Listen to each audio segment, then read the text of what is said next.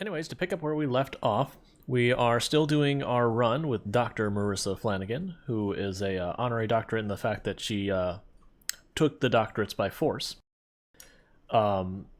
We have successfully wiped out the zombie population in Akron. We'll still see the occasional zombie wander in, but the native population's been completely removed. You are correct. Hydration is important. So our next target is Riverside. We are going to have to do the gradual move up the road, clear, move up the road, clear, rinse and repeat until we actually reach Riverside. So it's going to take a little while before we actually get a foothold in Riverside. Otherwise, things have been going well. We've got our farm going. We've started fishing to maintain weight, not just lose weight. So we're making good progress.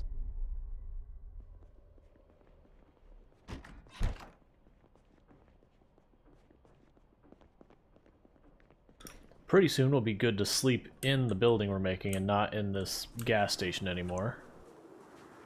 Hey, how's it going? We literally just started. So yeah, excellent timing. So we've got our flamboyant of flamingos we've got slowly building up here. All flamingos will be returned to our property. We've got our little base going here. You know, with our TV, our radio. We've got our farm, which hasn't updated yet today, so we don't need to worry about it.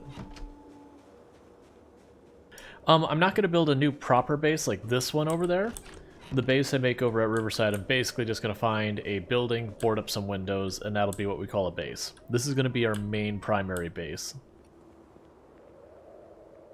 We'll return stuff here, and really the other one's just going to be for stockpiling while we're in Riverside, and then we'll take it all out.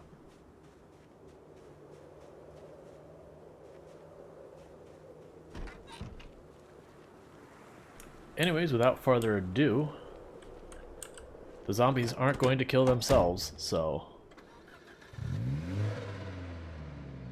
take our battle wagon and get going.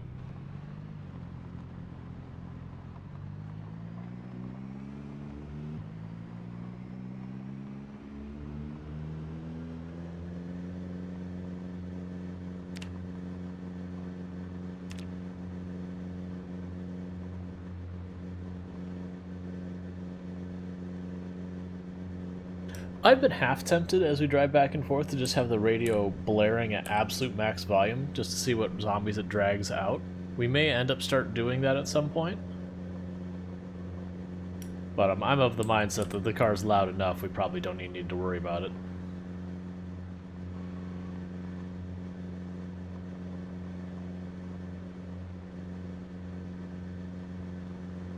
There's a good chance the way we end up going into Riverside, originally I had intended going all the way over to the farms and knocking them out one by one. But I think from the directions we're going, we'll probably just end up going to the country club and wiping it out first, and then from the country club start hitting Riverside.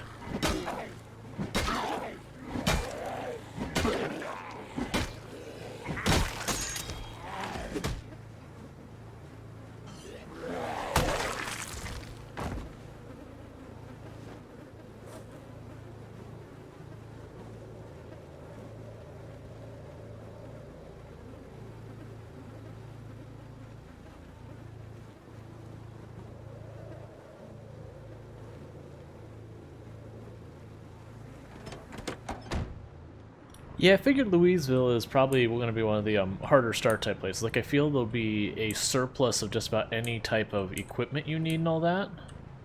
But the consequence of it being the zombie pops and everything else will make it hard to do much. Ooh, tomorrow's going to be cold in game. 40 to 50. I just want to see if there's important weather. Nope.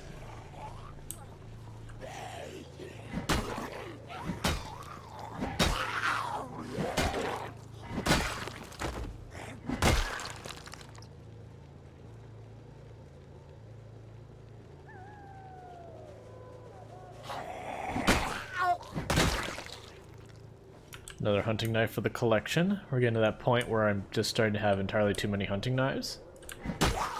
good problems to have. Well, friendship bracelet, can't leave it. I'm sure we're missing a whole bunch of the friendship bracelet because they don't take the time to loot every zombie, but we will take any we see. Gonna maximize our friendship.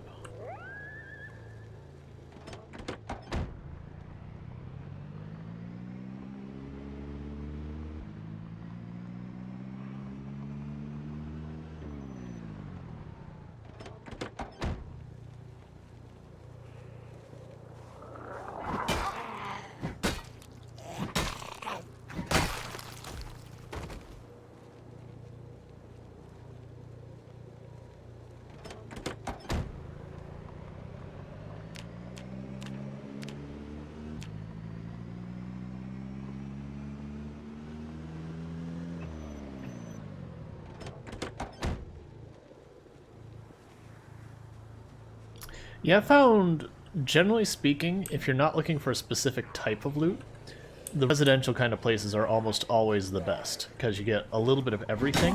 So you get like some tools, some weapons, some books, some food.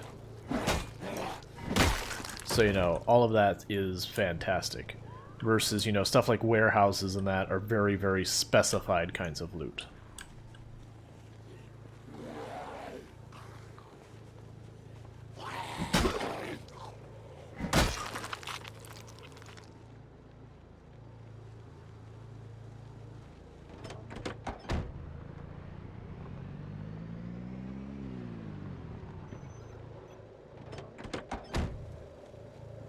Looks like all the zombies came out since the last time we went. Like, again, we're seeing smaller and smaller groups, which is what we expect. We first go through here, kill groups of 12 and 18, then the next time we come out they're like 7 and 5, and then they just start getting smaller and smaller so they just stop showing up. Then you just get the occasional loner. You know, the biggest groups you see a lot of times after that is like 2, 3, maybe 4 or 5 on the rare occasion.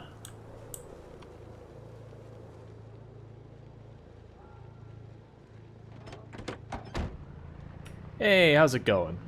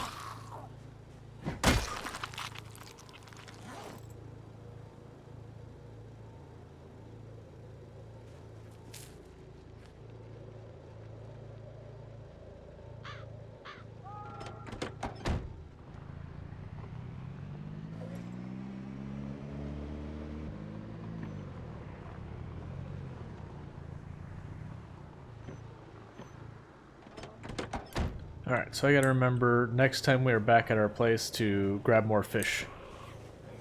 Because we're starting to lose weight again, so we just want to keep kind of juggling it up and down.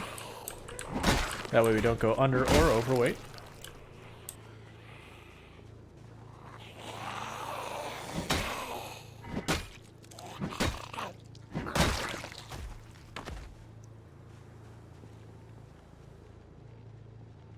I mean, fanny packs are in the game to begin with, like, I've actually got one on right now, but yeah, fanny packs are real small, which makes sense. You're talking about, you know, a giant backpack is like 25 kilograms. It makes sense that a fanny pack could only be 1 or 2 kilograms.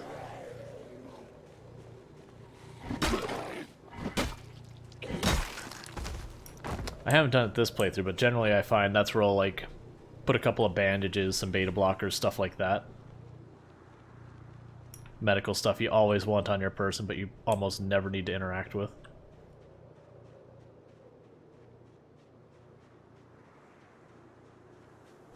I don't know what you have stuck through you. Maybe it's a hunting knife? I can't really... It's probably a bread knife. Yeah, it's probably a bread knife.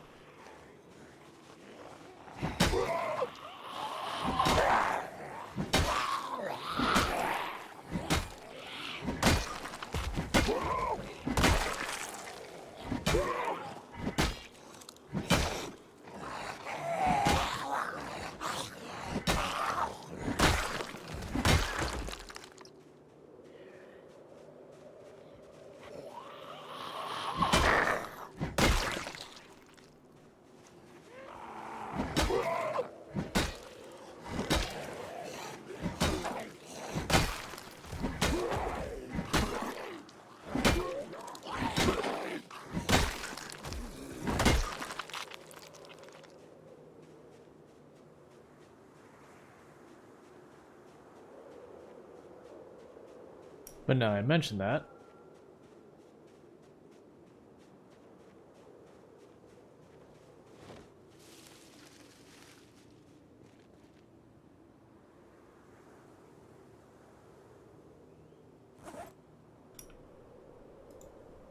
Okay. I think that's good. It'd be nice if I could have fit the beta blockers in there as well, but that's okay.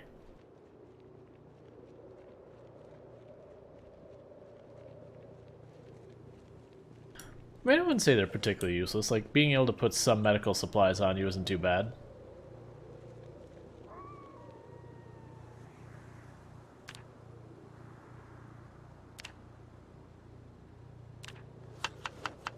Like, they're useless when you're low strength. Because, yeah, the weight reduction just isn't there, but...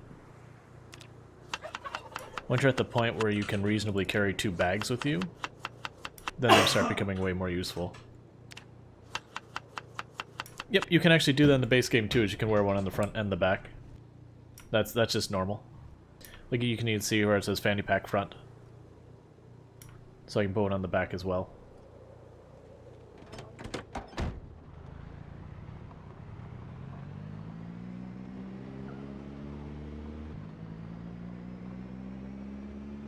Oh, I should have actually paid attention to that last forecast, because it's after 9, so the day has changed.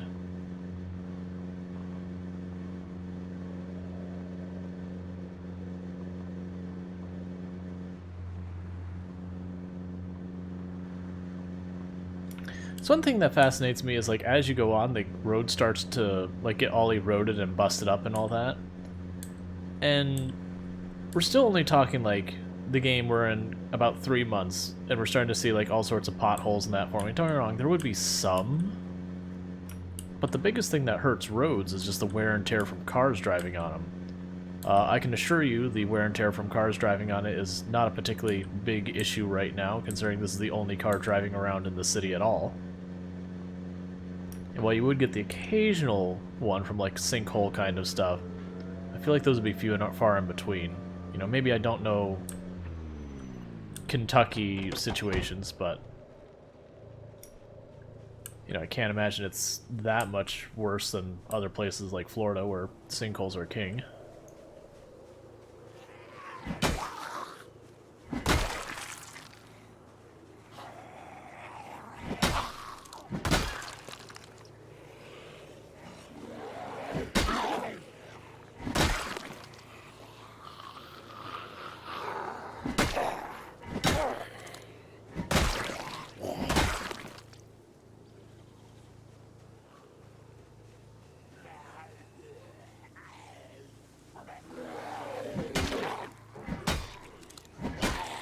It is a good thing that's not a mechanic that as the road wears out you have to patch it up or anything, because, you know, real life going down the road 30-40 miles per hour and hitting a pothole will absolutely mess up your car's tires and that.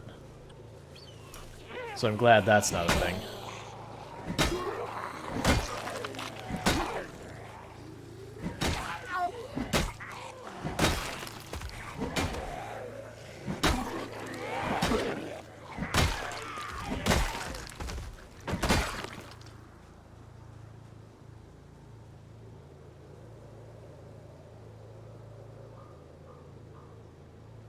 I'm not gonna worry about it.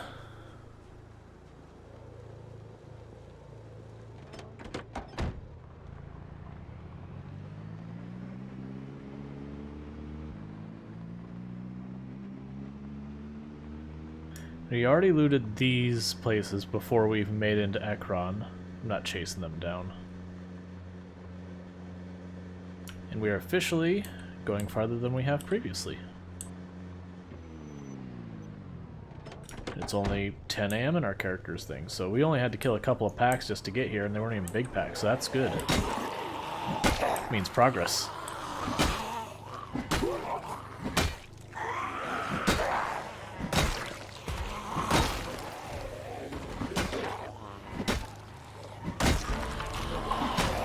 We gained a skill in something, I think probably strength. That's been coming up for a while. Because I doubt it's long or short blunt. I mean, maybe it is. I haven't been watching. We had a bunch of zombies wandering around. We'll kill them and then we'll worry about checking out what happened with their skills.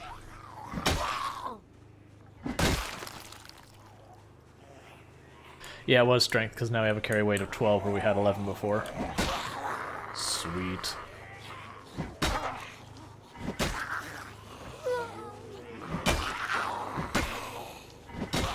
Means more damage, and it means more carry weight.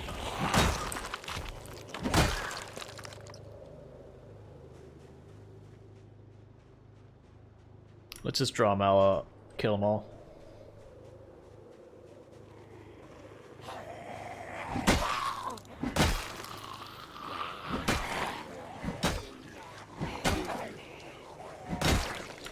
Ooh, we're no longer feeble. We are just normal strength.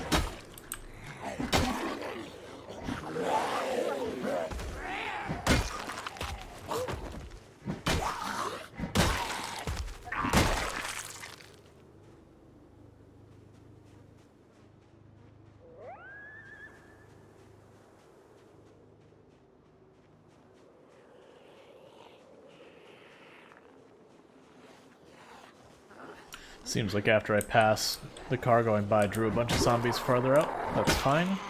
Less zombies for later.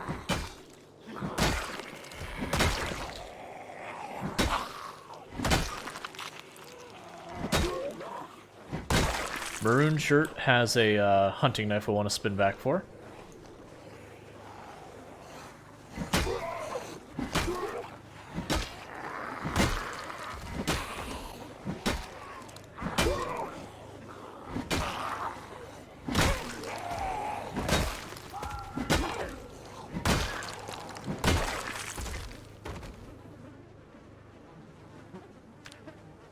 Yep, so we are now strength 5. So maroon shirt was here. Yep, give me your knife. Cool. Nothing near leveling, really, for the most part, that we care about so far as combat skills. Like, Longblade is not in bad shape, but Longblade, the bottleneck is always just finding them.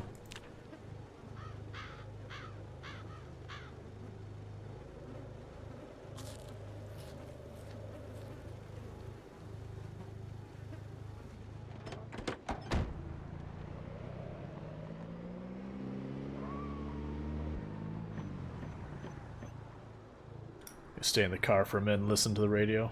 Actually stand next to the car. That way if a zombie strolls up we can still get out. Yeah, it's starting to get cooler temperatures. I mean, it's about to be October, so that makes sense. Won't be long before we can't really farm anymore.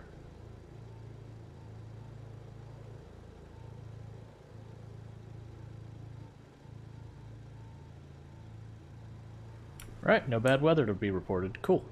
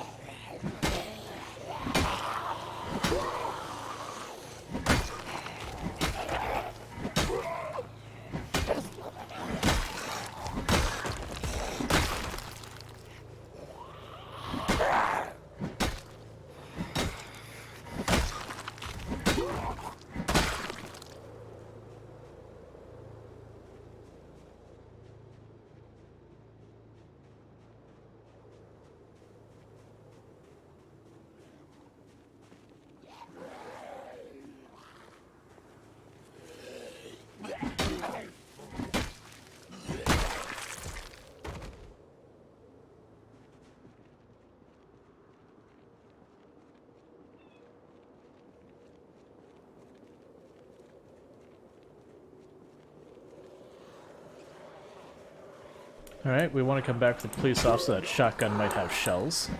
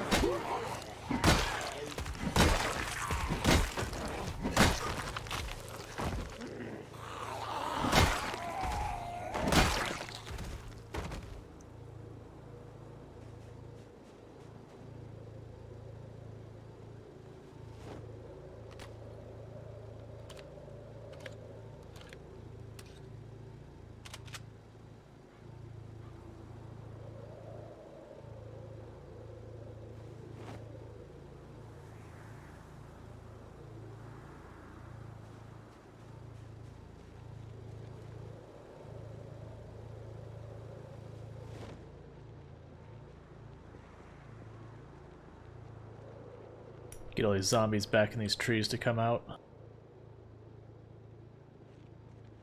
So I have to go skulking around in the woods where I can get flanked.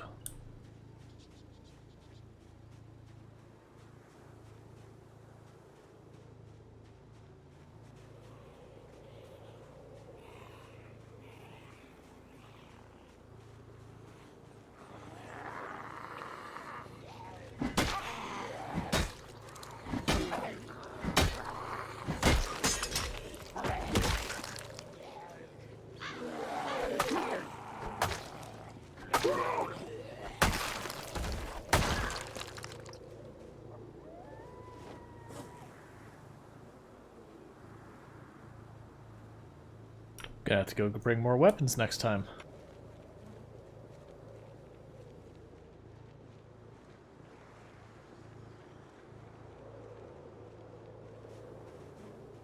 We are getting pretty close to the point that I'll start breaking out the crowbars again, though.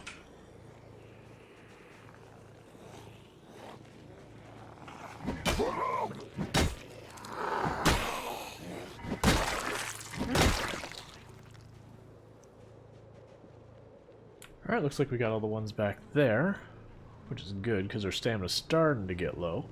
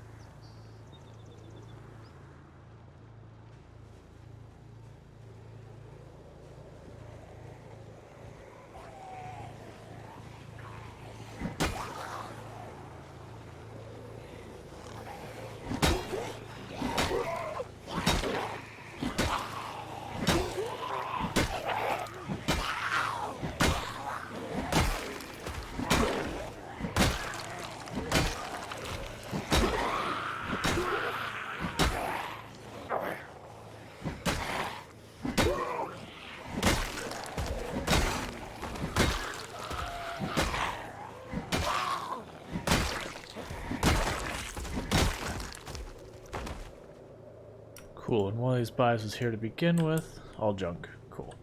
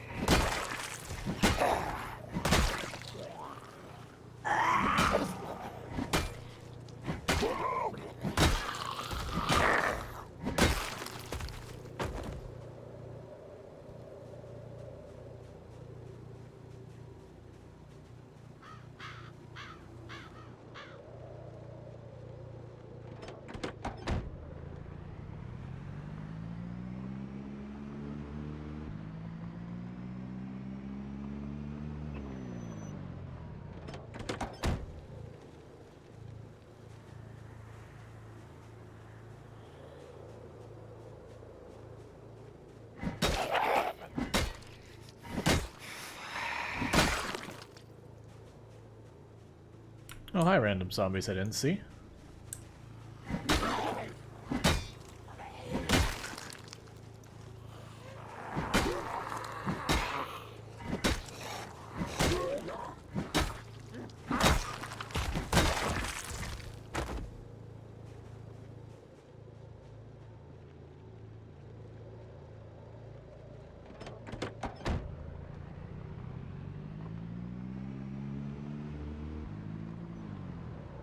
This could be promising.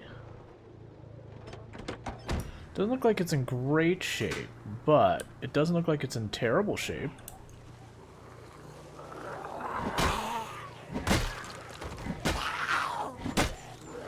Another hunting knife on the guy in, what do we call it, maroon, even though it's kind of dark for maroon.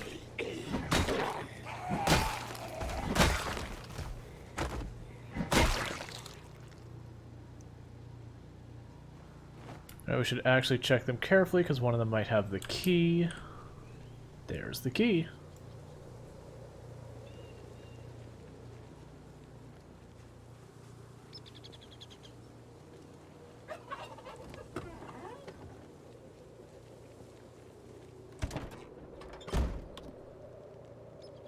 Alright, full tank of gas.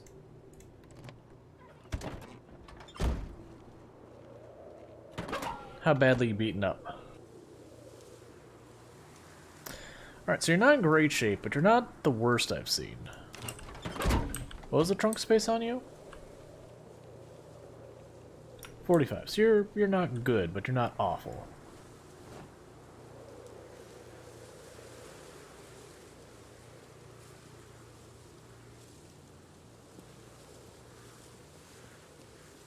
So then, does the station wagon tow the Land Raider, or does the Land Raider tow the station wagon back? That's the question.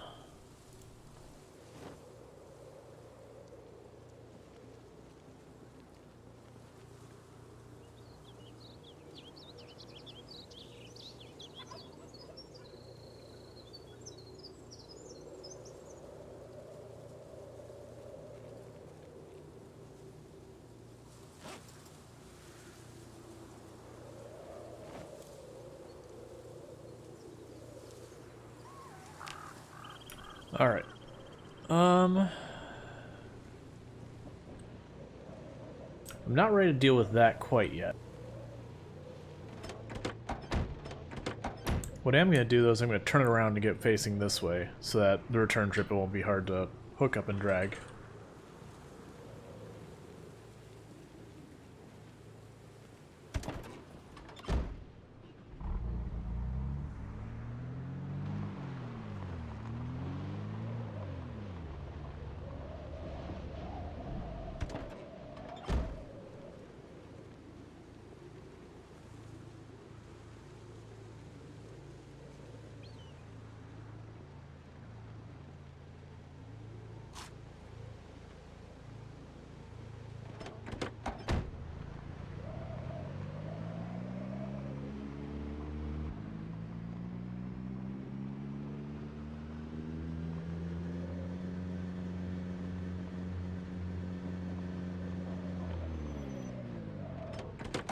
I feel like we're getting really close to Riverside now by the sudden uptick in number of zombies by a large magnitude.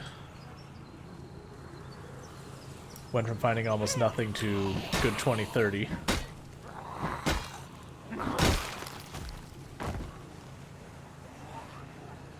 We'll get away from that tree, and then we're good to fight.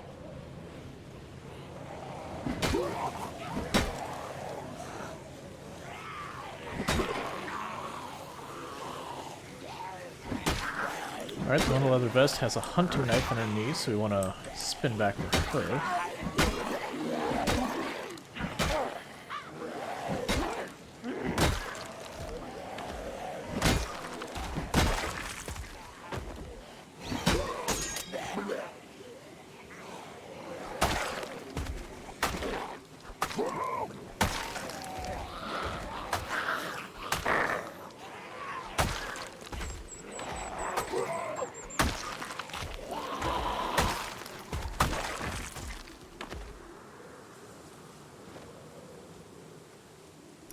died around. There she is. Boom. I've got nothing else I can put on my back weapon-wise, so that's fine.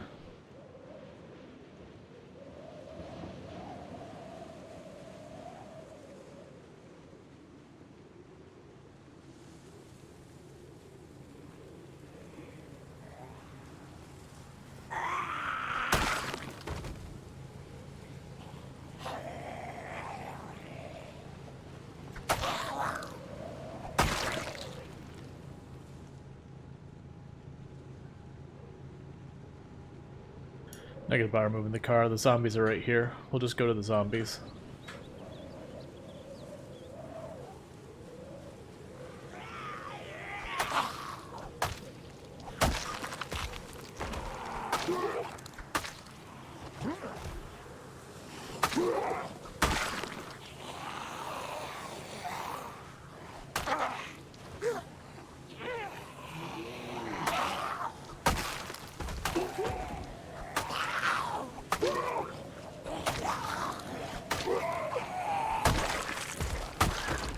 Surprised this meat cleaver isn't broken already. Hey, how's it going? The dude is here. The dude is here. I don't know why I want to put ish there. My mind can't parse the different words on the fly as easy.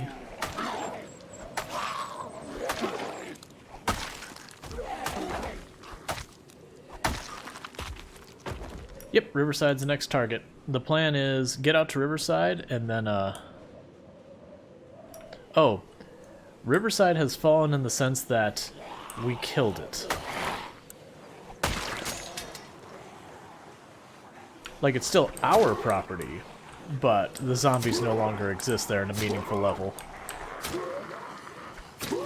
I perhaps could have worded that title better. Titles are hard.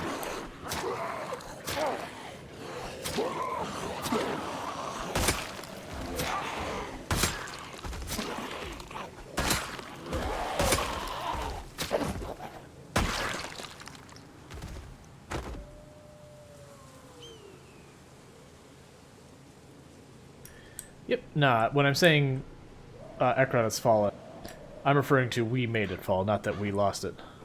No, we got our car right here. With these populations, you usually don't want to go flying up and down the road without clearing, because you'll drive by the first time, and you'll turn back and just unusably dense zombies on the road. I have to figure out which route I want to take. I think I still want to be going north. I feel like north is the correct answer. However, west could be to the country club. I'm gonna have to look at the map to kind of figure out our positioning. Well, I need to be using my hunting knives. I got nightsticks.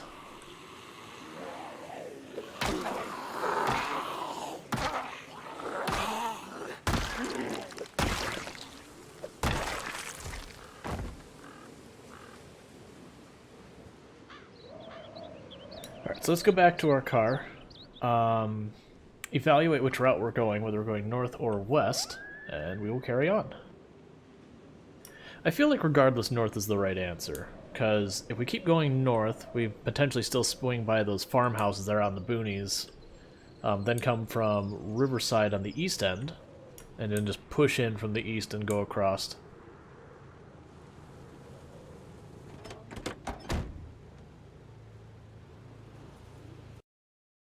Okay, well, actually, no, we definitely want to go north. This is going to go over to farms and all that. I believe this is the country club here, though. So, I feel like we go north, we try and spin out. I want to say there's a road that goes east here, that meets over with this road.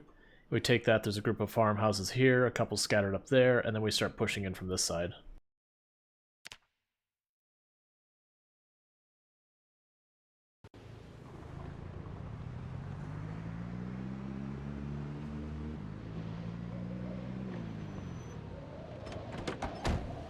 Excuse you, this is a road.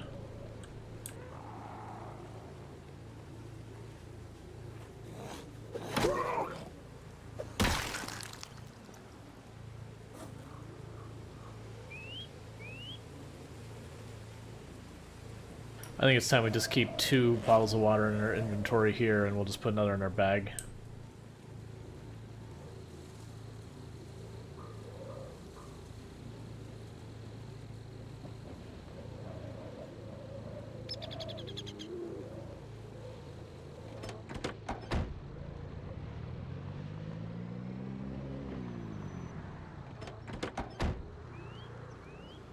Yep, we definitely hit the outskirts of what they consider Riverside, because we went from, like, no zombies on any real level to pack after pack after pack, so we are reaching our target, little by little.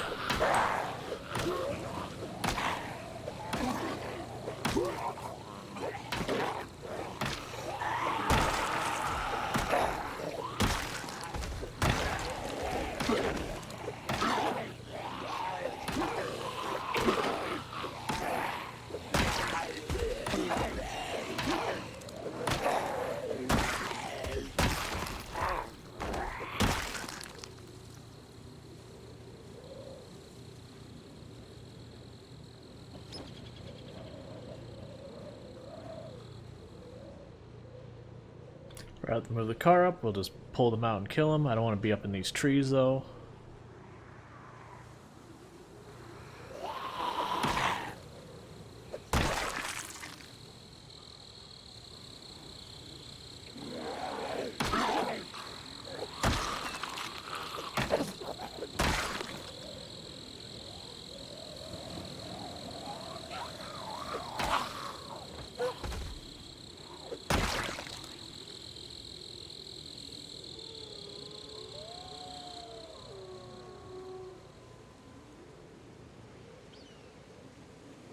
Come on. Whole group. Whole thing. Let's do this. I don't want to fight you here, though. I want to fight you over here, where we got a little space. One nice thing is there's a clothing store in Riverside. I almost always find a scarf in it, which would be nice to protect our neck.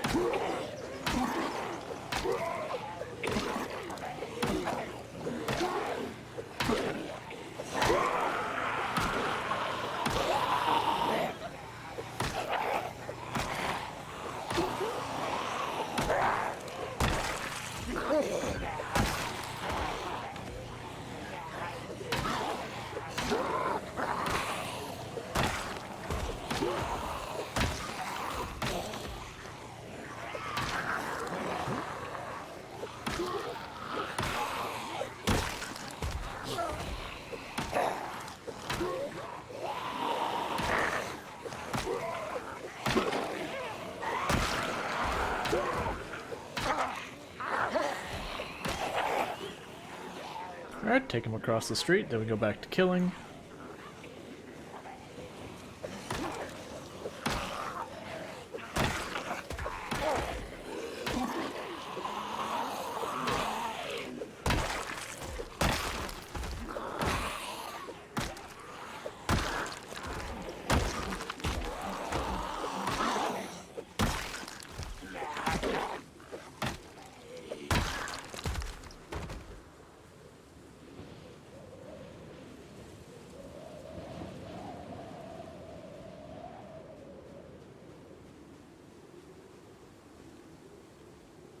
And I think it's right about time for us to turn around because we're right about to get sleepy. We made really good progress. That we made it probably a third of the way or a fourth of the way closer to Riverside in one day. 172 kills. And we know that because we left off yesterday at exactly 5,000 kills. So it's 172 kills in a singular day. Love to see it. Oop, wait. Give me that.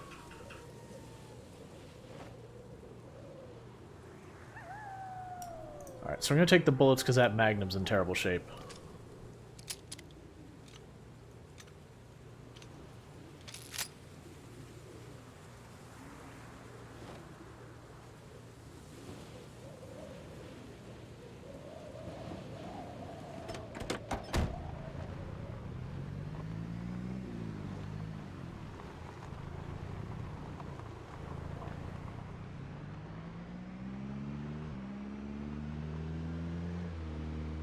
Right, we want to be on the south end of the road, or sorry, east end of the road, because we left a Land Raider that we're going to take home with us on the west end.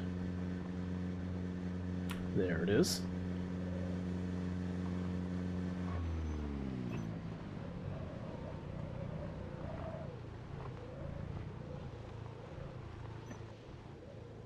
Like, it's in good working order. I could just drive it, but we're a heck of a hike out here, so I'd rather just tow it home if it'll go well.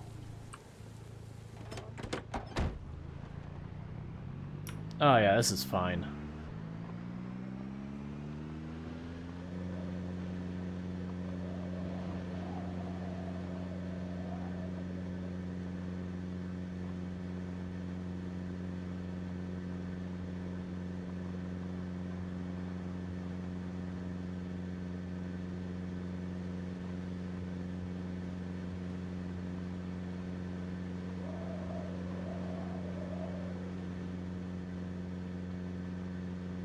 There's Drowsy.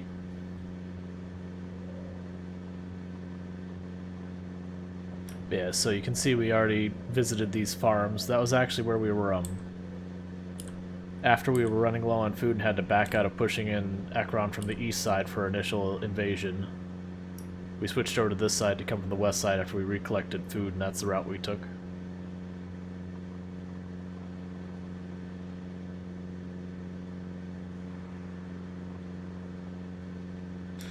Normally I'd stop and kill you guys, but I'm towing a vehicle, I just don't want to deal with it. So you have fun walking around the road, and we'll kill you tomorrow. Same with you. Big group.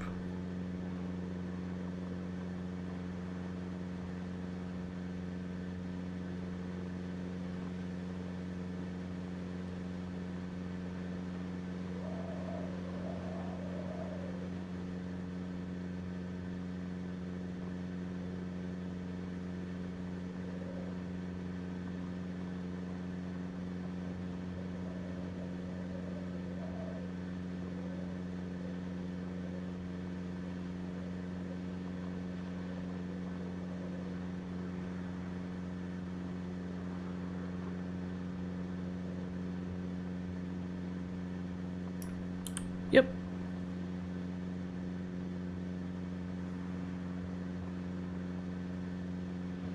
I mean, to a certain degree, you are correct. They are, or formerly were, humans, so to speak. They are dead, but, like, not dead.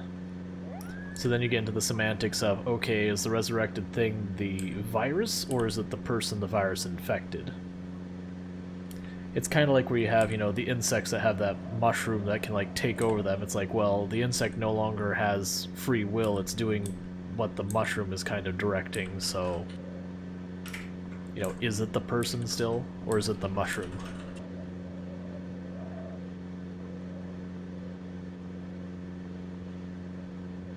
But I would agree, they're not technically monsters.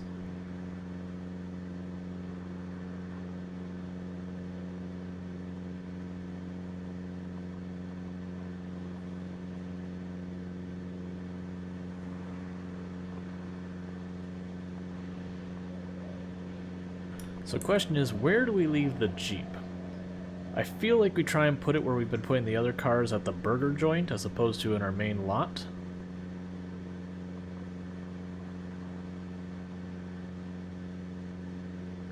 Just because the main lot we have is the gas station. Hey, Poity, how's it going? Just because the main lot we have is the gas station, and I don't want to block out the pumps or anything like that. So how do I park this in a spot? Oh wait, I know how. It runs.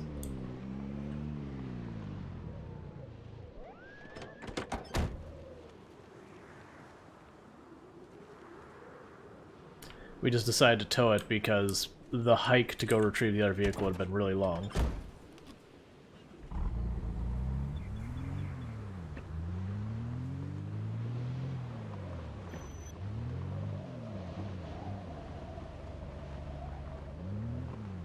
You know what? I changed my mind. This is a fully functional working car. We're going to park at the gas station.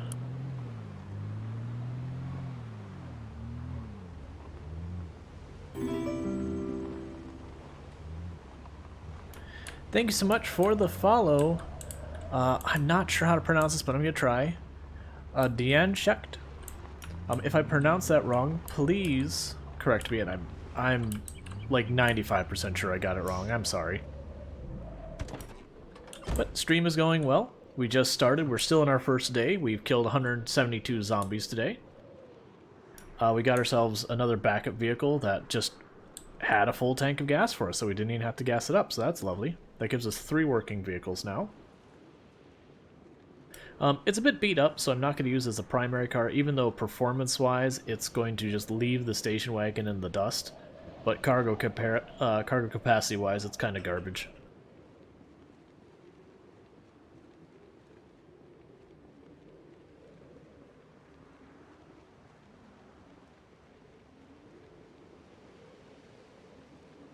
But yeah, it's been going good. We've only been going for just under an hour.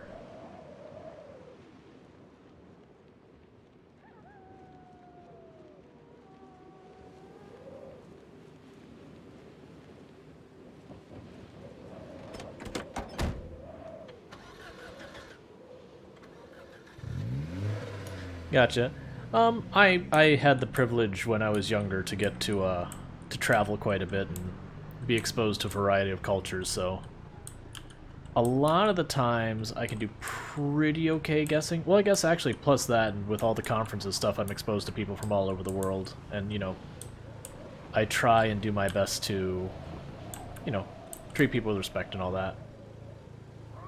That said, there are definitely times where it's like, okay, I see the way a name's spelled, and I don't know where this person's from, and depending on where they're from, there'll be very different pronunciations. I also did change Nightbot's timers, so I believe it shouldn't be possible for Nightbot to overlap itself like it was. There should be a 15-minute gap between posts, so I'm hoping that'll make it way less spammy. Because I do get annoyed by how spammy Nightbot is. Like, I want to put the messages out there, but it seems like no matter what I do, it always wants to just pile all the messages on top of each other.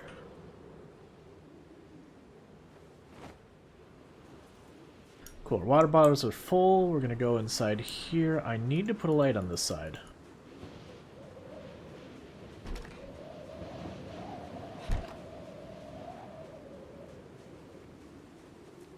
Right, so we need to go, before I forget, grab some of our fish.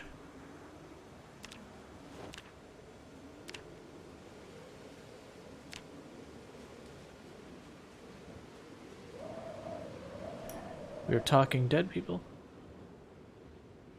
You can bury people.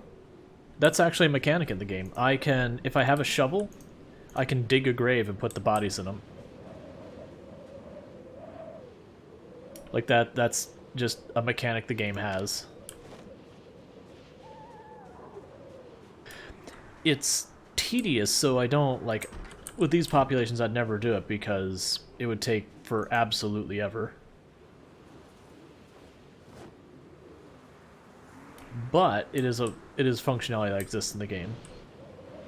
The only time I have ever done it in the game, though, is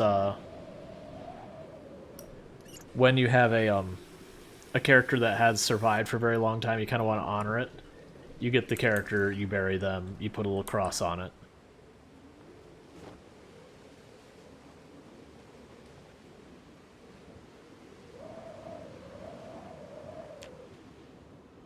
Yeah, just grab the whole stack. So, light fire.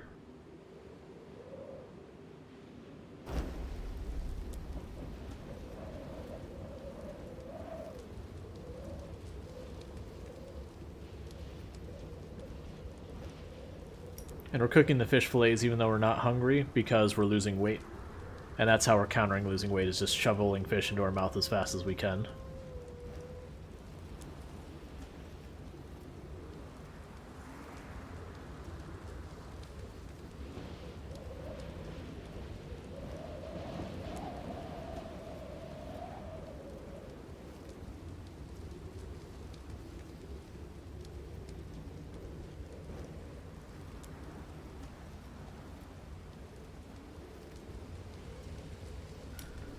Hey, how's it been going?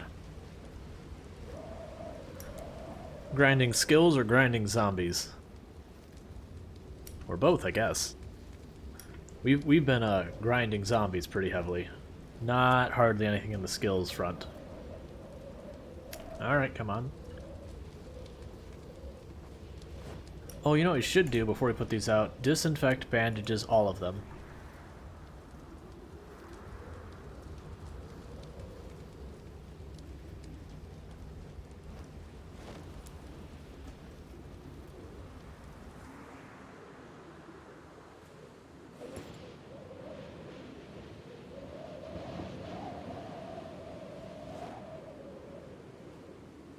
Yes, it is currently a very windy day. Wind doesn't have too much of an effect on things. Cooler temperatures, you can get wind chill. So that can make it a little bit tougher to have the temperatures you need to survive.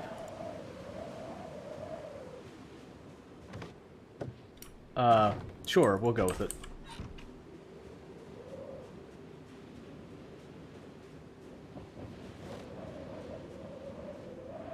So I'm gonna drop one, go to the bag, put it in my bag. That's my spare.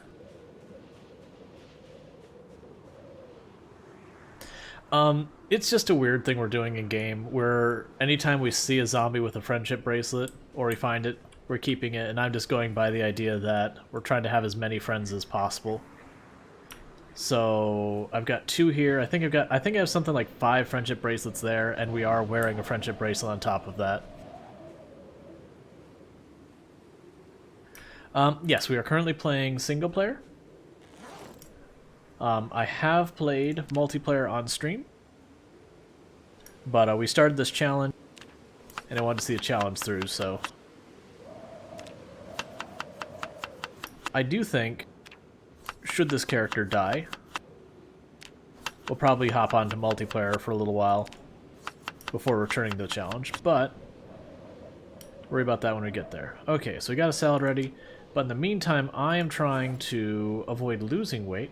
Not really looking to bulk up, just not lose weight. So we're just going to shove fish fillets in our mouth as fast as we can.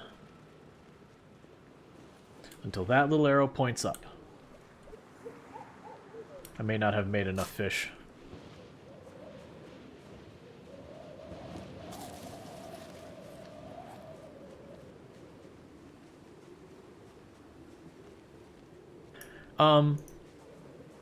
So let's see, the next proper city would more than likely be Rosewood. Because my intention is to,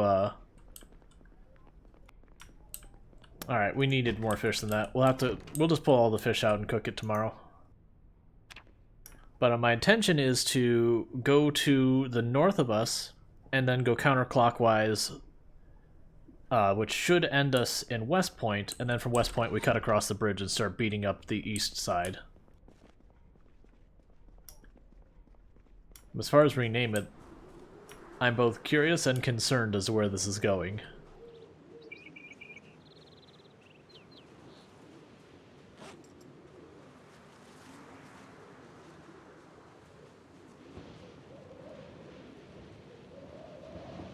Yeah, I kind of...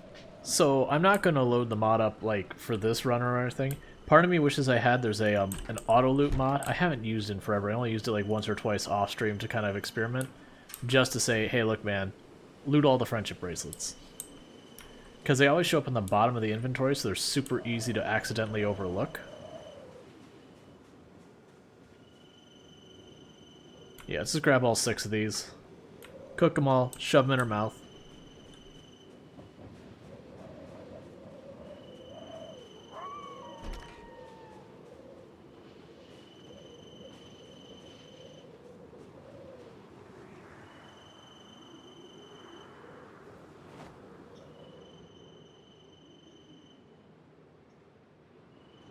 Yeah, eventually I'm not going to be able to see down there because all the trees growing. So that's what's going to be a reoccurring thing, is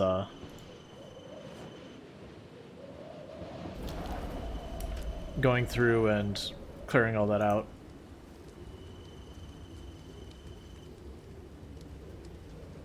But it is looking like potentially we're going to need to fish again soon.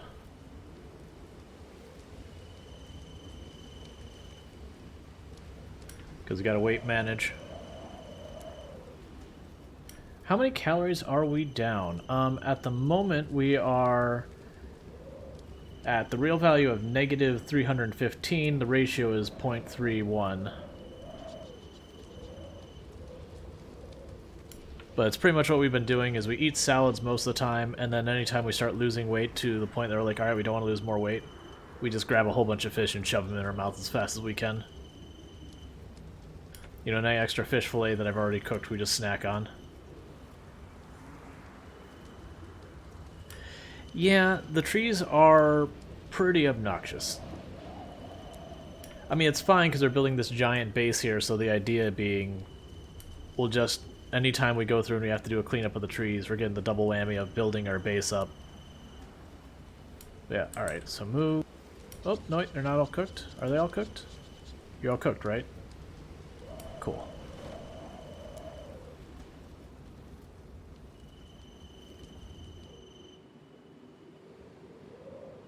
Get him a mouth. I guess we fish.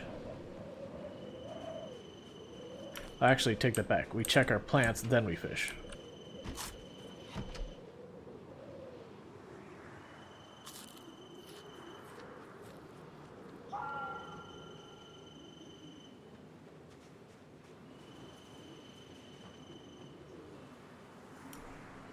Alright, so the carrots are ready. Most of them, at least.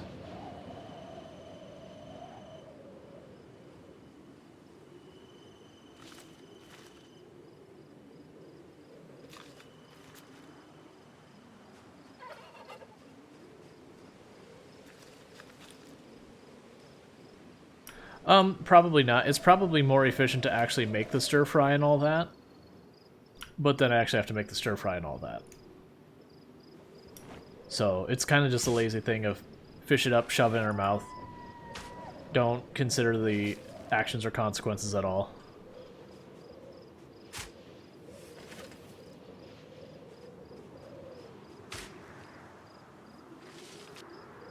I just realized we can go cook. Put a carrot in there. So we have maximized our salad.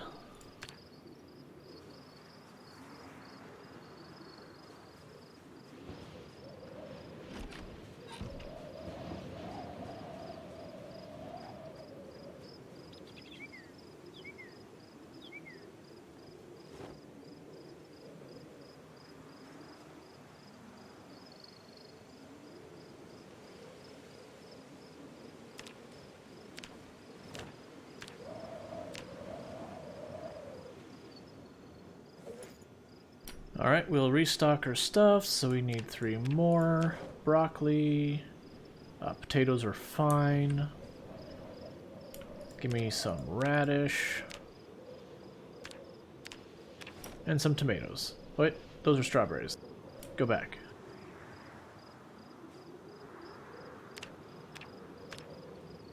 Cool.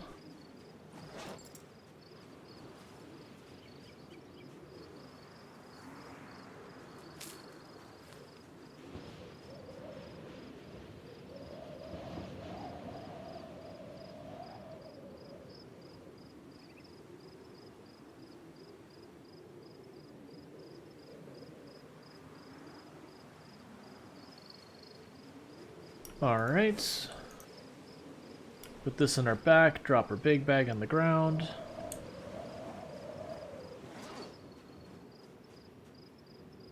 Get our fishing stuff.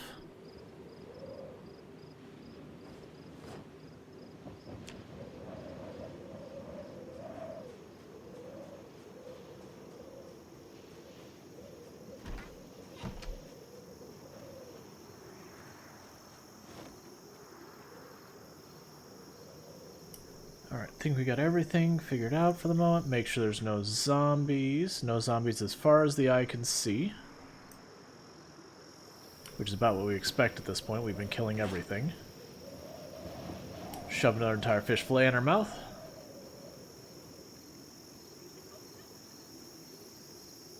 Is it a mod to be able to click grab one when the cursor over a category? I'm not... Are you saying so like I could go to household? It's not grabbing all of the category, This isn't a mod, it's just the dirty rags. I'm saying grab the entire stack of dirty rags. But that's been there. And even though it says, like, okay, you know, abundance is nothing, it doesn't update your abundance until you go to fish. It's weird.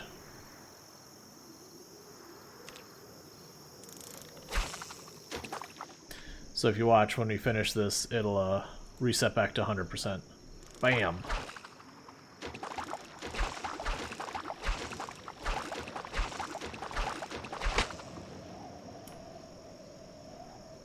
We broke our line. Lovely.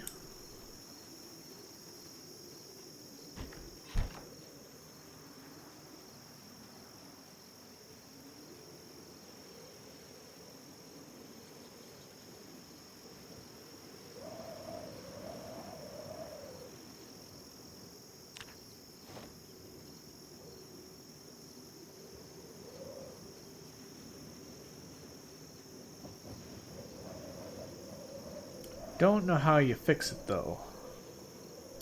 Because I have not fished with the pole hardly ever. Fishing. Fix fishing pole. Why is that not an option?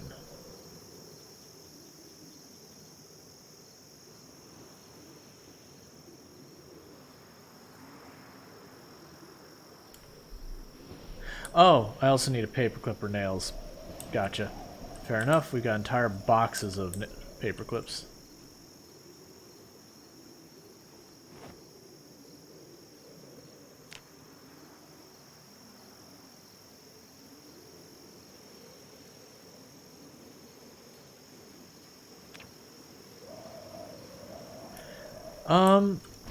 Oh, was it 30, I think? Something like that? I could be wrong.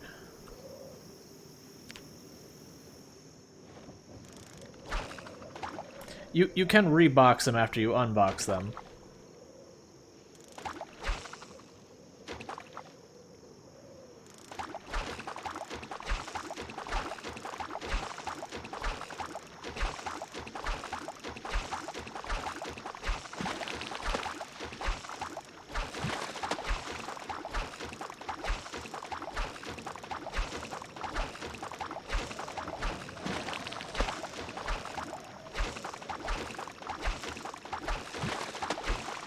Oh, we need to read the fishing book. We're gonna keep going for just right now, because we're here mostly to get fish. No fishing rod? We broke the line again. That's fine. I think that's good enough for right now.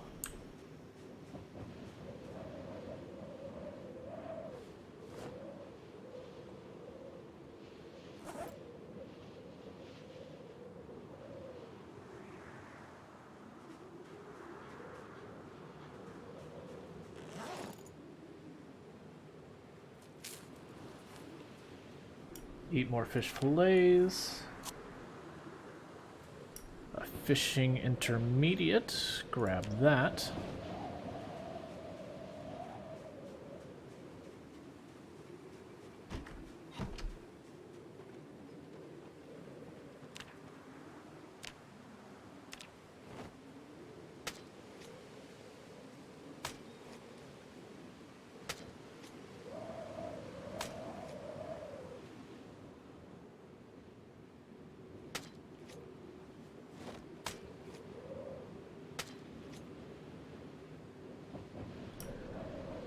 An MP5, I'm assuming that's a mod?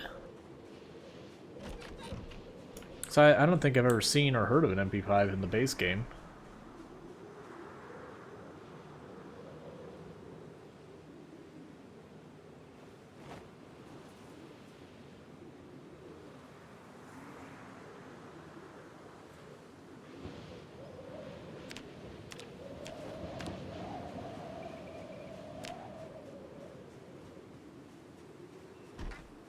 I'm gonna need to find another freezer.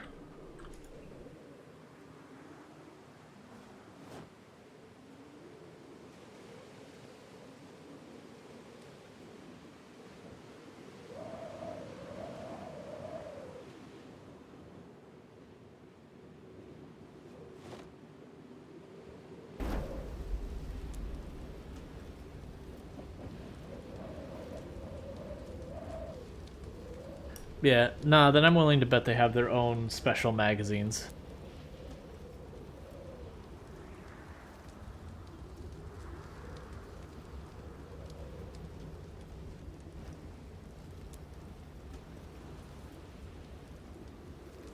Oh, and for anyone who's been having the bug where items are just disappearing when you put them on the ground, according to Indie Stone, that is a bug caused by mods that haven't been updated.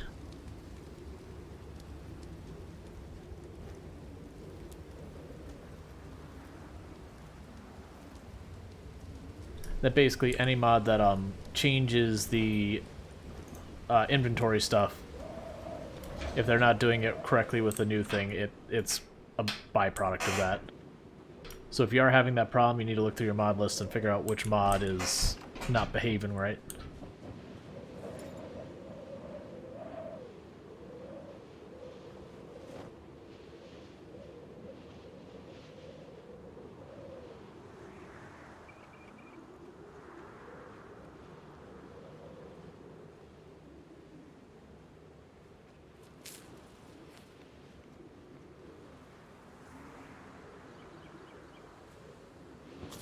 I'm just gonna go hard on overeating.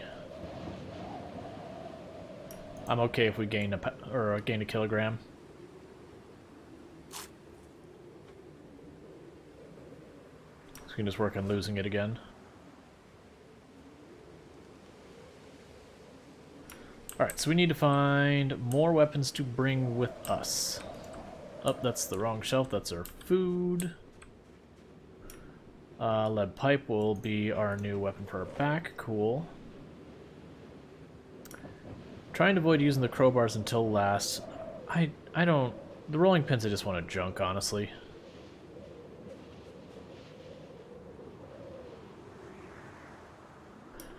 Frying pans, that one I could use. Crowbar. Where was... We had another shelf we bled over with the weapons at this point. Was it medical? Yep, so we have even more friendship bracelets here. Here we go. These are extra.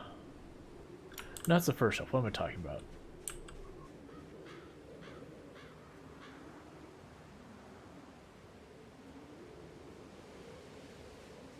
It's like every shelf has like 2 friendship bracelets on it.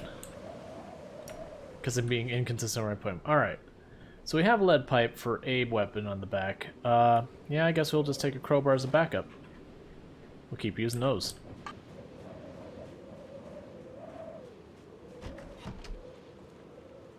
So it's getting a little late for us to start an adventure going out. What do we do in the meantime?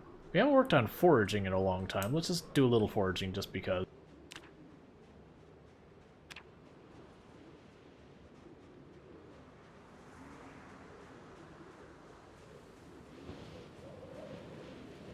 Oh, parking lot's useless. Let's avoid the parking lot. Well, that reminds, there's something I wanted to test. I wanted to test if you actually change the investigation area. So like if we chop down a whole bunch of trees, if it would change biomes, as it were. And the way we can test that is we can go over to our building here, and my thought is, will it become urban when we get close to it? No, it doesn't appear to be so. Okay. I figured that was going to be the case, but... Oh, right. Helmets reduce your ability to forage.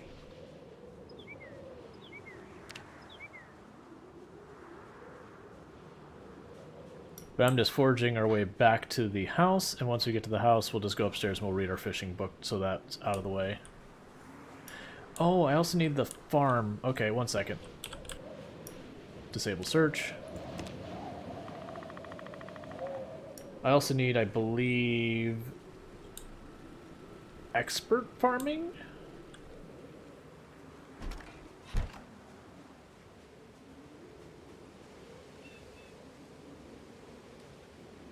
Which we do not appear to have, and it would be expert farming, yes, so we're mixing expert farming and expert tailoring. That's fine. The good news is once we get into Riverside, it's going to take us a while to get that far, but the post office and the bookstore have lots of books. There's a good chance any books we're missing we'll find there. And if not, maybe I start poking my nose in the residential.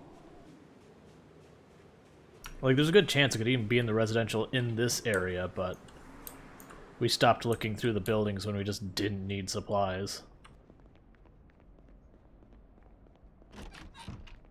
Like, we may have, even the houses we looted may have skipped it. Alright, so let's blast through this book super fast. So things that'll help with foraging. One is if you do it on in poor weather or when it's dark, you'll take penalties, which makes it harder. If you do it wearing a helmet or glasses, in most cases, it'll penalize your doing it. So as you saw, I took off my helmet when I started foraging. It's good to crouch and then hold right click like you would be getting ready to hit stuff, and like walk around to kind of control where you're looking. All of that helps. The first couple of levels in foraging, you're not going to find a whole lot. There'll be long dry spells between it. But as you skill up, you'll just start finding stuff very, very quickly. Like, I've been told it's around foraging 4 or 5 that you just start pulling stuff up everywhere.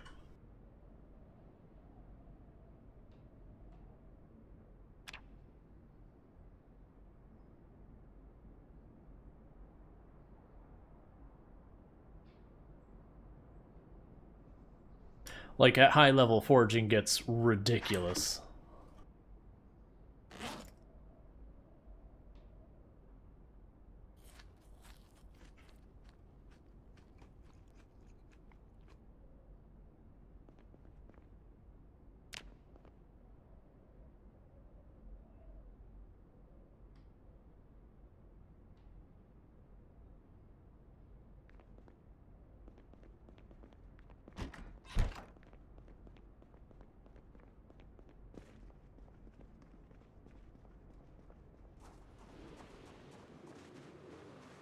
I guess at this point we should be fine just running around a bit in the area.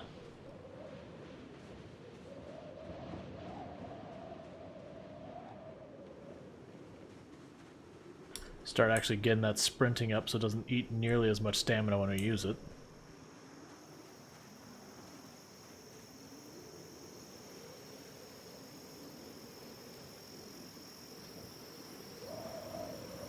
Oh, you know what? Okay.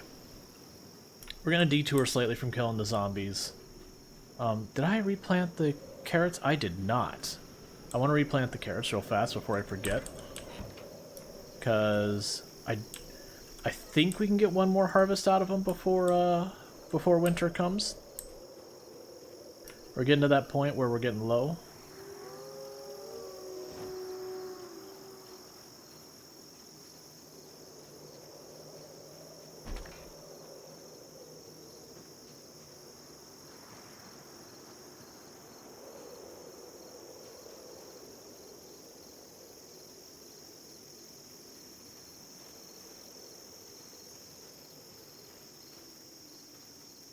I'm not going to worry about the fact that we don't have enough seeds for that last one.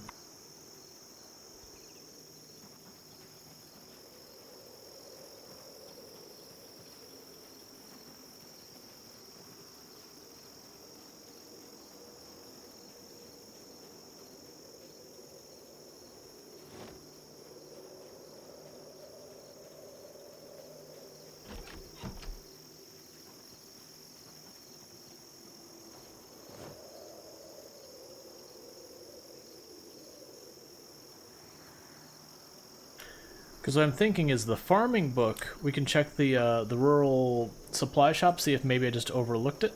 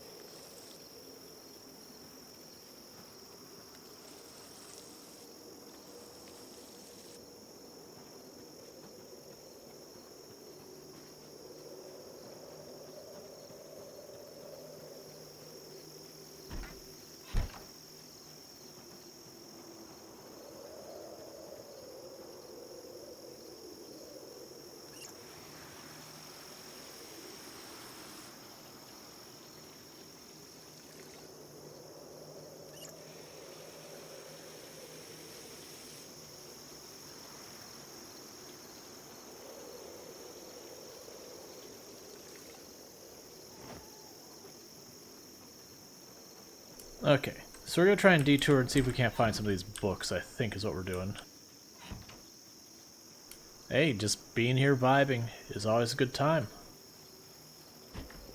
It is kind of one of the ideas behind the channel, is just for people to vibe.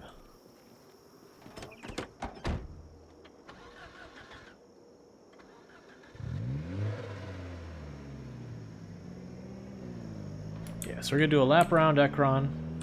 We're gonna poke our nose a bunch of places, see if we can't find some books. Places that make sense to find books. So, the bookstore, this place, the rural place. Gotcha, gotcha. Yeah. Well, getting a new PC is exciting.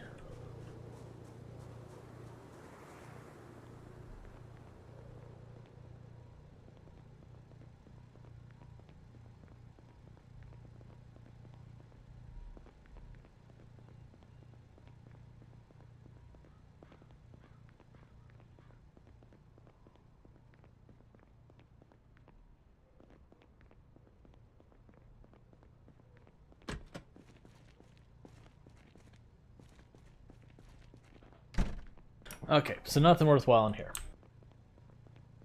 So next we'll check out the rural place. They're just gonna poke our nose. Oh, we never went to the city hall kind of place, did we? Usually that has some books in it.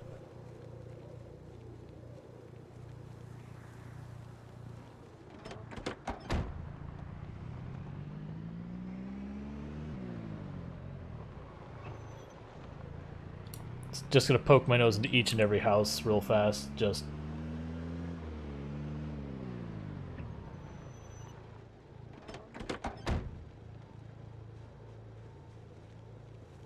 I thought you could cook them.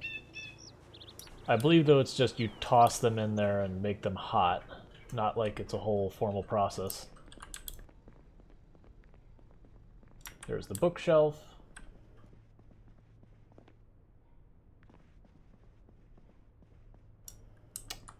Oh, fine.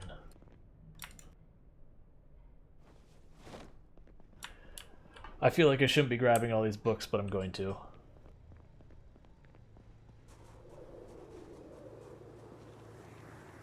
I just don't want to be in a situation where later it's like, oh, you're missing a book.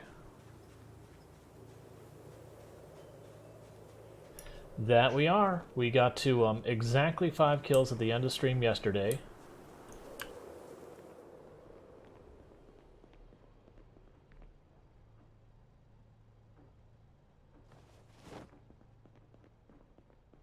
And then in one day on this one, we put on another 172. There's going to be nothing else in there. I don't care. I got another 172. Yesterday, we basically didn't get any zombie kills because we were dealing with food situation. Today, we're probably only going to get a couple of kills because I'm trying to hunt down some books real fast.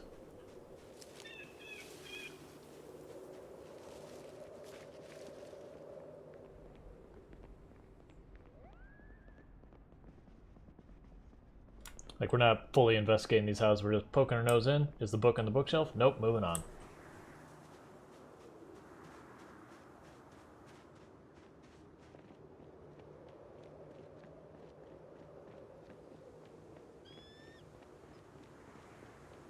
Because we're looking for expert farming and expert tailoring. I know expert tailoring for a fact is not in the bookstore, and I'm pretty sure expert farming isn't there either.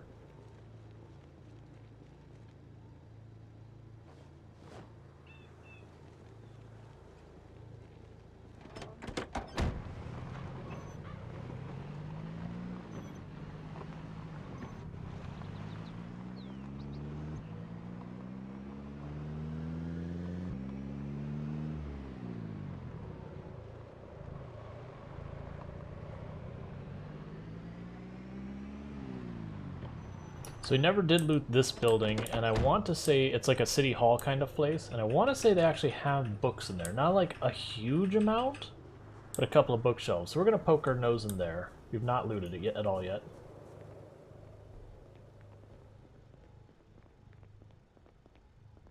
Yeah, it's all fertilizer, which can help us grow stuff faster, but I have absolutely no need for it, so I hadn't even been worrying about it.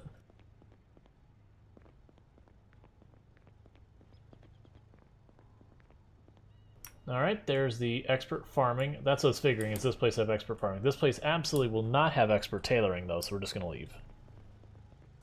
So that's one of the two books we were looking for. I figured I just overlooked it in here.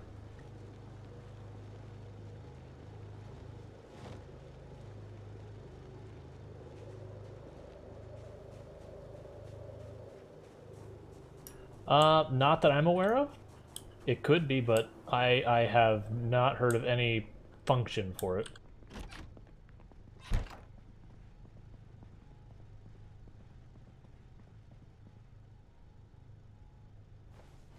Oh, let's just go like this. Secondary, we need to put our helmet back on before we get bit in the neck. Or head, sorry.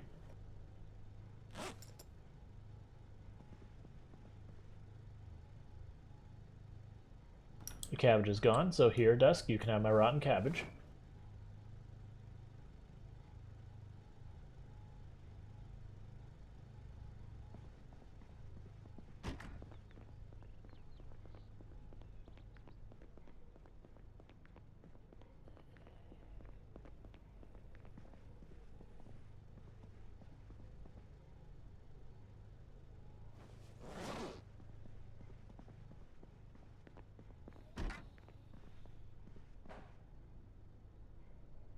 I don't know if we need the master fishing book, but I'm going to grab it.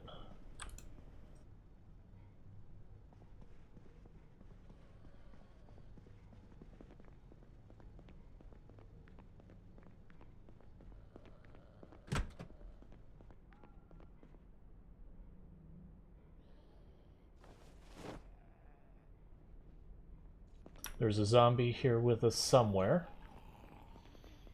This room?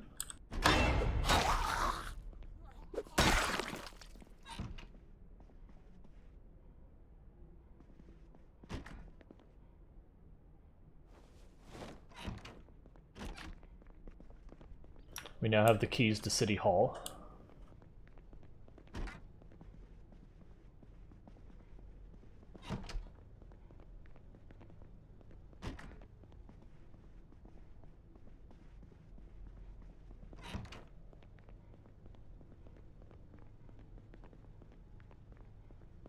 We'll take the water dispenser.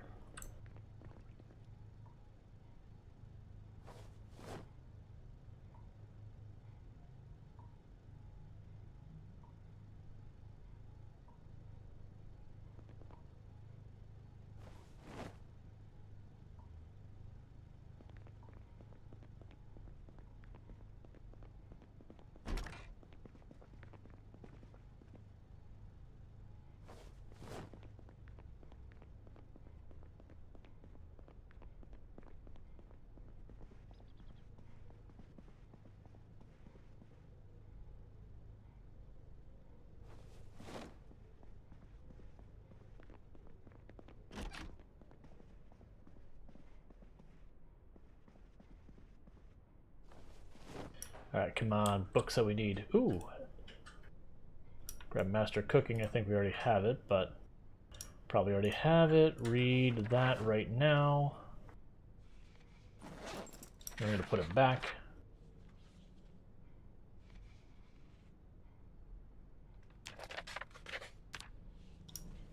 Yep, that is the last book. We only have Guerrilla Radio magazines to read, so that's cool.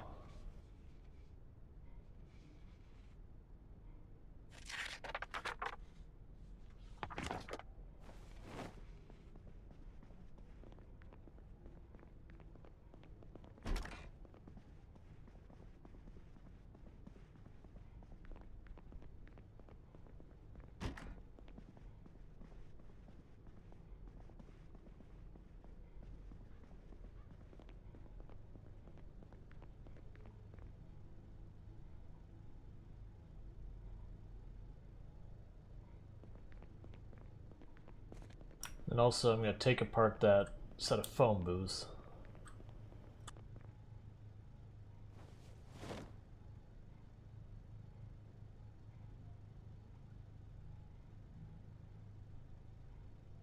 Because these are really good electrical XP. So if I go to electrical, so we're at 164.67.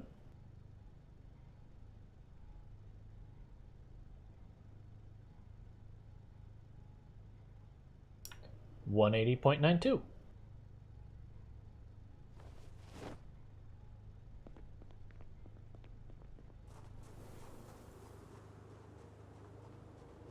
Alright, so City Hall gave us a bunch of stuff. Not what we were looking for, but a bunch of stuff.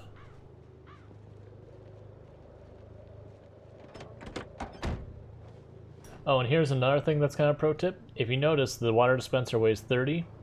This only has storage of 26. You can put furniture in that weighs more than the chair, like one piece of furniture per there, and that counts for like generators and all that.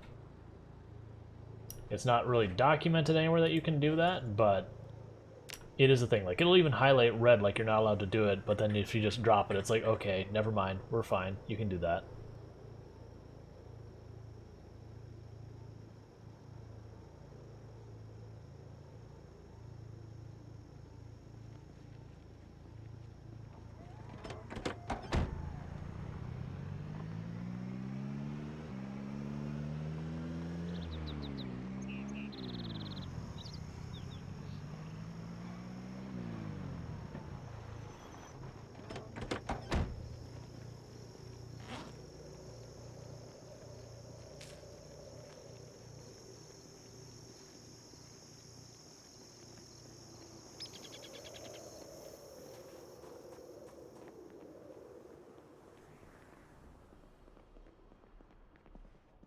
Nope. Moving on. This is a little dangerous what we're doing. We're just poking into houses real fast. And that's just because there could be a zombie just lingering in there. We pop in. We're not being too cautious. But yeah. I also agree that, like, you know, you should be able to carry a pen without effectively taking space. Like the over-ear thing, it's like, sure. And if I get into a fight with a zombie, there's a chance it gets knocked off, that kind of thing. Sure, absolutely.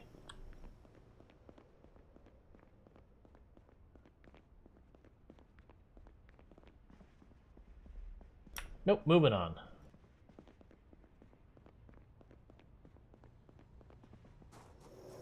I'm just going to cut from house to house to house. We'll come back for a car. This is just what we're working on today, seeing if we can't find that expert tailoring book. I just want to verify it's not already in town, and if it isn't, then we move on. Hey, zombies! You're not supposed to be here. We've declared this town eradicated. If you're here, then that makes me sound like a liar.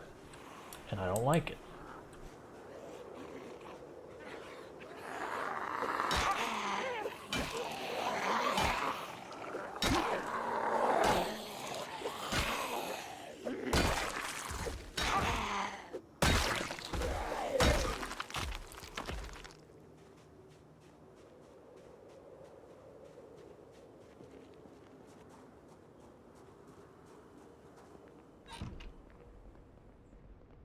There's no bookshelf in this one.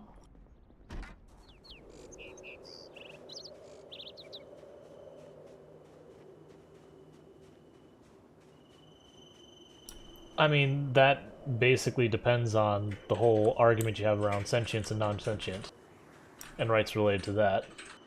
You know, can we consider the zombies still sentient, or are they not? One would imply that they are animalistic in their behavior.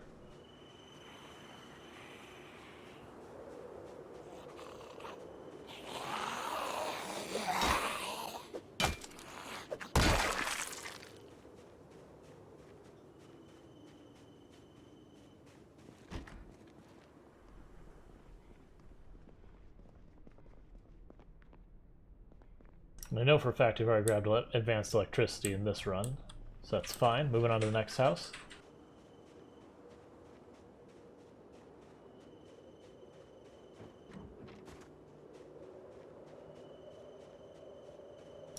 More zombies that are wandering around. These ones are probably coming from the forest east of here.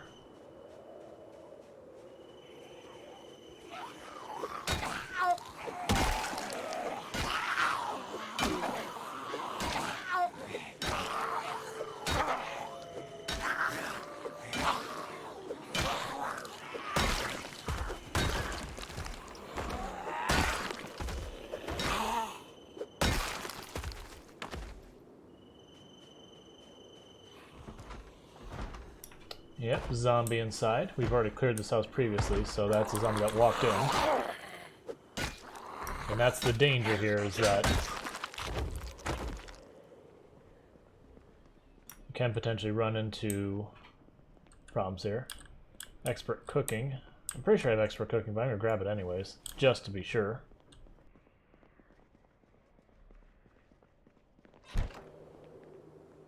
Alright, one last house in this street.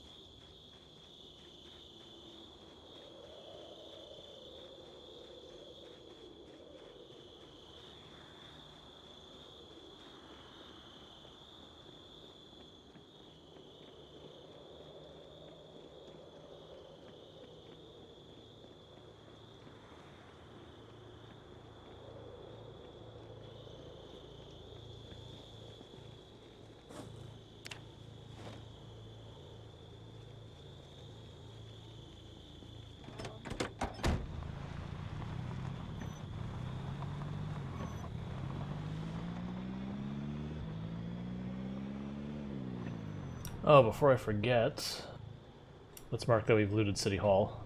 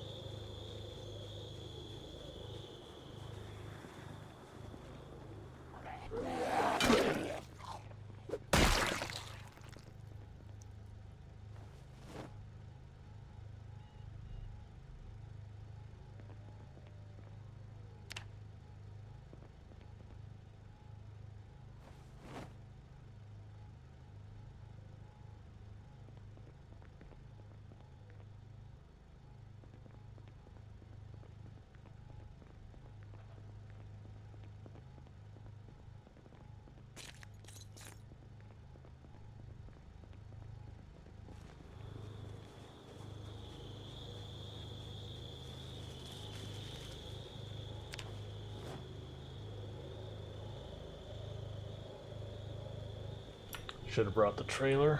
Oh well.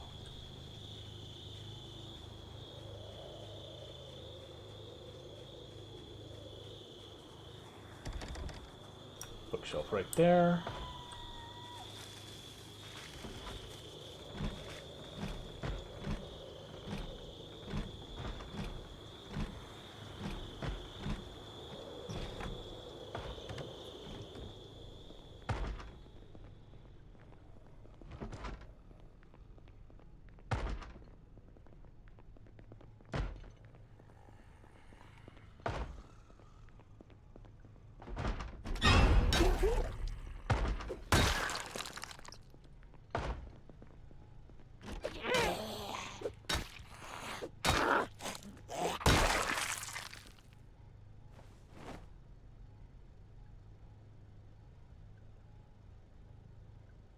I'll actually take that shotgun because it's in perfect shape. I think we already have that book, but I'm going to grab it anyways. Was Master Tailoring the one I'm missing? No, I don't think it was. It was Expert Tailoring. Okay, well either way we have Master Tailoring now, but I need Expert Tailoring.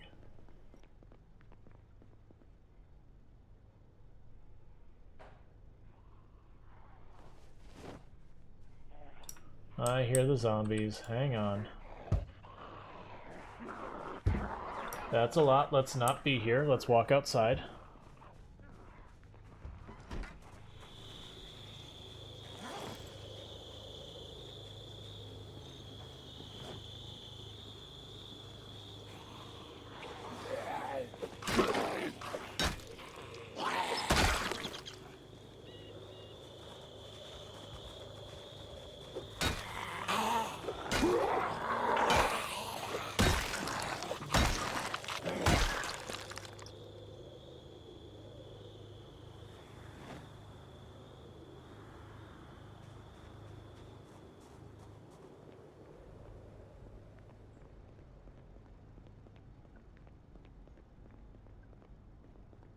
Alright, looks like the coast is clear. Let's grab our bag, go back in.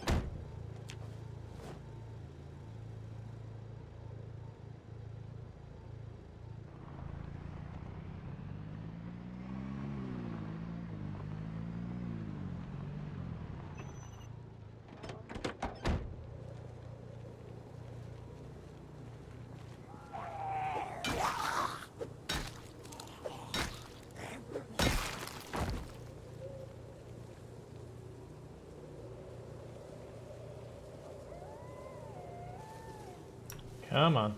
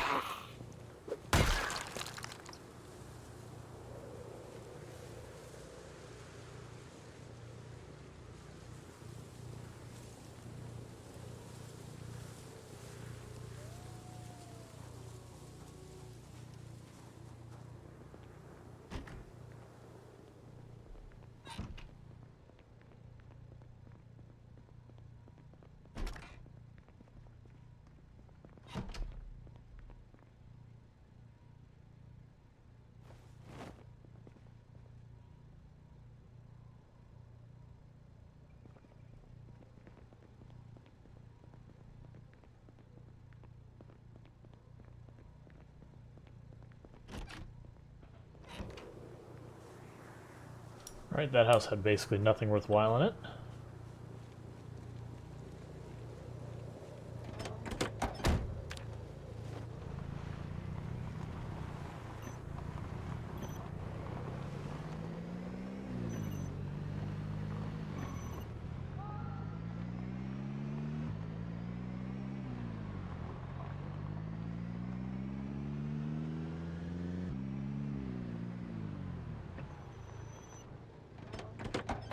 Okay, and we've looted these houses, so we're again just popping in, checking the bookshelf, leaving.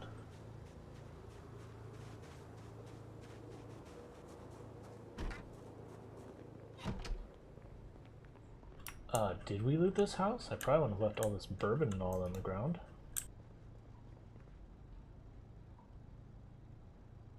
I guess we didn't loot this house.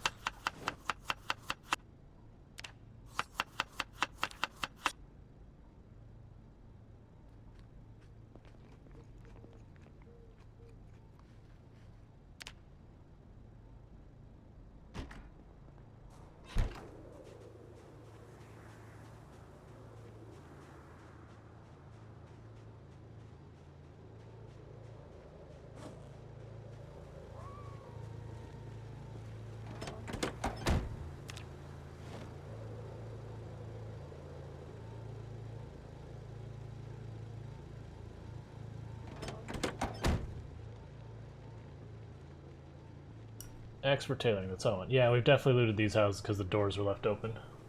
Which is dangerous because that means zombies can just stroll in easy. But that's fine, we're dealing with it.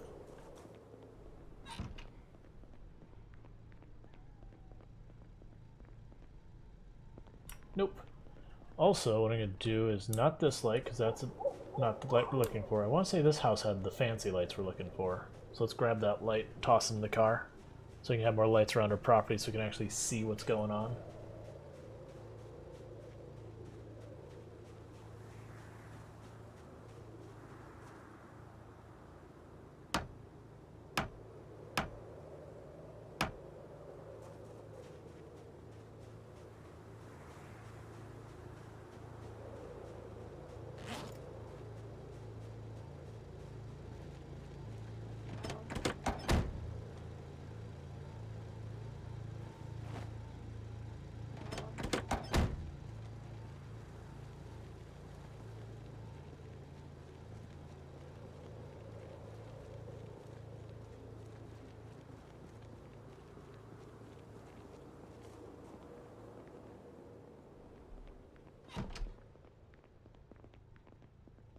Right, no dice in the books there.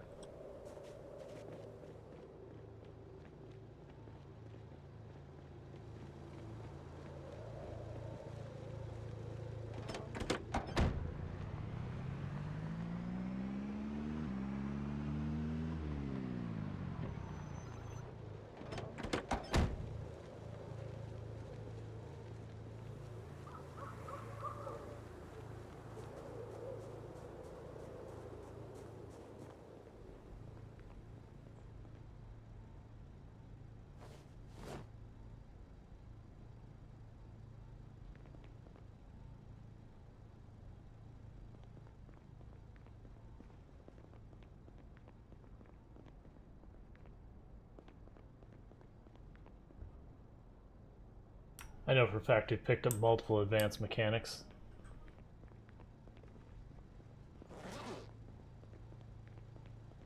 I'm sure a bunch of these books I grabbed are also duplicates. I'm just being extra careful to just keep grabbing duplicates we can just put in the fire when we're done with them.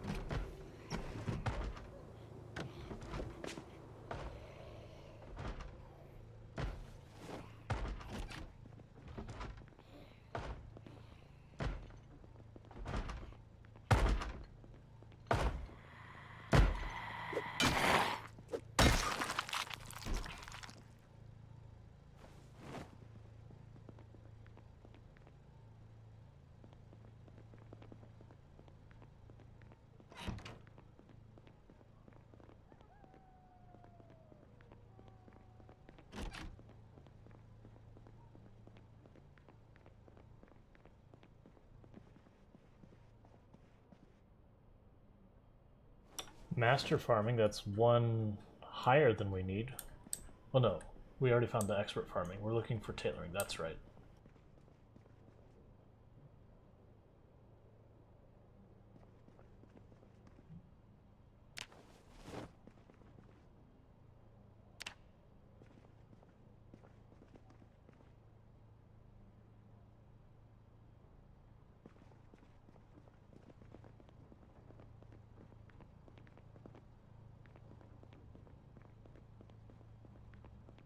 Alright, it's getting really hard to see stuff. I probably should be using a flashlight at this point, honestly.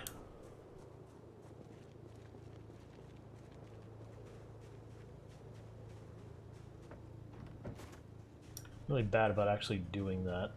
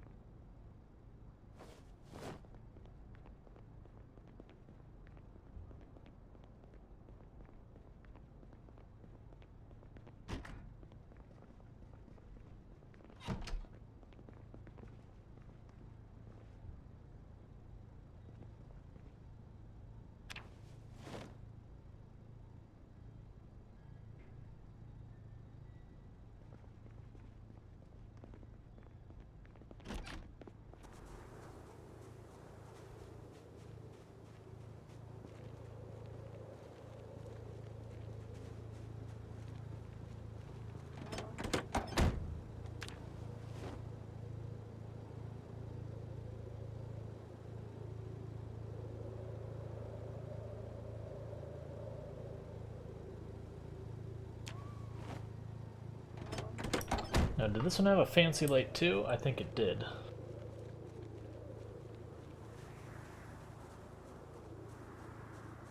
A lot of the canned goods will probably come up during the winter.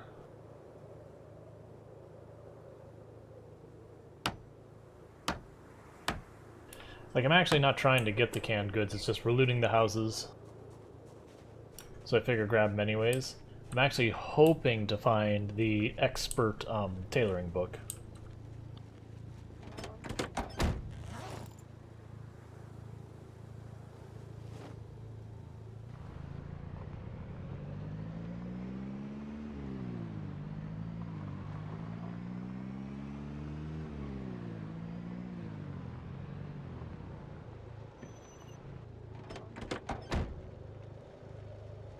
Because we never looted these houses, we just kind of killed the zombies in the area and left.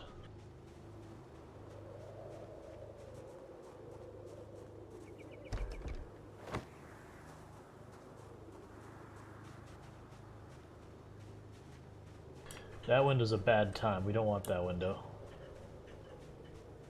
Check out back, because I thought I heard a zombie. Alright, probably inside then.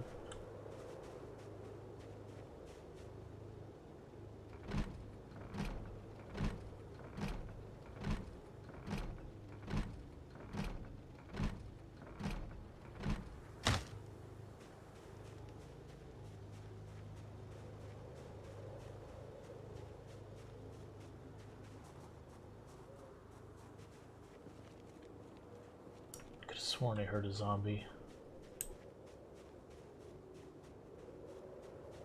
Just being extra careful which ways we go in to try and not get ourselves in trouble.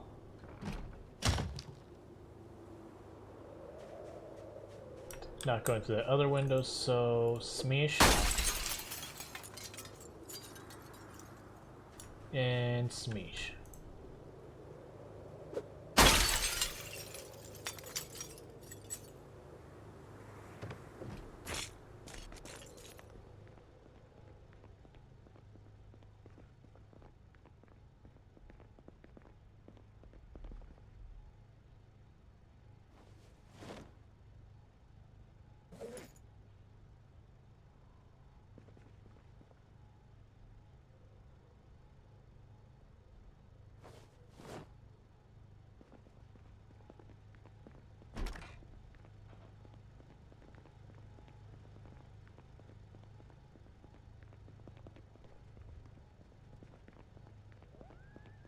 Let's top off our water while we're here.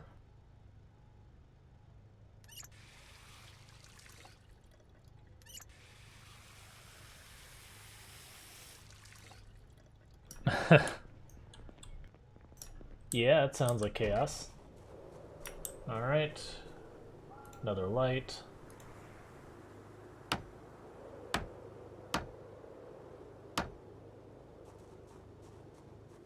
Hey, Bartek's doing a weird flex. Weird flex is best flex.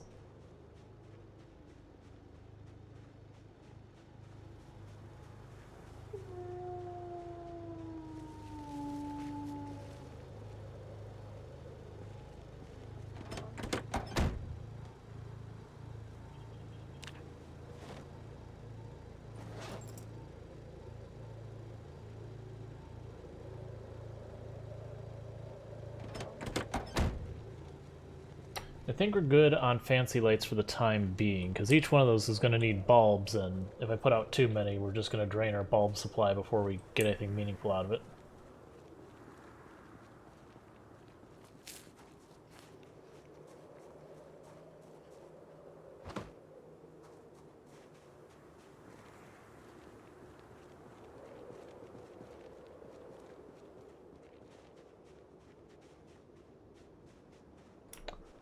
And Cryptid Waifu Genesis has deleted their points.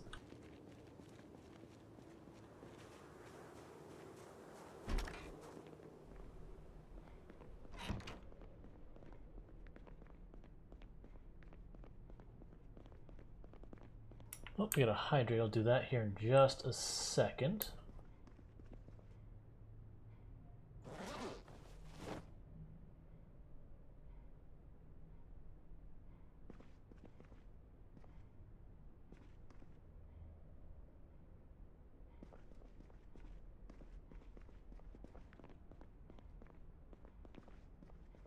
And to stretch. So I got a bunch of stuff I gotta take care of here in just a minute. Once we're not in a dark house where I can't see anything.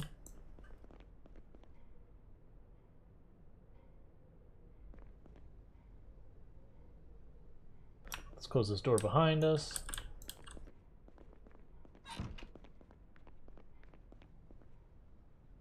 Check out the gun situation, then I'll get this hydrated and all these flexes and everything. An M14. Alright. And we already have plenty of magazines. You know, I'm going to grab another.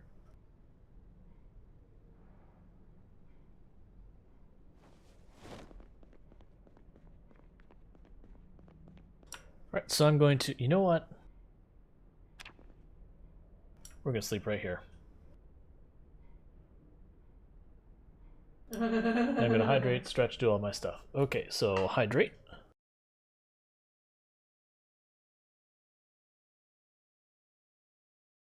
I'll need to get myself another drink here in a moment, and the stretch.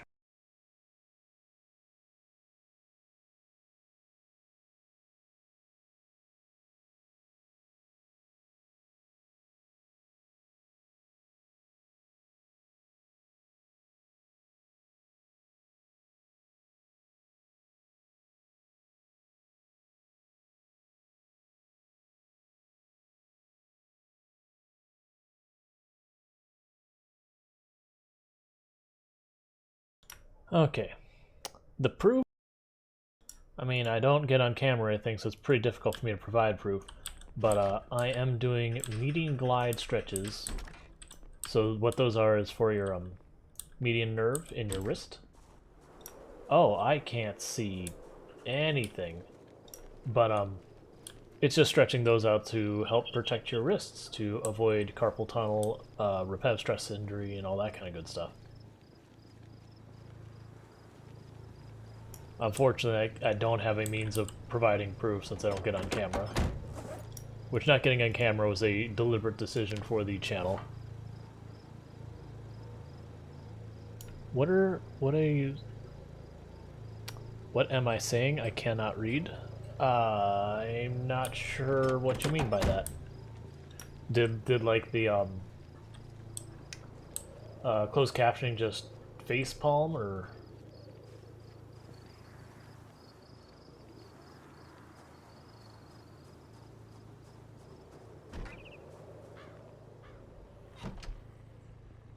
Okay, I was just double checking. I figured that was probably the case, but I didn't want to accuse without actually checking. Shouldn't be looting till we know we're clear. There's definitely a zombie here somewhere.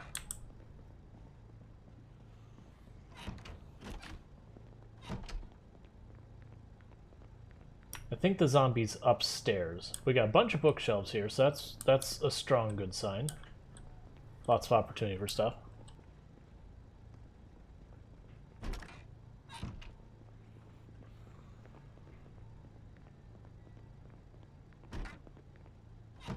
Okay, so what I'm thinking we do is we go outside, we bang on the door.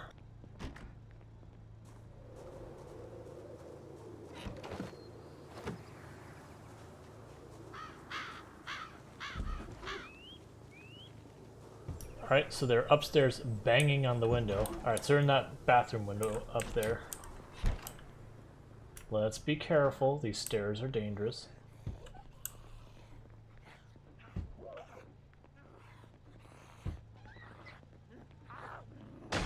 Right there. I'm right here. Right here. Yeah, there you go.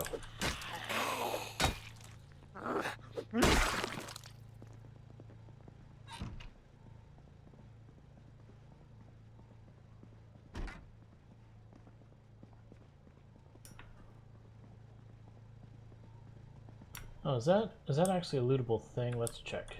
Nah, it's just a side table.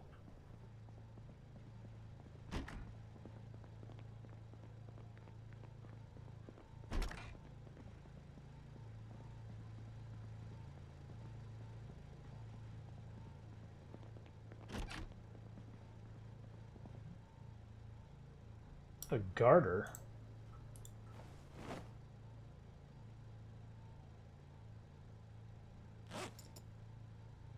Okay.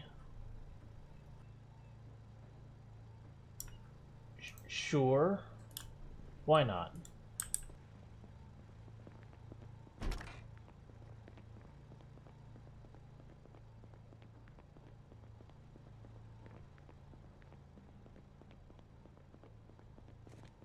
Yeah, so actually one thing you can do with that, like as a person, if you wanted access to the dyslexia font there, is what was it, Frankenfates?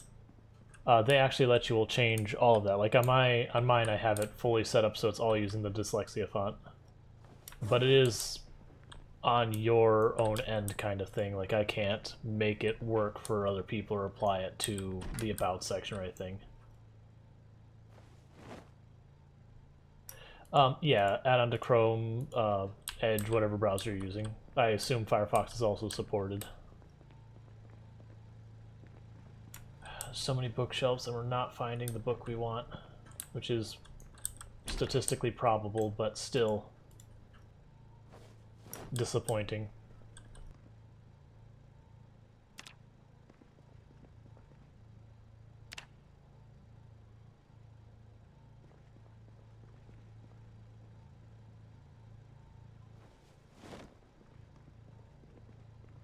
Yes, statistically probable, but also obnoxious. This fog sucks.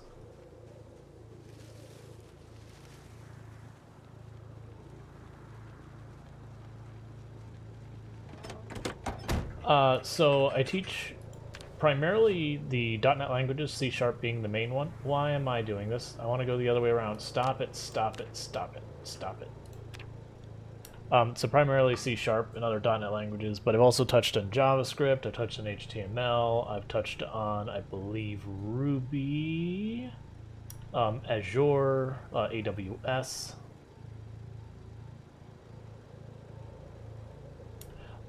This would be post-college. So basically, so I used to be a college instructor, but what the gap we're filling now is, okay, you...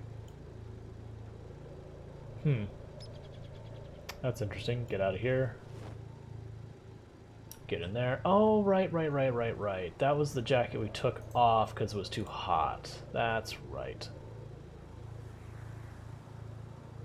I mean, honestly, when you look at almost all the languages, you would sit there and look at almost every language and have the feeling, oh, it's old. Like C++ has been around forever. C# at this point is like 15, 20 years or something like that.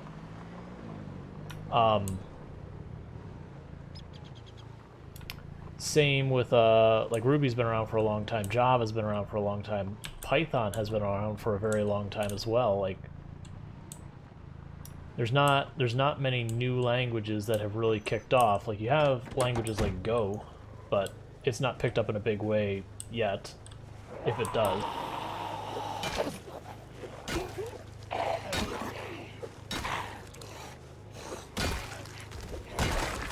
Like, being an old language doesn't mean a bad language. There are languages that are old that you look at and go, yeah, that language has been depreciated, basically out of existence. You know, you still have people who do Fortran and COBOL and that kind of work. It's like, yeah, those are languages that no one is going, let's make a new Fortran application. At least I hope not.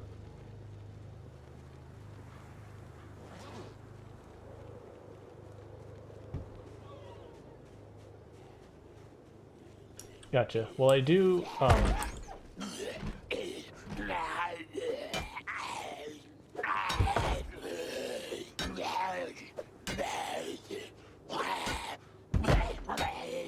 okay, sure, whatever.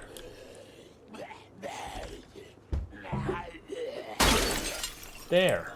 That's what I wanted to do in the first place. But, yeah, I know Unity supports C#. It also has its own scripting language on top of that and other stuff.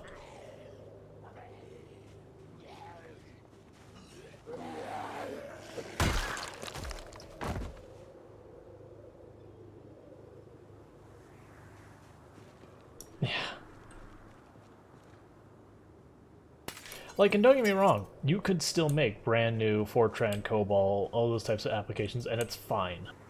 Like, it's not like a language stops being useful. It's just, we make improvements in languages and all that over time. Languages that are actively maintained adopt those improvements, and they improve. And the other languages are stuck where they're stuck.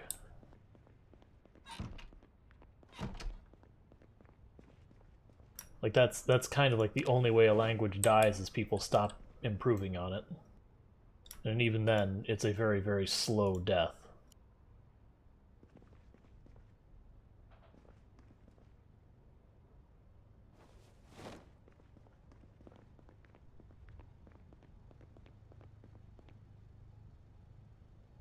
Pretty sure we already have that one too.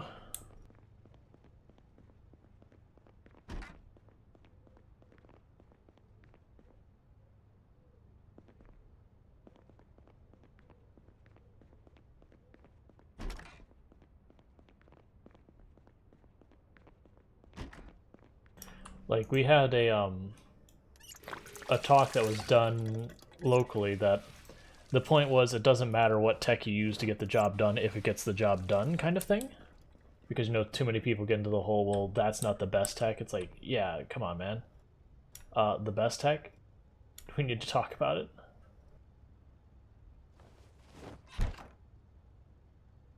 But, the talk was something I think is like front page, best page. And the idea was they were using something that objectively people have gotten to the point saying, you know, really you shouldn't use that. And, you know, made perfectly functional commercial grade website with it. And sure, it's not the best idea. But the point in even if it's not the best idea, it still works.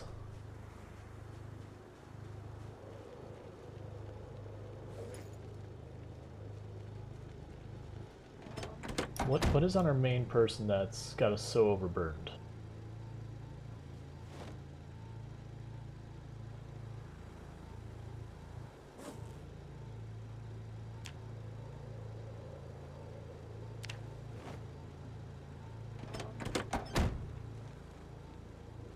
I want to get the last of this street done, then we can circle back for the last street to check it out later. Hey, zombie.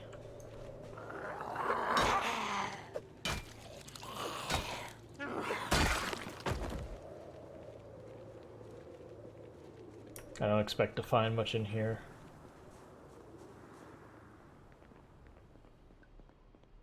Yeah, I don't have a bookshelf, so we outie.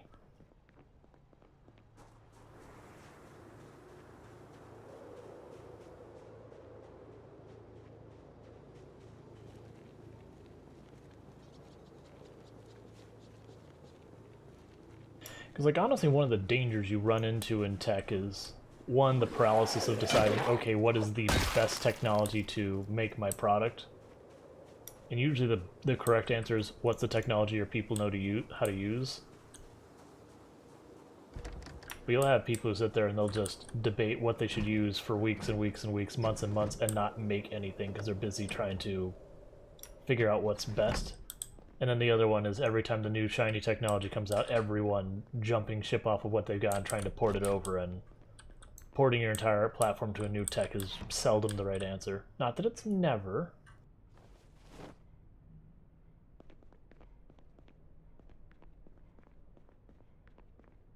Yep, no, I don't disagree.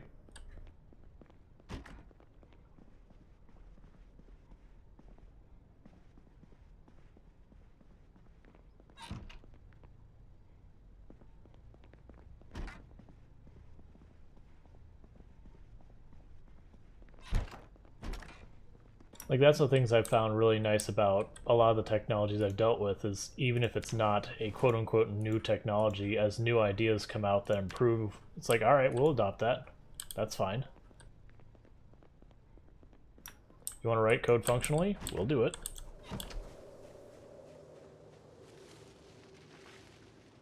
Alright, so at this point we return home because I just don't have any carry capacity left to work with. And the downside is it means I'm going to have to figure out where to put half this crap, and I didn't see any of the metal shelves. But yeah, I'm not saying new technologies are bad or anything like that. I'm mostly trying to make the point that old technologies are also not necessarily bad either.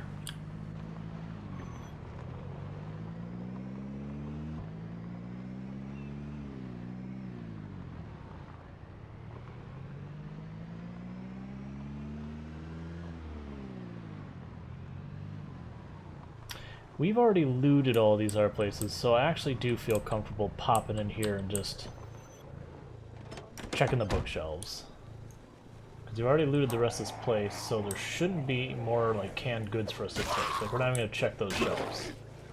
I really want to find this book, and I have a feeling it's the kind of thing I would overlook. Because I just assume I already have it. Yeah, there's been a lot of really great novel ideas that have been introduced using new languages that, you know... Alright, now we have those... Oh, hell with it. I was like, I'm pretty sure we have all those, but I'm going to grab them anyways. Yep, that's it. But yeah. A lot of the languages are still maintained. When someone else comes with a new, better way of doing stuff, they'll adopt it.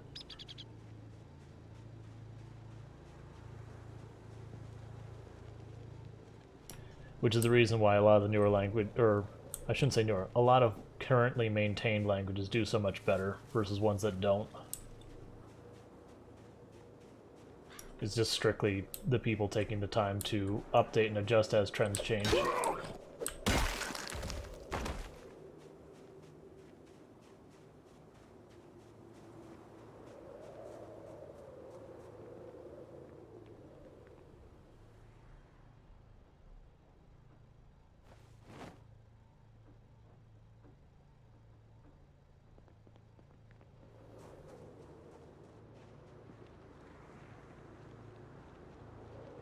Yeah, like I'm already grabbing more duplicates.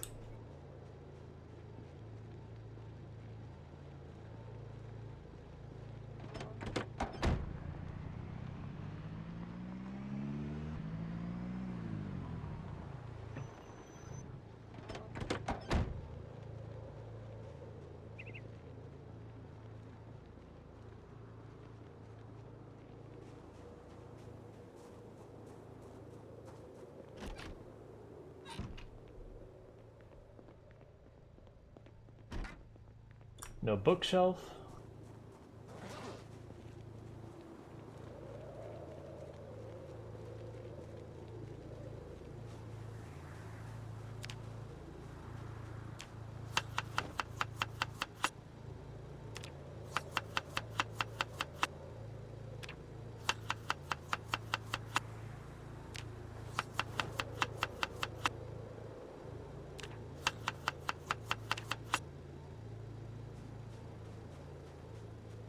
I guess my bigger point is don't dismiss languages based on age.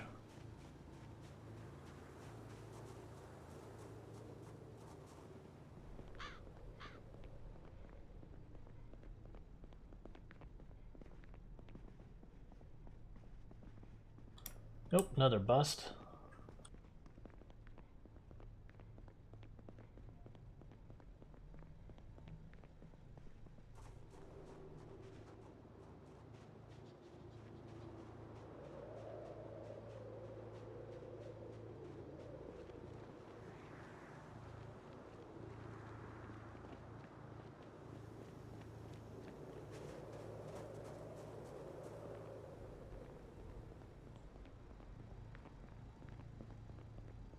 No bookshelf here, so moving on.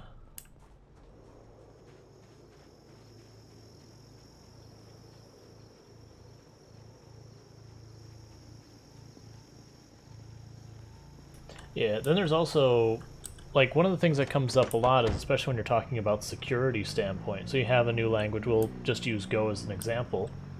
Like, it is not yet a battle-hardened language. You know, it's got a lot of great ideas and all that, but it's not been unleashed on the world on a scale that, you know, it's getting attacked on the daily basis yet. And it might hold up well, we don't know, and if you're doing something like banking, you can't take your chances.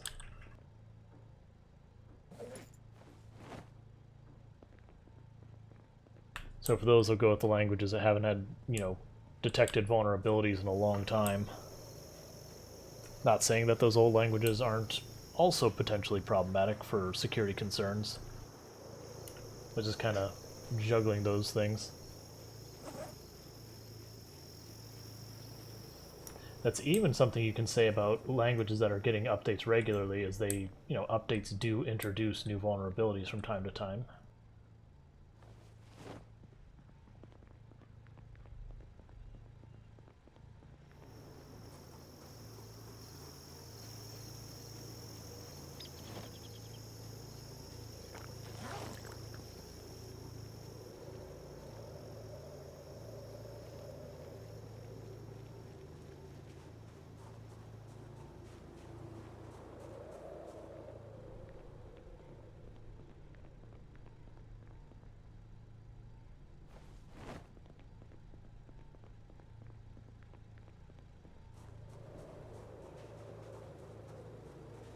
I have a feeling we're not finding this book.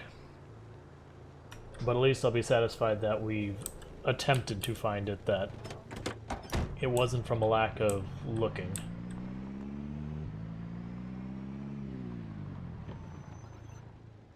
So I want to say these are the last houses.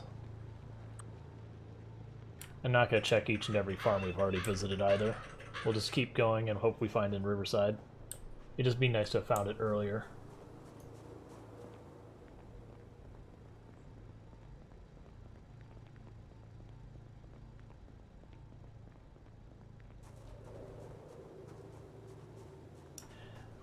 So I mentioned it earlier.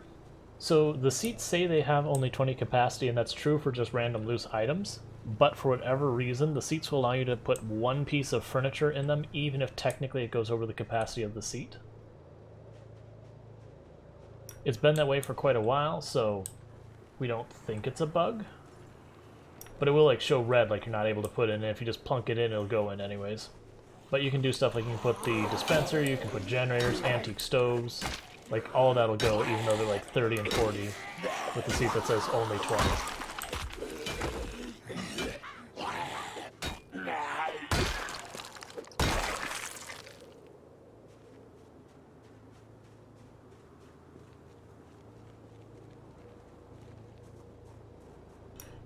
Alright, grab this bag again. Because we don't want to fight while at heavy load if we can help it. At least not in a group.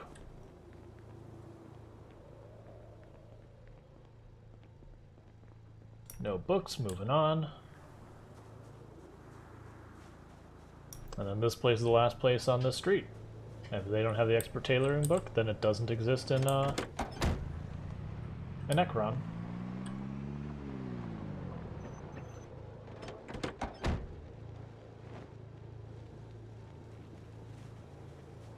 Which happens.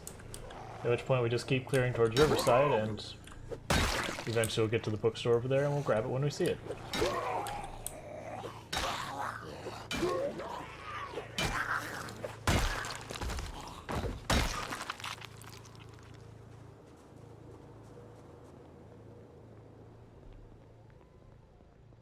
Yep, no bookshelf. Not staying. Where is my bag? Did I drop it right next to the car and it's just behind the car? Yeah.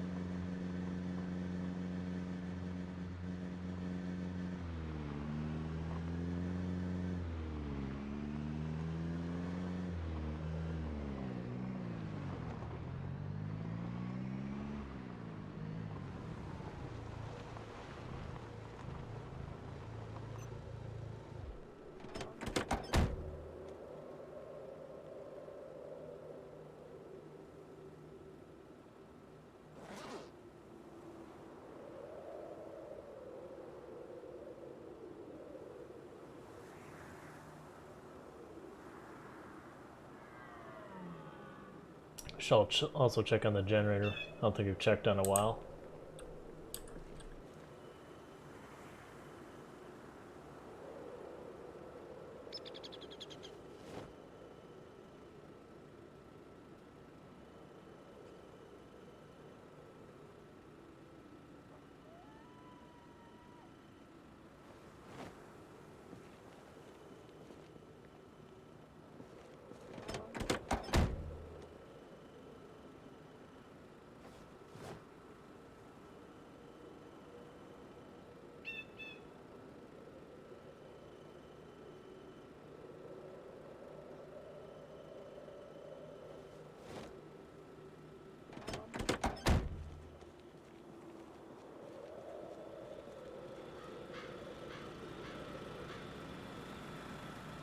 The generator's doing alright.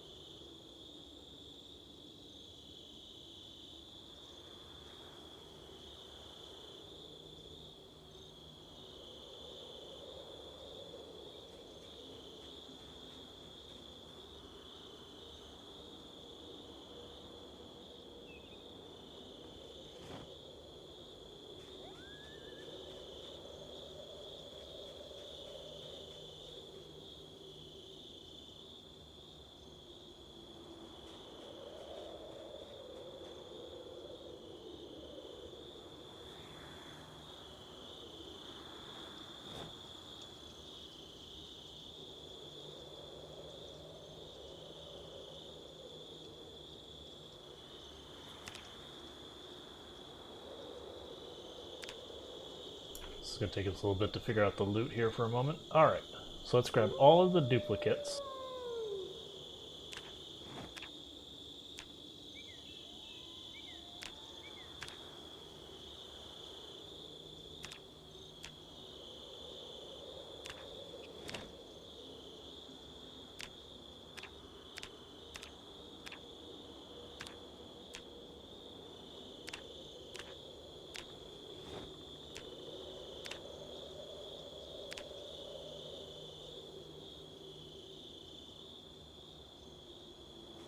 Give me one moment. Wife's having problems with their chair. So be right back.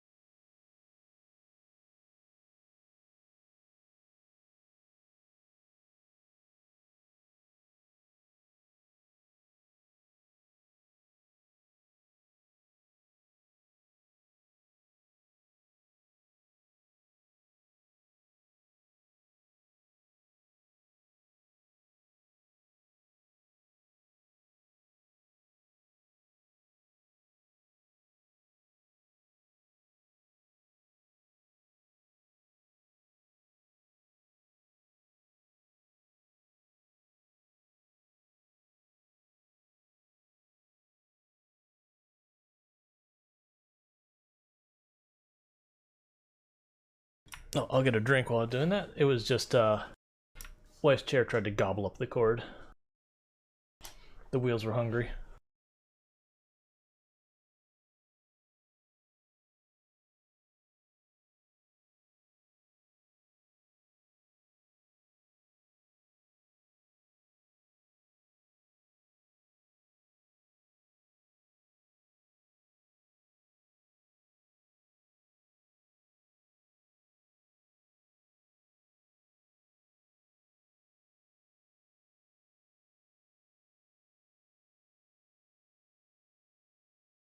Okay, and put this back.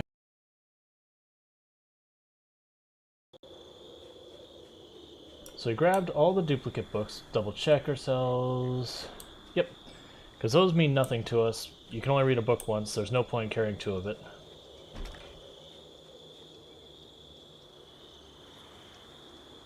So get all of these books out of our life.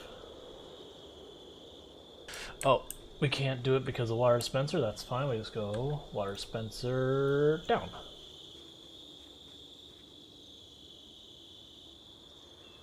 That means now we have 500 water storage here. Excellent. Not that we really need that much water storage with this right here, but still.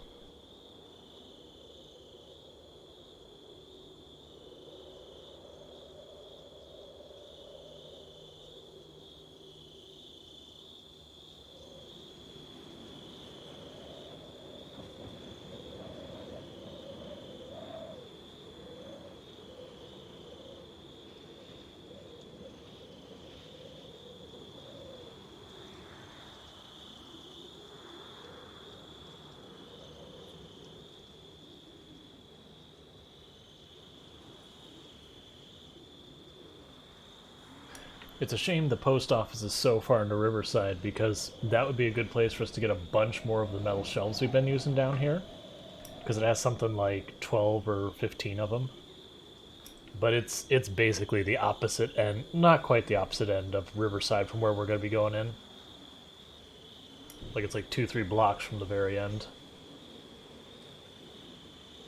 Alright, so that's a bunch of stuff we got rid of. Put our rotten milk on the shelf with the farming stuff, which is down here.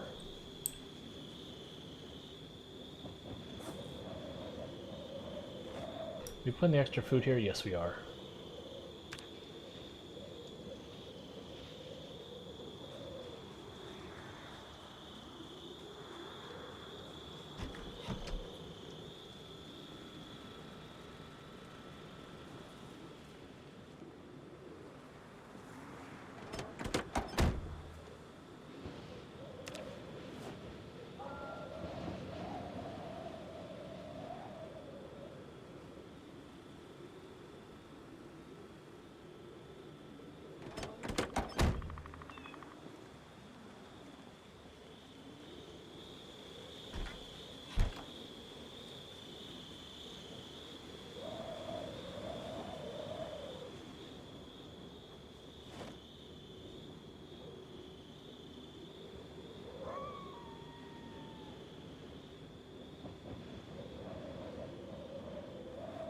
Alright, the next fancy light we'll put out here. I'm hoping this might not be in range. We'll see.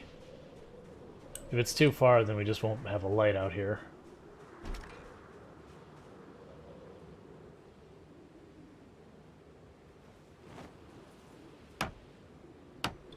Hey, how's it going, Appalachian Connection? It's gonna need a light bulb, so let's go find one of those.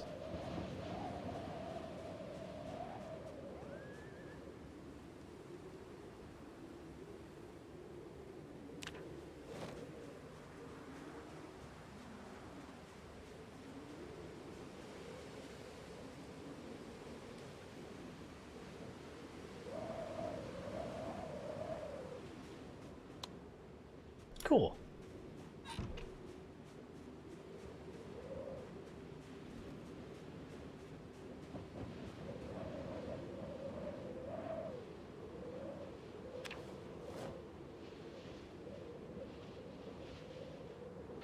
I need more shelves.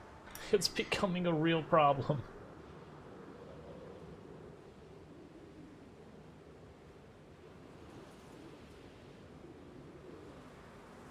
Sure, you can go in the car parts section as well. Actually, take that back. Take you off here. Grab this propane tank off the ground. Put the propane tank out of the car parts because it's the exact amount of weight we want.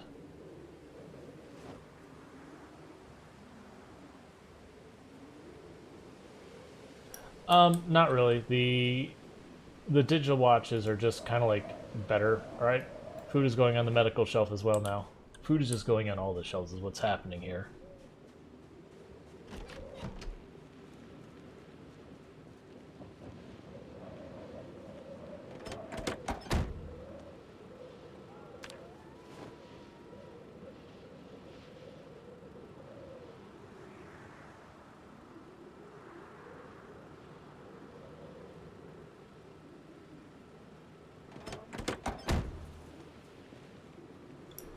No, you can't dismantle the classic watches.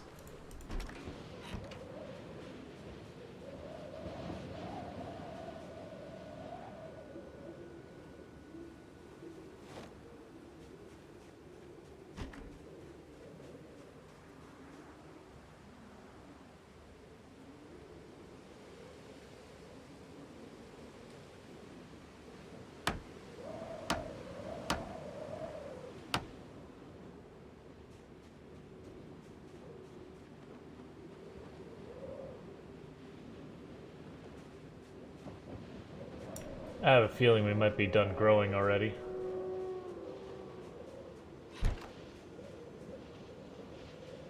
Alright, so let's see.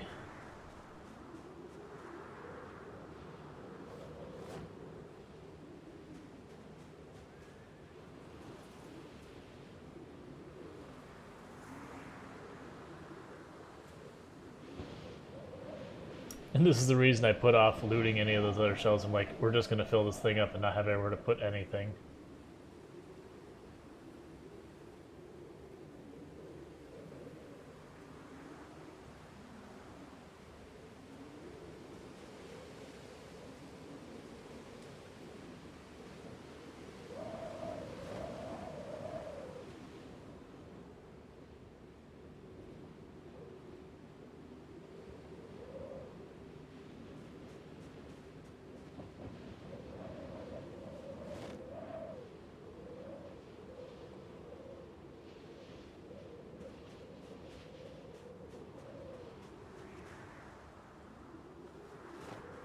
Well, on the good news... Oh, didn't we put food over here too?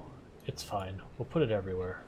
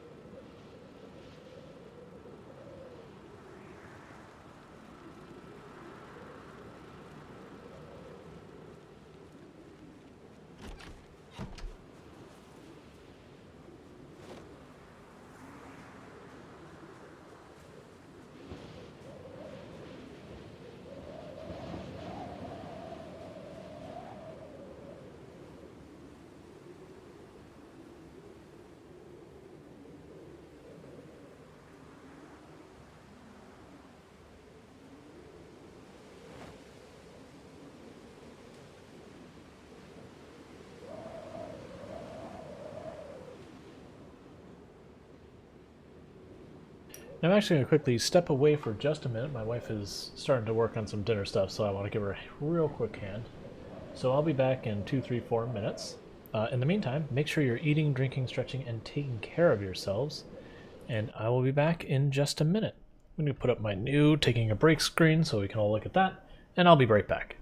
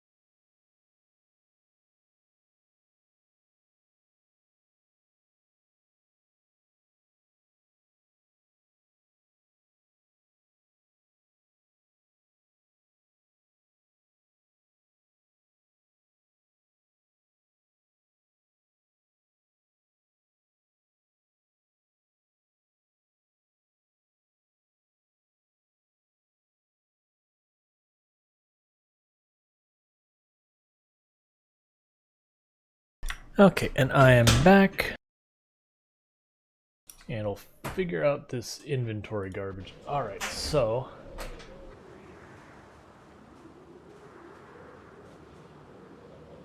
oh yeah, this does go on the shelf. So this and this. And that. The paper clips and worm go down here. No, you're not supposed to be full as well. Right, because they put food on you. Because the cursed food is going everywhere.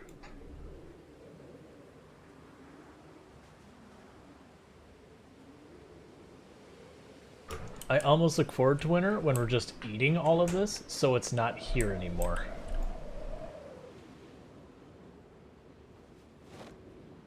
Now the machete, as you notice, I'm down to like the very last tick of condition on it. So we're not going to use it as a weapon. I'm going to use it for making spears. So we're just going to drop it on the ground over here with all our wood sticks.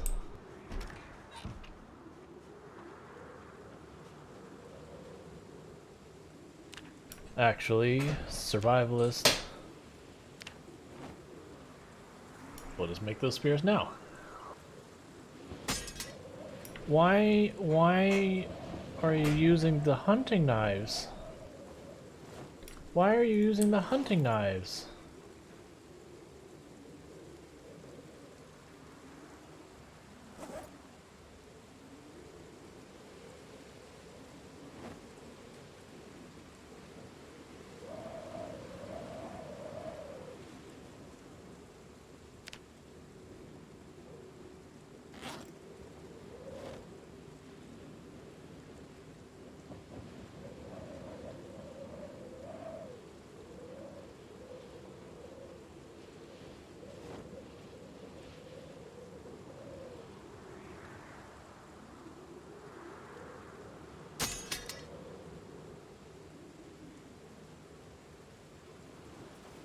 That's fine. I don't care. Use it the meat cleaver.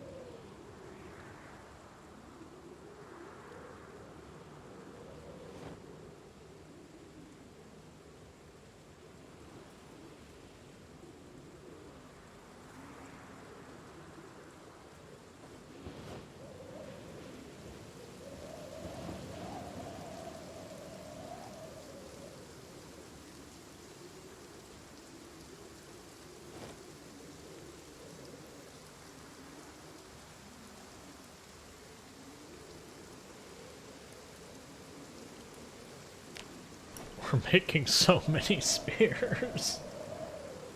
I'm almost certainly never going to use these on a meaningful level because they're heavy, they break easily. At the same time, they would ruin some zombies. I don't know, maybe we might use them eventually, but for now they're just going to sit in a giant heap on the ground.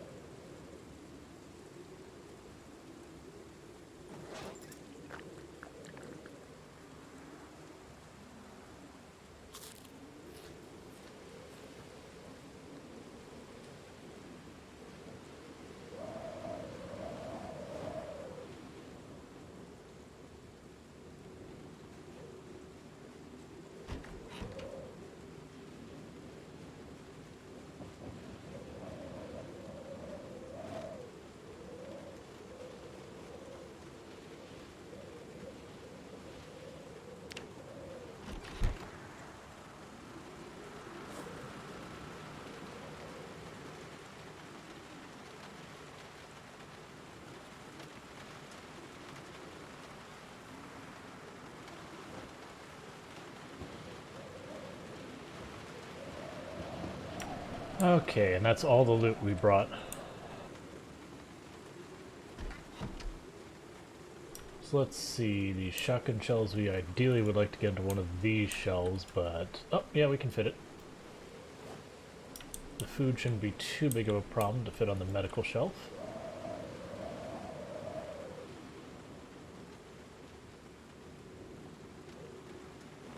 Okay, and then the cooking pot goes in the grill. Cool. No, there's no smelting in this game. Like, there's no, like, blacksmithing, smelting, that kind of thing. Nice. I mean, there's mods that do it. But when a weapon's broken, if you can't repair it, then it's garbage.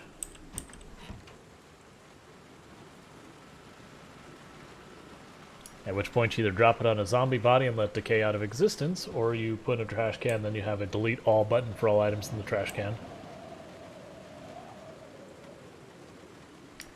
Alright, and it looks like tomorrow in-game we are going to proceed to kill more zombie.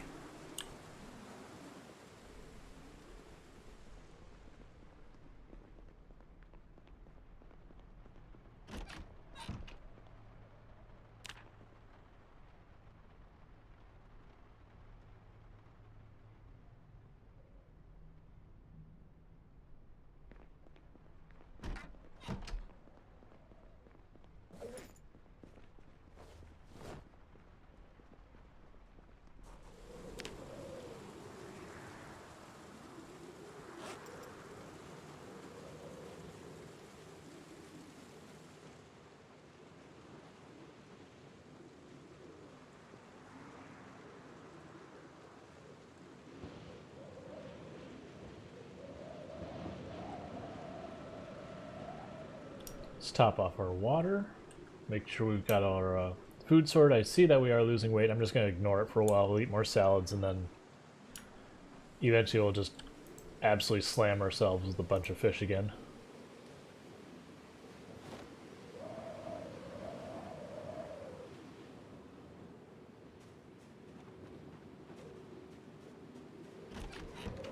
Because, oh, actually, no, I take that back. We had a bunch of fish in here, so we'll cook a bunch of fish and eat it.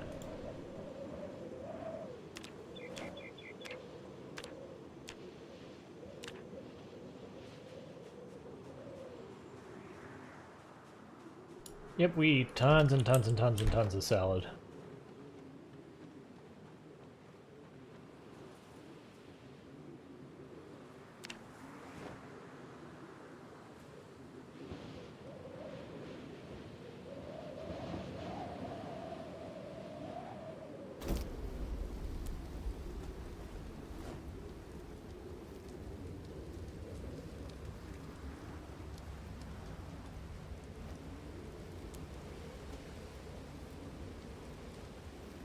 Yeah, that's my one complaint about stuff like Wakeful, is it makes it really hard to have even a remotely normal sleeping schedule. And it means ultimately you end up waking up all of the time at night.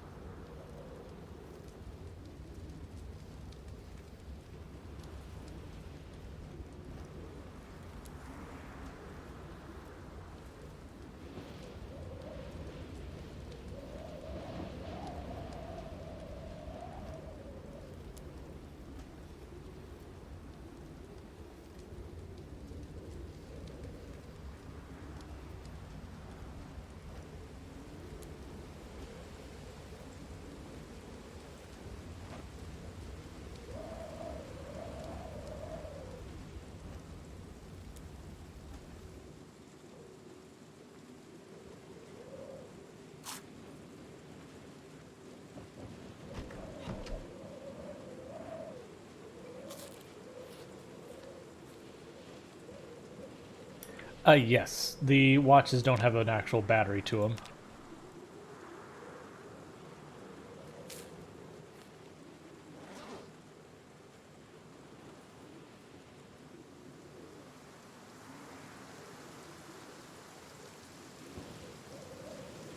We're just shoveling the fish into our mouth as fast as it'll let us until we start seeing the mark for gaining weight. Alright, it won't let us shove more in our mouth quite yet. Alright, what is our weapon situation? Oh, we got more junk to get rid of.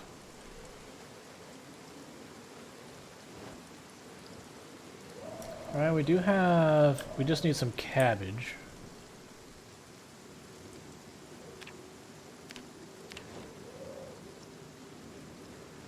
So we got a crowbar, we got a bunch of knives and nightsticks. Okay, we're probably fine weapon-wise. I'm a little annoyed that the weather sucks again, but whatever.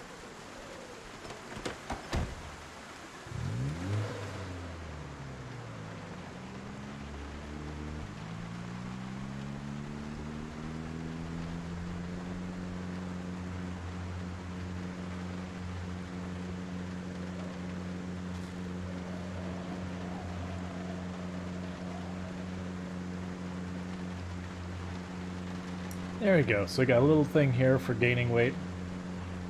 And I think we'll let it drop and we'll just keep eating salads till we hit about 80. And then we'll go back to the procedure of eating lots of fish. Part of the thing I'm trying to do is also I want to make sure our fish is up a little bit, just in case we do have to eat some fish during the winter.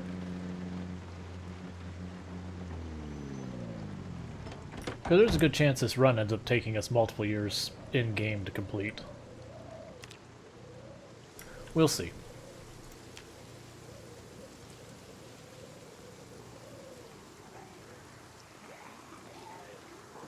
Actually, follow me over here. This is a good place for you all to die.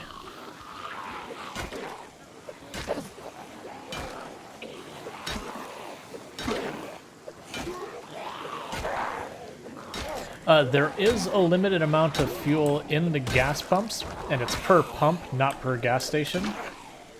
But it might as well be unlimited because it's something like 64,000 gas, or units of gas or something per pump.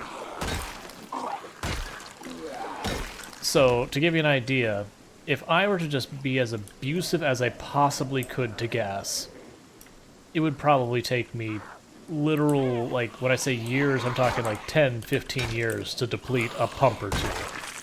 And that would be me being as wasteful as I could manage with the gas. And that's just one pump. You know, with a large multiplayer server, if lots of people are being super abusive with the gas, I could see them potentially wiping out a singular gas station over the course of many years. But you'll notice it'll actually sit there, it'll say like parched, well-watered, fine, all that kind of stuff. Generally speaking, you want to water it when it gets to the point of saying like parched, dry, anything that sounds negative. It can usually take like a good week or two for it to get there. Much less if it rains, or much more time required if it rains. Like a lot of times I water the plants the first time and I just never end up needing to water them again. Hello, why is this place so happening all of a sudden?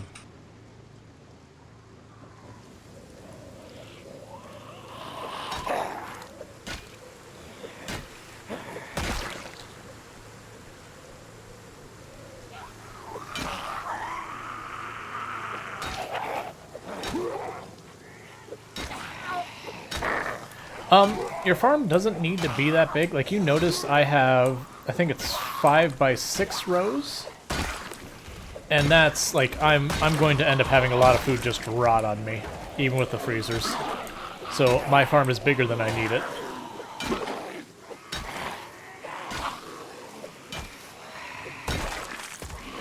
It really doesn't take much farm to keep you fed if you have a freezer. If you don't have a freezer, you can kind of rotate the plants so it's not like they're all getting done at the same time kind of thing. But then that means it's probably going to be more maintenance to you because every single day you'll have a plant, 2, 3, or 4 to replace, as opposed to one day you have a bunch and a whole bunch of days of not having anything.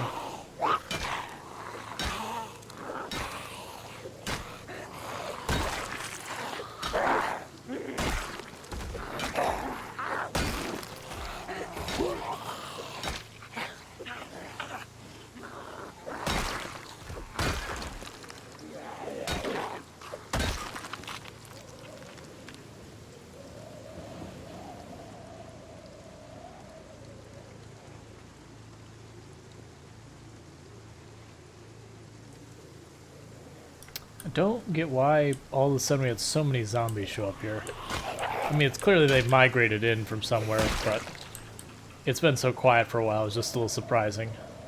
It's fine. More dead zombies. Every zombie we kill here is one less zombie we kill someplace else.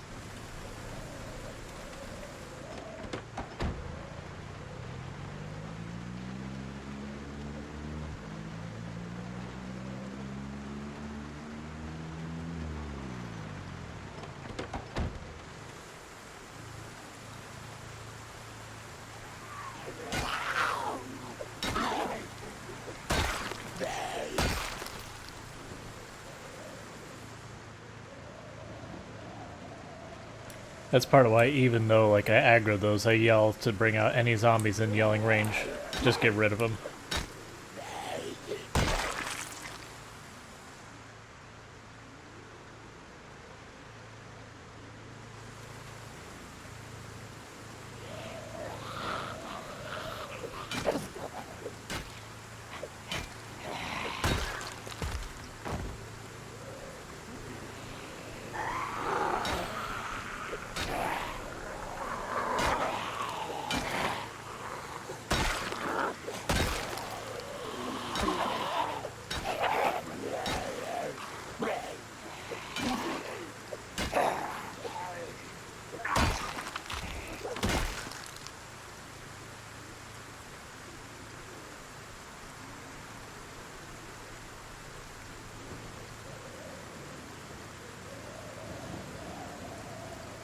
Why are they in a different order? Did I bump something?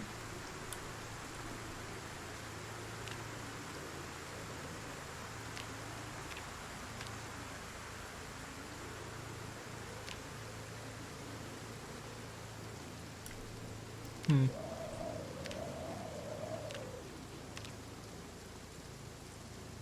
think it's the way it is normally.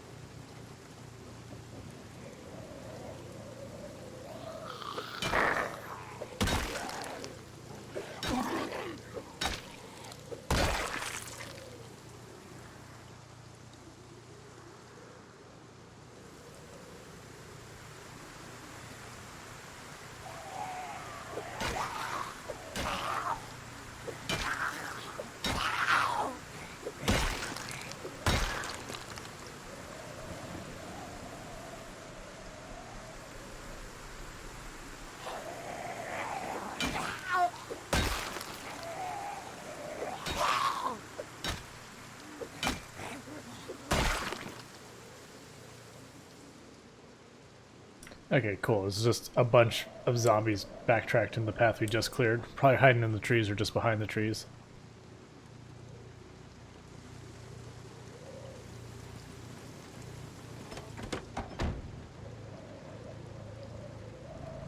I mean, I guess we were dealing with base stuff, food, and all that kind of stuff for like 2 in-game days or something like that.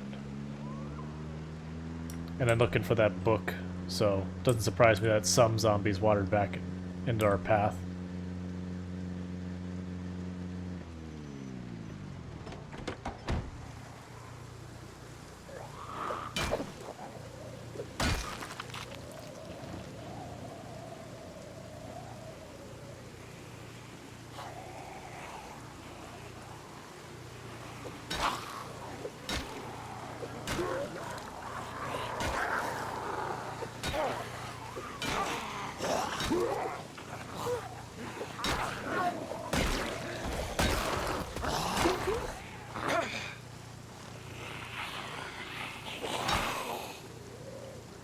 Don't want to kill her there.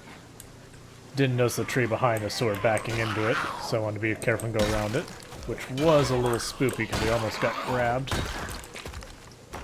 That's the reason you gotta pay attention when you're setting up these fights.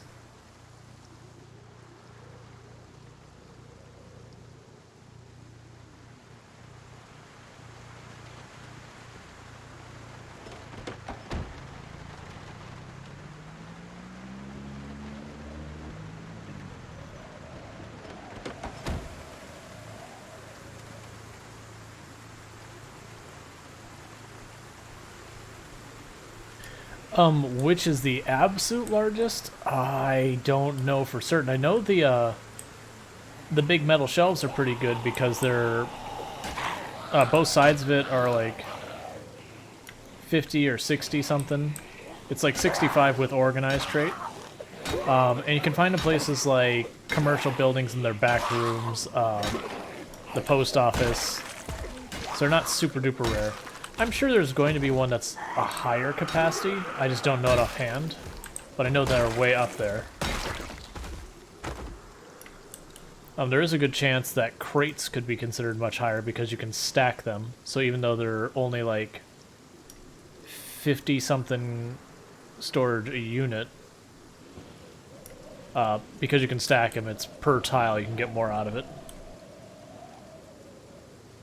And the crates you can actually just make, if I'm not mistaken, but otherwise you find them in warehouses.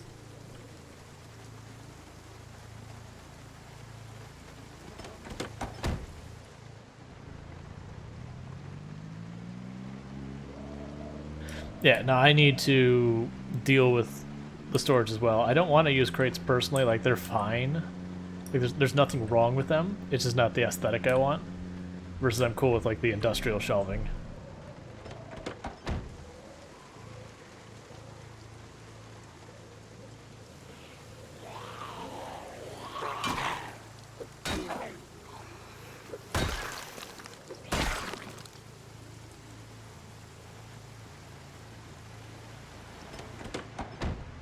Yeah, for me it's at this point I've got like... lame. Yeah, the chances are only like 5 to 7% or something like that for a scratch, but that's the whole thing. Any injury from a zombie can get you.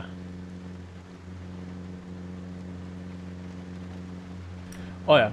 I mean, you saw I was doing the same thing. I got all those sheets and that I just dumped on the ground in the grill along with like the 30-something, or no, it was like 70-something spears we made.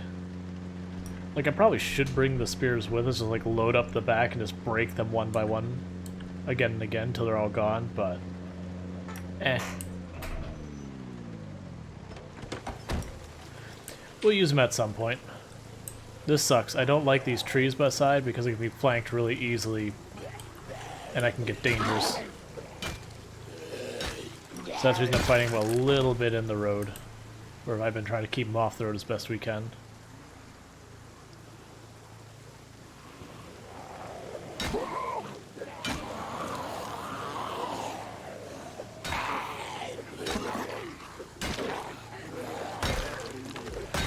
Alright, green shirt has a hunting knife, so we'll come back to her body.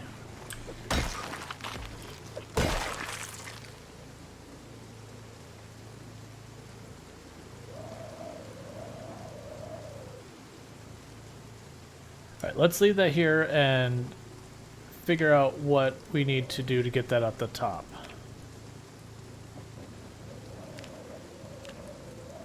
Cool.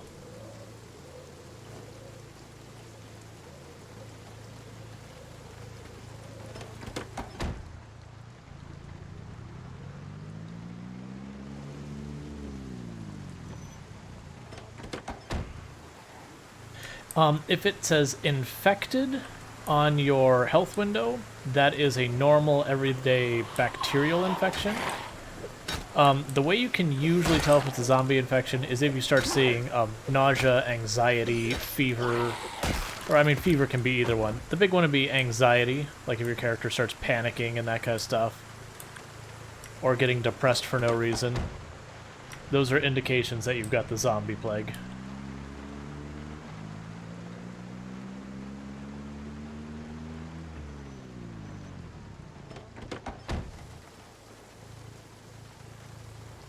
Yep. Yeah, it is kind of a catch. That's like one of the things where it's like, I need to stop looting because we're full. Like, I don't need anything. I've got plenty of weapons. I've got plenty of food. I mean, I could use planks. Like, that's something I need, but that's not like a type of good. And really all I have to do is get an axe and go cut it down a bunch of trees.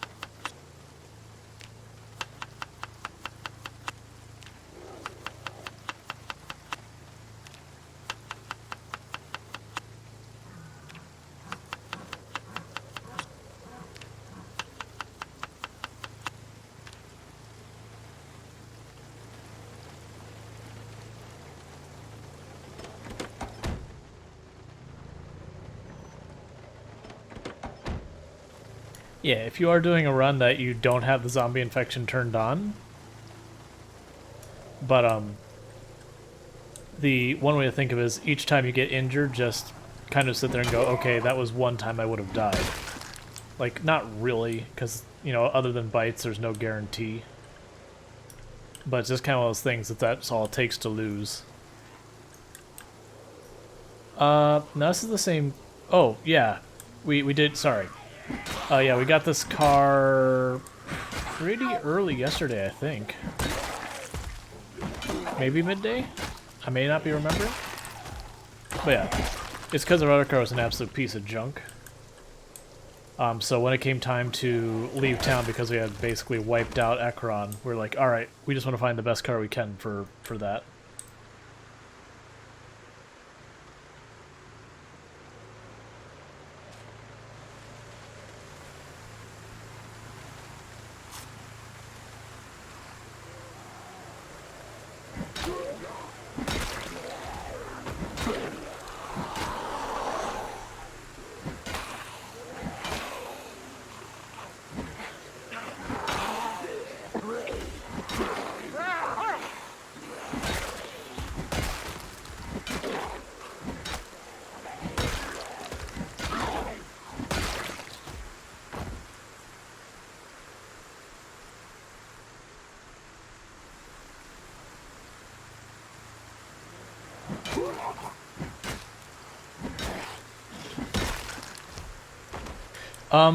Probably for most of the night, if not the whole night, we're just going to be pushing towards Riverside. There's a good chance he will get to Riverside tonight. But that's currently our objective, is just get to Riverside. So that way we can start wiping it out. Yeah, no, I got you. I understand what you're talking about. Let's move up a little bit so we don't have that zombie right on us.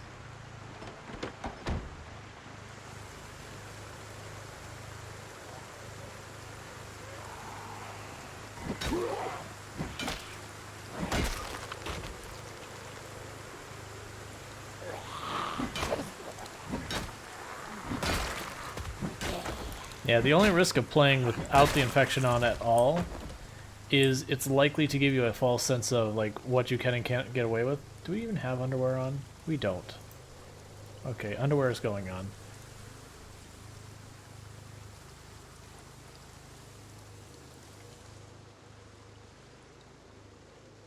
Because honestly, without zombie infection, it's really hard to die where it's not dragged down.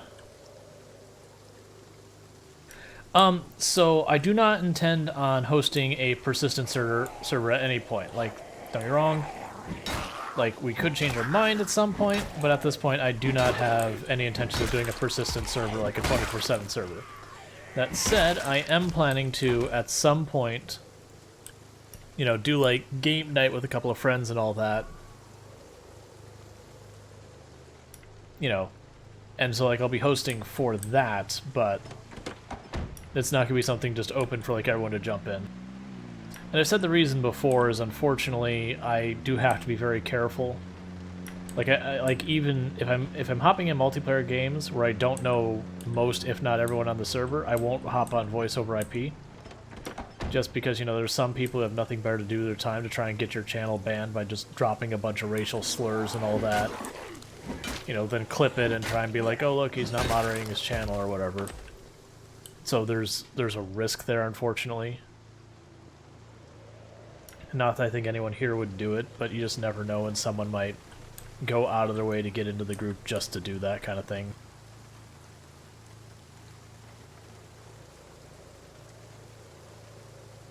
Versus like playing with friends that I know and all that. If one of them were to do that, well, that would just happen to be the end of a friendship then.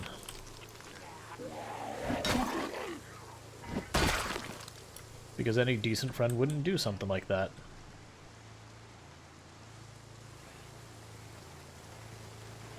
But otherwise my multiplayer has been mostly hopping on other people's servers where they do that. But again, I don't hop on voice over IP. The other problem I run into with a lot of that is, while I'd like to do it, you know, people have different levels of energy and all that, and there's nothing wrong with it. But the stream, the whole thing is about a chill vibe. And I have people like panic screaming on the mic and all that. That it's impossible to have a chill vibe under those conditions.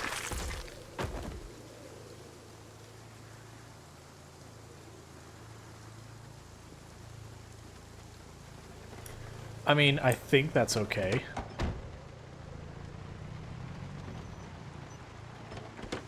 Twitch is really weird about what is and isn't okay.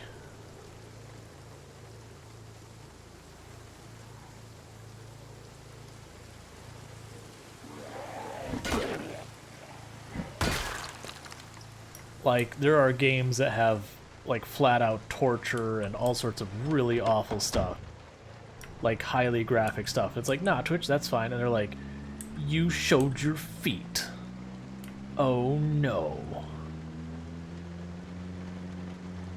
Banned.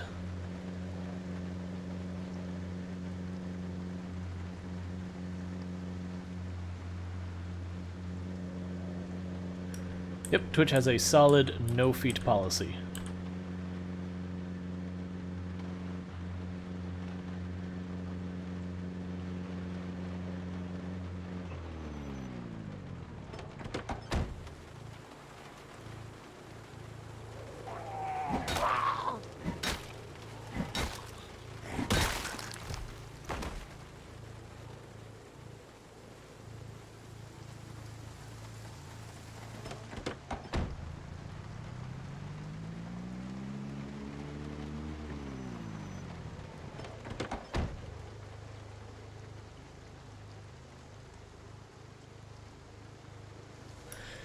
Yep, no, I got you. It's just, it's so weird. Like, that's like one of the things I'm mostly scared of, is just because of how all over the place the policies are about what you can and can't say, what you can and cannot have on stream. Like, you just have to be overly cautious because it's impossible for you to keep up with everything you can and can't do. And some of it, to me, it's like, I get it. I get why you're doing it, but also, really, it makes no sense.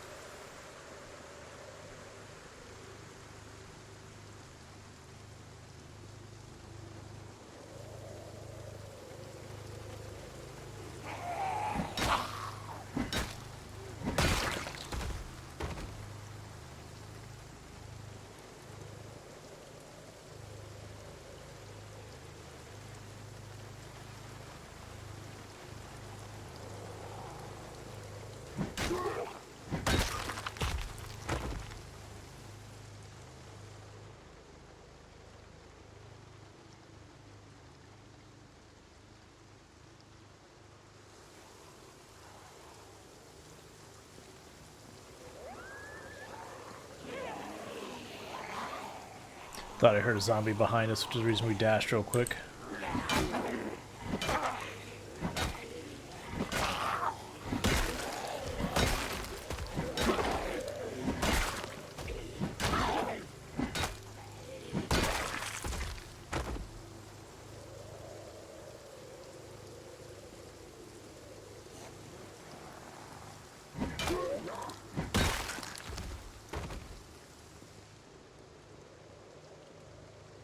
Like, that's also one of my concerns. Like, you watch people who hop on the voice channels for like games like Sea of Thieves and all that, and they'll make the mistake of making their screen name something like whatever TV or TTV or whatever, and there'll be people who, the moment they see that, they'll seek them out and just try and, you know, stream snipe and all that. I guess technically it's not stream sniping unless they're like actually tuned into your channel, which some might. But they'll try and just be absolutely awful.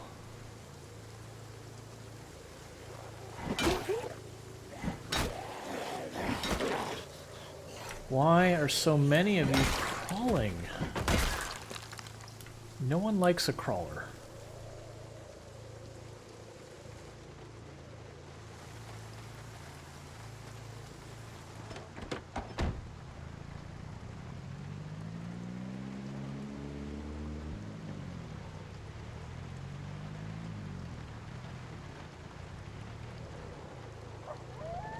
Or like other things you gotta deal with is, well, I haven't heard of it being as big nowadays. They had the hate raid problem where people come and say all sorts of super not okay things in your channel, like just blast it with all sorts of hateful stuff.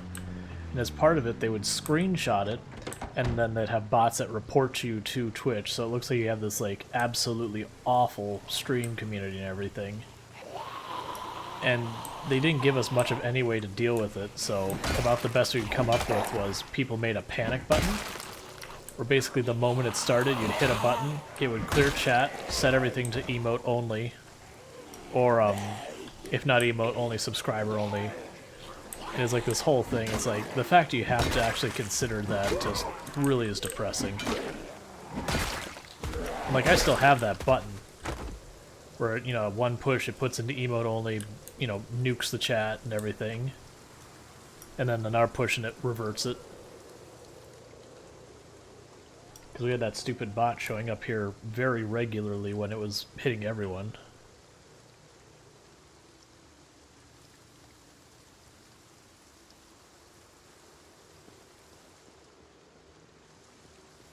I'm not intending on going up this road, it's just there's a big pack of zombies right here. Gonna just get rid of them.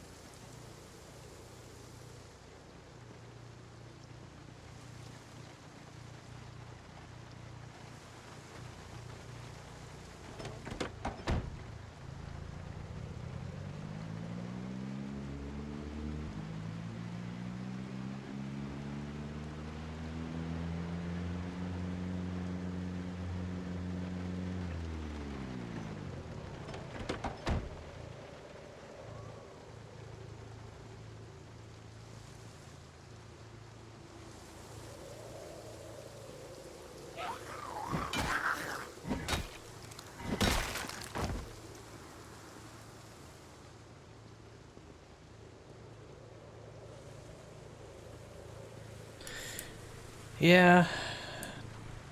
Like, I really feel bad for, you know, groups like LGBTQIA, all that kind of stuff. Because that's what those hate raids are targeting, is if you had tags like that, or, you know, if you had, like, Black Lives Matter tags, like, anyone who had any type of, like, progressive movement kind of tag, that's the people they were going after very directly. And, like, I don't care if people have difference, you know, of opinion about these things and all that. It's just, that is not okay to target, harass people and try and, you know, spread all that hate.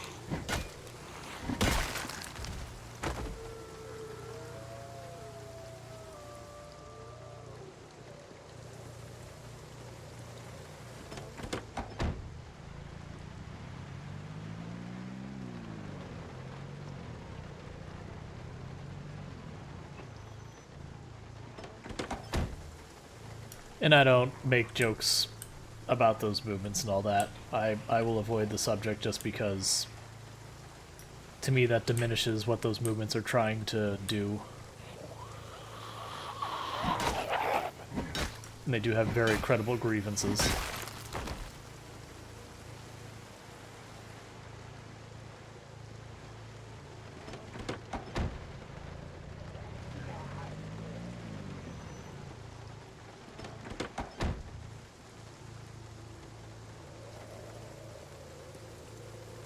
Yep, and that's the reasons why you'll notice I don't have the tags on my channel. Like, I try to be a good ally and all that, and part of that is it's not about me. I don't want to promote myself doing that.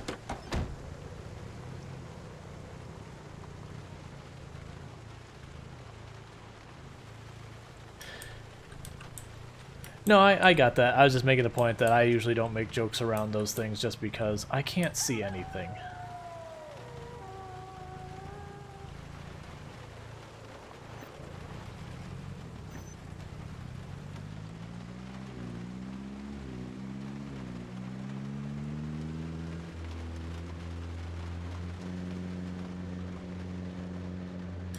Ah, that sucks, Poity. I mean, it does happen. The one inevitability of Project Zomboid is death.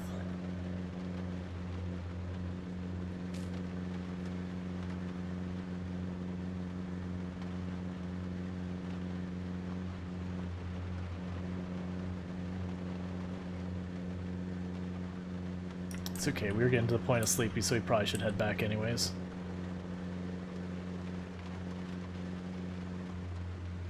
Yeah, no, I wasn't trying to accuse anything, it's just like, where I wasn't jumping in the joke, it's like because, you know, I deliberately avoid joking about those because unfortunately people use it to diminish those causes.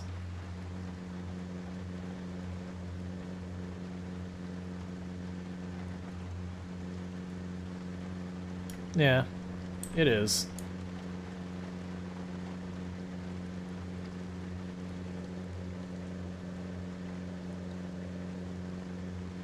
It boils along this way of one group of people is just trying to live their lives, and the other group of people is trying to say you're not allowed to live your lives. You have to live your lives by my personal standards, and it's like, that's not okay.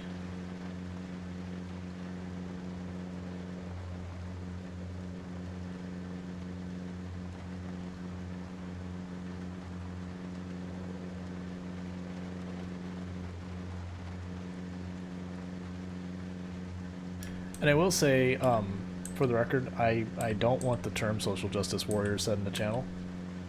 Because unfortunately a lot of people use that to also dismiss people who have legitimate grievances. And yes, I do know people who they don't actually care about their causes and everything. They're just using it as a way to boost themselves and all that, and I get that, but it's one of those things that you have those individuals who do the boosting, and then everyone else uses that for justification to diminish those who actually are doing stuff. Yep, no, it's not a problem. Just, it's unfortunately one of those things that happens. And then even, like, you can be using it in a perfectly positive context kind of thing, like you were, not positive, but in a non-derogatory context like you were using, but if someone hopped in the channel, saw that message, and didn't see the context around it, it could make a very different impression of what happens here. I mean, context matter, but it's very hard. Oh, yes. So you have cruise control, so if you look down here, I've locked my speed at 25 miles per hour. It's if you hold shift and push W, it goes up by increments of 5. If you hold shift and push S, it goes down by increments of 5. And then if you tap your brakes, it'll cancel out of it. It does do some quirky stuff, like if your car stalls while in cruise control, it'll try to automatically restart once, and then if it fails, it'll just sit there and you have to tap your brakes before it'll let you start it. So it's got some weirdness, but if your car's not a piece of junk, it's not that frustrating. Yeah, no, I got you. If I thought it was like actually problematic in the moment I was said, hey, that's not okay, like very specifically, I was just saying, you know, let's avoid kind of thing. But yeah. And the reason we're driving, like normally I won't drive quite this slowly, but visibility kind of sucks at the moment, so we're just taking our time. Cars are a fast way to kill yourself.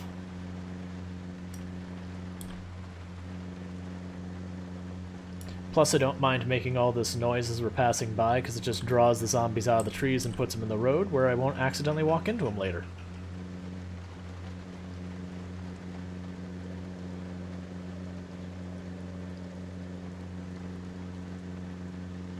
All models have cruise control, just like all models are automatic in this game.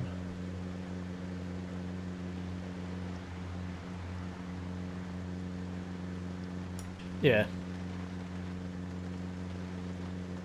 Well, that's why I use it, is if you don't have cruise control, you have to keep tapping the drive, or like forward. So it makes speed management really hard, and it's very easy to accidentally find yourself going like 50, 60 miles per hour. And then you gotta take a turn and realize how fast you're going. If you hold shift and push W, it will turn it on automatically, and it goes up by increments of 5, and if you hold shift and hit S, it'll go down by increments of 5. And then you tap the brakes to deactivate it.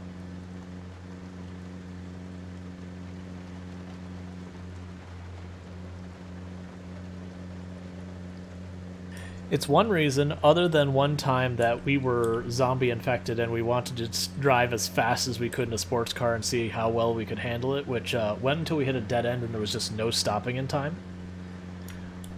Which is like I've said a number of times in stream, that's how I approach zombie infection. It's, okay, we're infected. Like, what reckless thing I'm gonna do?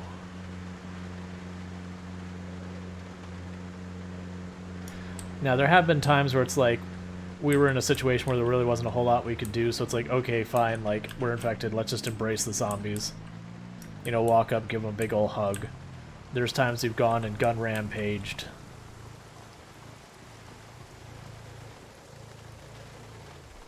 There's times we've experimented by seeing what would and wouldn't kill us so far as food poisoning and all that goes. But being zombie infected is a great way for learning time, saying, okay, I'm going to do those things I know are not smart, to see how they play out, so I know if it's a viable option, or how I can identify that circumstance and all that.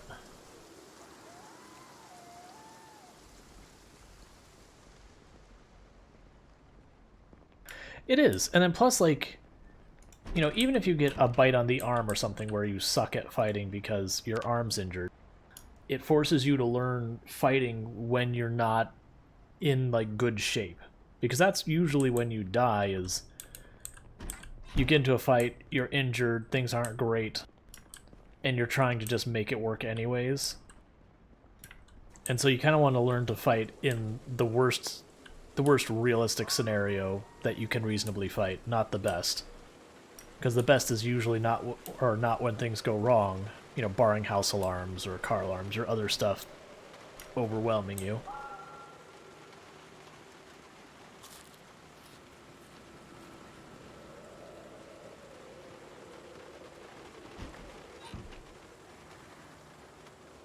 Yep, no, and that's actually our plan for when we get to Riverside, is the moment I get to the edge of Riverside itself. So not like the outskirts of Riverside, but like the actual city of Riverside, is it's going to be break out the shotgun, the double barrel.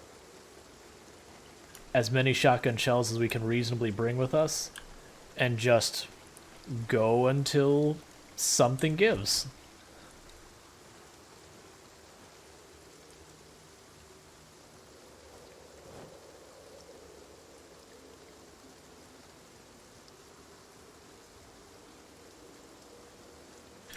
Alright, so we have 2 books to read. The farming expert book. Because this weather sucks again. Expert farming, give me.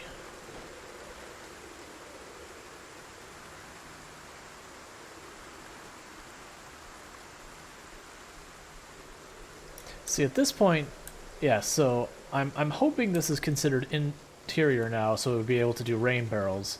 Because, like, I'm no longer getting rained on, so it's looking good for that side, but it's really kind of tricky.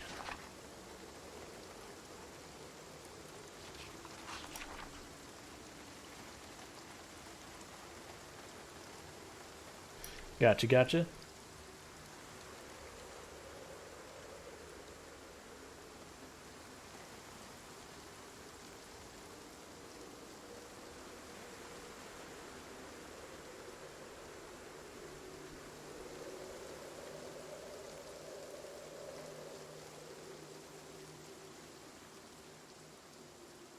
Like, on the note of the tags, like the LGBTQIA tag and all that, and maybe there is and I don't know this, I do wish there's 2 different types of tags. Like the tag that says, you know, this is like friendly to those, like individuals in those demographics, and then a separate tag that says, you know, you are a member of those demographics. Because I do want those tags to be there for, you know, individuals who are in these groups that are marginalized and all that, so that, you know, people can seek them out to support them. But you also want to show allyship, that you support their causes and everything else without taking away from that. But again, that's the reason I don't have those tags on, is because I want to be supportive of them without making it about me. Because it's not about me.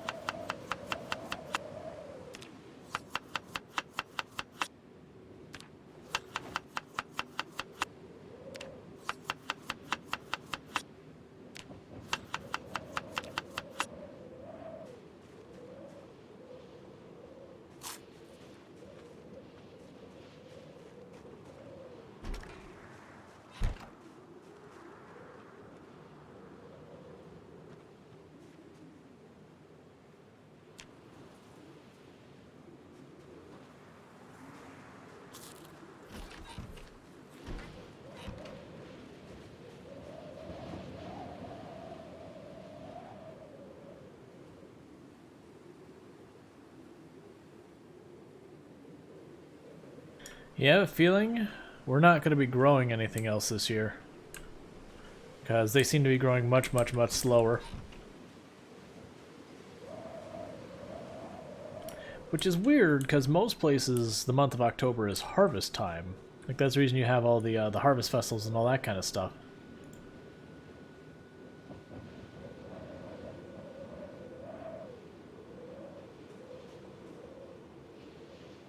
Yeah, we'll just let the weight keep shedding off for now. Alright, well, we probably don't want to do... we'll fish. I think that's what we'll do, is we'll fish. Because at this point, if we go out and by the time we get anywhere, we gotta turn back because we're tired.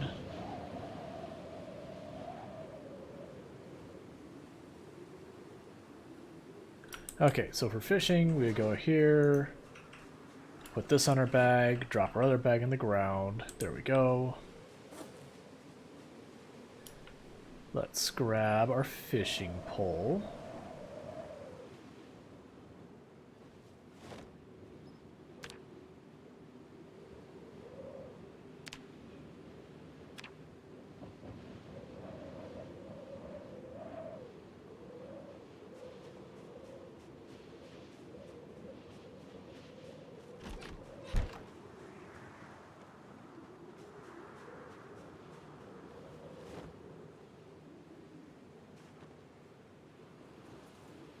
Yep, I can take, like, if I were to take this this here, put it in my inventory and walk up to the dispenser and right click on it, I'd have the option to fill up the dispenser using that bottle. Make sure we're all clear, no zombies hanging out. Yeah, so these trees are gonna be a problem. So you see, like, I've lost line of sight there and down here and down here. Eventually I'm gonna have to go through and just clear out all those trees again, which will be annoying.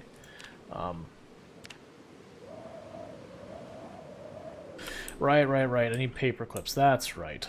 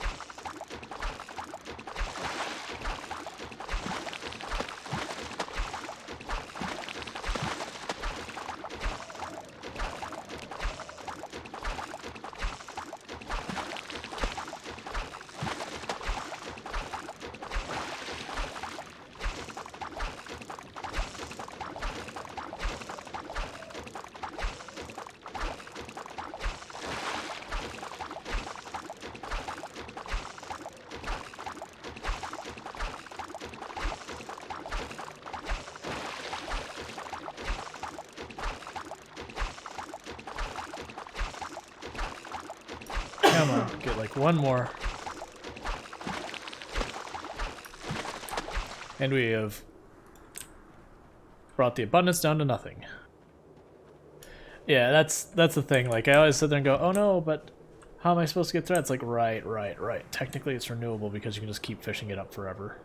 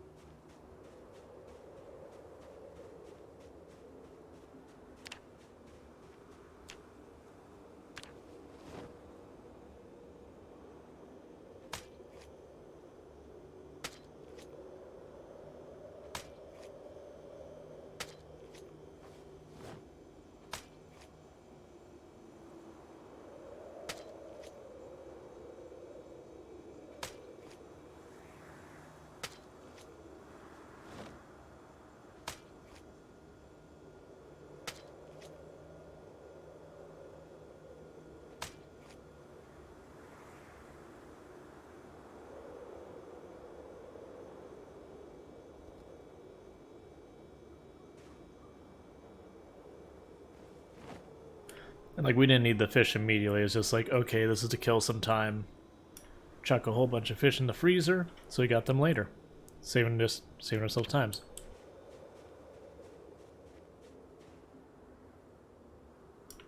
Anytime. Yep, I know there's a lot of people who watch that way. Okay, so eat our salad. And I don't mind that we're losing. My plan for right now is just keep letting us lose till we hit around 80, and then we'll just eat an absolutely alarming amount of fish.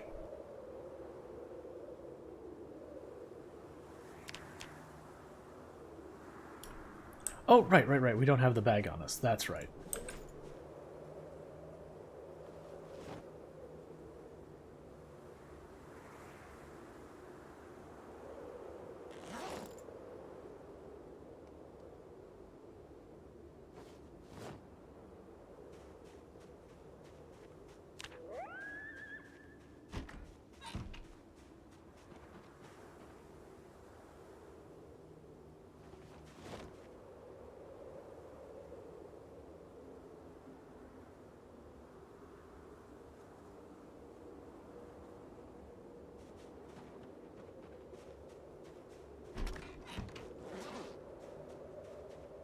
Alright, we don't need all those containers of vitamins. We've got 5 on us right now, which is entirely too many.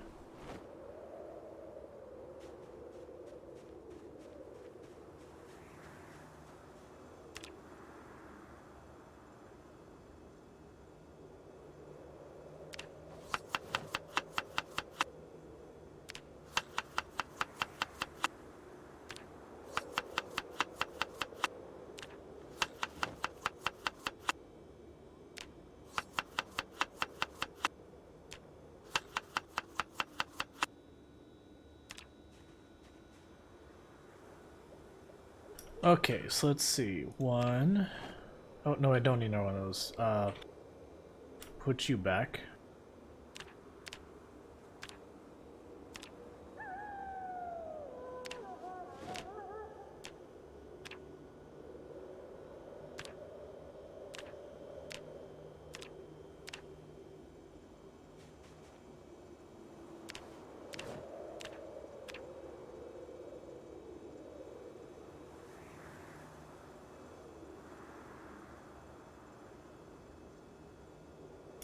Okay.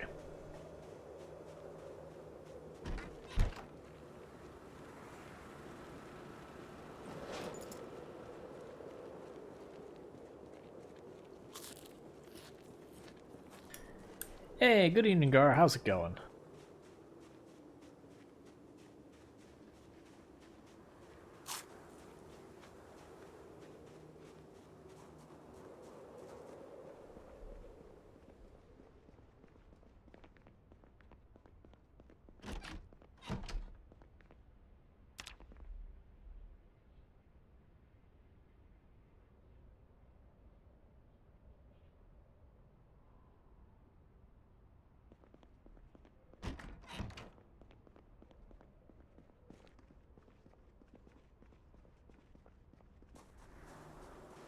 We'll top off our water, and then we'll get on the road and start pushing for Riverside.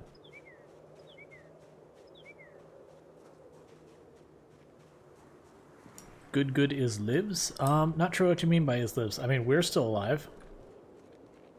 Base is still going well.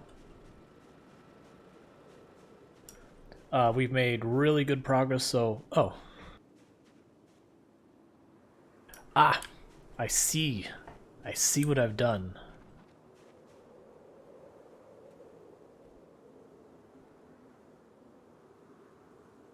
There. It's corrected. There's no more evidence other than all the people who have not refreshed their screens yet.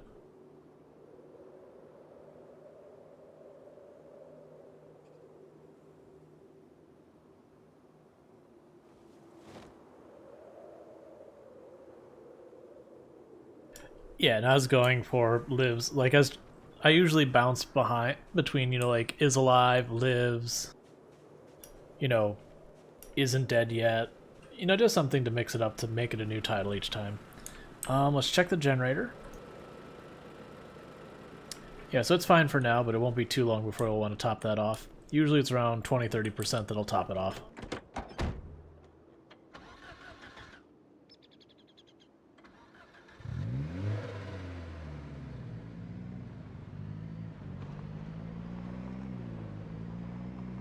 Thank you, thank you. You found out your torch problem. Oh, where you weren't being able to disassemble stuff with the welding torch. What was it? Oh, maybe it ran out of fuel? Suddenly popping in my head. Probably should have mentioned it yesterday.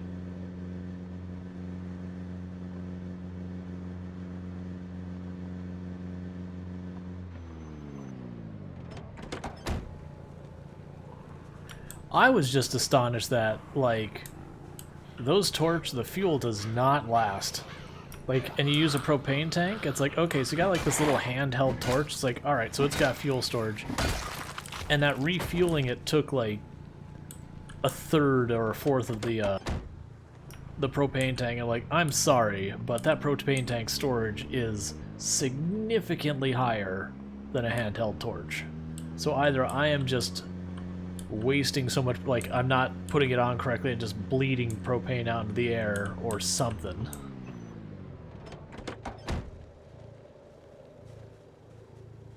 Maybe it's also one of those things that you are less wasteful on. I don't actually know how metalworking works.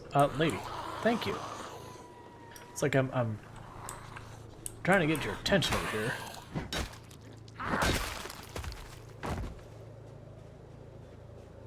I keep wanting to find an emerald ring. Or emerald jewelry. Like, I'm not even sure it exists in the game, but it feels like the appropriate thing for a person whose name is very Irish sounding to me. Maybe maintenance, maybe metalworking.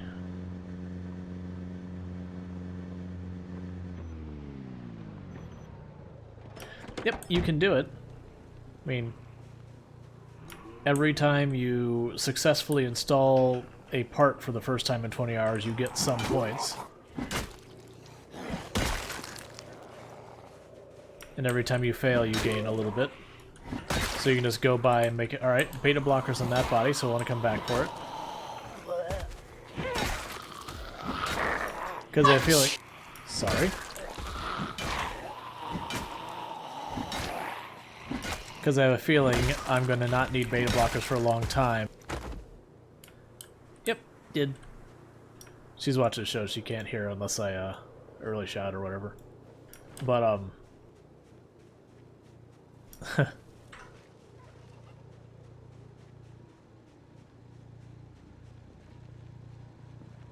she says thank you.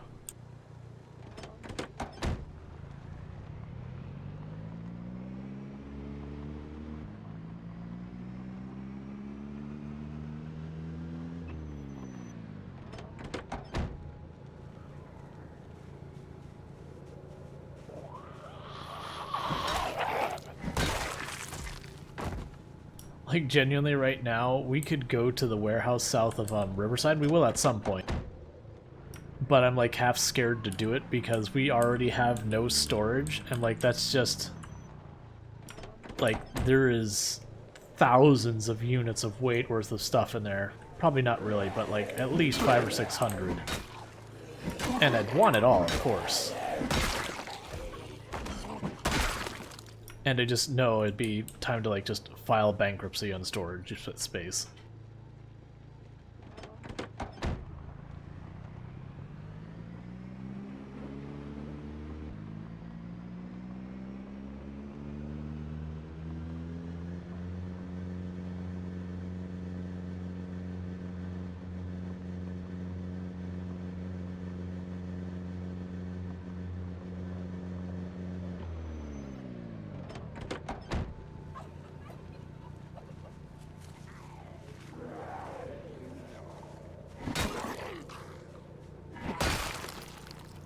Lame. Usually you actually get pretty good return on that place. You'll get like 3-4 axes, a couple of crowbars, some hammers. Firefighter gear, which part of me feels is an absolute trap and part of me feels is really good because it gives you absolutely amazing protection from bites and scratches and all that. But it's unrepairable, it's heavy, and then on top of it all, it like has no breathing whatsoever, so you take 2 steps and your character's just a sweaty mess.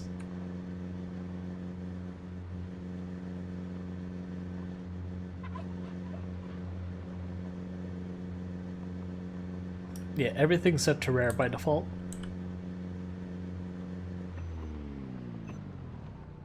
And we had one zombie tailing us.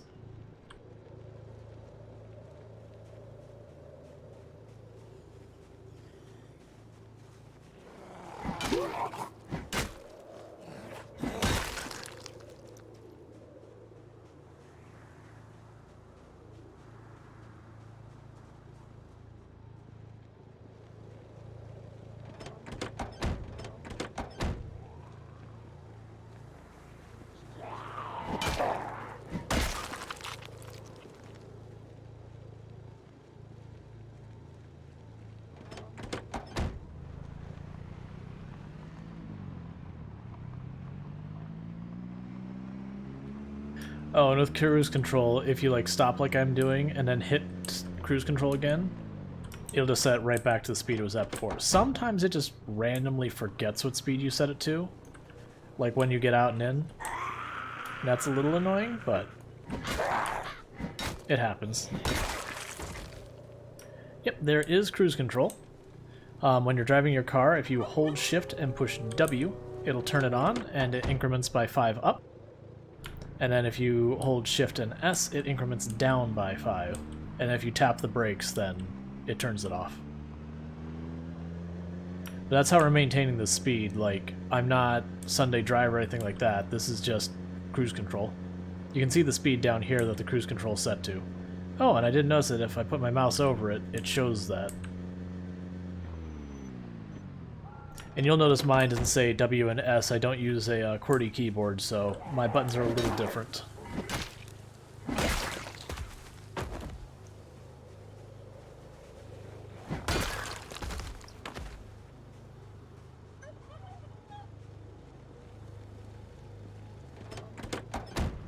That's the reason sometimes people would say, oh, well, what button do I use to do that? And I have to stop and think for a moment, because it's like, alright, so on my keyboard, it's this button. What would that button be on a QWERTY keyboard? It takes me a minute to, you know, sort that out.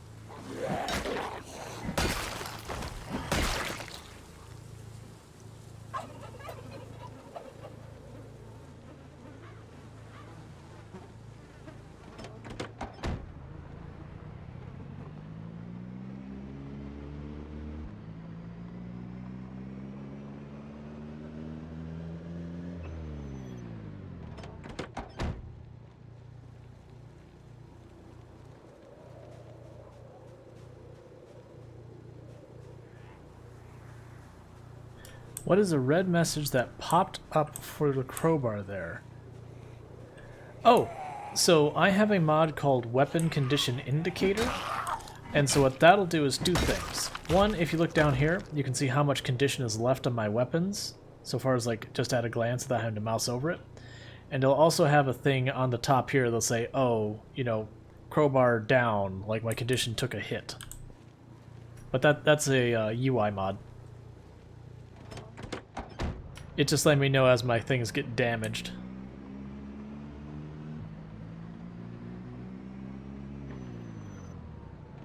Yep, we don't run many mods. The ones we do are just UI/informational, with the only exception of Pillow's random spawn mod, which just dumps you in the... like, it doesn't let you choose what town.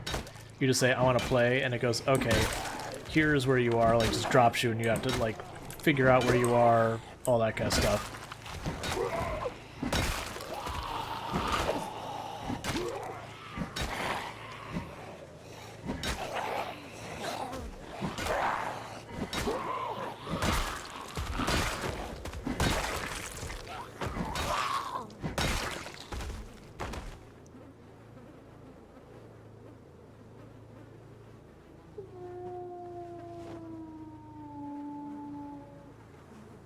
Alright, we got ourselves another friendship bracelet.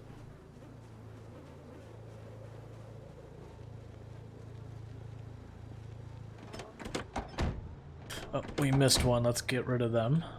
And then that one back there too.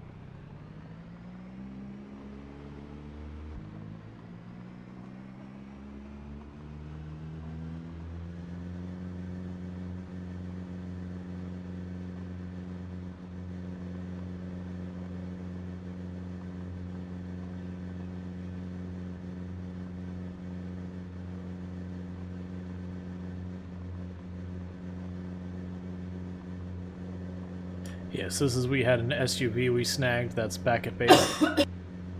It's in pretty decent shape. Not as good of shape as this car is, but it's a pretty decent fallback if something happens to this car.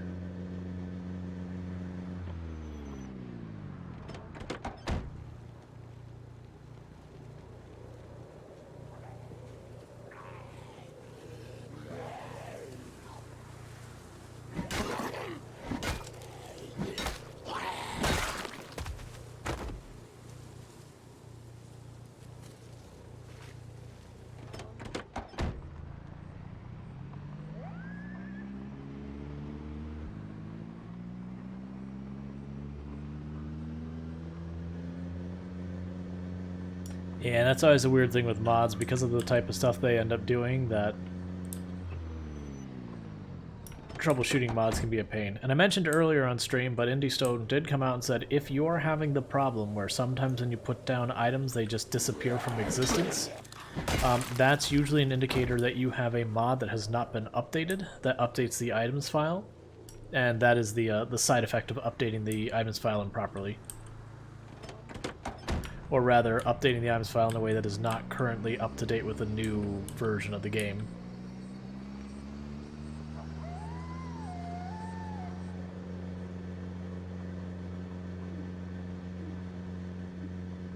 So if you have items disappearing, you've got a mod that's causing you problems. Alright, we are officially making progress now to new areas.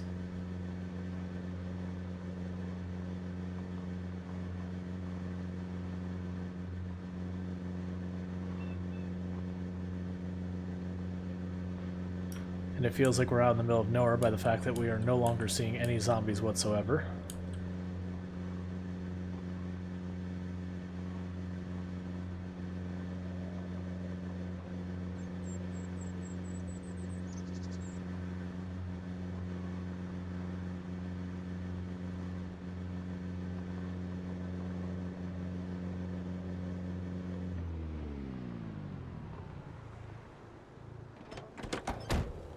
Let's have a look at what we got here. 2 wrecks from the looks of it. That wreck we will never get to see what's in the trunk, so be it. Same with that one, that's fine.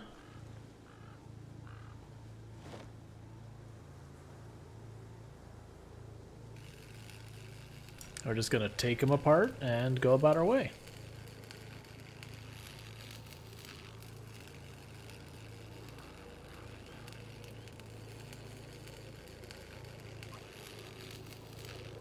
Yes, I do use a Stream Deck.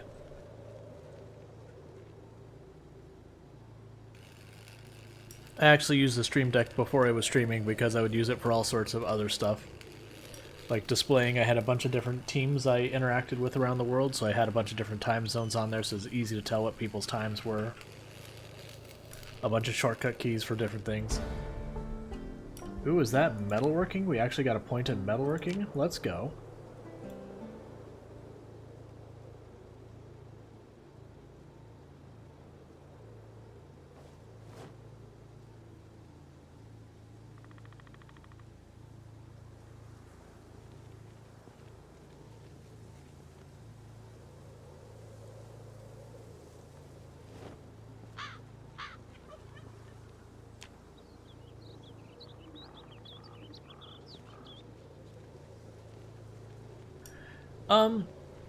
I mean, it's a way to get like macro keys and shortcut keys. There are plenty of options out there. Like you can get it what do they call them now? They were called Nostromo back in the day.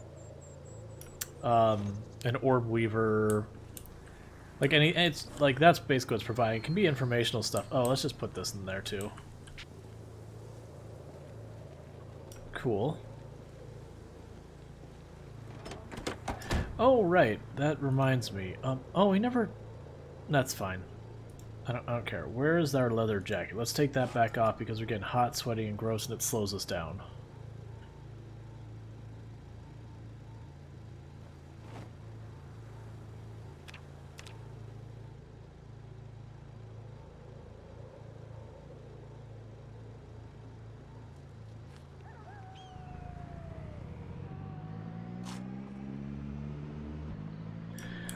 My overall favorite weapon Generally, it's the crowbar just because it never breaks. I mean, it does break, but it takes forever to break. So that's convenient. I wouldn't say it's the best by any stretch of the mind. One of the other weapons that I'm really a big fan of is the hunting knife, because you can use it with like negligible stamina use. Like you can actually regenerate stamina while using it. So it's good because then, you know, you hit a horde of like 30-40 zombies and you go, alright, if I use my crowbar, my character's going to be ready to black out. They're going to be so tired by the time it's over. Versus the knife, you can just fight through the entire pack, no problem. I mean, the katana absolutely wrecks face, but you see it so rarely. Like, we're 5,000, almost 400 kills in, we have not seen a katana yet. I think out of my 800 plus hours, I've seen like 4, maybe 5, maybe not even that many katanas. Most of them were all in one playthrough. I think it was our CDDA that we saw so many of them.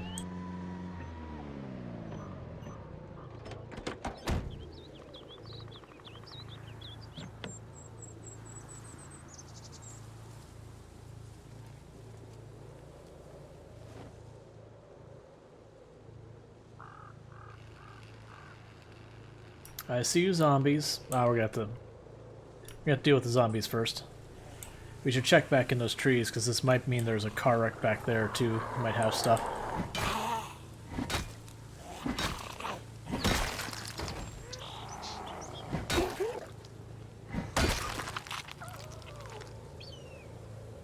I also like the hunting knife, because it's usually readily available. You don't have to worry about it.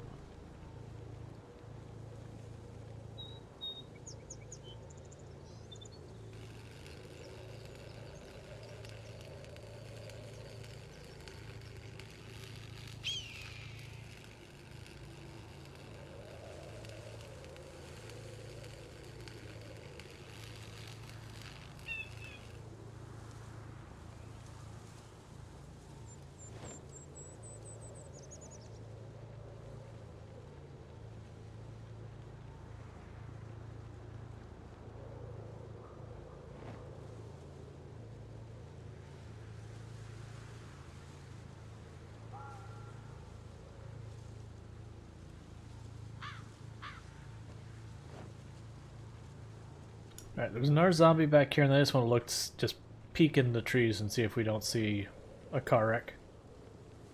Because when you see like 2 or 3 zombies that are just buried in the trees along the side of the road, sometimes you'll find like a police car smashed in a tree way back there, that kind of thing.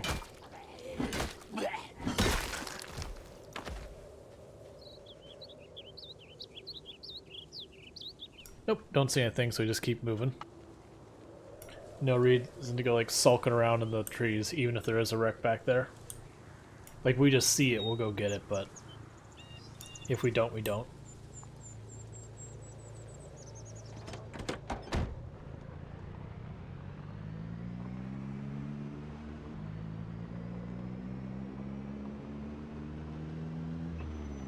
Alright, let me check where we are on the map.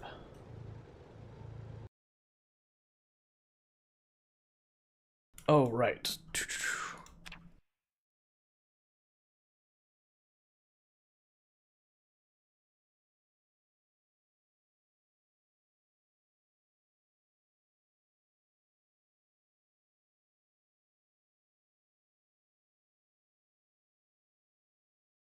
Oh, and we already searched that, and that doesn't even have stuff in it.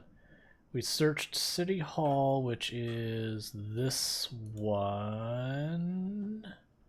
That was a mistake. That's the grocery store. And then these ones we've searched, but they have more stuff in them, which is why I marked it. Oh, I can put the gas station here. We've looted that. Alright, so let's see where we're at. Yeah, I think I want to take this road, because this road should take me, the farms are over here. So if I go down this road, I believe there'll be some farms on the north side here, there'll be some on the road over here, and I think one down below, which we'll just ignore. Which is also convenient, because those katanas I mentioned, we found them over here in the lot, like when we did find them.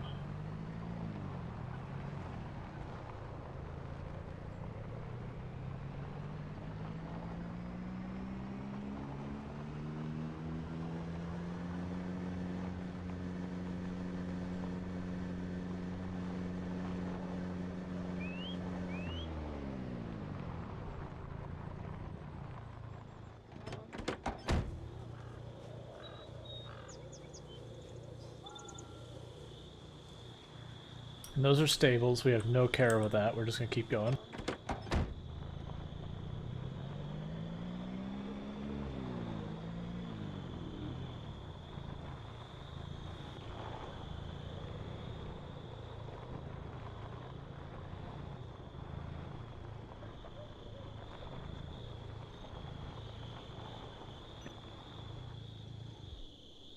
Huh. I expected to see zombies out here. Gonna start with... Well, actually, let's bang in this door, bang in that door, check this place out, circle back. Because there's a good chance there'll be zombies inside here.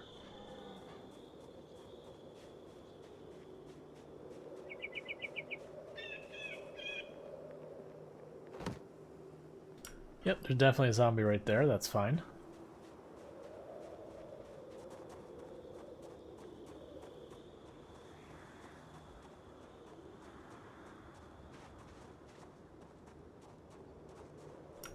Big group there. So let's bang in this door. Oh, come on. That was unnecessary. So we'll kill this group. Because a good chance they'll mess with us while we're inside.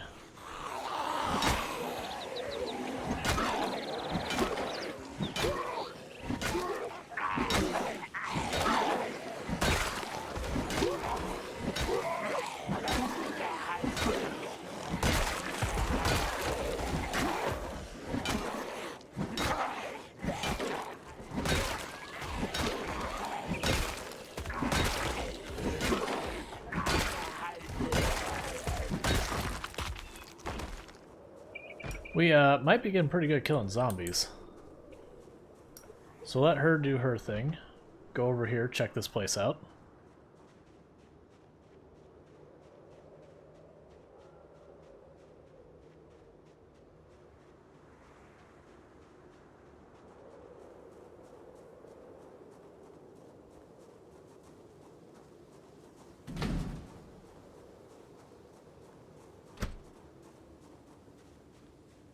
Take a peek behind the building before we do anything here. Alright, no zombies back there.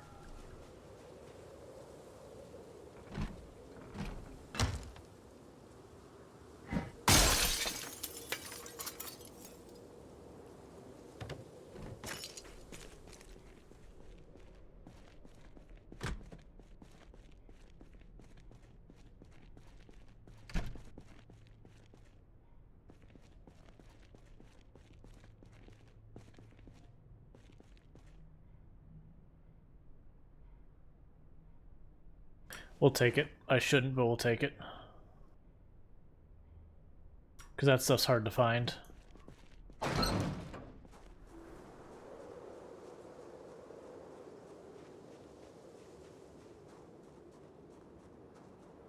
Yep, no, that happens. We've definitely been screwed a number of times where it's like, oh, we're all ready to go, things are looking good, and house alarm. But that's the stuff you use to make your walls look like nice walls. And we do have some back at home, but not a whole lot.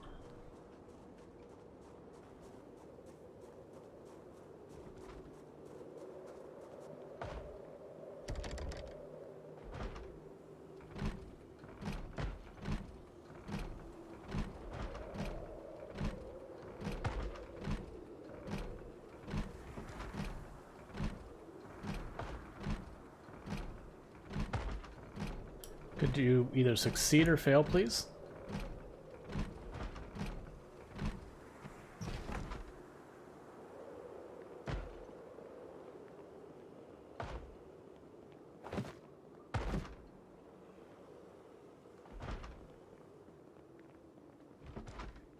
Okay, there's 2 or 3 of them in there. I'm just gonna let them do that. I want to climb in there with them right there.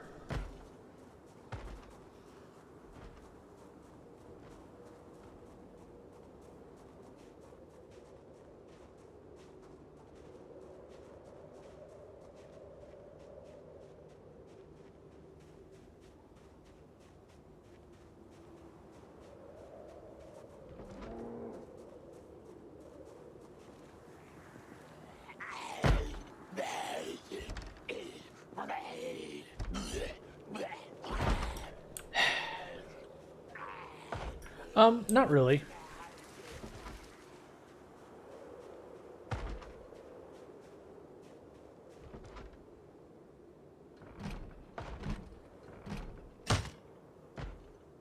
Was getting annoying.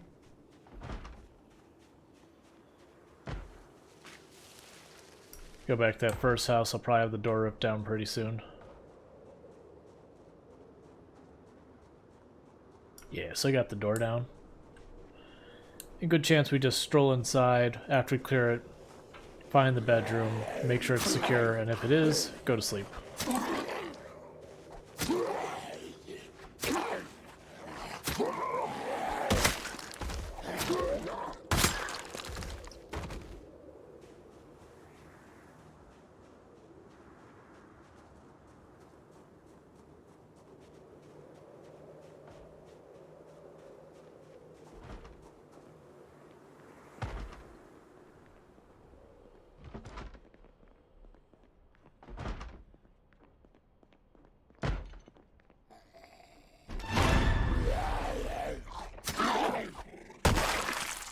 Couldn't see him at all.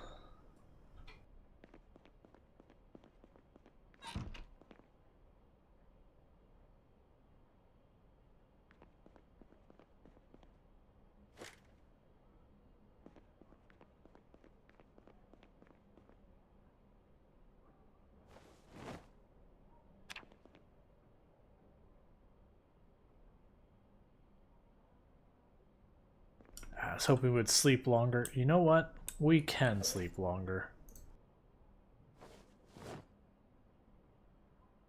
We'll just take some sleep pills. And go back to bed.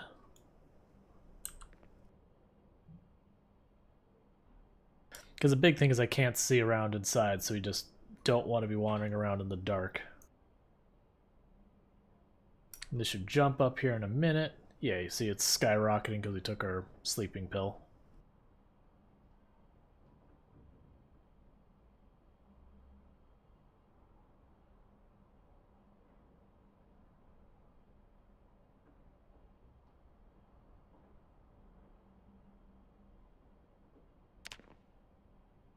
But thank you for everyone who has been tuning in, who's been lurking, chatting, following, subscribing, doing the bits, doing the donos, hosting, rating, and all of that good stuff. It all helps, and I really do appreciate it. I do hope you are enjoying the stream.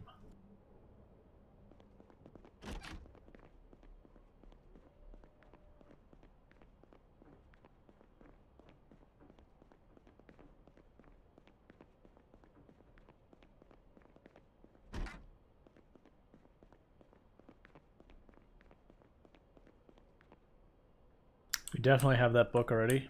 I've got like 4 times over, so that's not something we gotta worry about.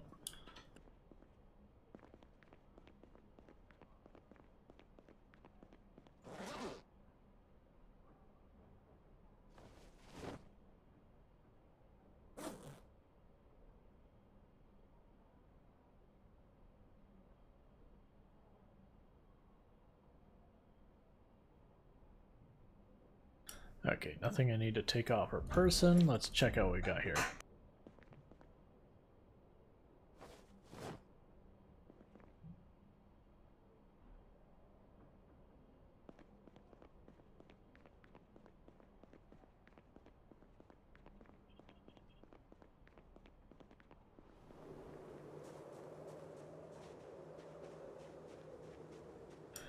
Alright, so hopefully when it gets this next house, it won't be a big hassle.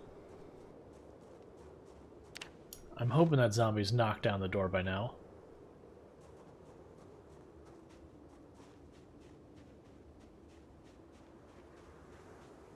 Oh, I want to say that building there in the end is a fruit stand. Or produce stand, not fruit stand, like a farmer's market thing. It'll all be rotten, all of it. You can do better than that, my dude. I want to climb across. Climbing across makes you take forever.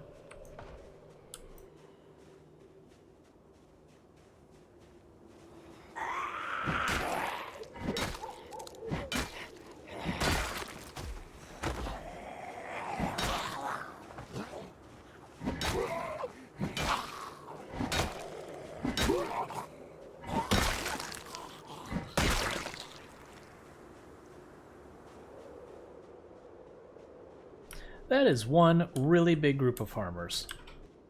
Like, that is an obnoxiously large group of farmers. Who apparently only believe in denim overalls. Except the one dude in shorts in the back.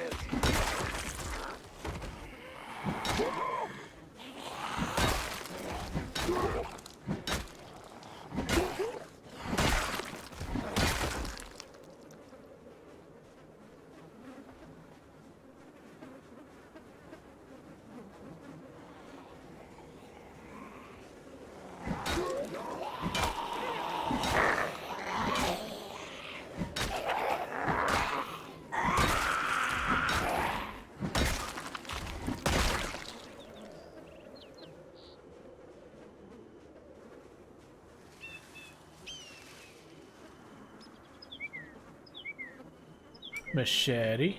I didn't see it when I was killing them, but machete.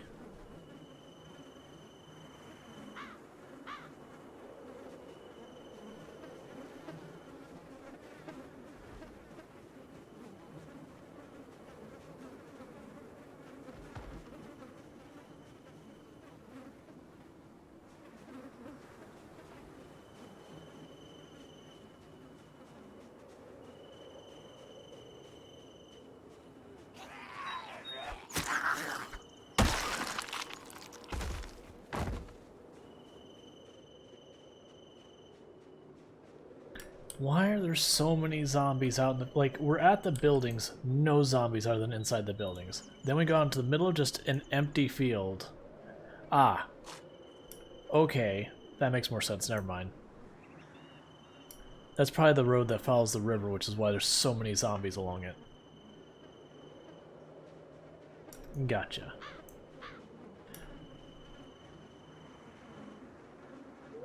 I don't think we're gonna run over there and just start killing them all. Like, I feel like we follow the paths we've got. You, sir, need to get through that window.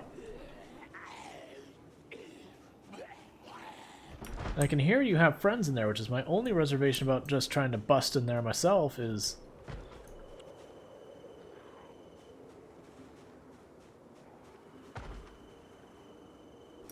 Okay, so we see where they're at, so if I can get in this window, it's fine.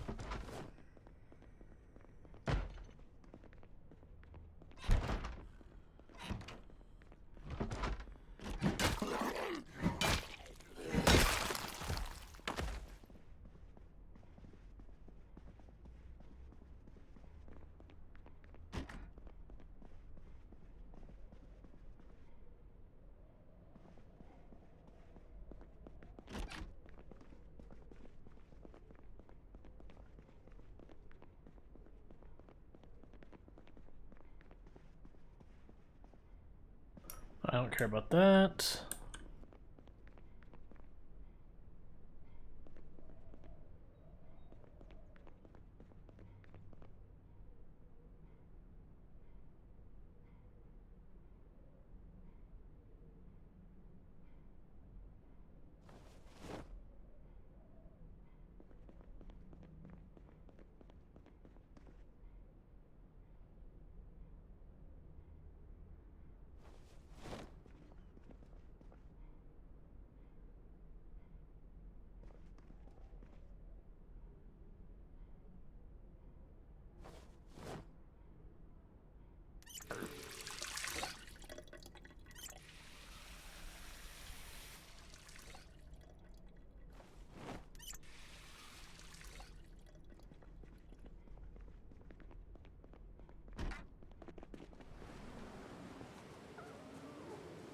What is the best bait for trap? That I don't know. Trapping is the one thing in the game I really have not done enough of.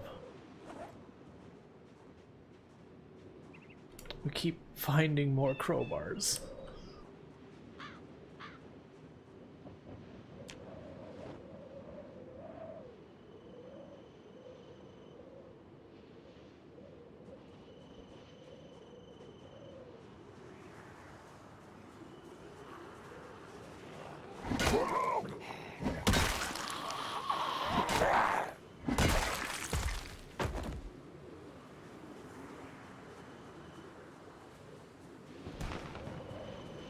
Alright, meta event. Let's actually get the car moving because this is a bad place for us to be if they were to start coming to the west.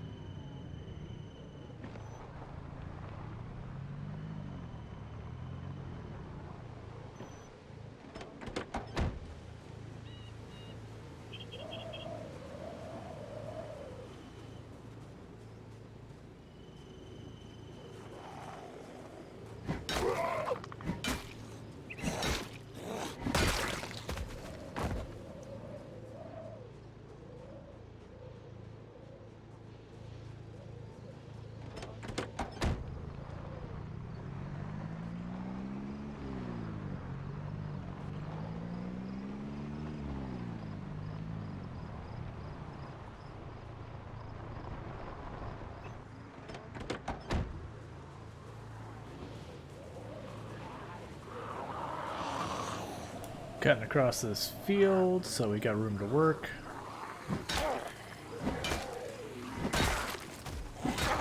We just one-tapped that zombie.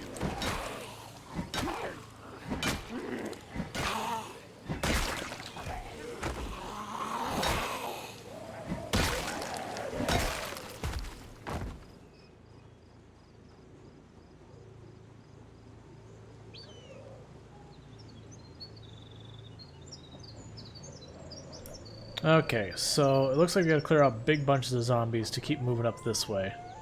So let's leave the car there for the time being and just start killing zombies.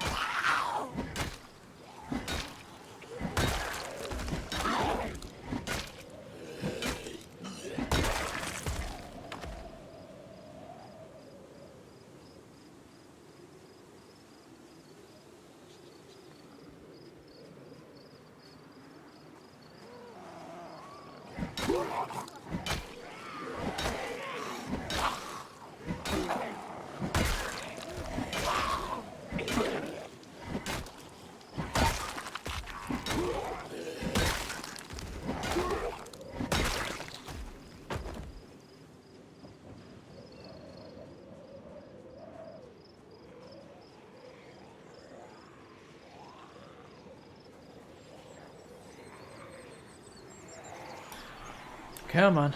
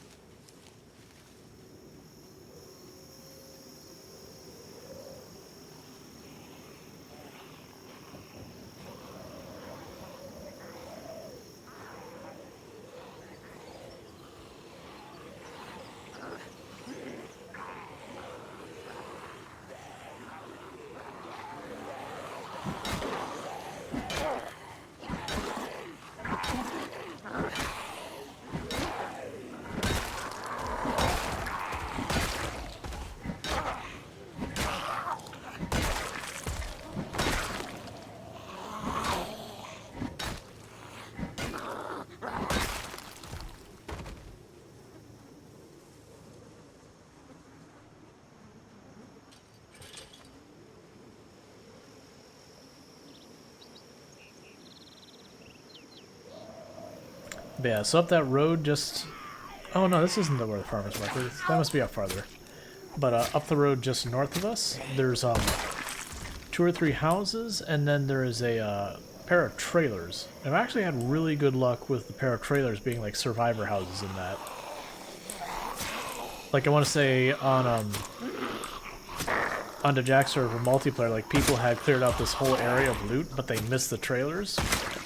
And I think that's where we found it was like a large backpack and a whole bunch of really good weapons and all that. Like really just made our initial setup. Like fireman's axe, all that kind of stuff.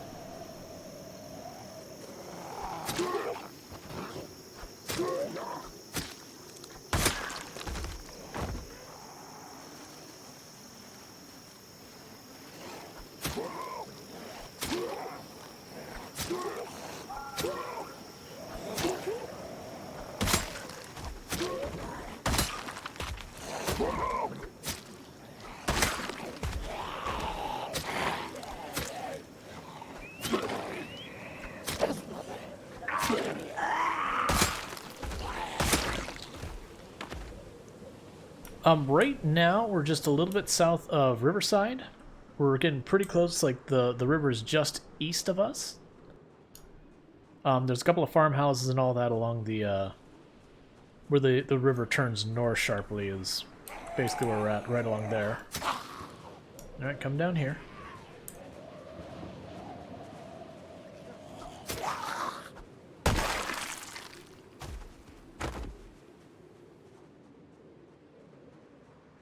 There's a couple houses up here. I think there's a farmer's market up that way.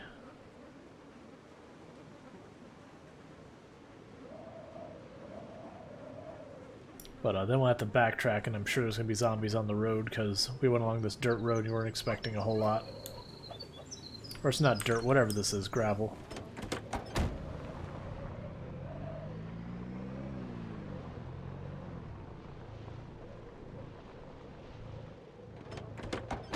Those are going to aggro.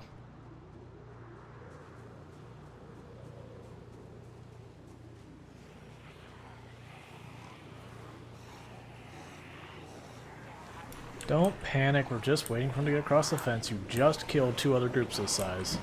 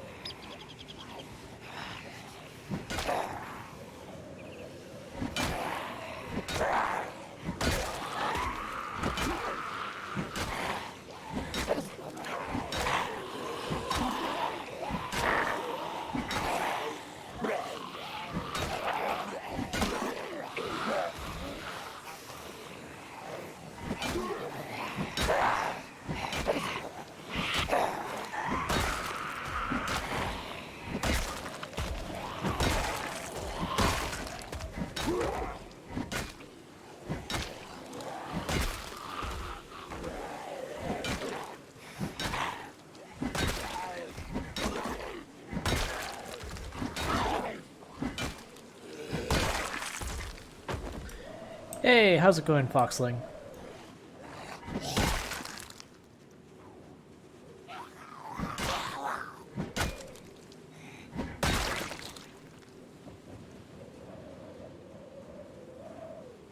Alright, so we need to actually rest in our car for a little bit. Gotcha, gotcha. Well, I do appreciate it. But we need to actually rest because we're about halfway to high fatigue, or high exertion.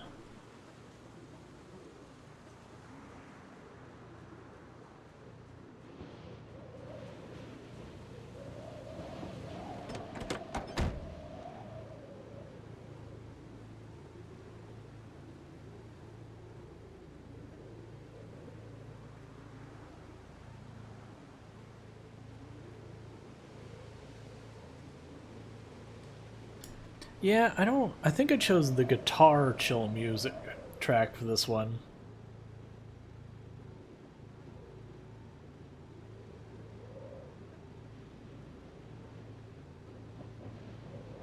Yeah, recover stamina, kill these two, kill this group of 5.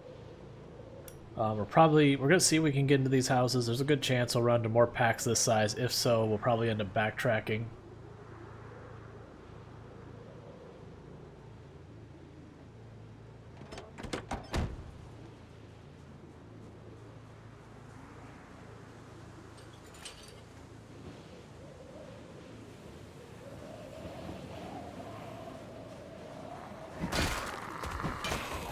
Just one-tapped that zombie as well. Slowly but surely getting to the point we can one-tap stuff.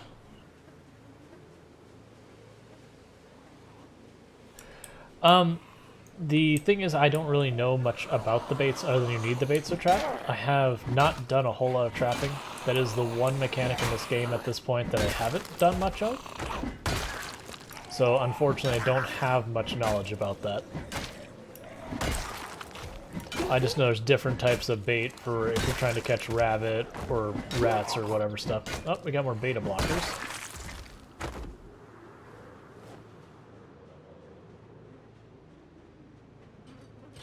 Yeah, we got a big group here and a big group here. I think we start backtracking back towards our main base to recollect everything and all that.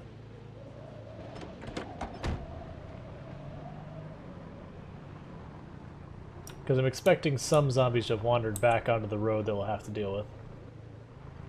Because this is our first pass-through, so all the zombies that are in the tree would have been drawn out. Speaking of which...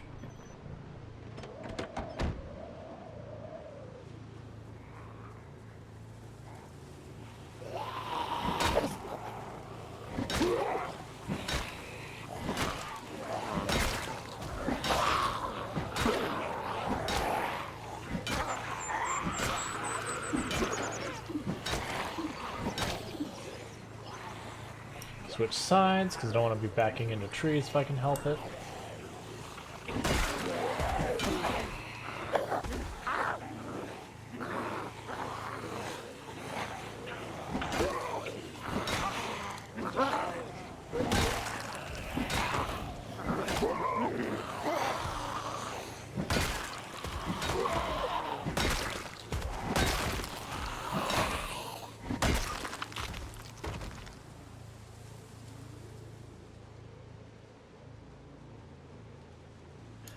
Give me 1 second, I'll give you permission.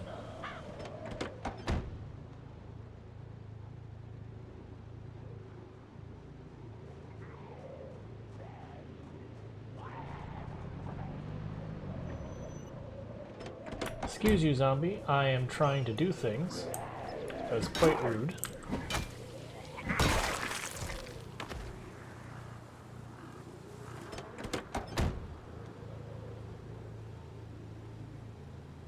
There you go. Now you can.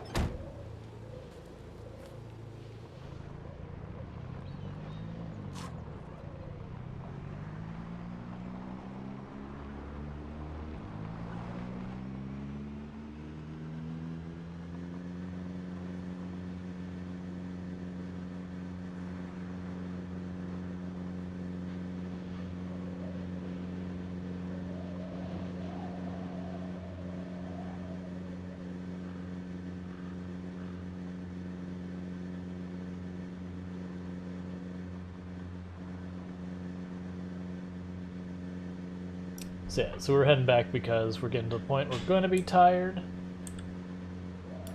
Want to check in on our plants back at the base. Resupply. Check for more zombies that have wandered out of the trees.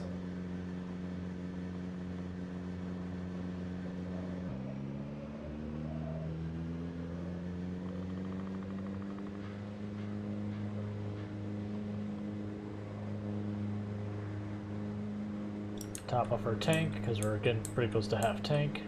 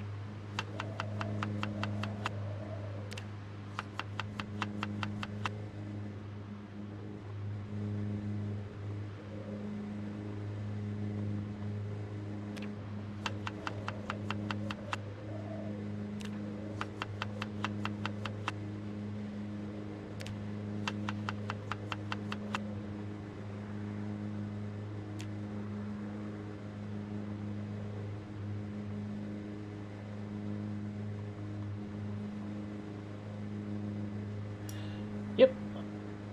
Yeah, no, we had wind in game earlier. There actually is, you can watch the wind going up and down in game using the radio.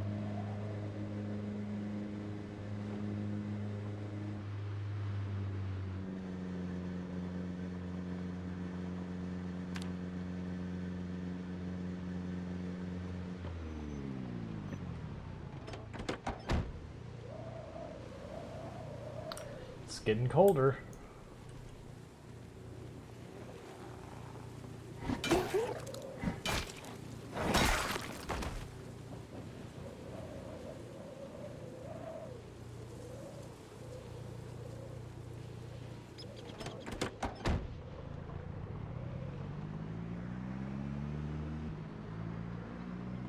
Yeah, it's 100% distracted driving. I'm not sure if you noticed, but instead of putting the cabbage in, I accidentally put broccoli in twice, which is fine. But it was because I was trying to watch the road while interacting with the other menus.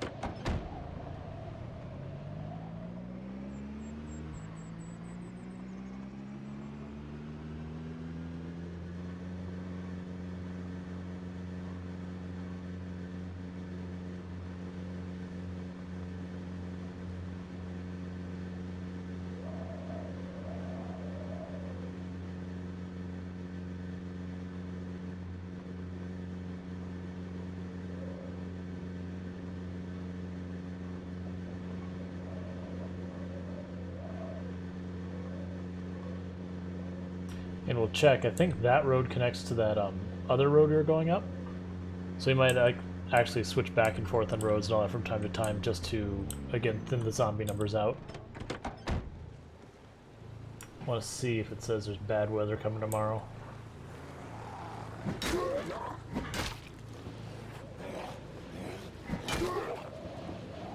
Nope.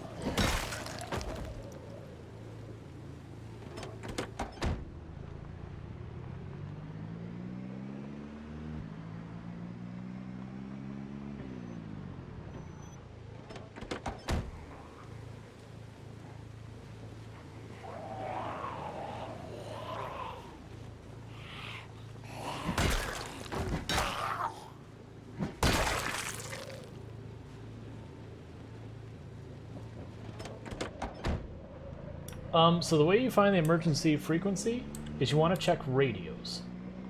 So you just pick up like you look at a radio, you pick it up. I mean, if it's a two-handed radio, you pick it up and you just check what channels there are. The radios at the house, you can just go to device options, see if it's on there.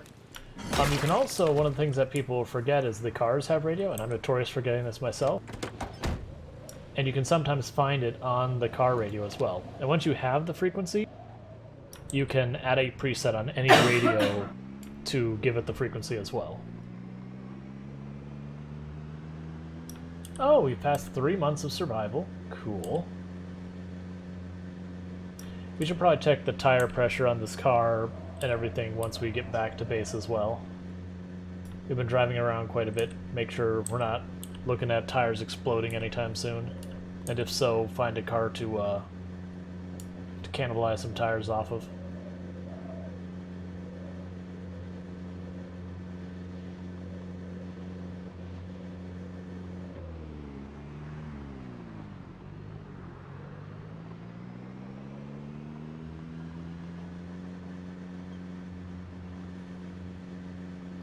But one nice thing is once the winter starts properly, where we no longer have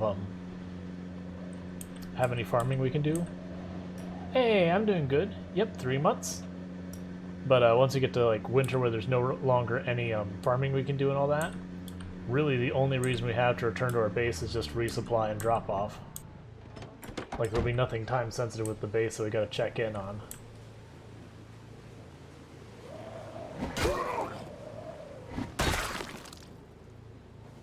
We're getting too many hunting knives.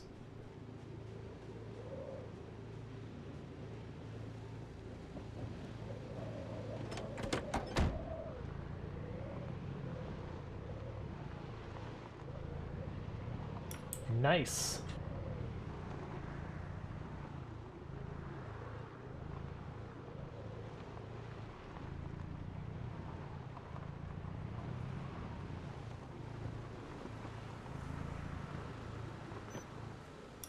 For starting the car, you either A, need to have the key, at which point you just, here. Either, if you have a key, you just click right there, and then when you push W, it'll start the car. Or, if you have the skill for hot wiring, this will hot wire up here. Which is, I believe, V to bring the, oh, I need to turn off the radio.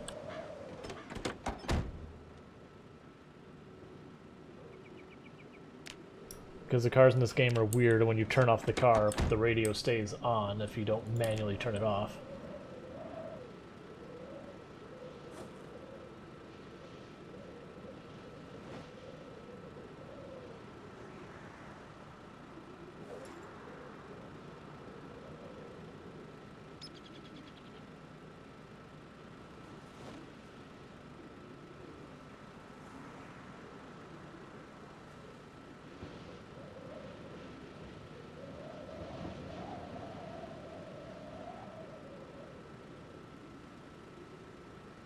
I'm gonna leave a bunch of this food in here, honestly, for if we're out there and we need it.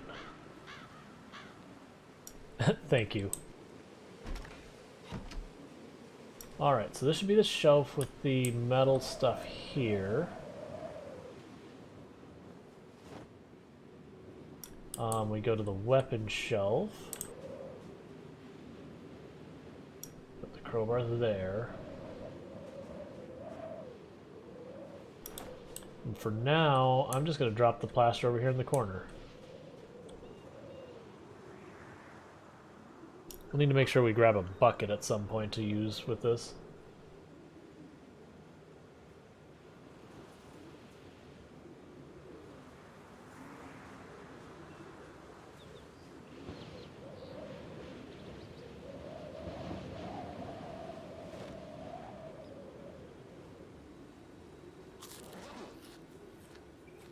We have too many beta blockers on us. The cabbage is rotting really fast on us. I think the cabbage in the freezer is basically on the edge of going bad on its own. So it doesn't keep very long on us.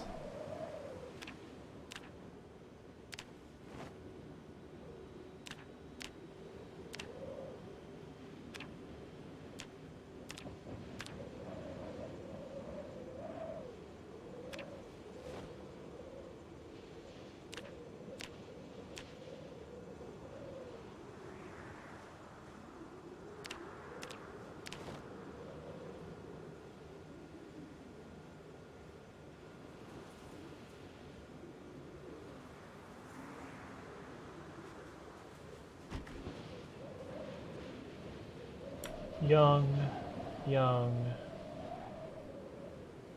Blooming is not quite harvestable. Young, young, young. Okay. Not really. We'll probably hang out, do our just do our thing, and then when like the actual countdown starts, like step away, do our countdown, then go back to just doing our thing.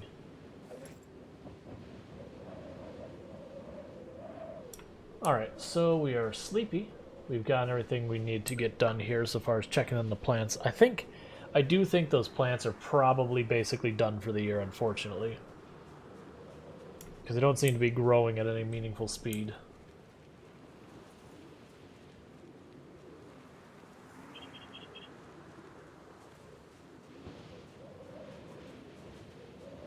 Hydrate? Sure, I can do that.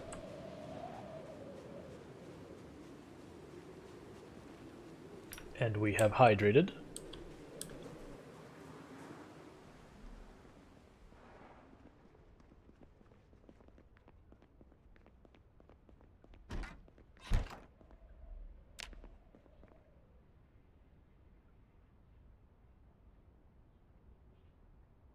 I'm going to wake up in the middle of the night, of course. Excellent. Love to see it. Not really. Should check on that generator. It's probably getting down to like 20-30% gas, so we need to top it off.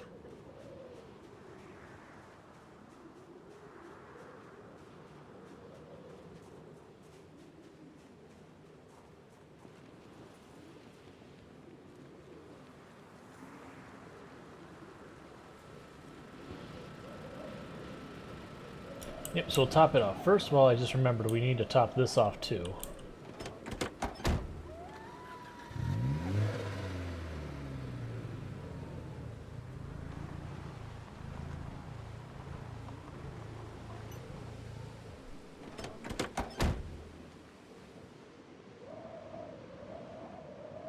I was just making sure the coast is clear. Figured it would be, but you can never be too careful.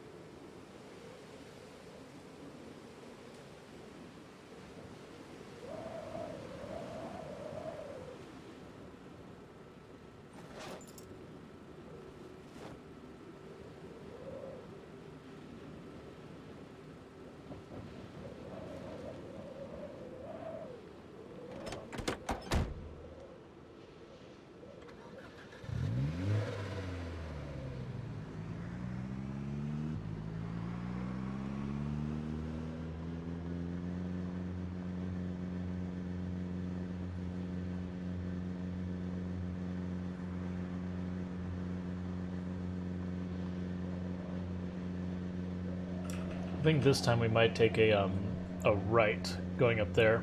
Start saying along that coastal thing, since it seems to be that's where the concentrations of zombies are. So we just start clearing them out. Plus that gives us a chance of finding more cars, getting rid of more wrecks, all that kind of stuff.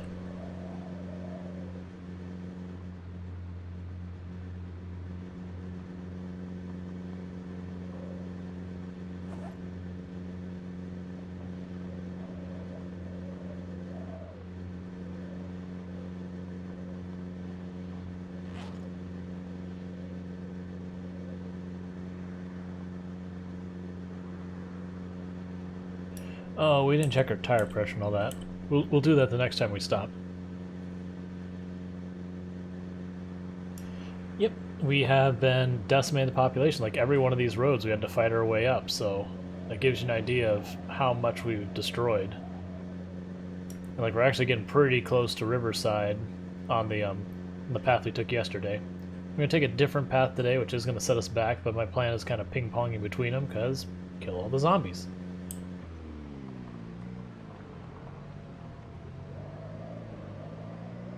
Plus, then we've revealed this entire path on the map.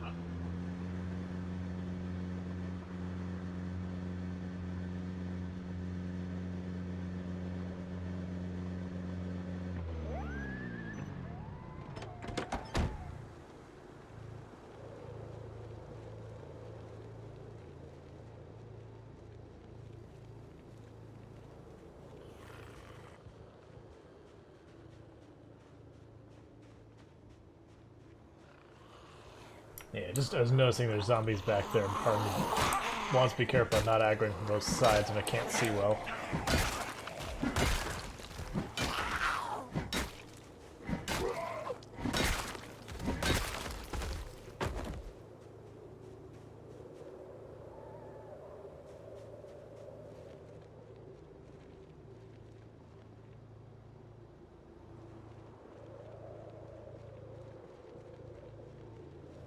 Okay, let's take a quick peek at our tire situation. Alright, the tires are in good shape. Okay, we got a couple of tires that are a little bit down in pressure, so make sure we're actually clear. Looks like we are. Let's, top off those tires.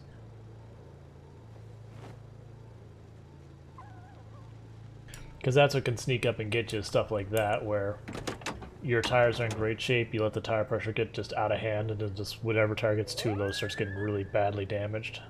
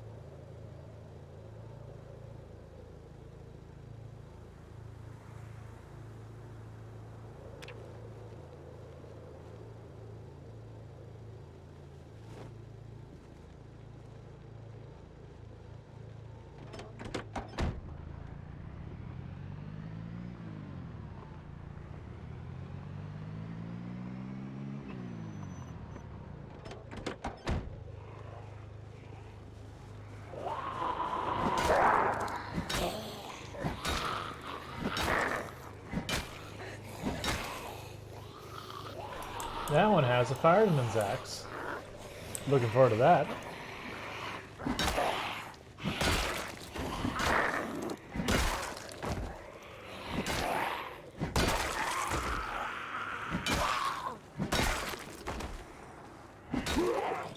Yep, that's the reason you watch. Like, you can see most of the weapons just by looking at them. Some are a little easier to see than others. Just gonna grab that straight up, and we'll chuck it in the car. It's not gonna use it right now, but it's a good one to have in standby.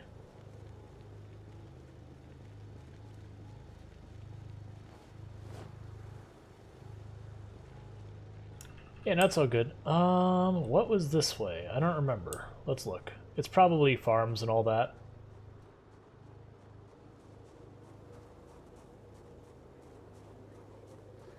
No, it's like Rawl, so like wall with an R. It's a made-up name from forever ago, so like I know a lot of people go with Rual and all that. That's fine, whatever. I've heard it 1,000 ways, and I've heard rural storage very often. Like, there are distinctly letters missing from that name, sir. But it's fine. I get it. When you look at a glance, that's what it looks like it says, and then you look, it's like, wait.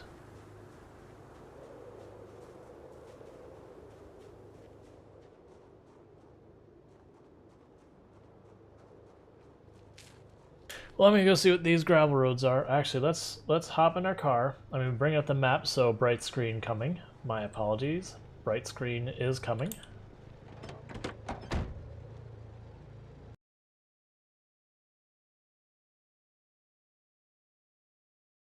Before I forget, we looted that, and that. Okay, those are already marked. So we're here. So this is just going to curve off here. I don't think there's anything on this road that we care about that I can think of. Okay, so this doesn't go where I thought it was. I thought this was going to meet up with this road, but that clearly is not the case since I do not see any joining points. So I guess we look at what's here. Maybe this goes up and merges with that. If not, we'll just loot what's here and then we'll go back in the main road.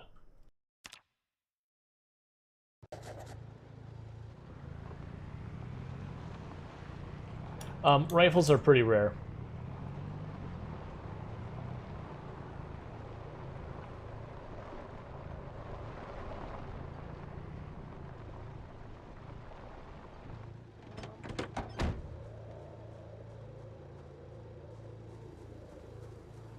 Alright, so there's a wreck. We're not going to be able to go in the door. See if we can go in the trunk. Nothing we care about. Goodbye, wreck.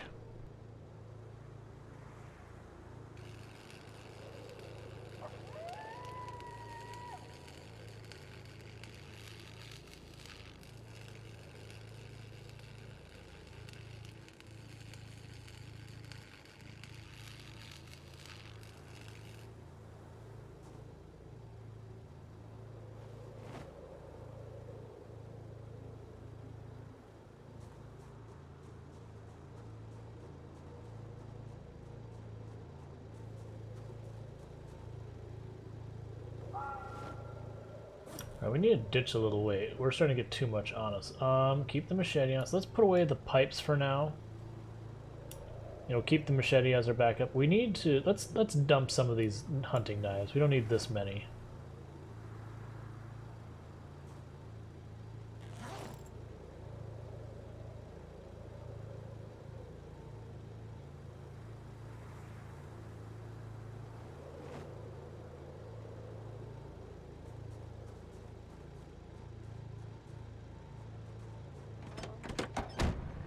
Let's check. It looks like this way is a dead end.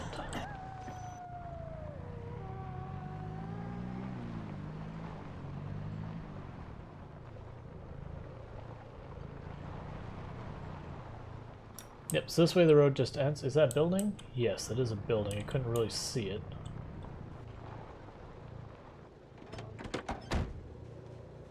Oh, it's a barn. Okay, there's probably gonna be nothing we care about in it. I'll just take a quick peek, but it'll probably just be hay. There's crates in there, but I also can't see anything at all.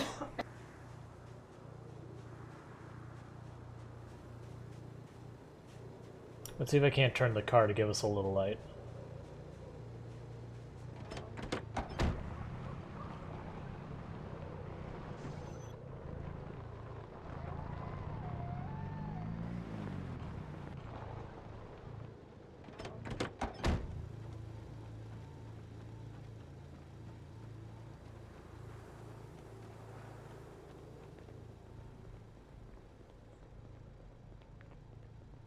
It is an empty crate.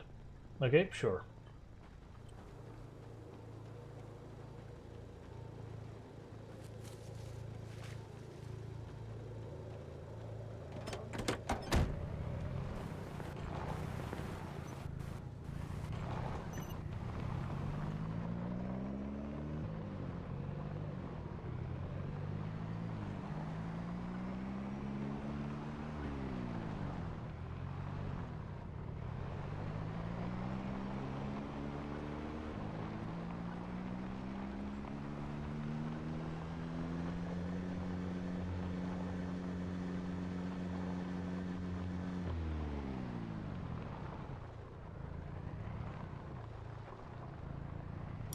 Okay, another dead end, but this one has literally nothing at it. Alright, sure, whatever.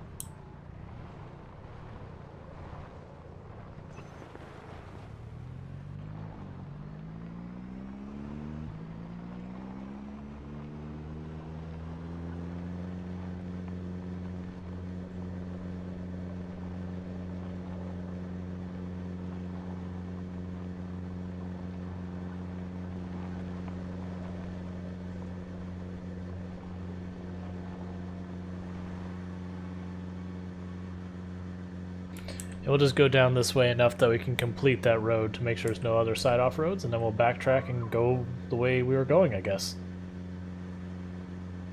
Part of me thought this connected over to the river road, and we were going to take the river road up. Clear all the zombies along the river, but I guess not.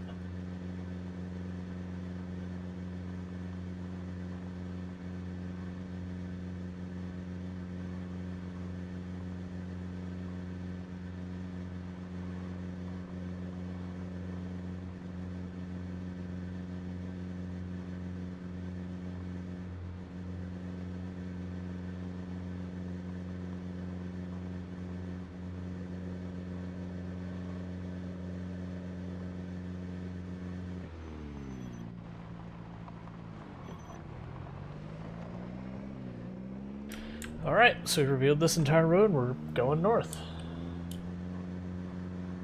That was a needless detour that honestly didn't give us much.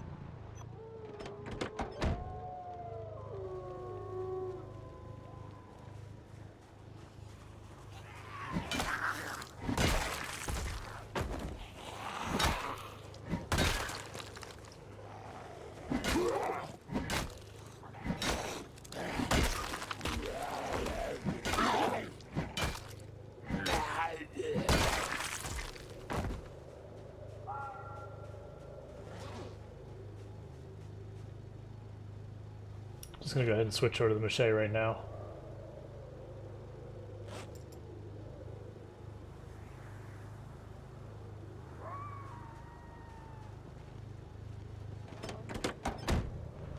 Yeah, you get there. It just takes a little while.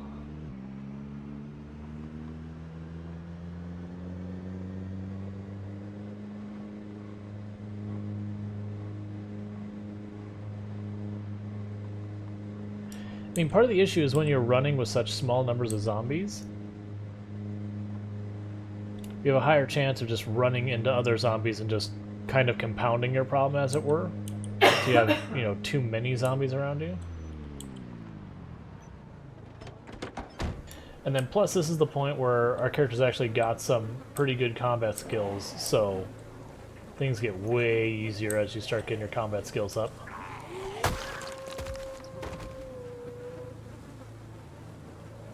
Yep, that'd be my wife.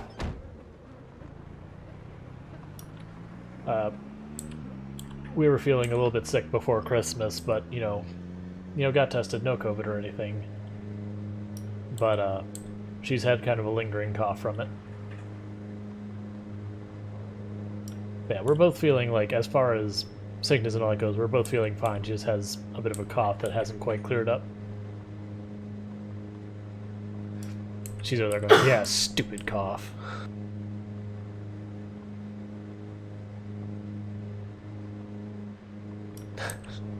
No, I will not do that.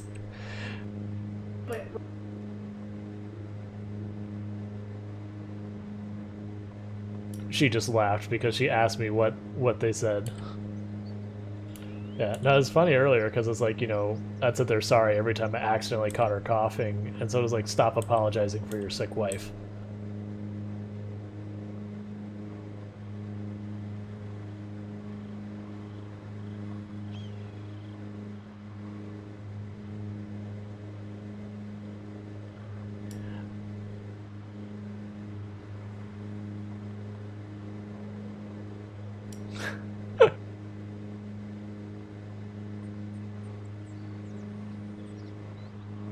Yeah, now we did a whole bunch of soup. I made like cream of tomato soup. We did some pho. We had she likes the butternut squash soup, so we made some butternut squash soup. She's probably souped out.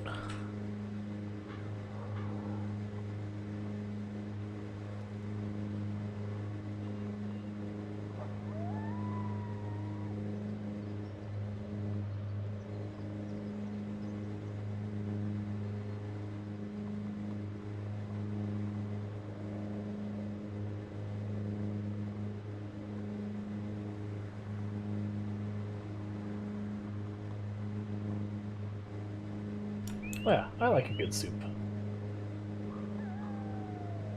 Especially if you live in colder weather.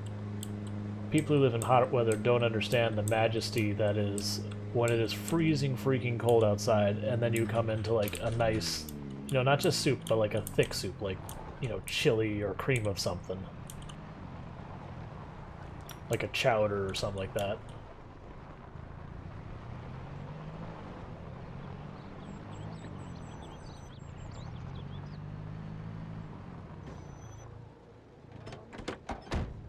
Yeah, where I'm at right now, it's basically perpetual summer. There's hot and muggy. Those are our two seasons. In all honesty, being fair, the winter here is actually quite lovely. But it's basically summer slash spring most other places. I hate this place because it's straight up and down, which is the most dangerous fighting in my mind. Because it's harder to judge range. Screw it, we're gonna kill bodies on here and just pull them off the road.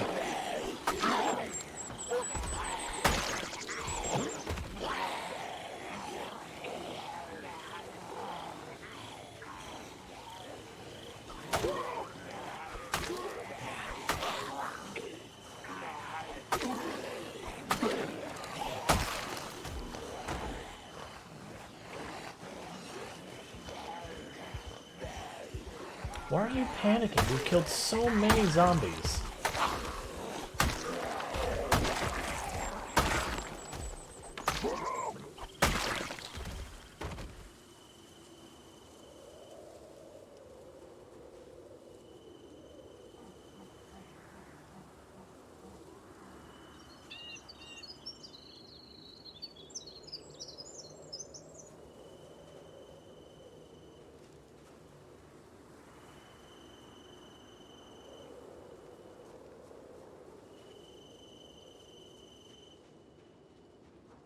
Okay.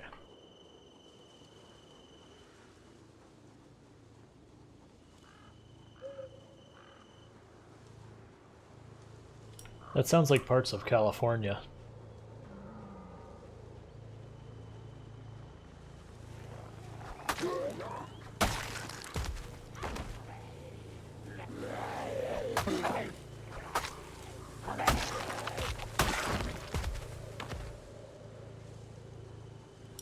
Dealing with a bunch of zombies wandering out because we'll have to fight them on the way back anyways. Oh. Gotcha. NorCal for North California.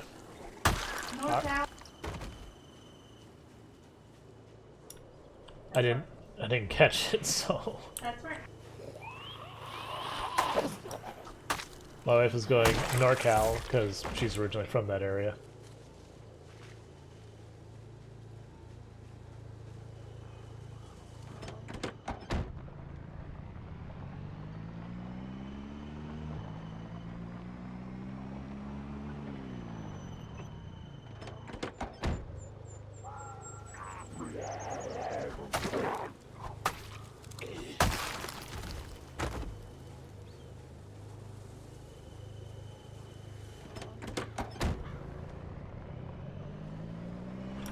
Yes, it costs a lot of energy because they're very heavy, so you're going to be usually at least at very overloaded, if not extremely overloaded. So I usually try to not drag them particularly far. This one back here concerns me, but we're just going to deal... Yeah, she just turned at us, which is what I figured she was going to do. I think we can whop this up before she's a problem. Or she'll just flank the wrong direction and it won't be an issue at all.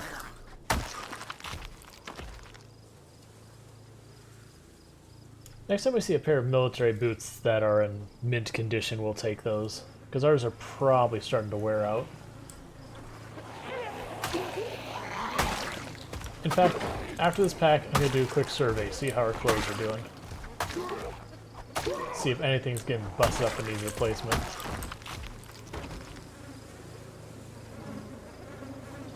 So I can creep up on you. Alright, so, clothing. In good shape. In good shape. Yep, good. Yeah, honestly, it's all in great shape. Never mind. We're good to go.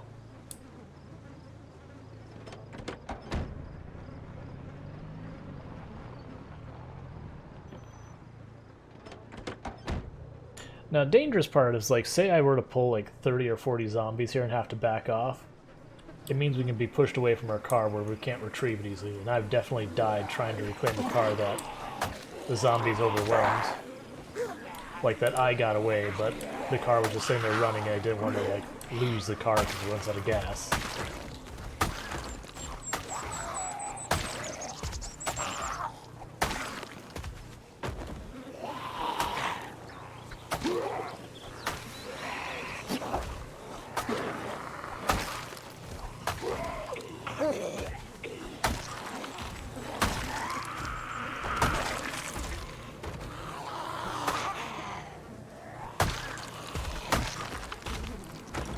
One of the things that makes me curious about this game, so they have like all the differing outfits that the zombies have and all that.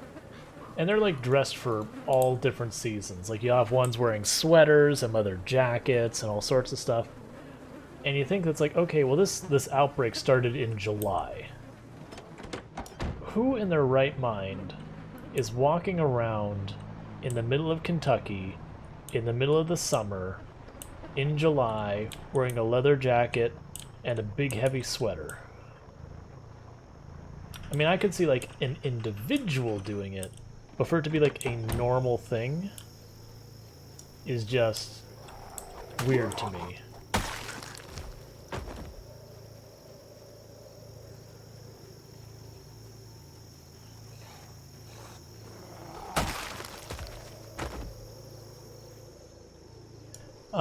I think I will avoid saying specifically where from, but I will just simply say it's a valley and there is lots of agriculture.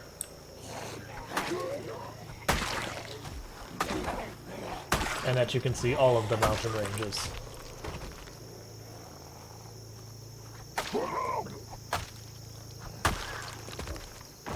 And I mean, fair.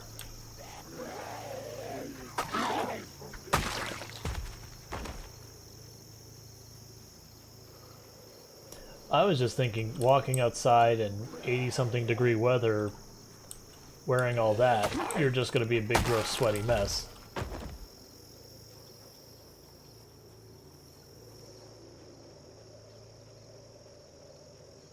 I don't know what weapon that is up there. And I would like to know what weapon it is. It's probably just a bread knife, because every time something looks interesting, it's a bread knife. But it might not be a bread knife.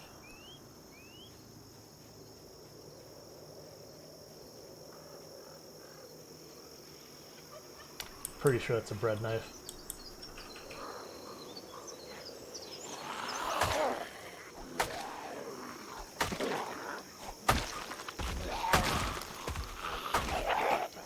That is 100% a bread knife.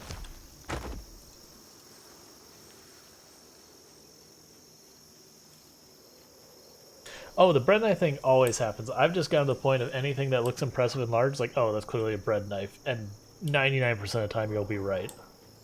You know, then you'll have the one time it's like, oh, it's a bread knife, and then suddenly machete, but I'm not chasing y'all. You have fun.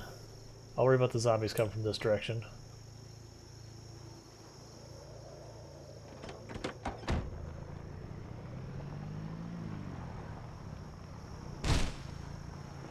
I may have looked at chat for a moment there.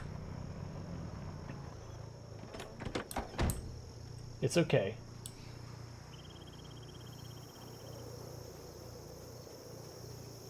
It is one of those things that's like, don't get me wrong, a proper bread knife can be pretty big, but like, There are limits. It's like a bread saber.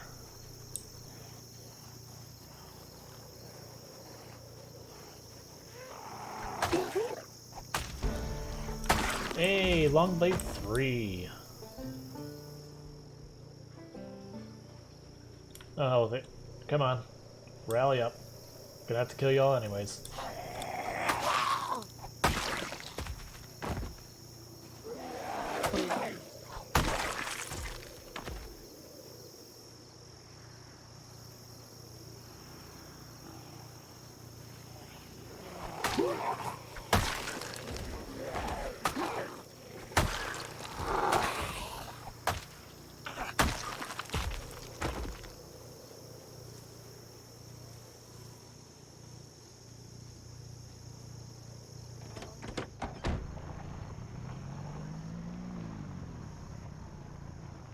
Ooh, I don't think I've seen the Knox Distillery. That's new. Or at least new to me. Now I want that, which is going to be a pain in the butt because it's buried in a whole bunch of trees. Oh wait, never mind, I got an axe in the van. Or station wagon. And it looks like it's in mint condition. That might be our next car.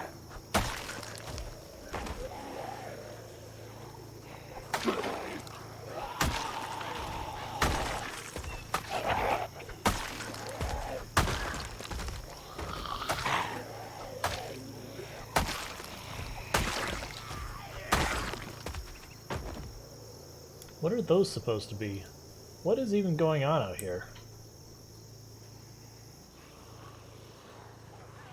I mean, they look like they're pipes, but I'm questioning why some random yard has giant, like, I'm gonna irrigate, you know, part of the city kind of pipes.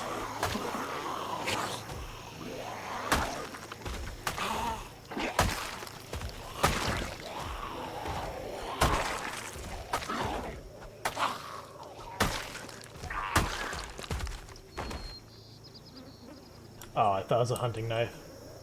Sticks will sometimes throw you off because the tan edge looks a lot like the yellow handle on the hunting knife. Hey, zombie in the trees.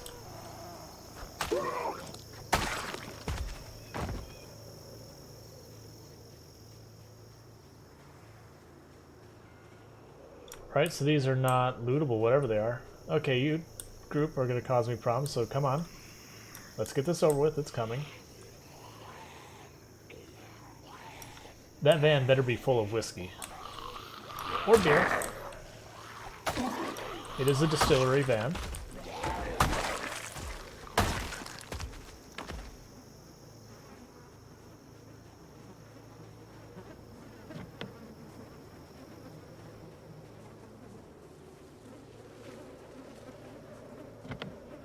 Okay, before I go smashing any windows, we're going to check inside the house, because sometimes you'll find the keys in there, and I prefer not break a window if I don't have to. If we have to, that's fine.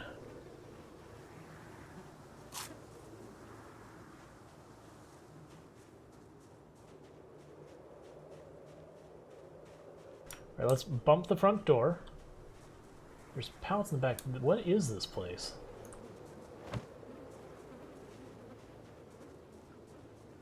But yeah.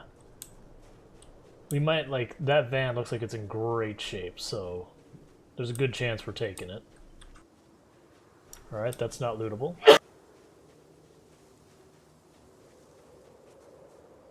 Got a spare generator, we'll grab that. So that'll be useful for when you go to push into places, because we can just get to a house, drop the Jenny at the house, use its fridge for, you know, that way it can, like, stay in there for a week or two at a time before we have to go back and resupply.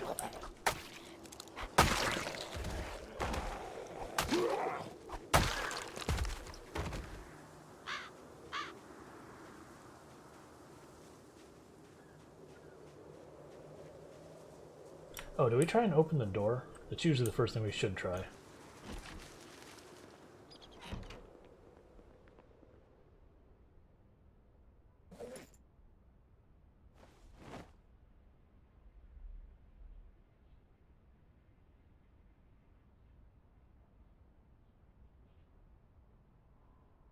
Excellent stuff, all of it good.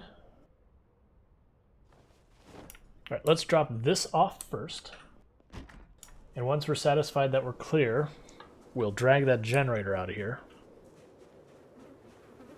We'll kill the zombies nearby. It's like these zombies will go... We'll do all that before we touch the generator. Because while we're holding the generator, our ability to defend ourselves is pretty terrible. And with all those trees in that yard, it'll make it hard to see if something's coming up on us.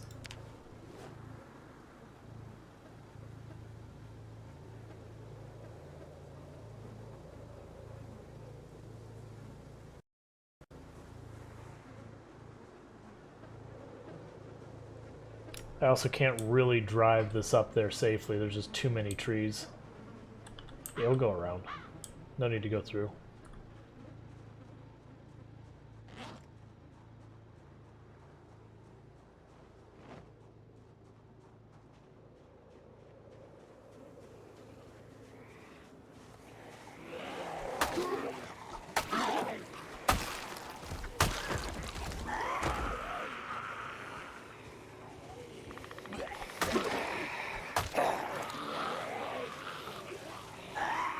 Let's cut across the other side.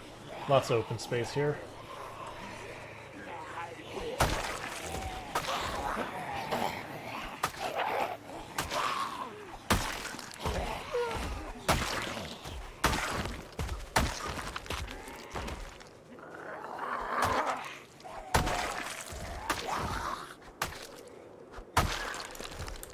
We are so gonna die 1,000 times over whenever I get to the point that we're on it. Wait, was that a friendship bracelet? We got rules here. Gotta take it. No, it was a necklace. But because we're getting so accustomed to having all this extra nimble where I can just back out of most stuff and be okay. When we start a new character and we don't have that nimble, I'm just gonna try and back up and just get absolutely destroyed. Plus the frequency we're one-tapping these zombies.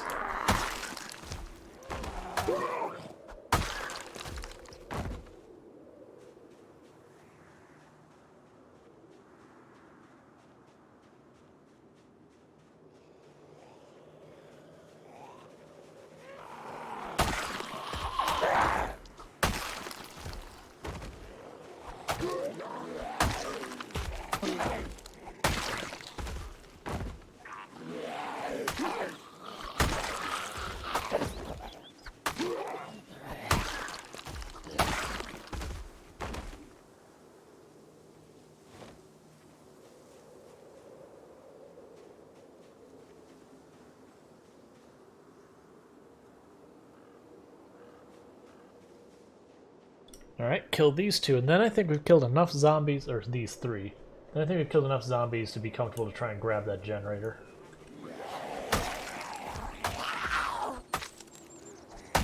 The zombie killing is going well. We started today at 5,000 zombies killed, and we've already put another 600 on the clock. Making great progress towards getting into Riverside. We found ourselves an extra generator, so when we get to Riverside, we've just got that handy.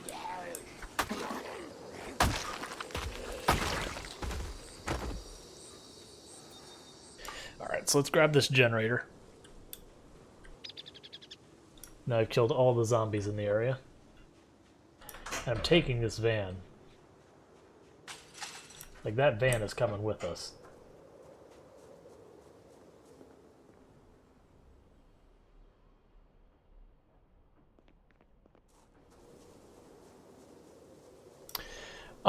So when it comes to killing them all, we're not literally going to deplete the entire map of every single zombie in existence, because unfortunately there's going to be a bunch of zombies that are just off in the middle of absolutely nowhere in the woods.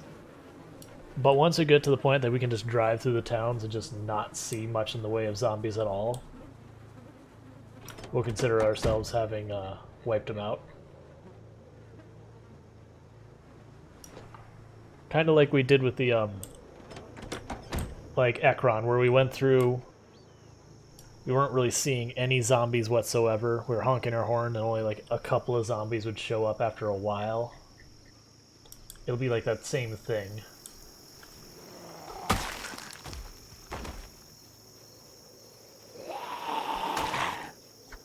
Yeah, and our hunting knife.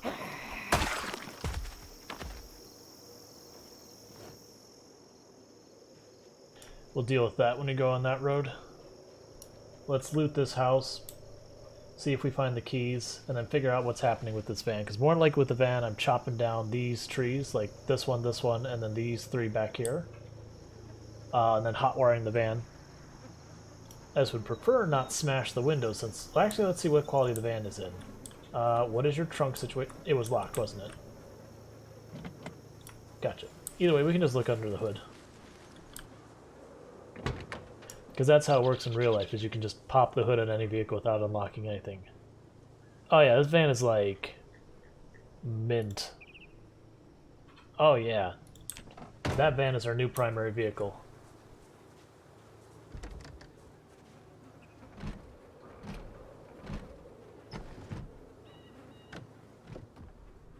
I was waiting for that to be a house alarm just to ruin it all, so I'd have to leave and come back and kill like 200-300 more zombies just to get another look at that van.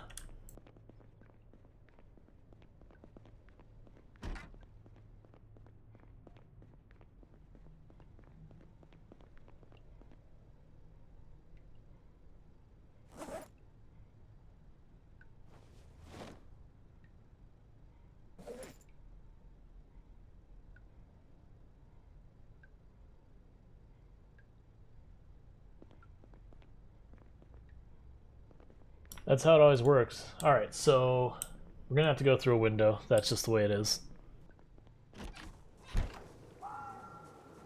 But before we do that, just in case stuff like if it has an alarm and all that nonsense, let's strategically knock down these trees. All that kind of stuff.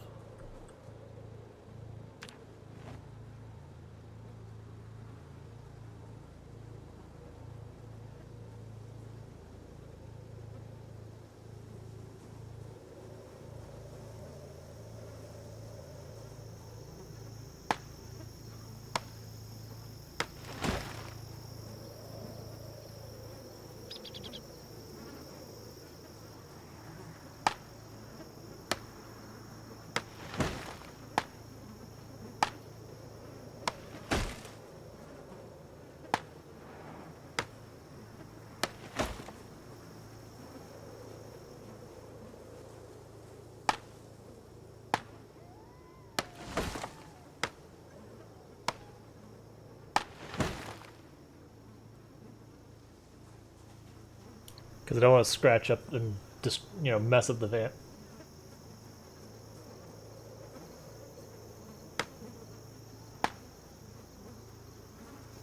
Yep. Getting all this out of the way so the van doesn't get damaged on our way out. So what do we think is better? This hauling the van or the van hauling this? I think the van dragging the station wagon makes more sense to me.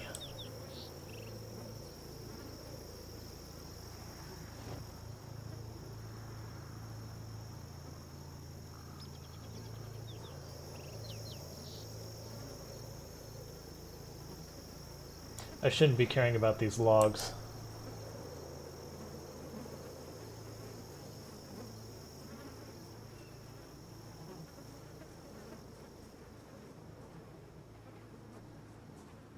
Okay, got a weapon out, so...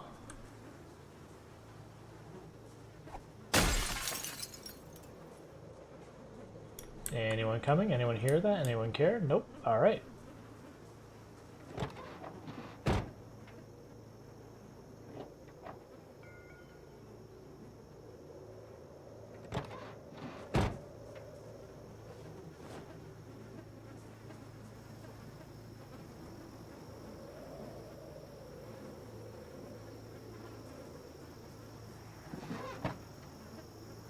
Two units of bourbon.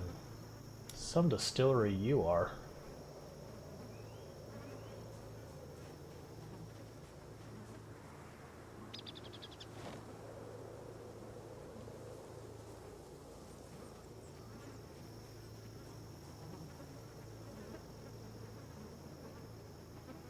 I'm gonna guess the van has the better engine.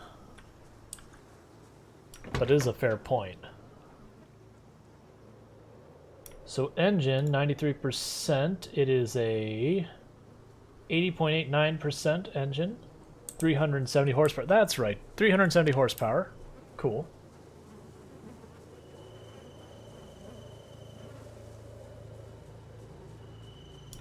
Have I tried the tie yet? I'm not sure what you mean by the tie.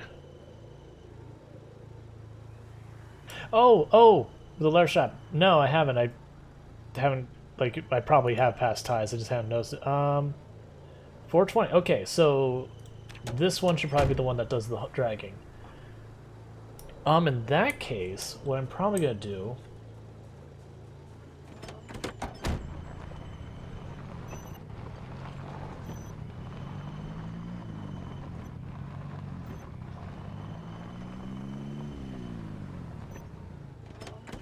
But no, I've been just killing zombies, so I haven't even stopped to think about actually dealing with, like, looting a tie and doing it.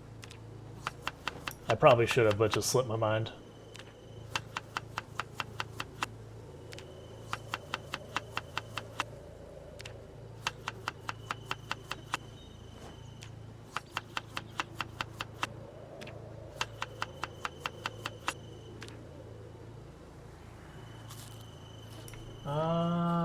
None of these look like the tie-wearing type. Okay. So let's hotwire the van and we'll pull it up, because part of the reason this is actually probably better is in case I run into problems, this has a busted window, I could get hurt.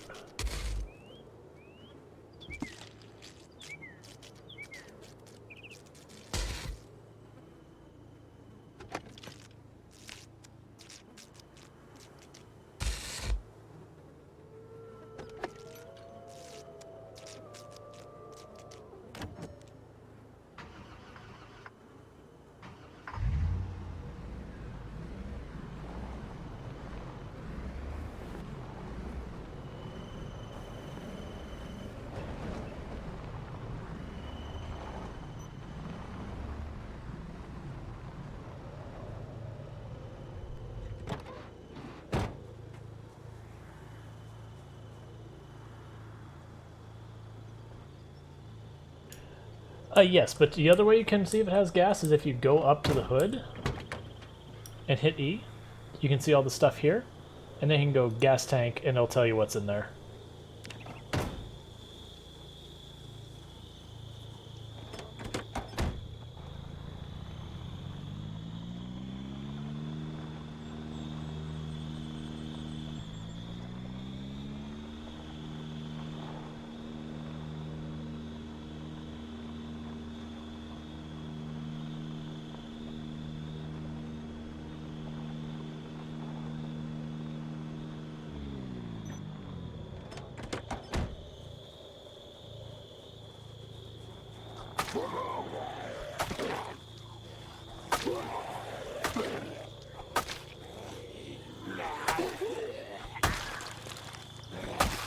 We're doing way less damage because of how sleepy we are.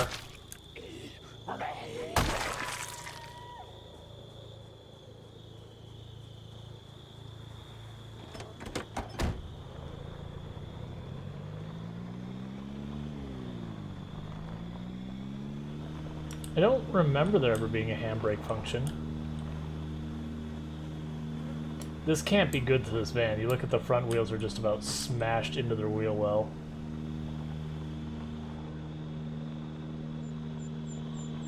And we are not cruise controlling. This is us holding the gas as hard as the gas goes.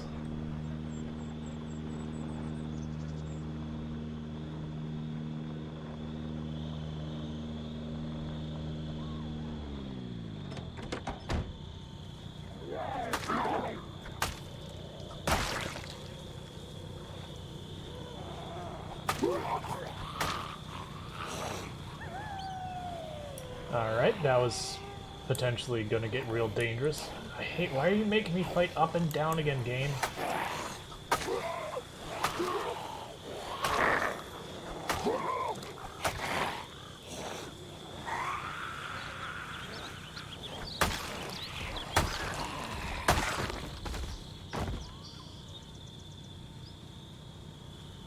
Yep, they're always in the trees.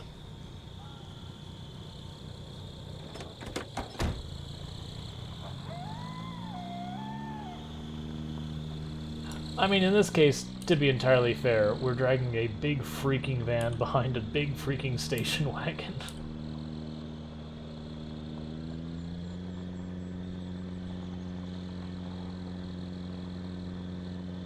On what I'm assuming is a gravel road?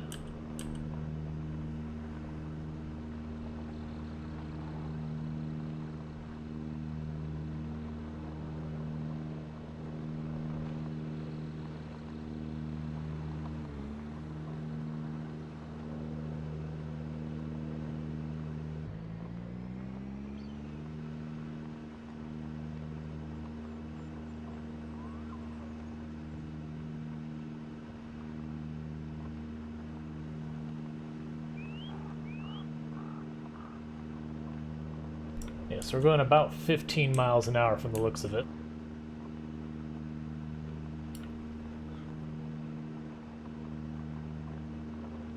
I mean, to be also fair, if we look at the front wheels in that van, that garbage is mashed into those wheel wells hard. This van is destroying its, like, the inside of those wheels wells in the real world. Oh, no problem. Eagle Eye, it's like a lot of the stuff on this build has not been thought through carefully, being honest. Like, I didn't have a particular reason why it's like, oh, Eagle Eye is what I'm taking. Like, I've heard people say it doesn't even work right, but I haven't tested personally. So.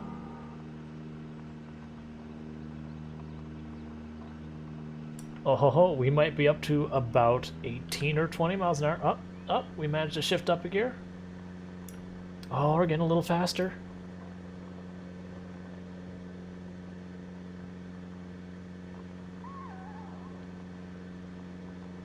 Yep. We might make it to 20 miles an hour, or actually getting close to 30. Alright, don't lose too much speed in the turn.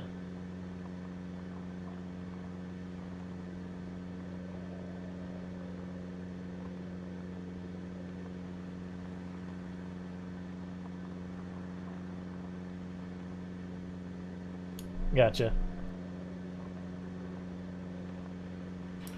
Yeah. Now, like, really, I do need to sit down and go, okay, like, from the people who've actually done the proper testing, it's like, how much difference? Because I do understand, like, for example, thick skin. You know, people are guessing it's about a 5% chance it saves you in a pinch. Like, from an injury. Which sound like, you know, that's a 1 in a 20 chance of it working. So, if we're being honest, we downshifted, we're back down to, like, 15. Too much turn. But like even that's like, yeah, you know what? I'm used to Path of Exile. 5% chance of not death. That's not actually that bad of a roll in my mind. You know, it's a 95% chance you still die, but that was where you started.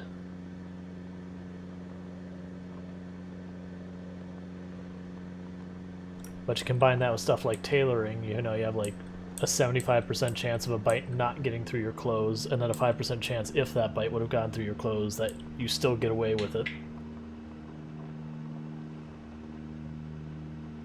Or whatever the math ends up being, I don't know the actual numbers.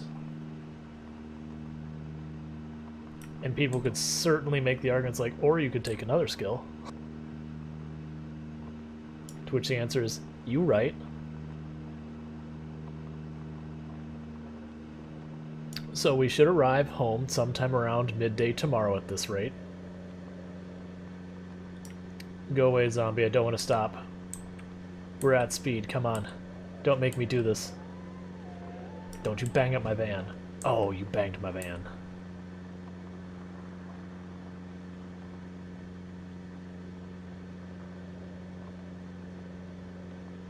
Yeah, that's what a lot of people argue is, you know, go for thin skin for all the points. Like, no, that's fair. If you're getting hurt, you're doing you're doing things that are going to get you killed. So that is step one, to avoid getting hurt just in general.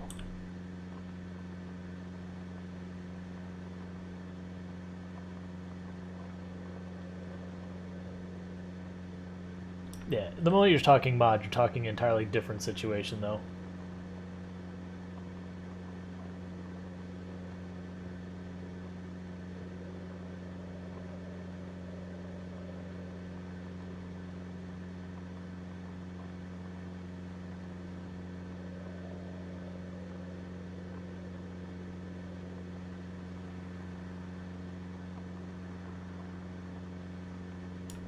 For me, so the scrap armor being heavy, yes, I agree. I feel like for me, though, for the scrapped armor to be balanced, it needs to heavily penalize your run speed, and it needs to penalize your attack speed decently.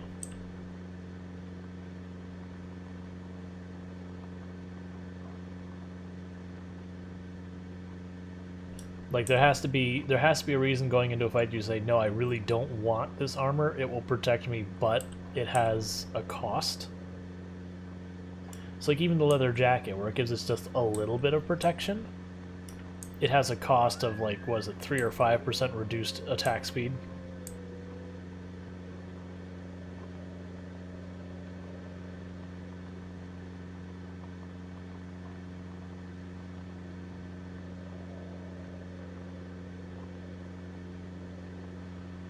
And the good news is back at home we have a, it's not a van in great shape, but it does have a window we can take to fix the window we busted in on the distillery van.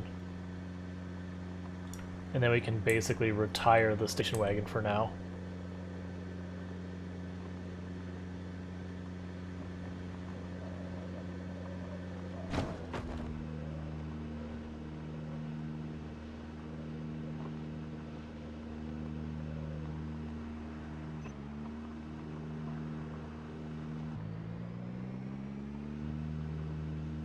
I tap the brakes to downshift because, you know, it's just much better if you don't have to deal with that.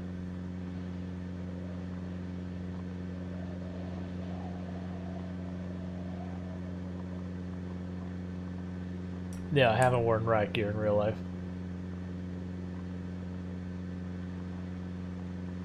I've worn chainmail and plate mail in real life, and that absolutely murders your mobility.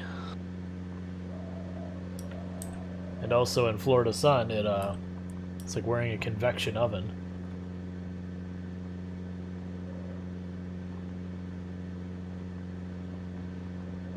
Yeah, and I deliberately hit the zombie with the station wagon as opposed to having it hit the van, because the van is the one I want to protect more. And I figured there's no way we sneak around it with both of them.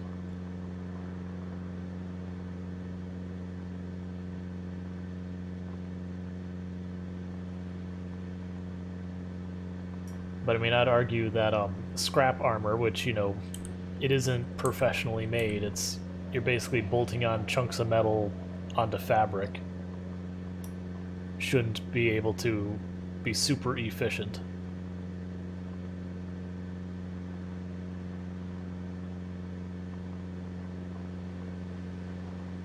Like, you're not talking carefully engineered stuff, you're talking, I want to put a piece of metal here, let me just stitch it in place.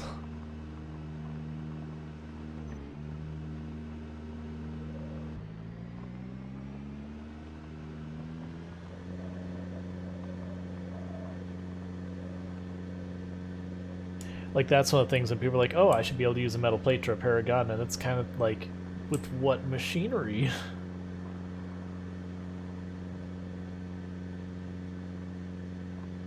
Like, I could see if you could find, like, a gun repair place that maybe would have a machine that you could actually fix it, but... Yep. Alright, and that's the big thing with, like, the balance question on that. So I'm going to pull up here, we're going to detach, I'm going to fuel up and park the station wagon, and then we'll do the same for the van.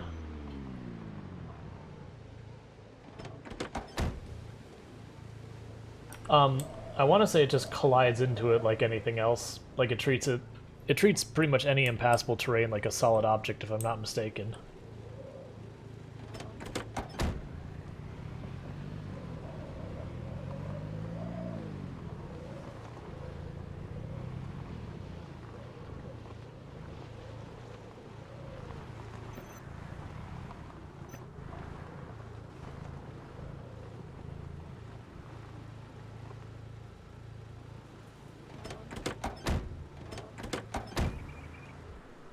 Safety first. I don't know if it matters in this game, but in real life you never refuel a running car. It's a bad idea. Would it be nice to gravel floor that glass to hold car? Oh, like put gravel over here to make like a bigger parking lot or up there? I mean, yeah.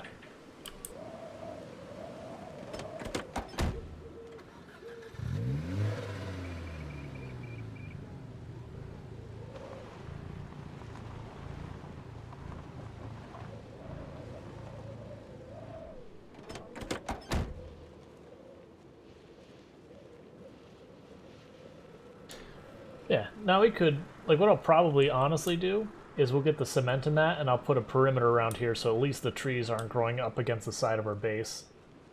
I might also potentially just do it so there's a place for the flamingos, because I mean, we got a flamboyant of flamingos. And it will grow as I find more flamingos to expand our flamboyant.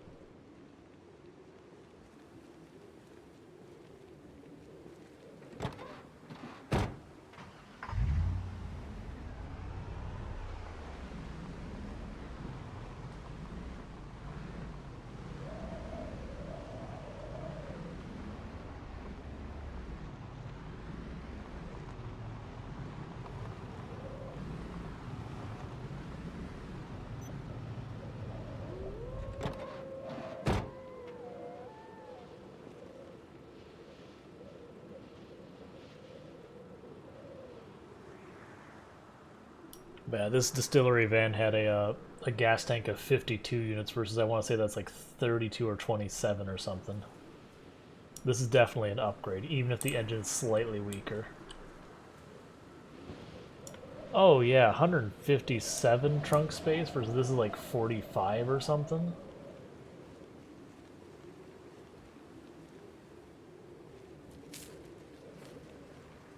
Oh, 70. Either way, still an upgrade. Alright, we're not going to deal with the loot stuff right now. We're just going to top off our water and we're going to go to sleep. Then we're going to move all our junk out of the station wagon into the van, fix that window, do all that good stuff. But first, top off our water.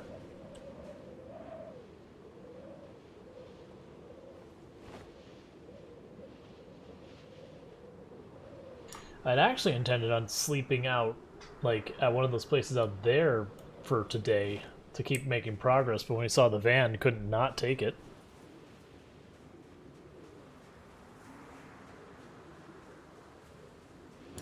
Yep, and we do have the trailer still here for later. The trailer, let's see. Well, we're not decent enough mechanics to do the suspension, because I was going to say is, once we have enough mechanic skill, we'll start repairing the trailer.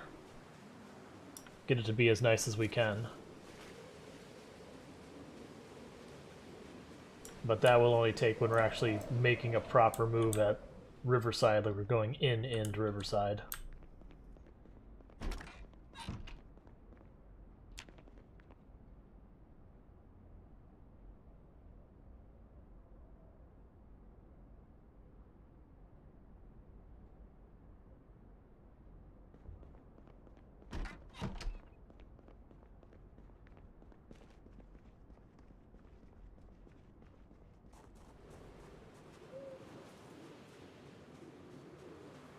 Well, I'm glad we didn't sleep over there and then head over. This would be annoying to deal with.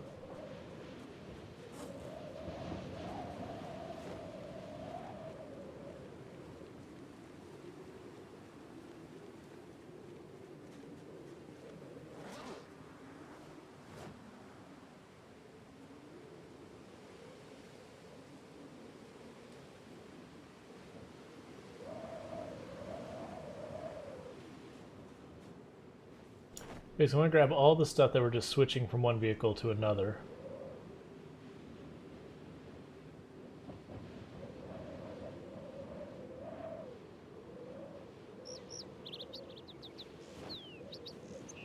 Okay.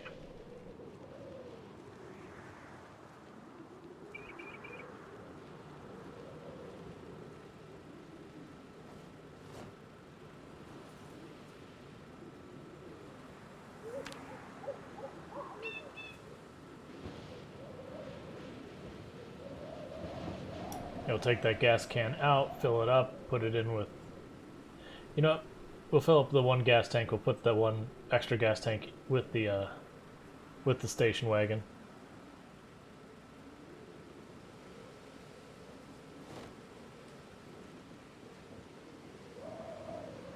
That way we just have a backup, because right now at the base I think I have 7 gas tanks.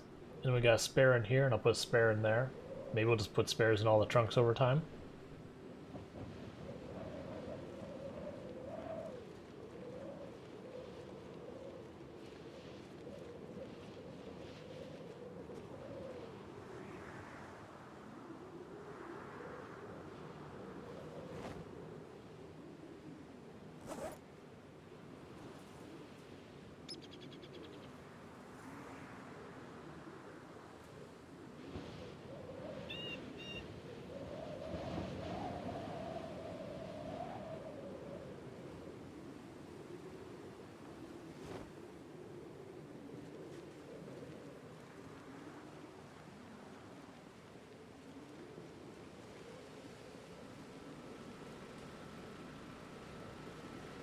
Oh, the cooking pots of water. I'm gonna put that in here.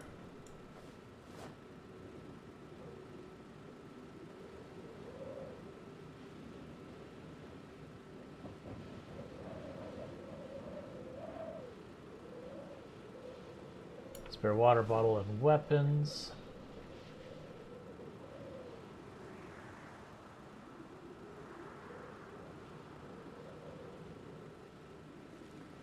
And the rest comes inside.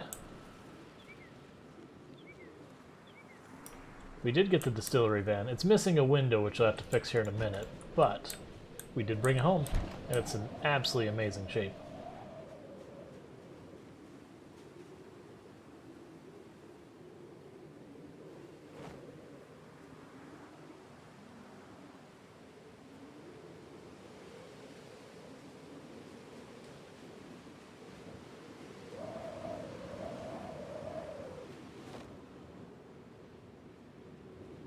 Expanding our food to yet another shelf.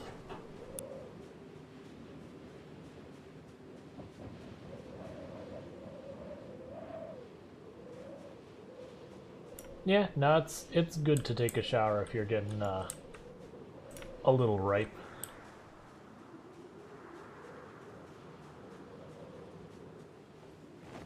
Just gonna plunk the battery down here on the ground for now. We don't have a place for it.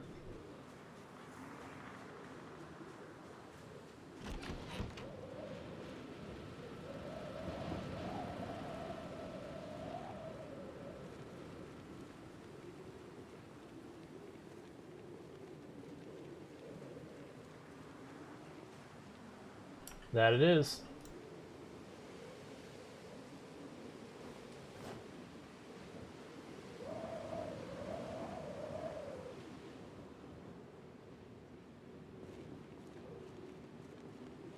And we're going to leave the axe behind here because we'll use that to clear up as these trees start growing in.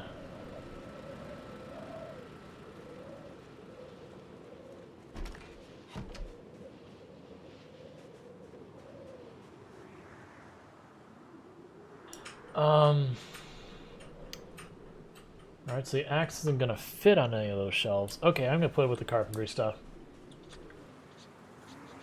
Like we've done with the other 2 axes we broke.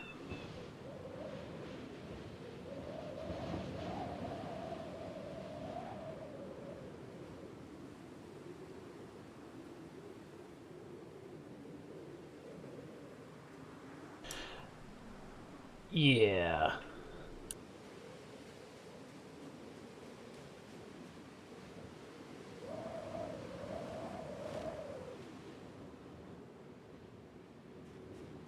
I'll put this in the grill.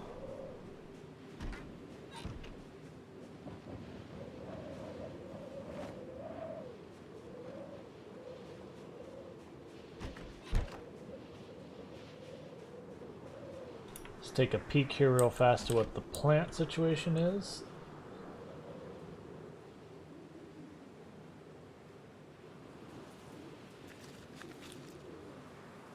Alright, we don't have enough time to grow another set of strawberries, I don't think.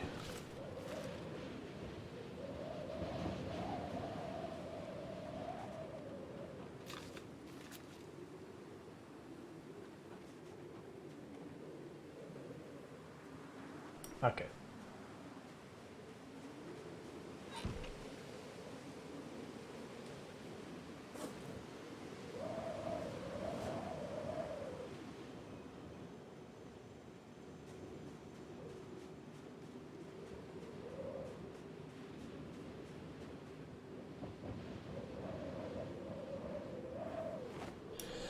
Alright, you're full.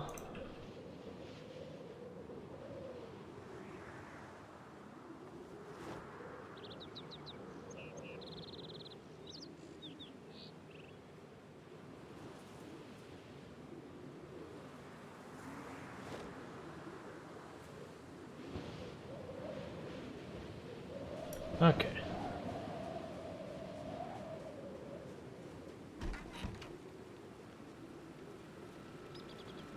Alright, so we took everything out there. We've got the stuff in here we care about. Let's grab the tire pump. Make sure all these tires are topped off. Then we'll drive this van over where the other van is and work on getting that window replaced.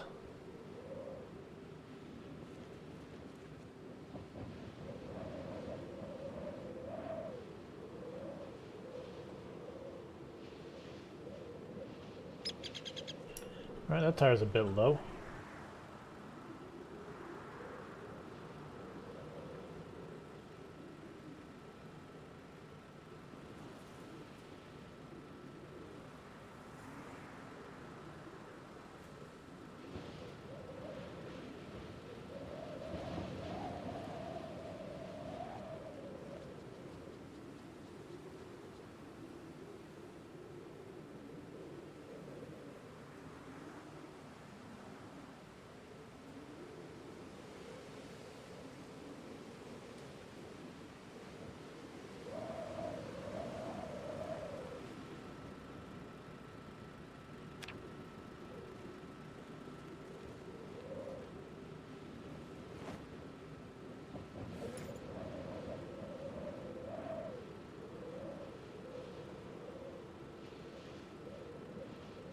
Okay, that's the one we're wearing. I was about to say, it's like, that the one we're wearing?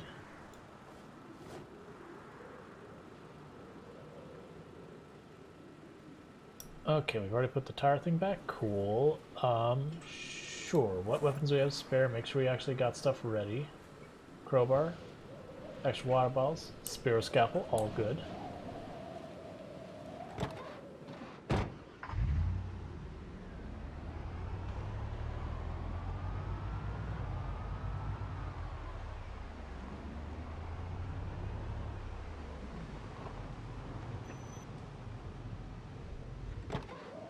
Alright, Van, let's talk about your windows.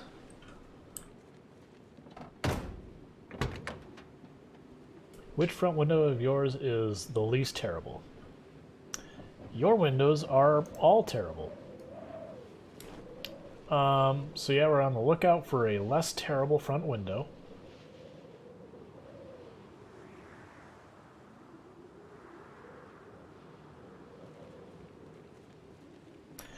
I wanted to say the sawed-off is better for doing damage, but louder. If memory serves me correctly. Okay, so we got a window with 26%, so our window is terrible. I want to say there's another van in town, and there was also a truck. Maybe we take the time to go check those out, because 26 is a pretty busted up window.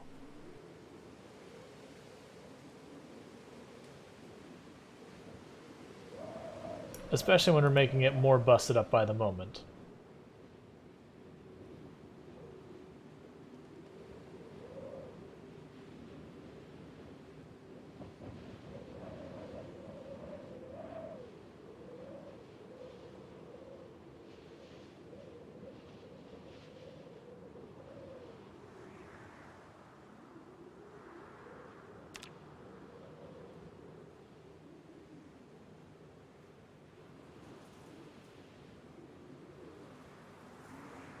It's 14.85.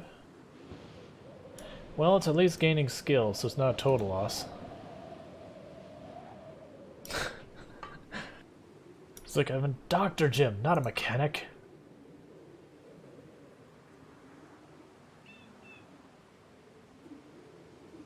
Alright. Well, I mean, it's nothing to be proud of, but we have a window.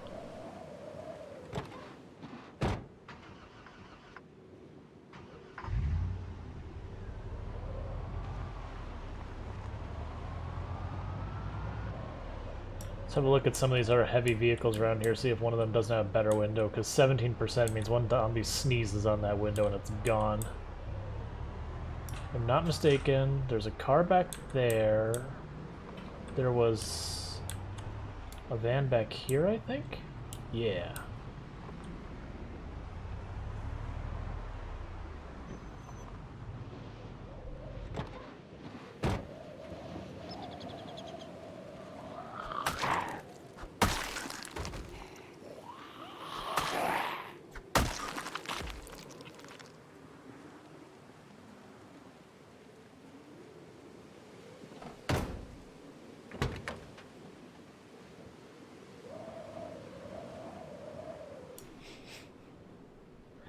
Alright, it's already missing one window. Before I go and I pull that window off, which is in great shape, let's pull this window out first.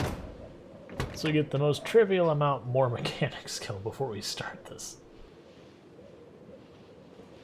Because I am hopeful that we'll be able to get better than 17%.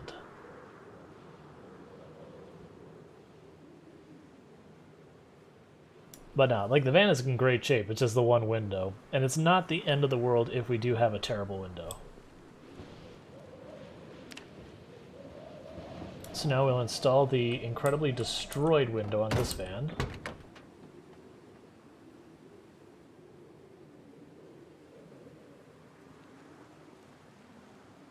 And then we'll take out its other window and hope for the best.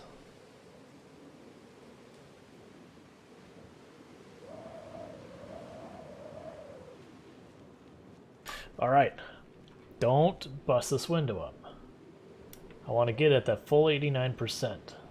I don't care if it's statistically Oh? Are we doing it?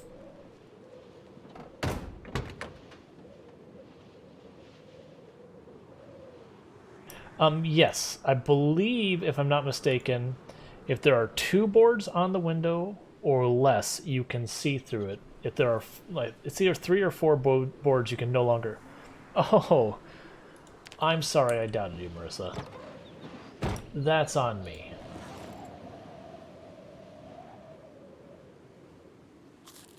She was like, oh, keep this window intact? Yeah, we can do that.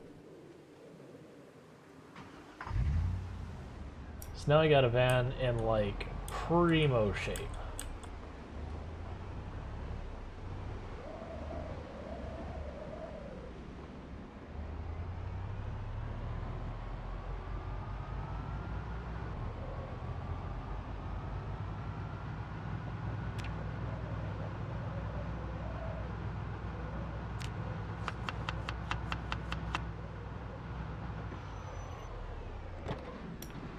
Excuse you?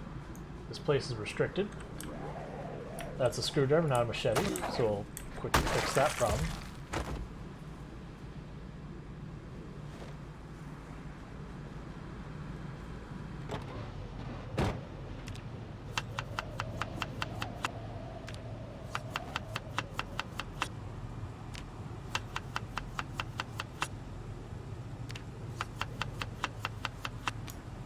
Yeah. So, like, boarding the windows up means the zombies will take quite a while to get in, versus curtains just mean the zombies won't see you. But if they do, for whatever reason, bump into the windows like they hear you or something, then it'll only take them a few seconds to smash through. Versus the boards can buy you a lot of time. You can also board up both sides of the window, so you can do like 4 on the inside, 4 on the outside. And, like, it takes the zombies a long time to shred through that unless there's, 8 or 9 piled on it.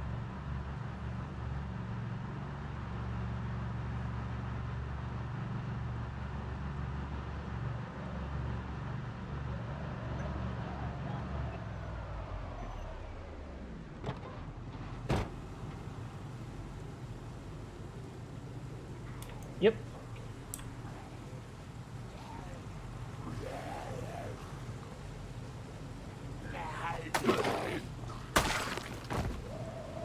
Yeah, so just one zombie smacking on that, you'll have all the time in the world to figure out what you want to do about it.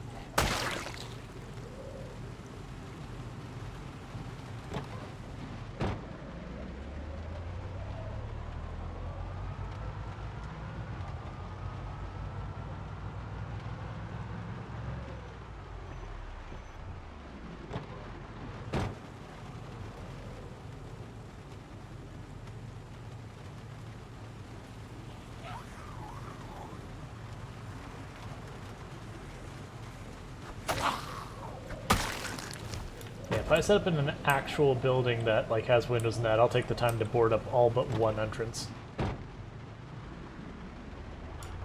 And like I know there's some people who won't choose the places with like lots and lots of windows, like the gas stations or the bars and all that.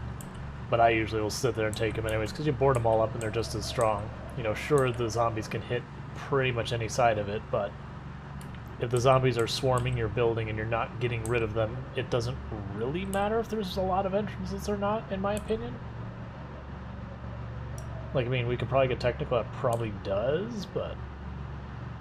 Oh, we left our leather jacket in the glove box in the station wagon. That's not important, but it's just something to remember to go back and get for when it's even colder.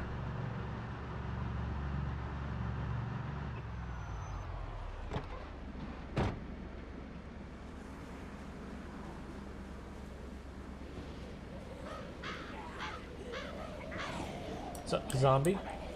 Zombie? Would you... You're like some kind of demon zombie.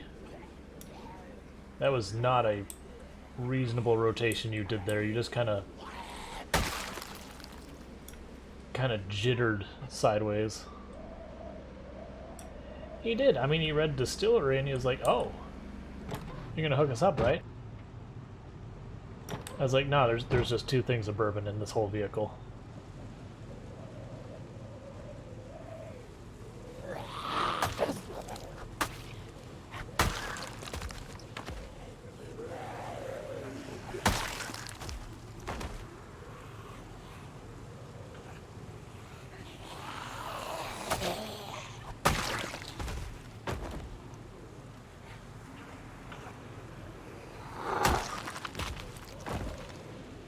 Machete's just about done.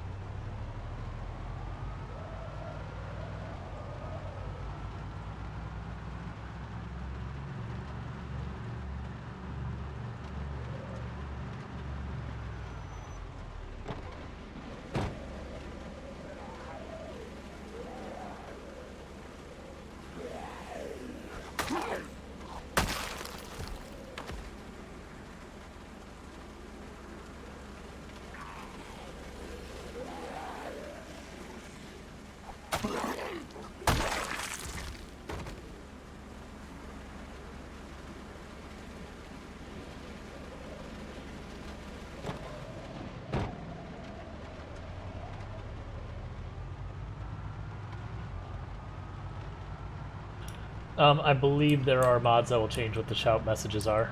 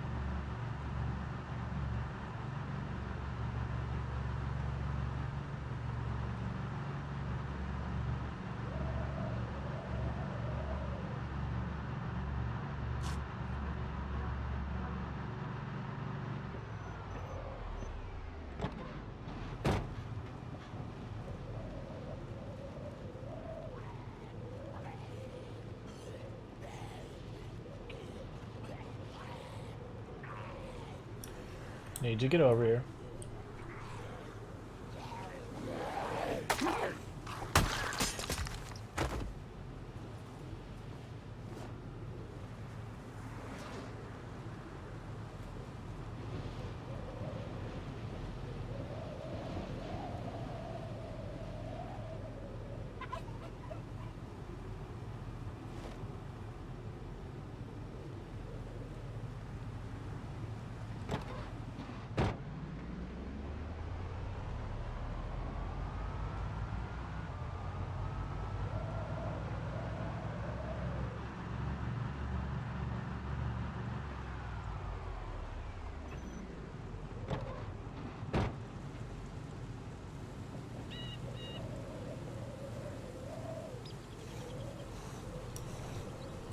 I still dislike that they'll almost always go directly to the driver's side door of your car even when you're not into it.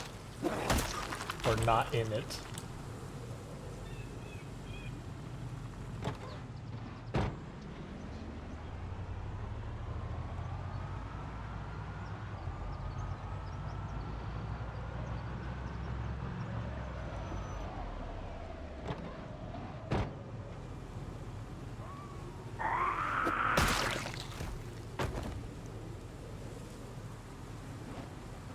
Trying to remember, what do you need to make a spear with like hunting knives and that on it? I'm trying to remember, it was a survivalist.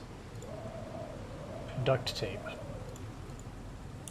Duct tape is a pretty valuable resource.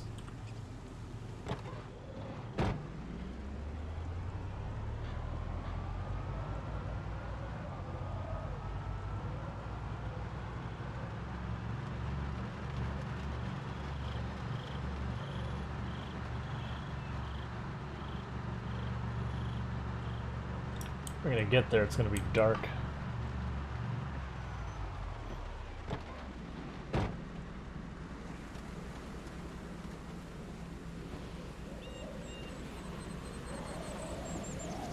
Oh, we also left the generator in the other car too. That's fine. I don't imagine we get all the way into Riverside in this one trip.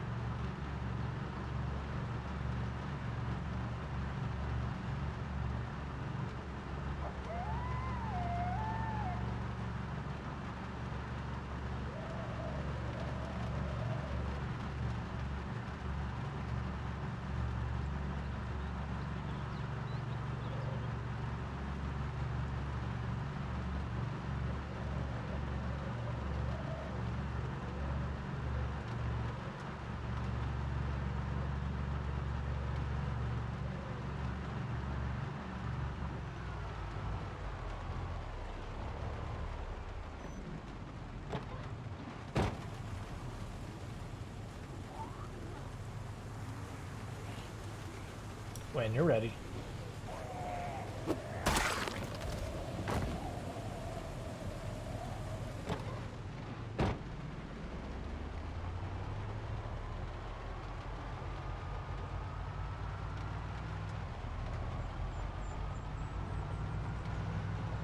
I'm just going to drive right on by, let them all drag out, and then we're going to go fight them where it's not straight up and down. Realistically, they'll lose track of us, and that won't be a thing. I just don't want to fight in that up-down area, because it's super dangerous. I may have got my left and right backwards. I also should not have stopped the van, but, you know, here we are. I'll just misplay like 2 or 3 things. It's okay. None of this will have consequences.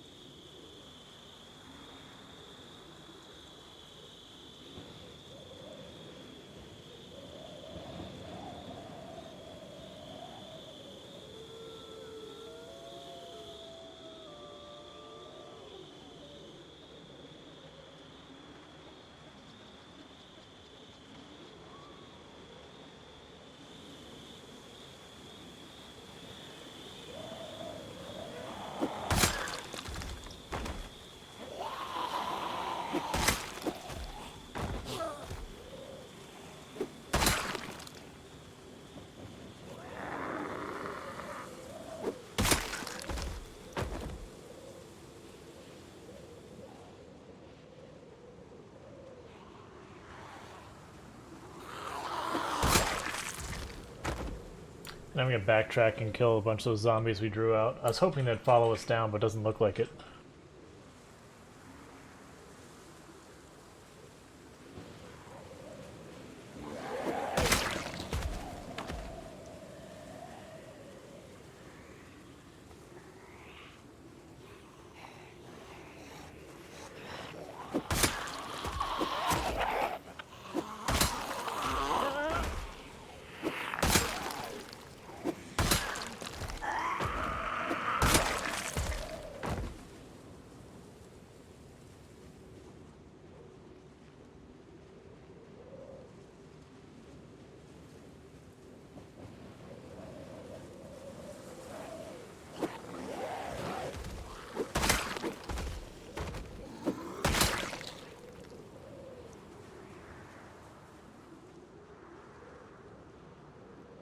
Cool.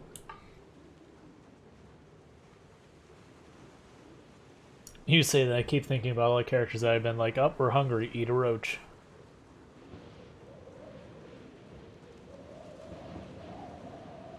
Let's take our stale limp cabbage, cut it up, and consider it delicious.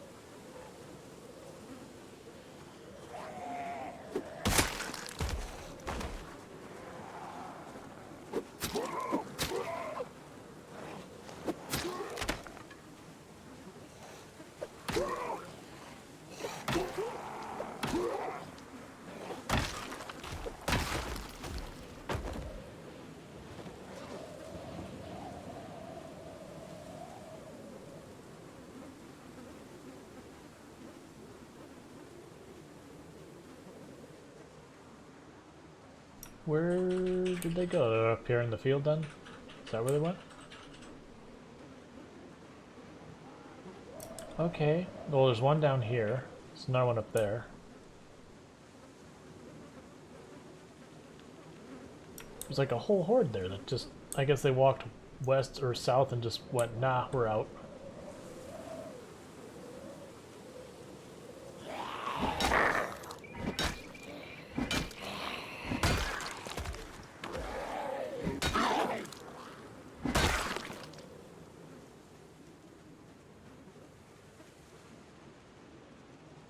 Okay, so we've killed all of them. It's time to pull the van up.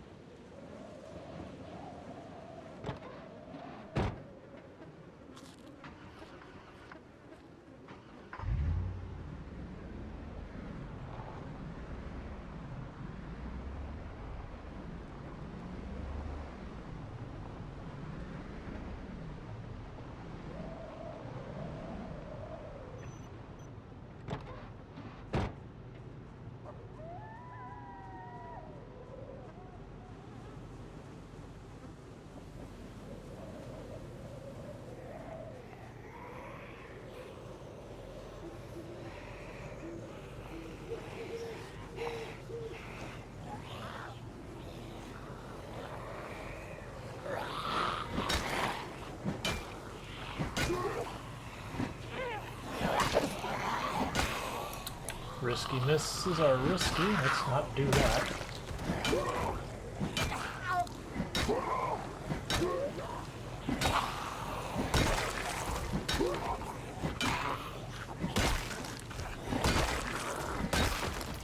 We should check that bot. I couldn't make out what type of knife that was stuck in her.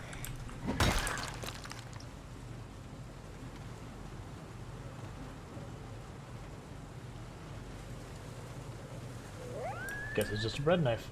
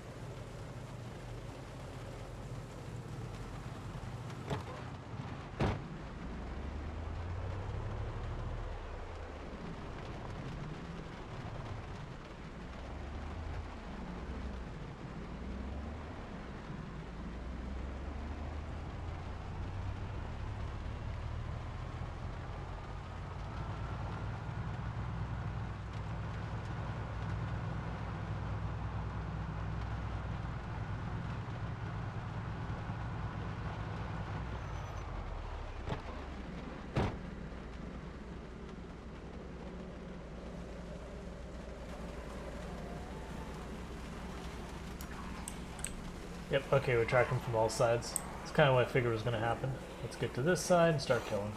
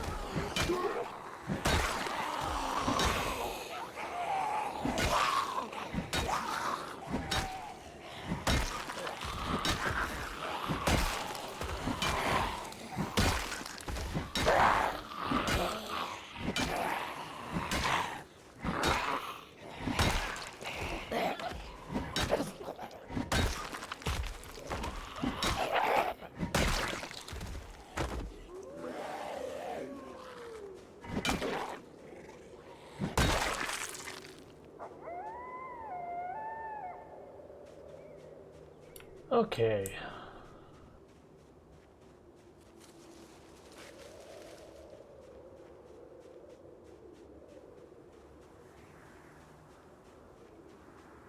Oh, how are your boots? Mint shape? Have mine.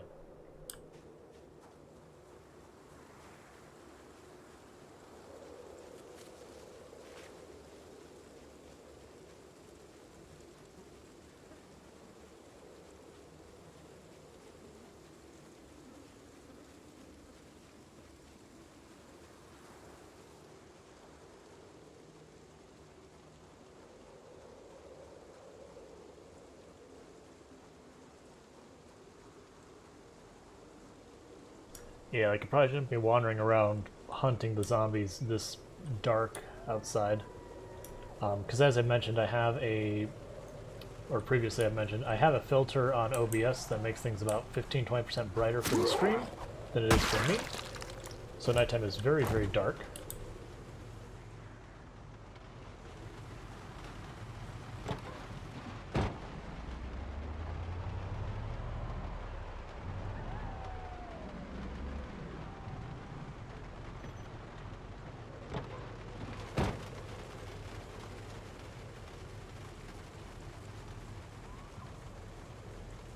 Oh, there's one back there.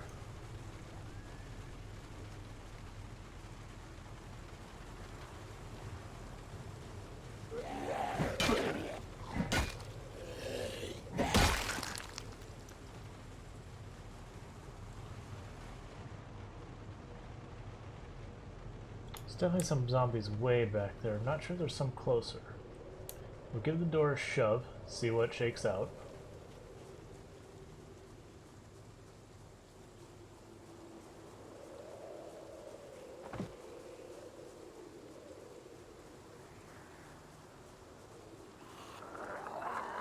Okay, I have no idea where you came from, but you definitely startled me.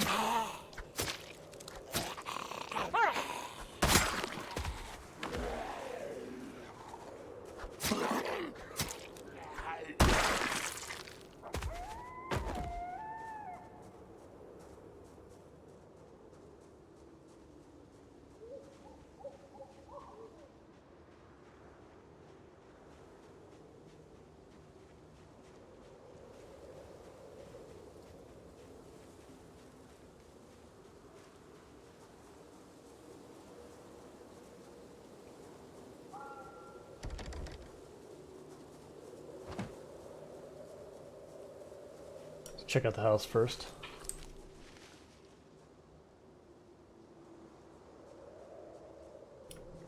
Actually, we're alright.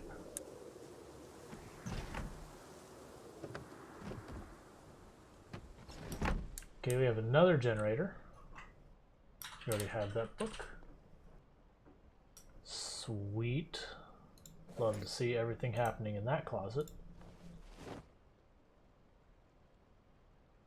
Give me the shovel, give me the wrench, give me the hammer.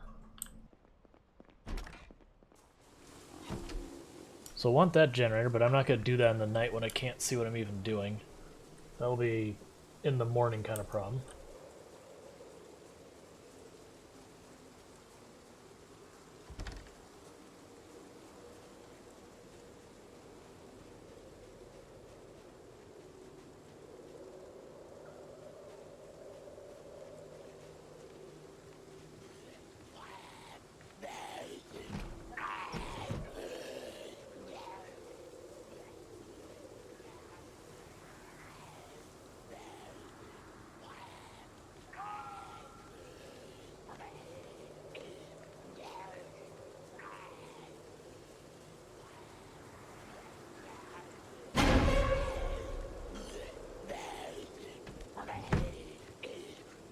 But in a different window.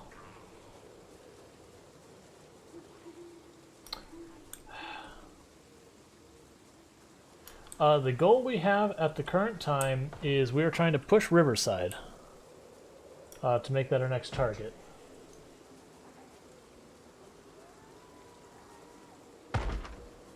Okay, the zombie appears to be there. Let's try going around the outside here.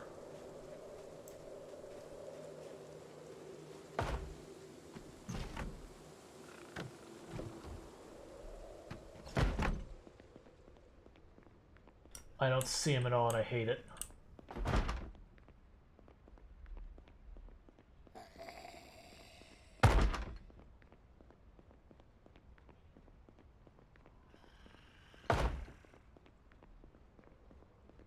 I can't see him and I hate it.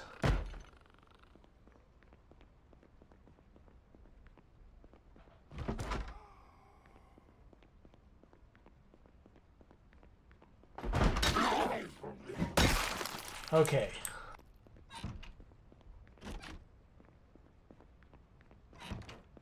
Like I knew he was there, I just couldn't see him at all on my screen. It's like I don't want to just walk up and die.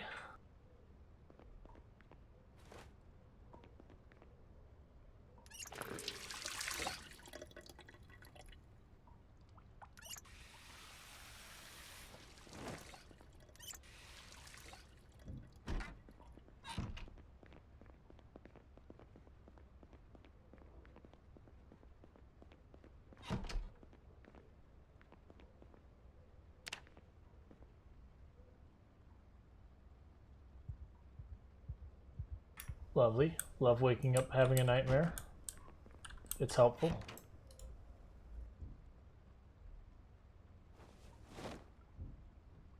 Pretty sure I already have it, but I'm going to grab it anyways, just as a precaution.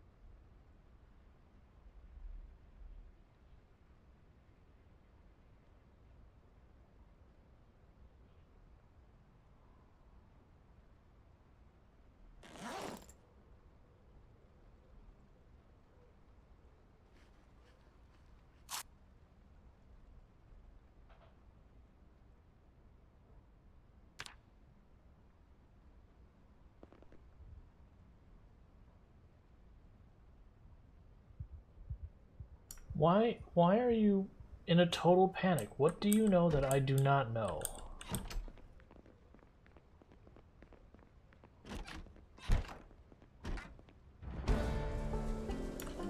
What do we gain a skill in? Oh, sprinting 1. Okay.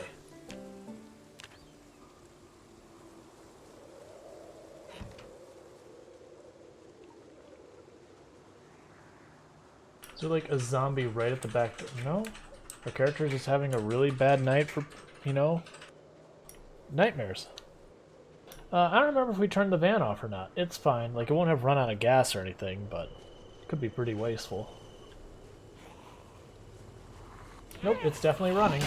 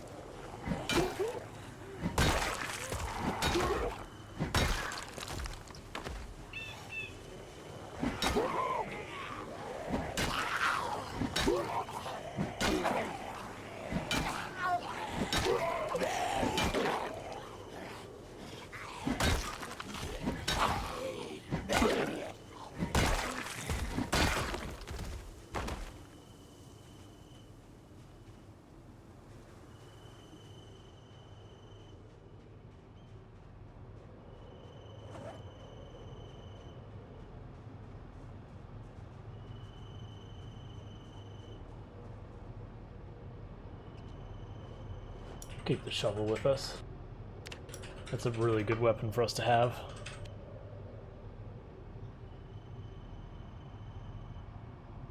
We never took the logs out and sawed them up. Right. Okay. Saw that ridiculous amount of carrying capacity. We're just wasting it.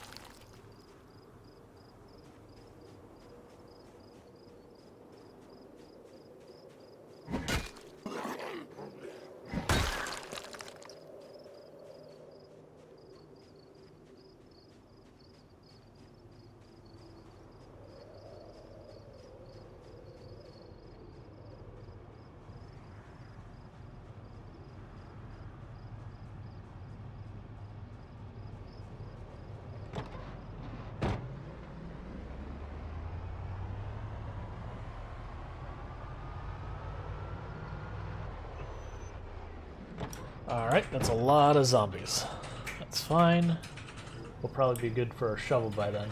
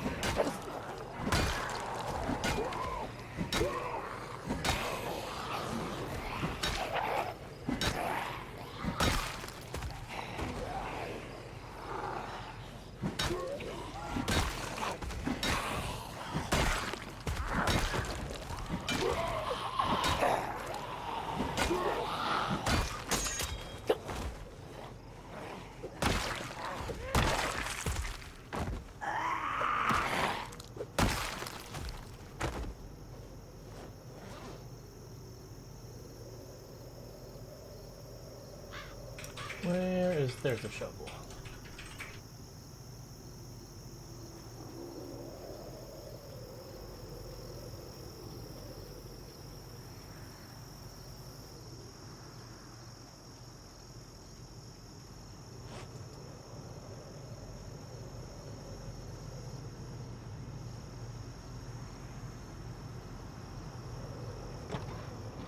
Sit for just a minute to recover some stamina before we get on this really big group.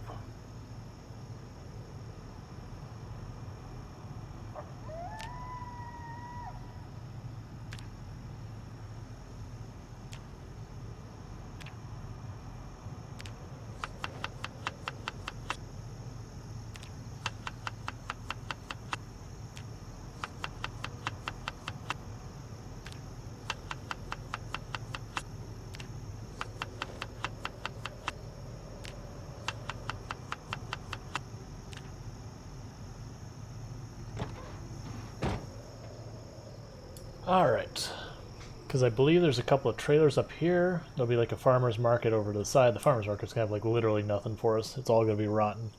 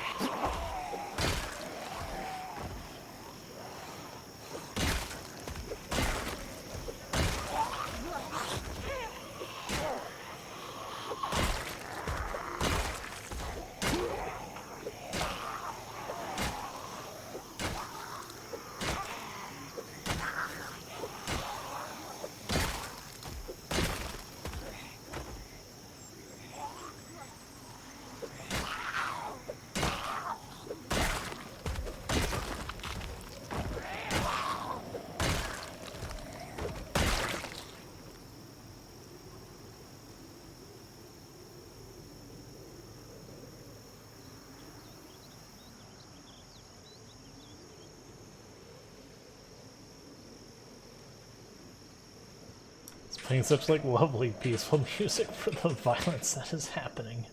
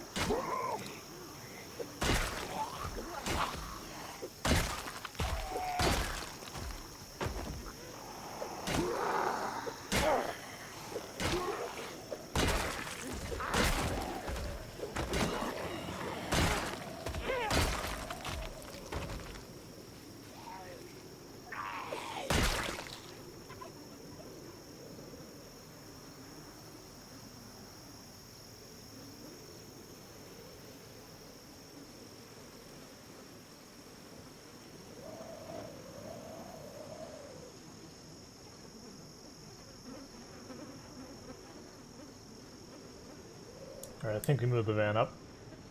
Get us mode to recover our stamina.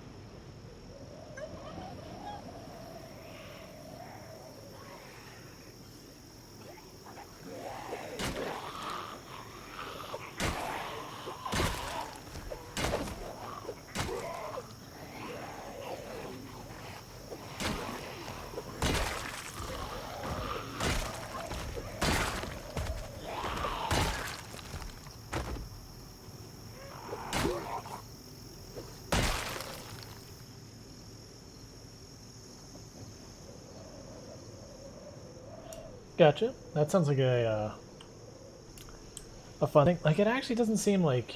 Okay, I should take that back. As far as acquiring guns, it doesn't seem difficult, but the issue being sometimes you have a gun that's just particularly rare.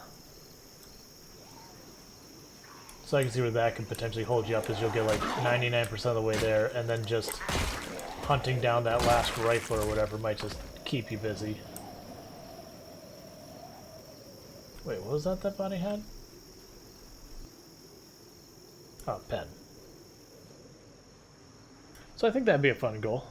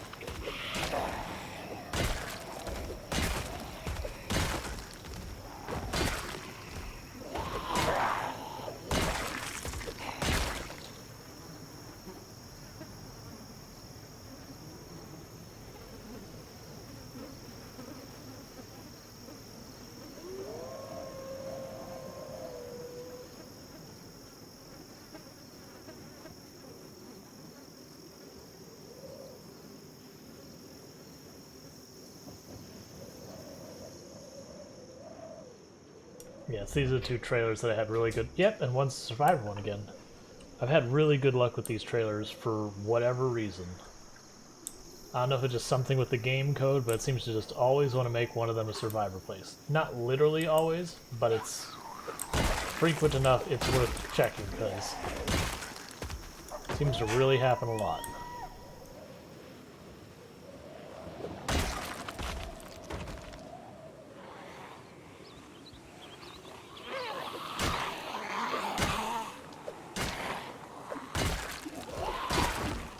Oh, hey, zombie off of nowhere.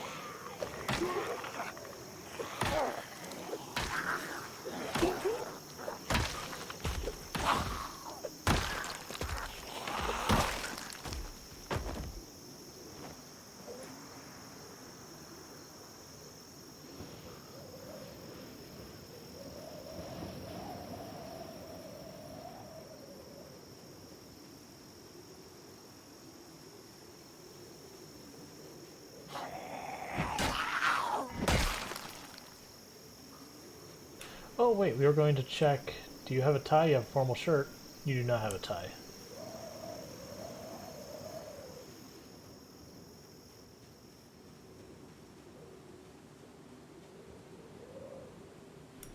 I mean, Kentucky.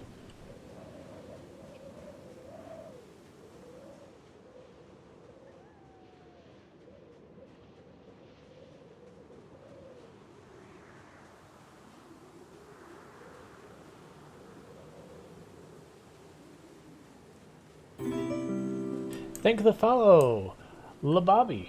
Welcome to the stream. Attacking from the outside?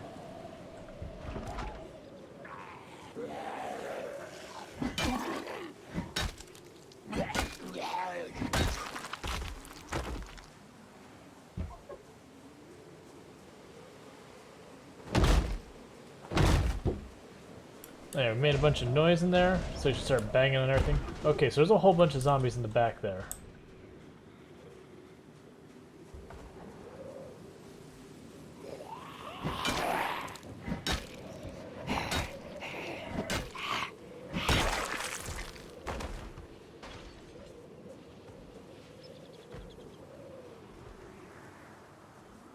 Let's not push our luck. Let's just back up, sit in our van, recover our stamina, and deal with the survivor one.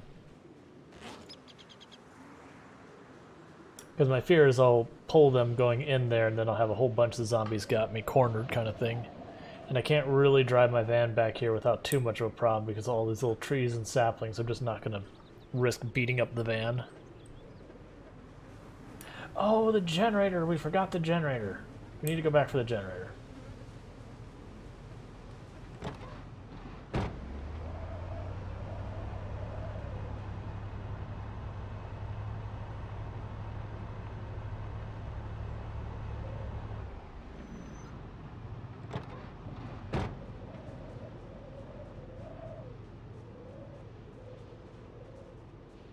Gotcha. Well, thank you. I hope things are all about as wonderful as one can hope over there in France.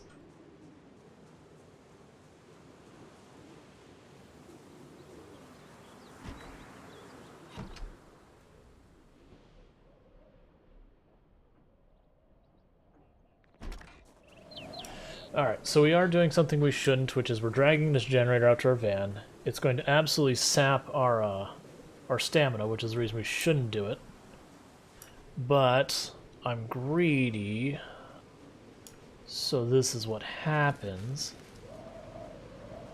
But if we get to the car, it doesn't matter, because then just shove it in the driver or passenger seat and we're all good.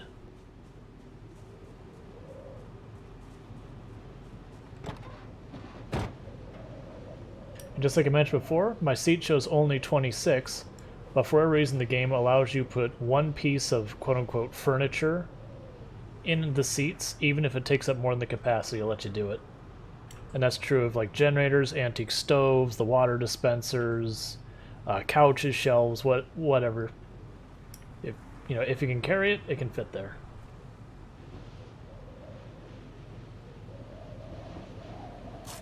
But just one.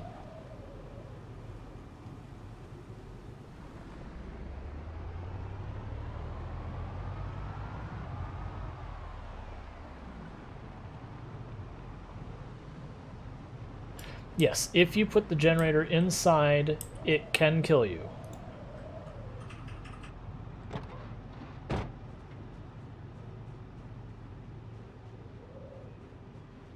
Yes. So eliminated means we went to the city of Ekron, and we have wiped out all the zombies that we saw present there. We will probably have some zombies migrate in, but we'll wipe them out if we see them. And then next is just, we've defeated all the zombies in Ekron, so what city are we going after next? But yeah, the goal of this run is we have the zombie population set to the absolute max possible, with the intention of wiping out absolutely all the zombies. I mean, we're not going to wipe out literally every zombie in the map, because I'm not going to go trudging a mile deep in the forest yelling the entire way trying to get that one zombie out there, and we'd never truly know if we got them all, because it's not like there's a thing that counts down the number of zombies or anything. Alright, this will be a little spicy. Yes, no respawn, otherwise it'd be like we wouldn't be able to. Because respawn by default in Apocalypse, for example, is every 72 in-game hours.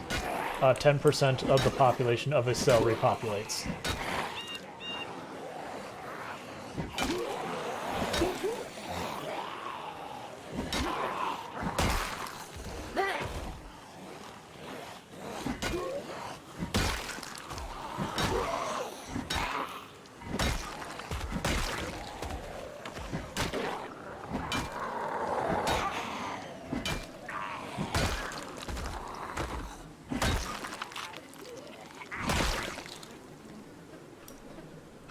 In before we discover that there's been a secret ending to the game the entire time where if you wipe out absolutely every single zombie, they take down the fortification. I mean, granted, it wouldn't make sense in lore because the idea in the lore is that the apocalypse does escape. Did I not kill you? Or are you just one that wandered in? But, like in the lore, the rest of society falls while you're in the exclusion zone. But if that weren't the case, that you single-handedly wipe out the zombie apocalypse. Alright, the one in the long pink dress has a hunting knife, so we will want to come back for it.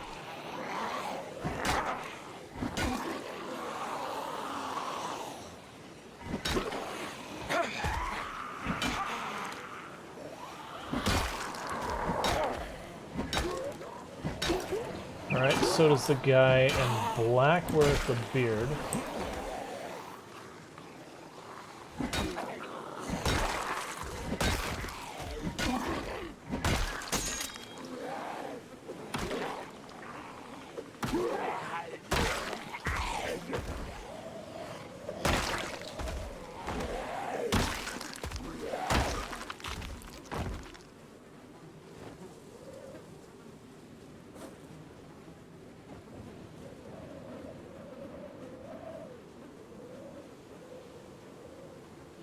She's got the other hunting knife.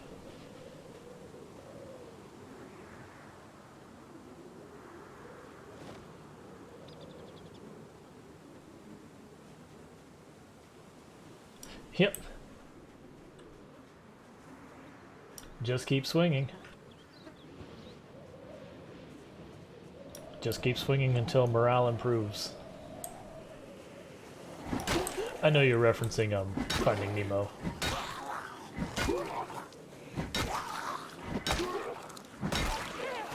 So switching to my hunting knife because we're about to go exerted, and I'd rather not because of damage. Never mind, we're just going to go exerted because I'm not going to juggle around knives right this second.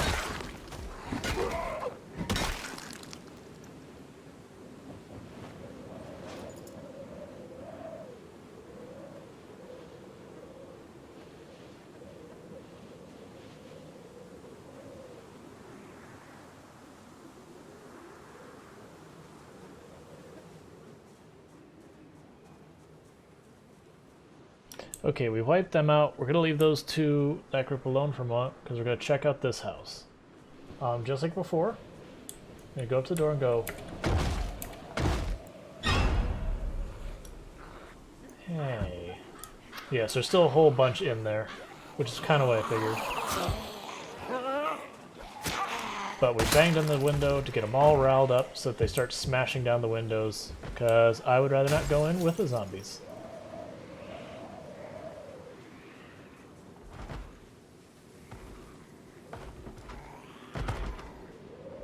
That's right, you can do it. Here, I'm going to go right back here, where I feel safest. I'm going to sit down and wait for you.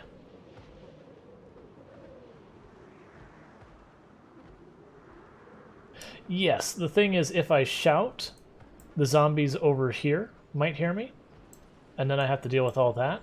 Versus if I bang on the door, the zombies just in here and like right around me will hear it.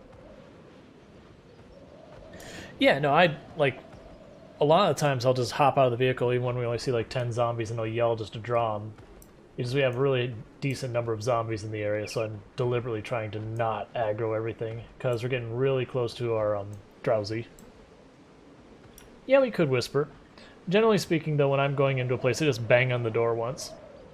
That's usually all you need, is 1 or 2 bangs on the door and the zombies will all go crazy inside.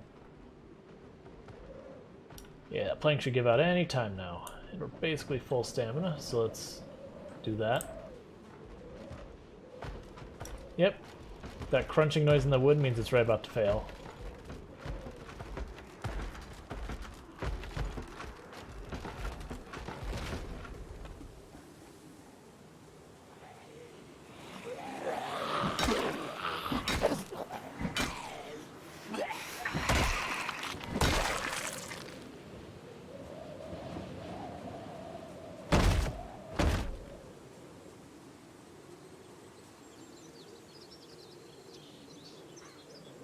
Sounds like we're all good.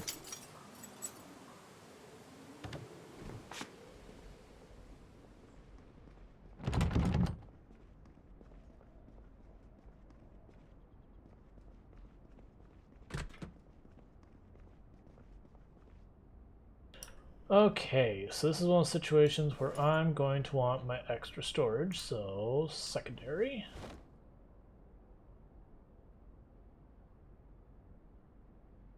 Yeah, it's all fine. Oh, 2 garden forks and a shovel. I like these people. And a crowbar. Did I mention this place has always done me well? This set of trailers right here. I don't know why, but every single time one of the 2 of them has been a survivor place for me. So it almost always pays off for me to come this way.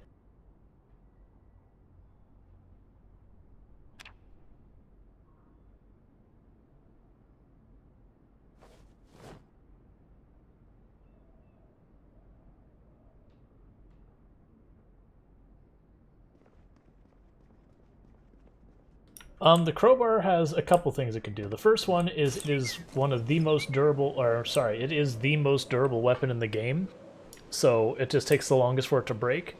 The other thing you can actually do with a crowbar is you can, like, I can pry these planks off the wall using a crowbar, and I can actually pry up the floor in places so that I can put them down in my place. Yep, you can use it to open barricades and that. But the big thing I like it for is, you know, if I see a floor like a tile floor I like, I can choose right click, or I can choose pick up, sorry. And with the crowbar you can pry up the floor and take it with you.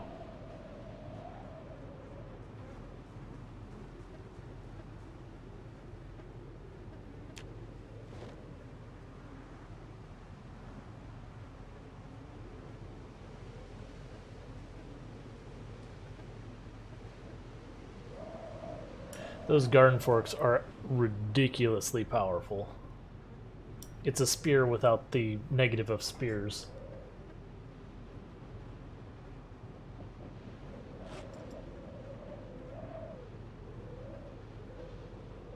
Because, like, spears are ridiculously good, it's just their durability is really, really terrible. We're basically right about to get drowsy, so rather than push our luck, we're gonna go to sleep. We're not driving the whole way home, we're just gonna drive back here. Go to sleep in one of these places.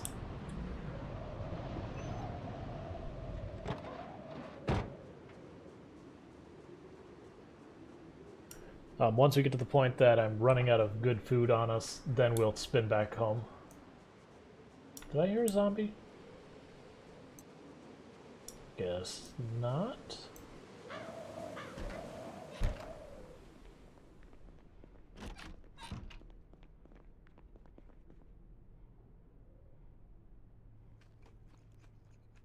The thing that sucks is we're going to wake up in the middle of the night again. You know what? No, we're not. We're going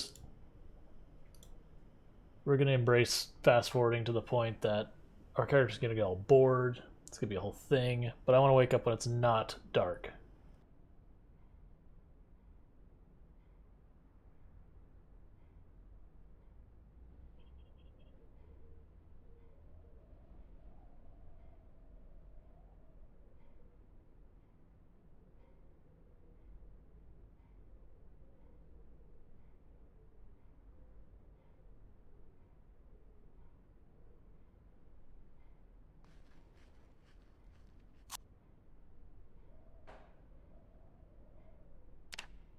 See if that was enough.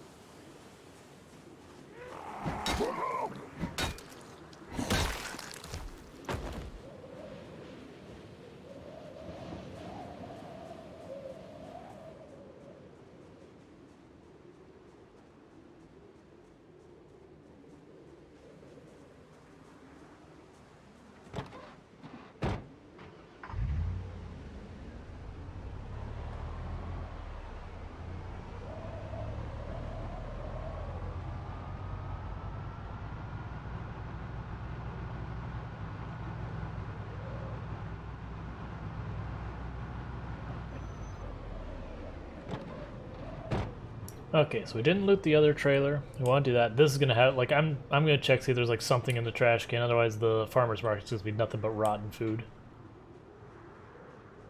Oh yeah, there's a house back here. I always forget this house is back here. Last couple of times I came in here, it had no furniture or anything. It was like people were debating moving in or out. Where did the? Okay, so let's say there's a big old horde here before. Let's walk around the building, just make sure the horde didn't move like in between or something. No, I think we're good. All right, let's check this place out.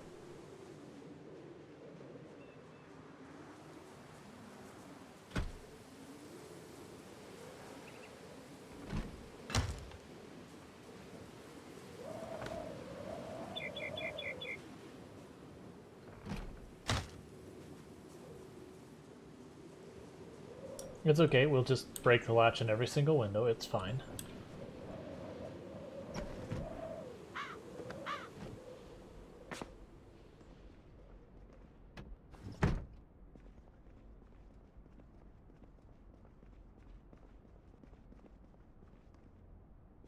Yeah, let's go through this in a minute, but first make sure we're clear. Alright. I don't care about jars, I'm never going to bother with canning, so they can just stay where they are.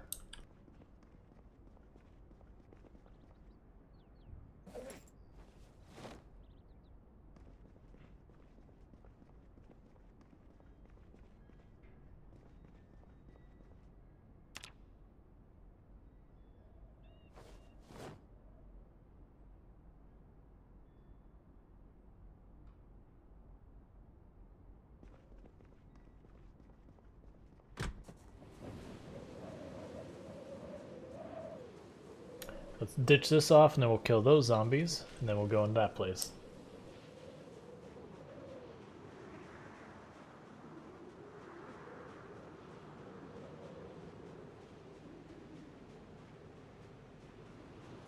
And pretty soon we'll want to head back to the house just to get a bunch of our fish and start eating it to start putting weight back on.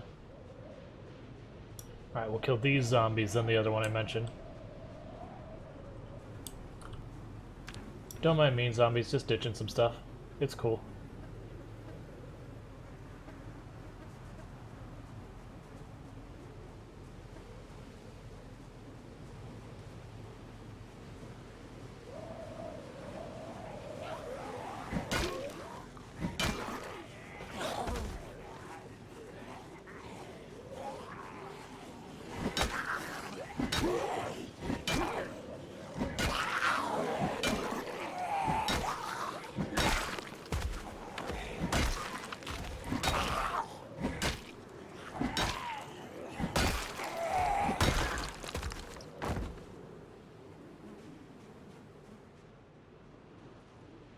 Big group down there. Like, we'll want to kill all these groups, but I'm trying to be strategic about it till we get saturated. Hand axe down there. That looks like it might be a hunting knife.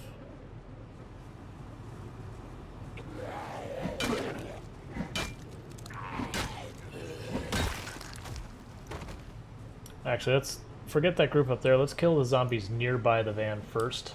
Get them all out of here. Just to make sure we're covered. Yeah, that's a hunting knife. Make sure we're covered for our exit.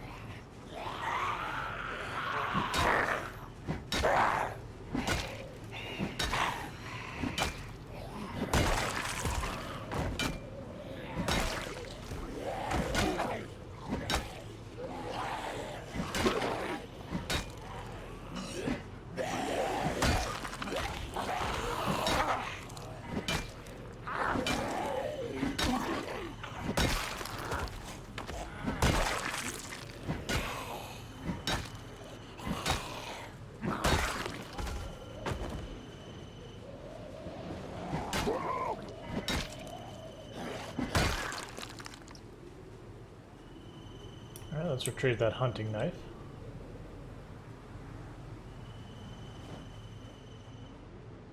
Then start working on that group. Yeah, because that one's far enough away. Work on this group, check the house, don't care about that.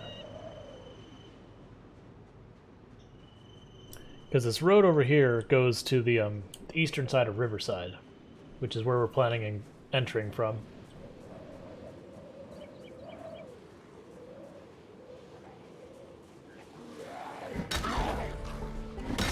believe that's short blunt 5 if I'm not mistaken.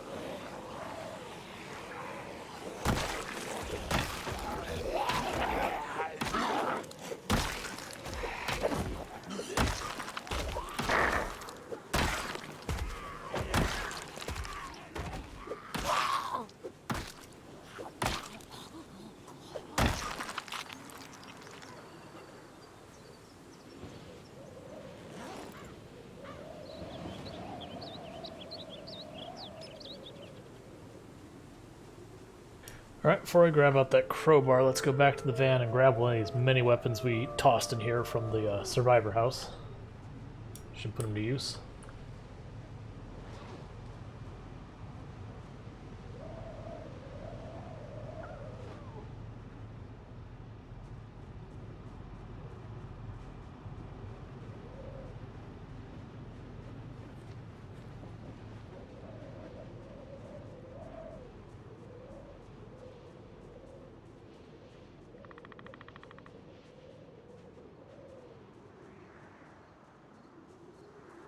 Okay, should be able to mop them up, check out the house, probably go back to the van, recover our stamina.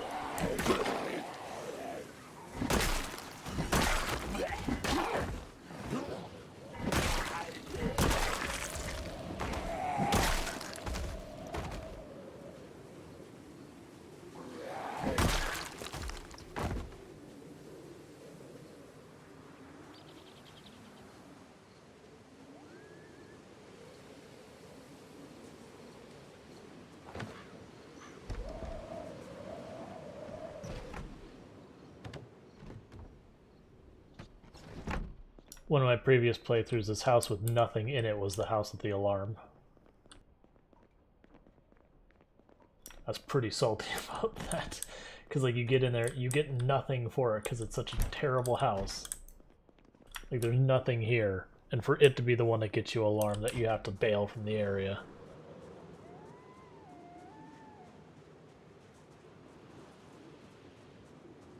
Alright, let's recover our stamina at the van real fast, and then we will start wiping out some more packs.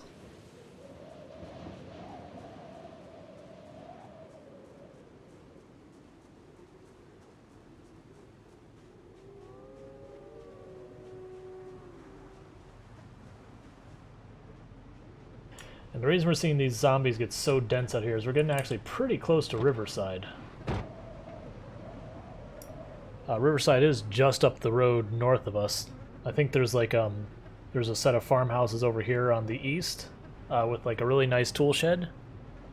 And then I want to say it's a straight shot to Riverside from there.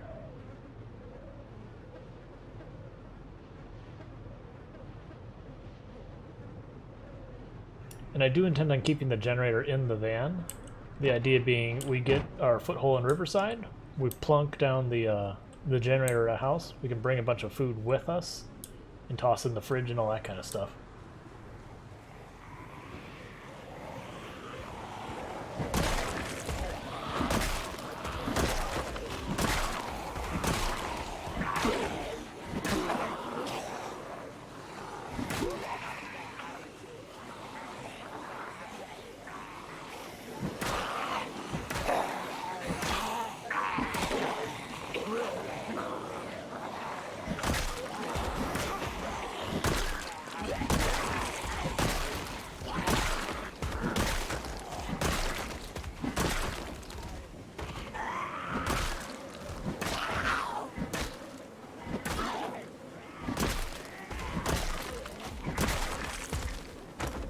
Marisa might be getting pretty good at fighting.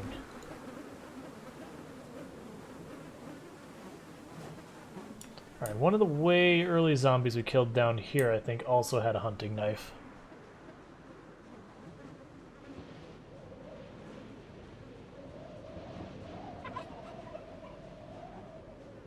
Oh yeah, where you spawn into a house. I've seen that especially in multiplayer. They'll go into a house and it'll just be an alarm. I've had that 2 or 3 times actually, just in like the 2 or 3 servers I played on briefly.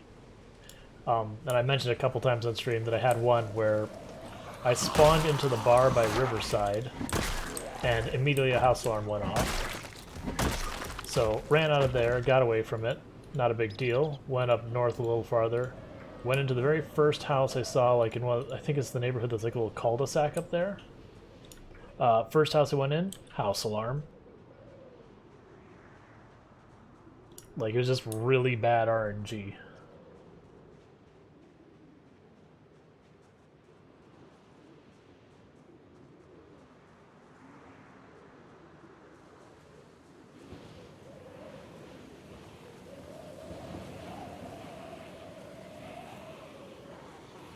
The good news is after all that, I went up farther north to where the bait shop is, and I found 2 large backpacks on that same server. Like 2 large backpacks. I can't remember. It was like 2 or 3 decent weapons and all that.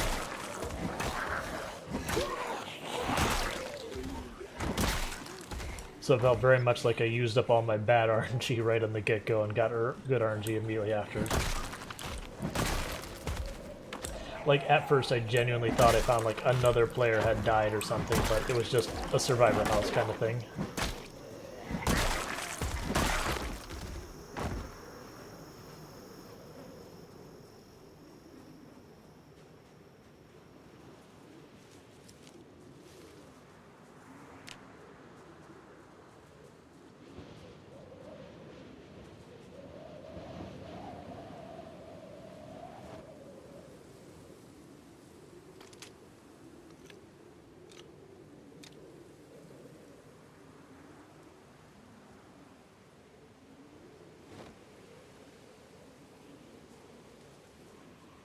I've got one of these in better shape.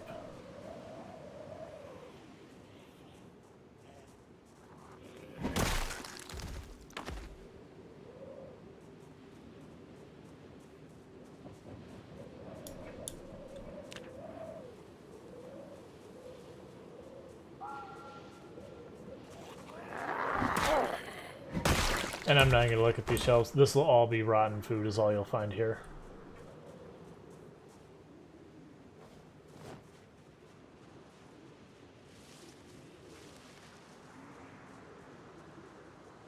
Oh, we pulled more than I wanted. That's fine. We'll deal with it.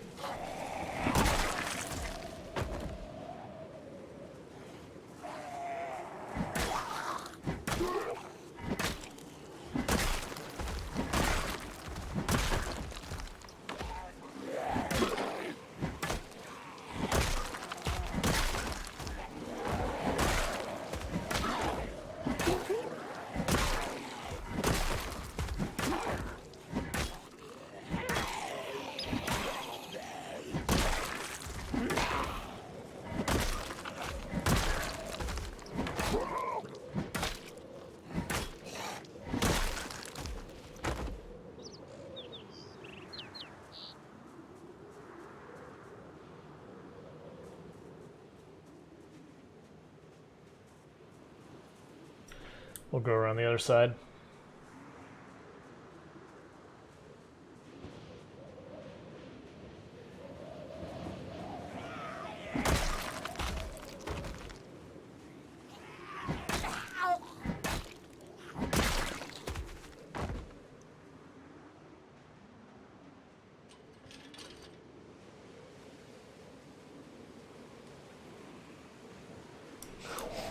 What?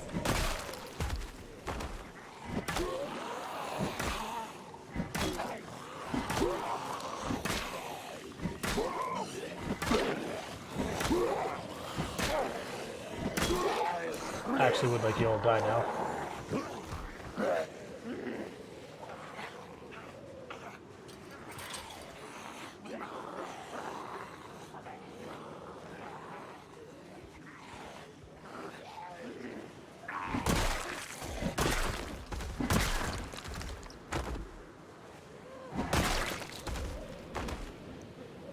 Oh. Yeah. I am well aware of the Ballad of the Dial-Up.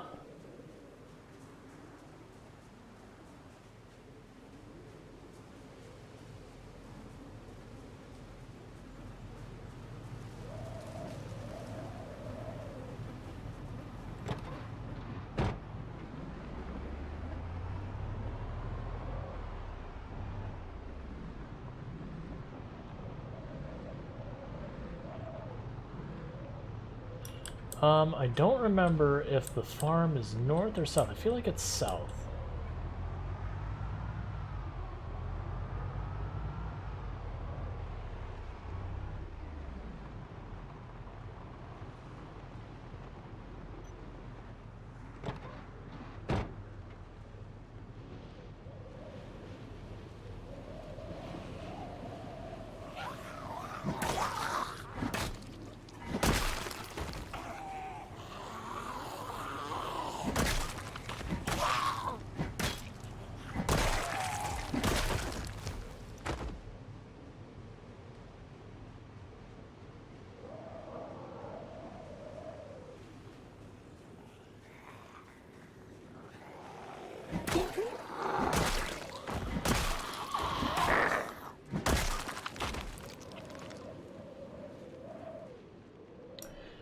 Okay, let's kill this one, then hop in our van, make ourselves some more food and all that good stuff.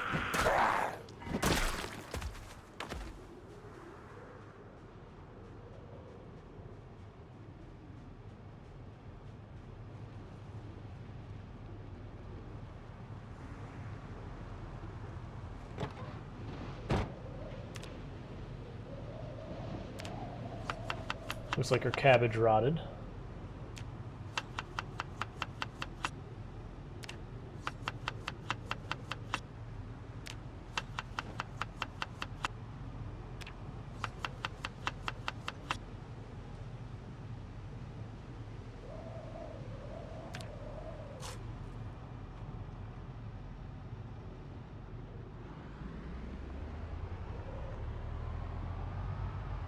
Okay, it was south, because that's where we're going.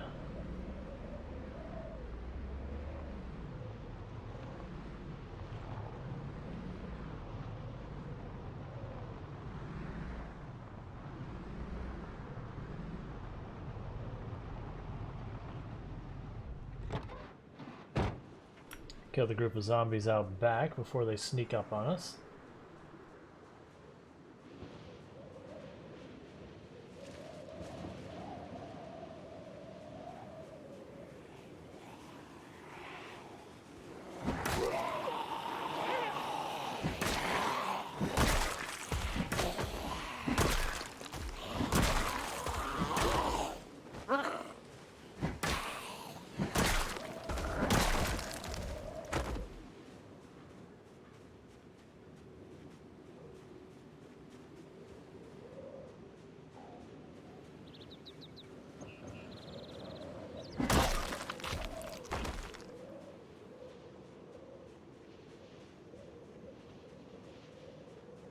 Alright, so we'll bang on the front door of this place.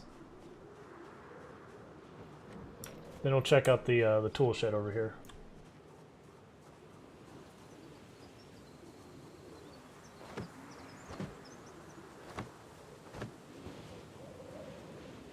Might not even be a zombie in there. Yeah, usually this place I find a whole bunch of seeds and stuff like that. Oh, it's still there. We'll go back there. That's the long-term base, and then we're just going to be doing, you know, kind of like runs out to different places.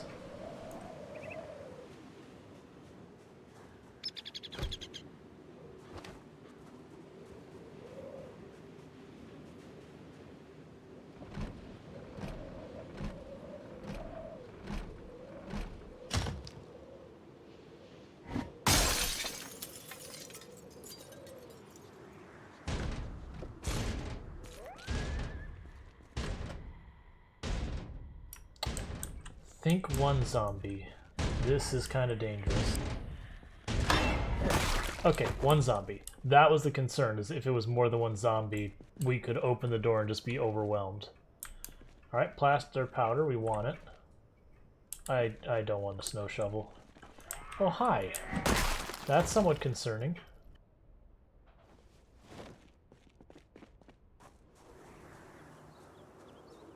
Just in case there's others coming around this corner. Let's go over here, open the big door.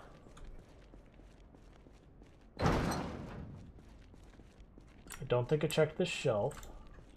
Fertilizer, don't care.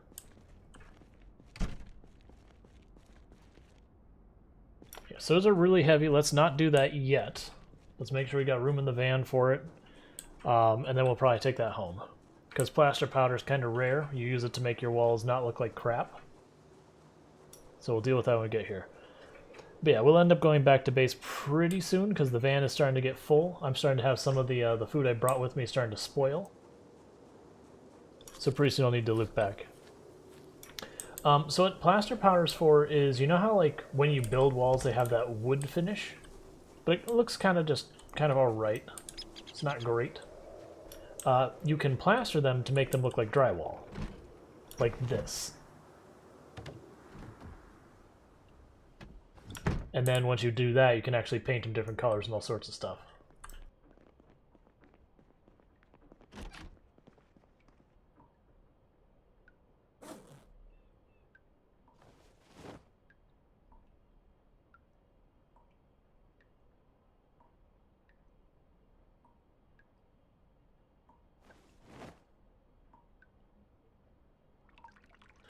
As I mentioned, stuff's starting to spoil on us.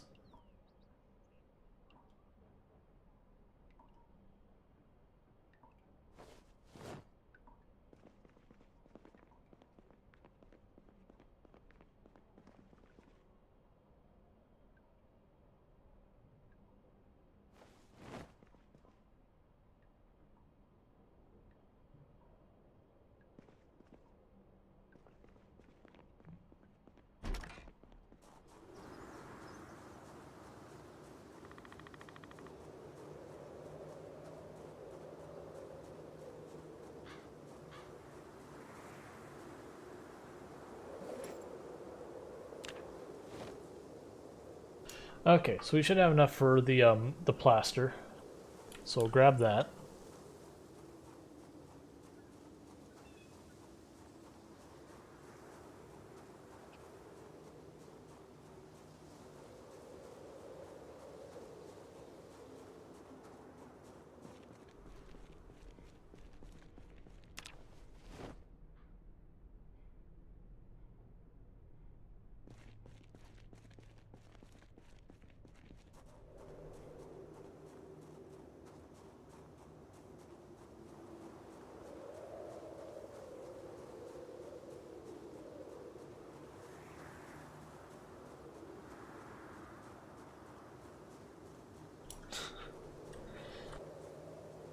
Oh, I do not miss the dial-up days, even in the slightest. An M16. I think so? I have two different rifles, and I think the M16 was one of the ones we found.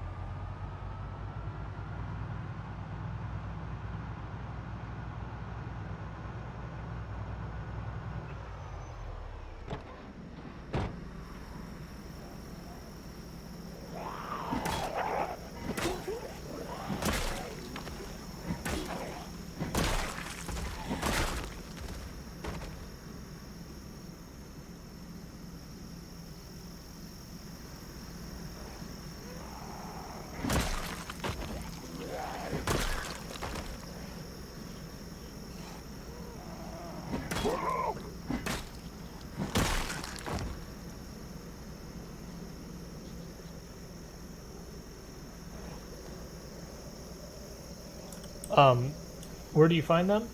You usually find them at gun stores. So, like the Rural Farm and Supply store in Ekron has a gun shop in the back of it. Oh, was it West Point or Riverside? I think has a gun store kind of tucked away in the back of it. I think it's Riverside. But basically, you're looking for gun stores. They don't always have it though. It's a pretty rare weapon. There's the military base, if I'm not mistaken, that can have it. Survivor houses can have it.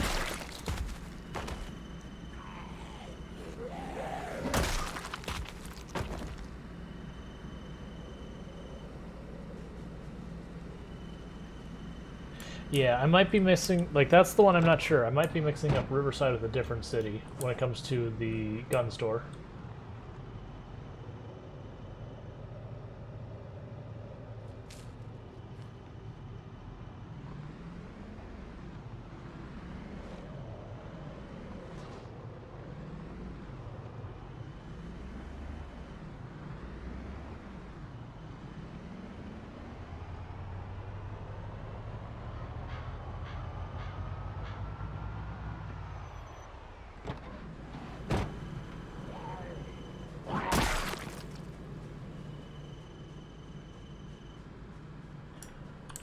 I want to say it's really far to the southwest. I don't think I could show you precisely on the map. You could use, there's the Project Zomboid map project, and you'll see like a bunch of buildings way off by on their own.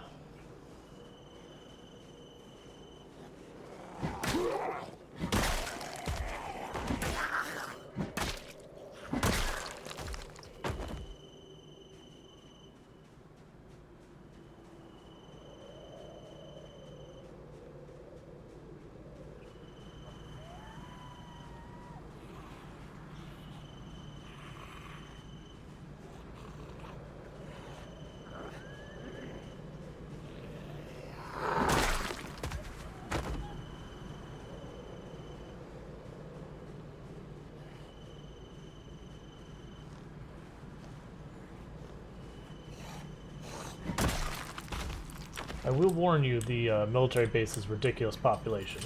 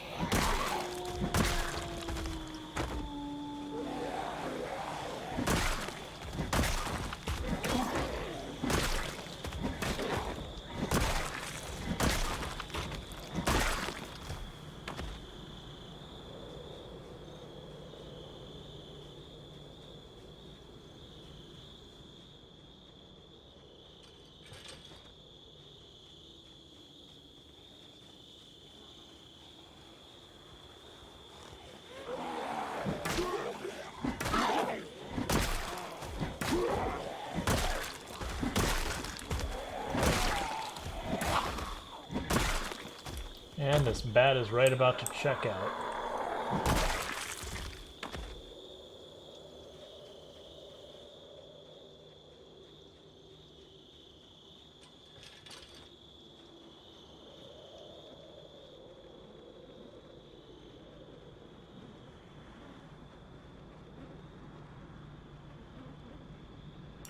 Yep, nah, for whatever reason, dial-up came with the RNG as this thing.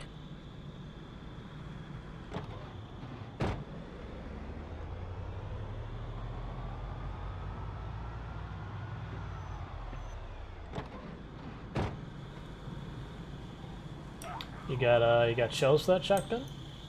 I like shotgun shells.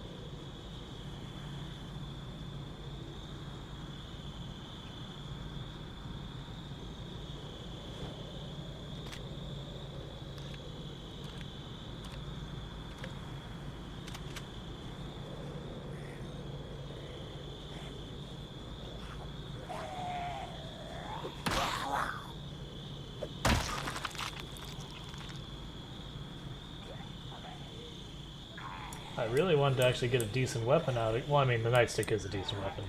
But a really good weapon out of the back of the van, because you got garden forks and all that.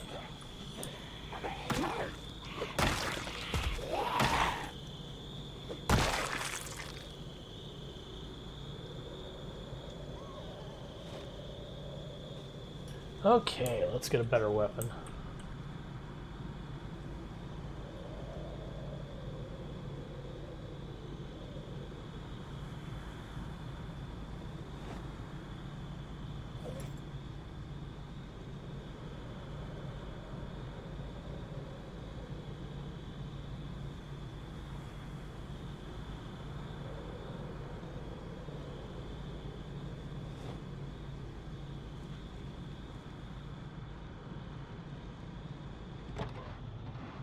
Getting pretty close to time that we turn around and go home.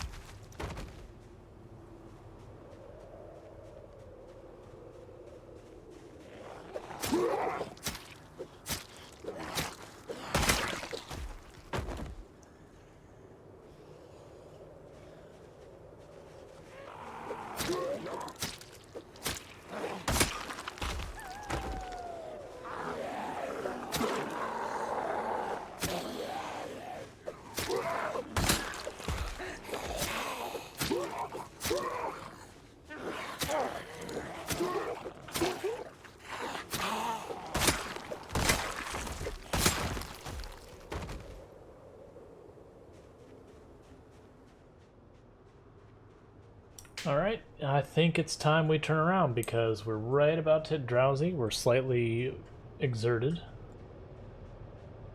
It's getting dark. We've got a vehicle that's almost full, so no sense in like stopping halfway and sleeping another night away from that.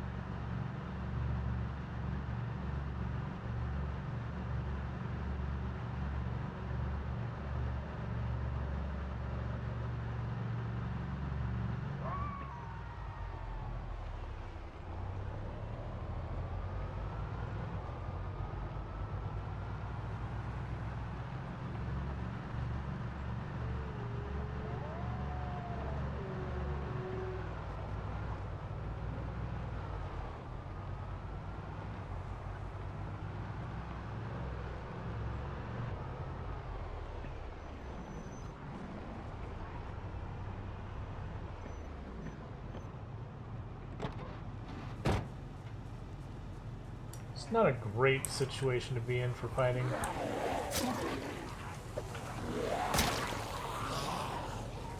Because it's up-down fighting. I hate up-down fighting.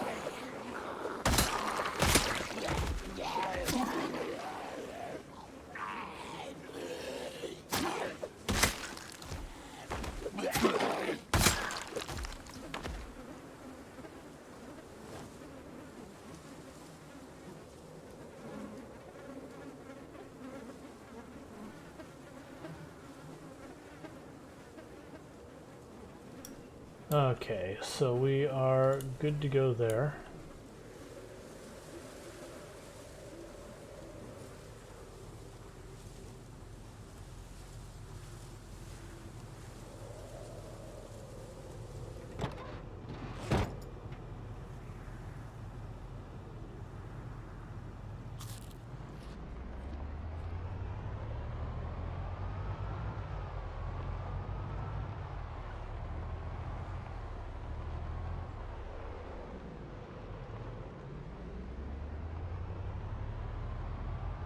Maybe next time we take the this road north.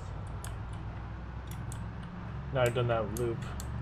Just can't remember where this terminates, because depending on if it goes like on the south side of Riverside, we won't follow through with it. If it doesn't, then we'll go on this road. Otherwise, we'll switch over to the road we were just on. I just want to avoid kind of that thin little north-south area, because it's getting annoying having to fight up and down, because it's just dangerous.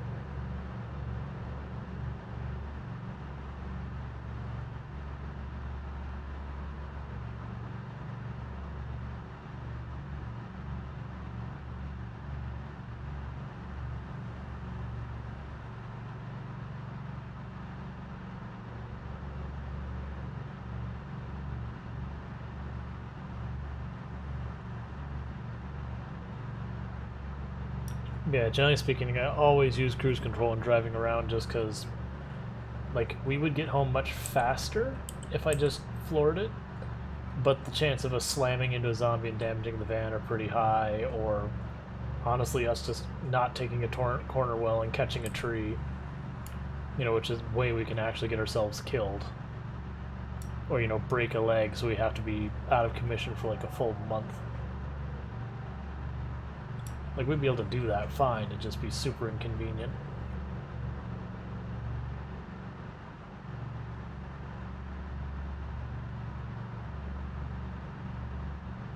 And I'm not stopping for any more zombies. Not as sleepy as we're starting to get.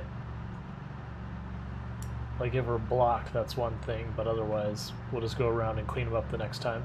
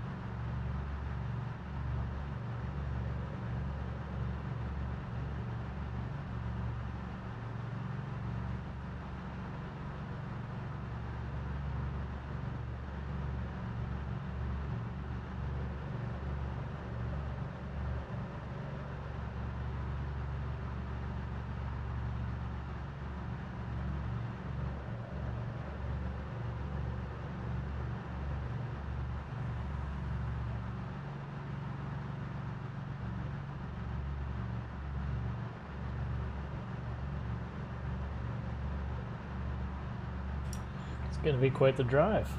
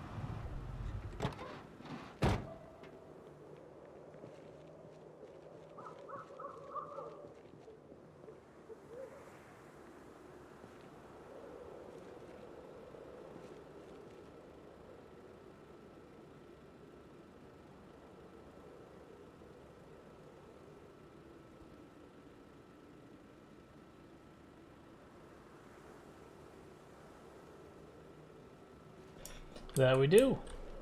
Alright, let's get out the hiking bag.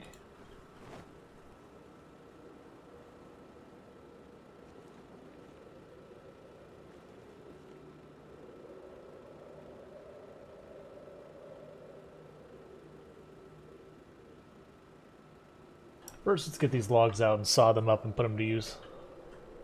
They're the ones taking up so much space and we just haven't done anything about it.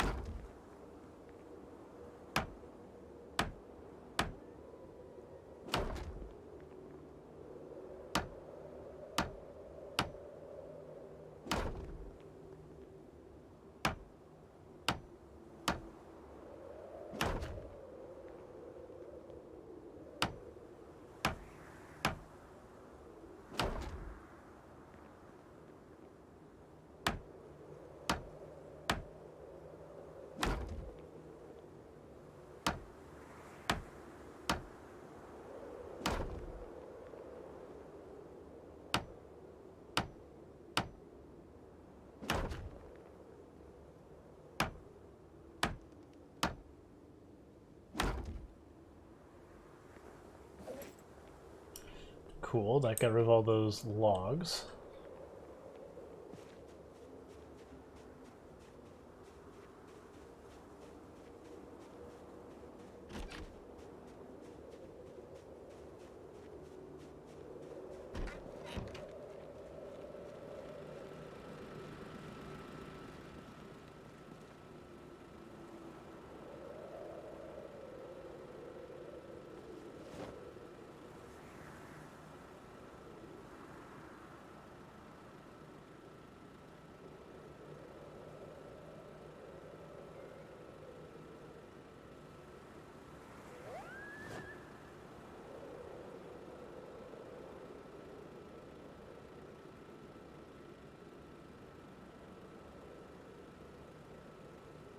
I think we just keep the rest of that in there, honestly.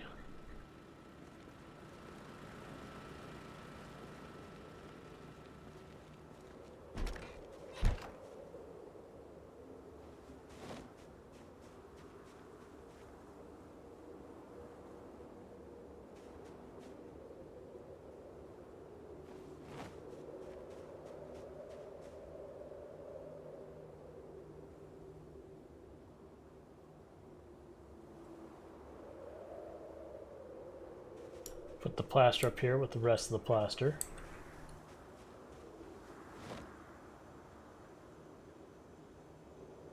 Goes well. We cleared out a whole bunch of area, got our van basically full of loot. So we're like, all right, let's head back home, because we also are getting to the point that the fish, or not the fish, the fruits and veggies we had on us are starting to go bad. So we got to come back for a resupply.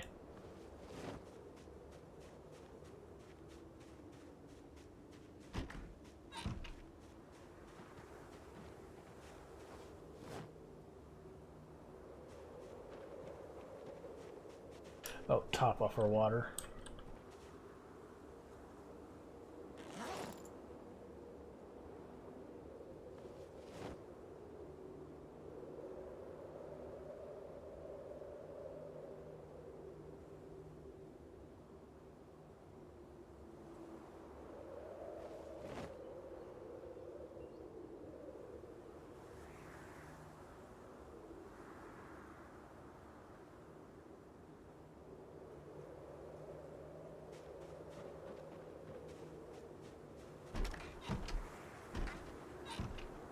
Oh, we need a new light bulb for here, so let's go get that.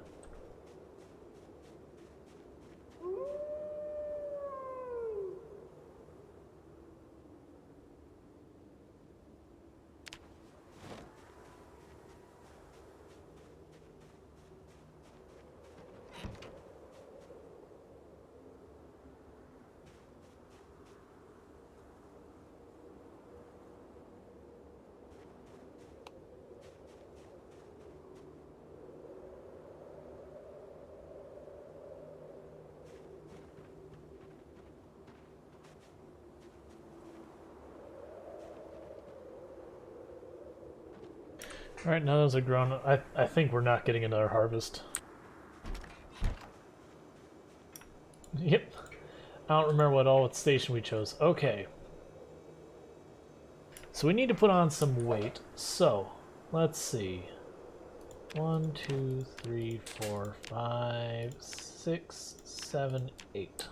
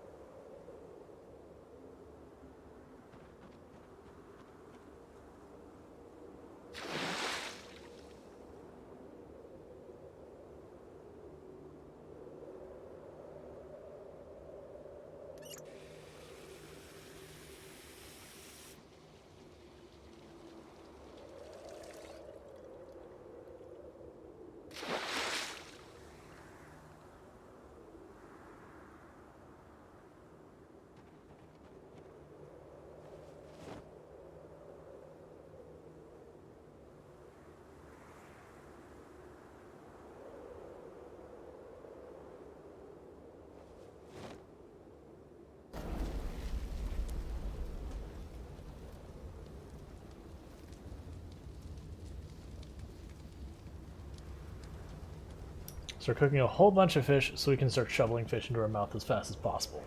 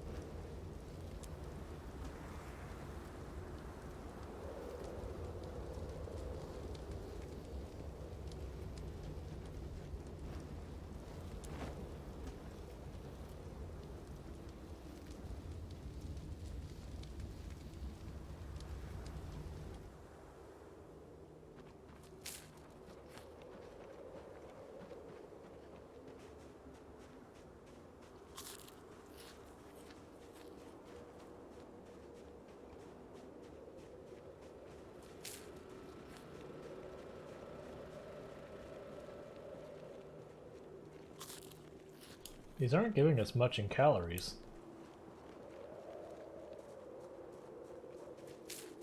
Must be a bunch of small fish. There, that one is pretty good.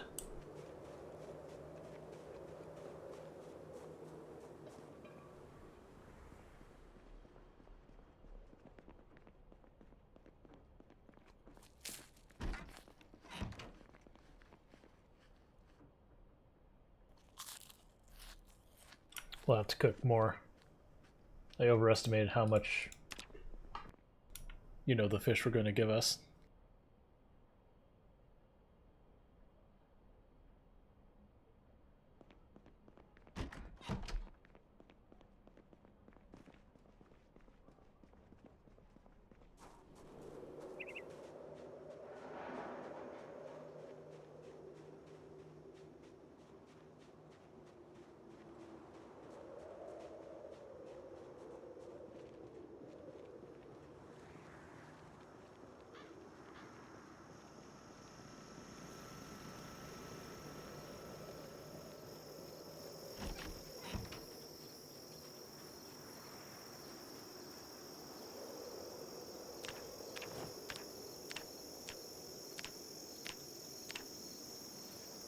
Alright, let's see how this does.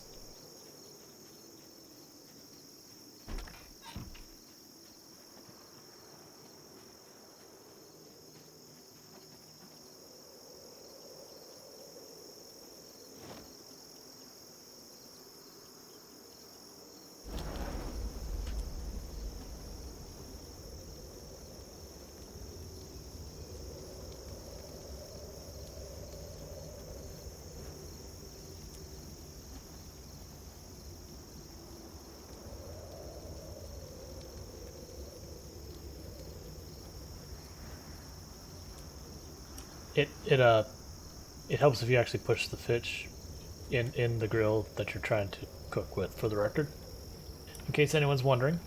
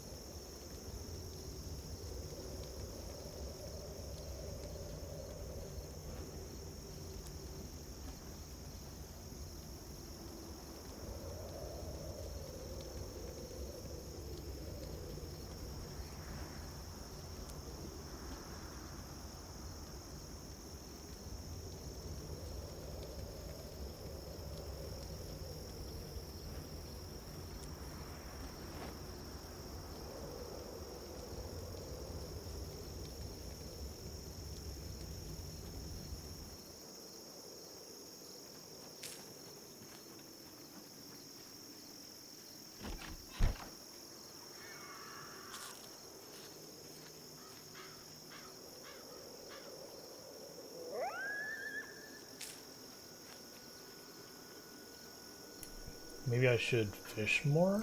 Probably. Because we're down to 10 fillets and they're not big ones, judging by how much space we have left here. And it's taken me a lot of fillets at this rate just to get myself neutral, let alone gaining on calories. Alright, so new plan, so...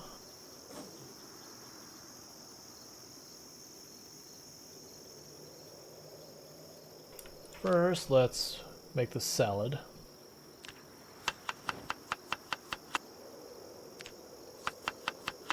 Before the produce goes bad.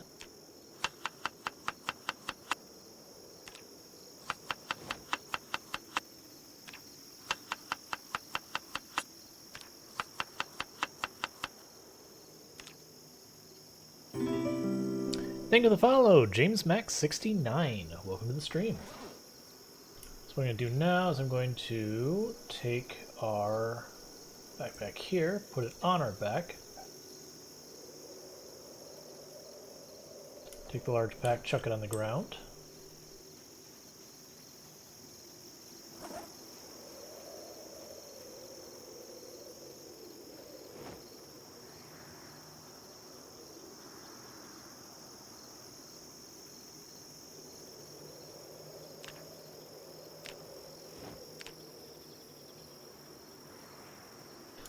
and we fish.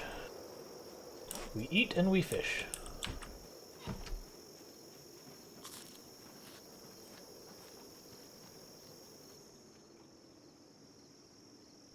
No sign of zombies anywhere around us. The trees are becoming more of a nuisance, but that's okay.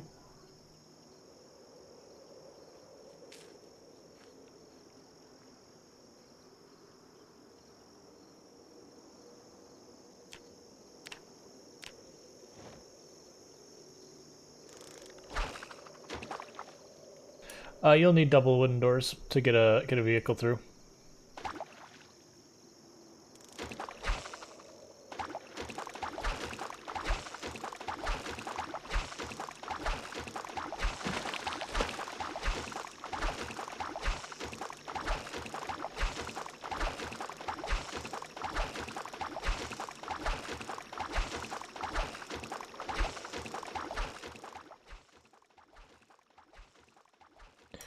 You mean one set of double doors? Yeah, one set of double doors is enough for a vehicle to go through.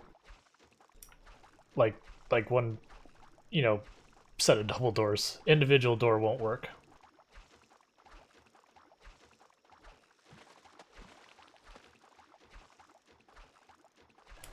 Come on. Give me fishing skills so this doesn't take as long.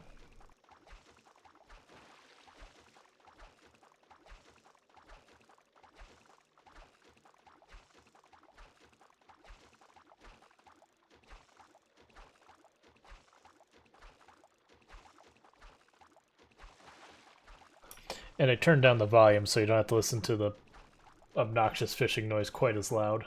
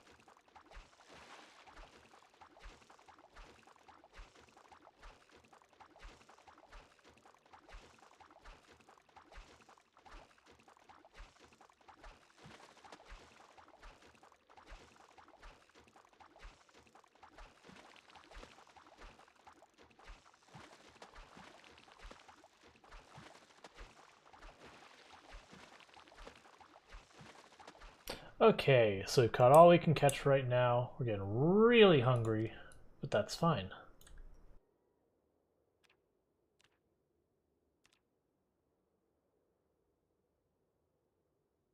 Stop fighting me, window.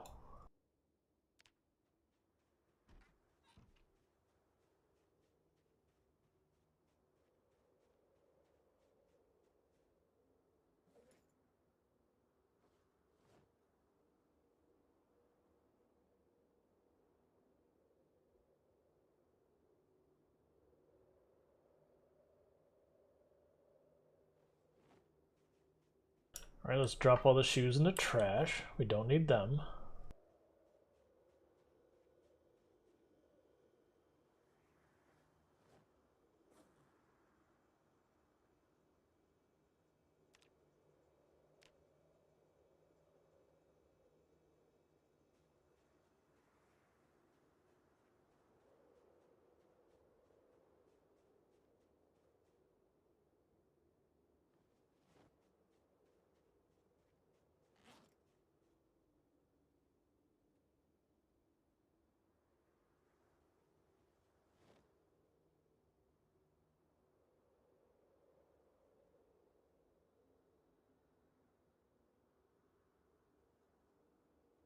Where's... Oh, the other backpack's in the ground.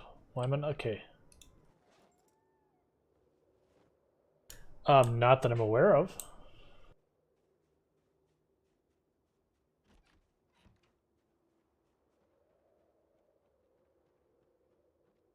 Okay, so let's first take all of these fish and make fillets.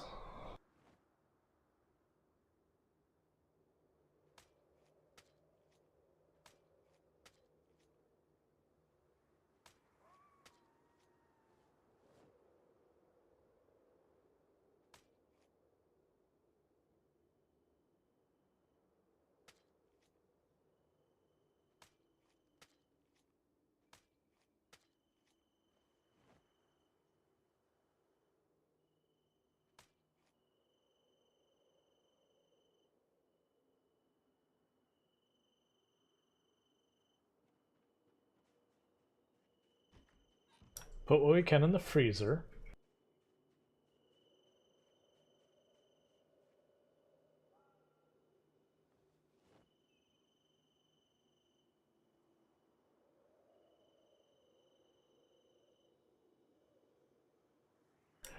Cooking.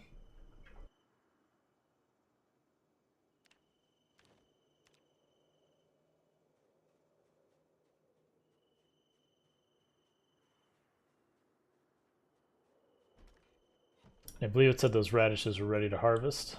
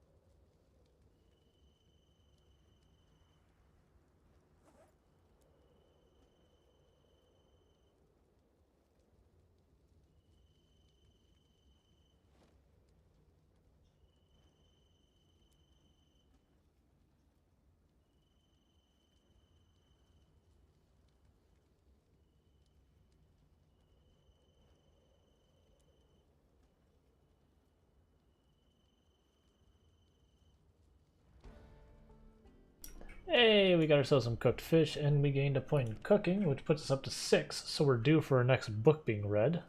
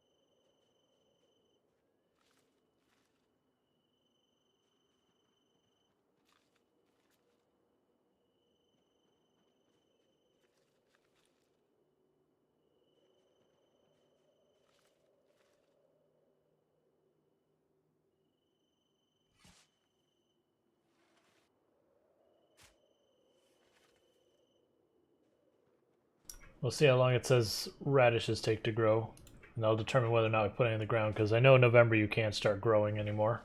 It hits winter.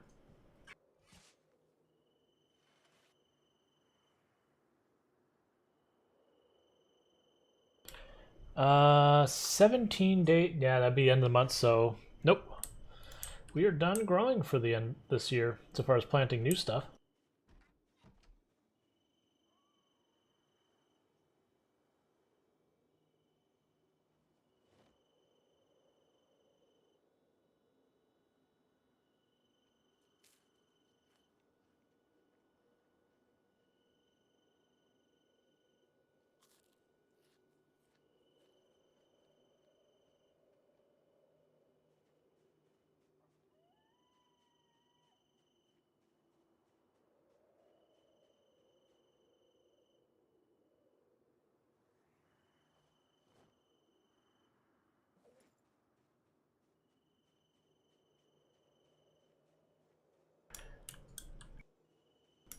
I honestly don't know.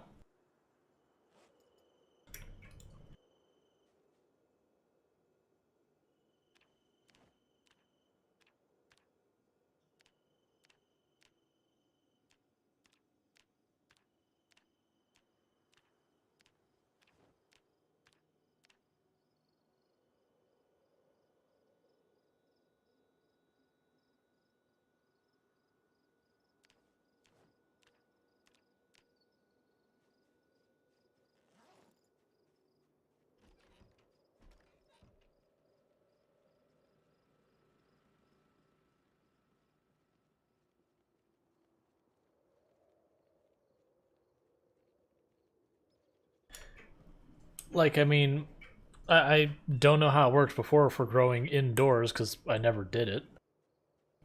But I mean, the real world it wouldn't work particularly well, not without like sunlights or whatever. But I couldn't save for Project Zomboid.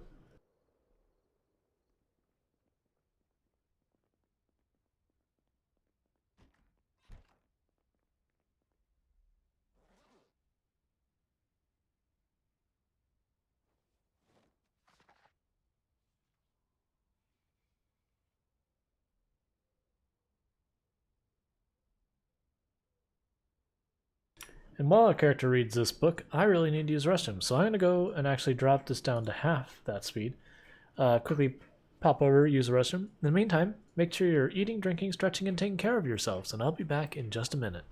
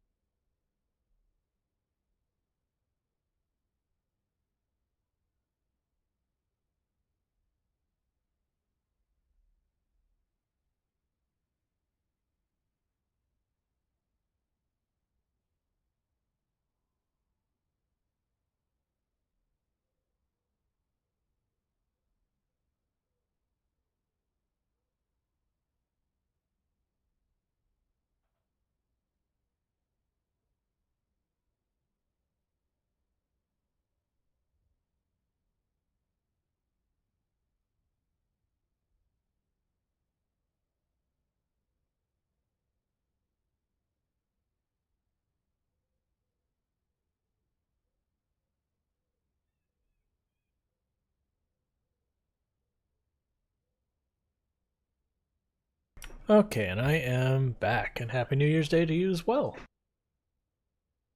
But I do not believe you can place the glass panels. I could be wrong about that. I haven't tried, but I believe windows and glass panels and a lot of that you can't move.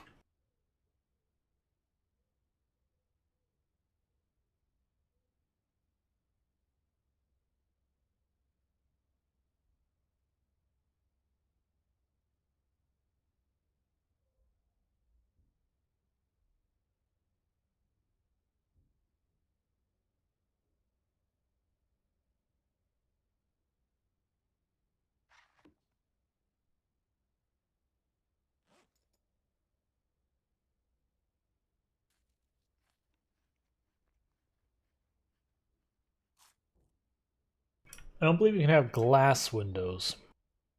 You can have like a window that you put boards over to defend it or put up sheets, but you know the zombies will be able to climb through. So you can put like windows on the second floor and then just have sheets for curtains kind of thing.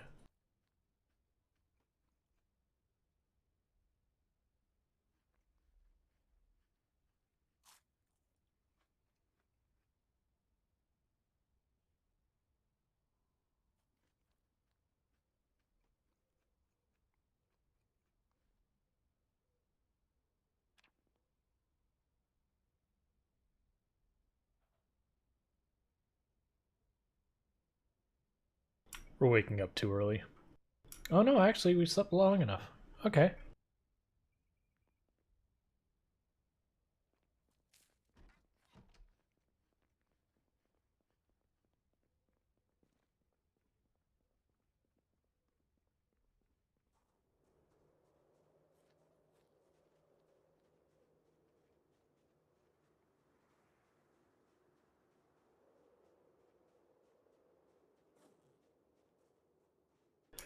Alright, looks like we're all in good shape for another run on pushing for Riverside. Let's assess one or two things real fast, though. Let's grab our double barrel.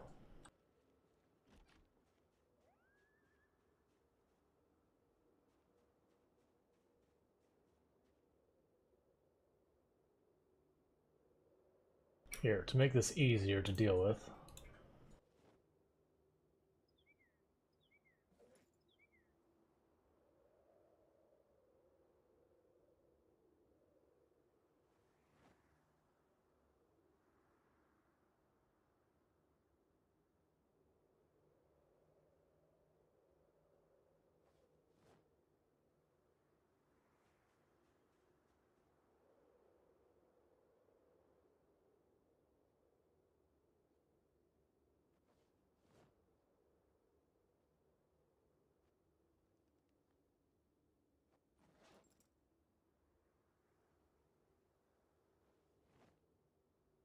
So we've got almost 250 shotgun shells.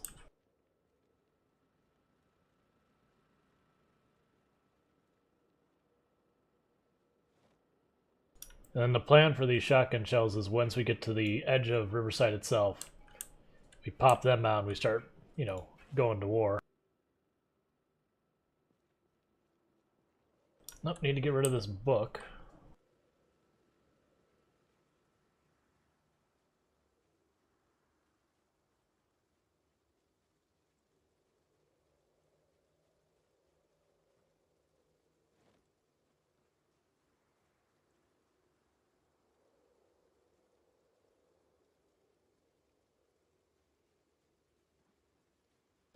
I have not sawed off the barrel. You are correct. I need to fix that.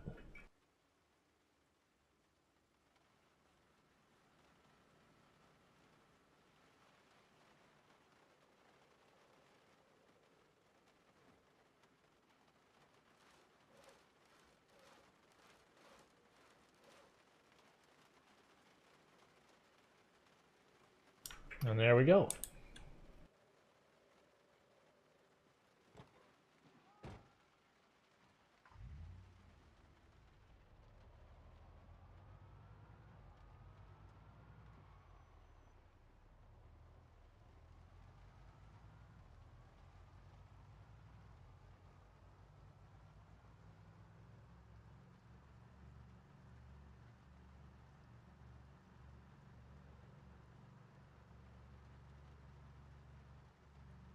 Yep, going for max damage.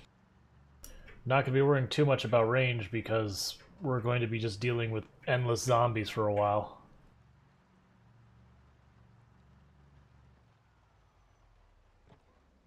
Huh, don't see zombies over this way often anymore. I want to say it gives you extra damage and knowing all that, but it has a slight penalty on range and it has a increased noise. If I recall correctly.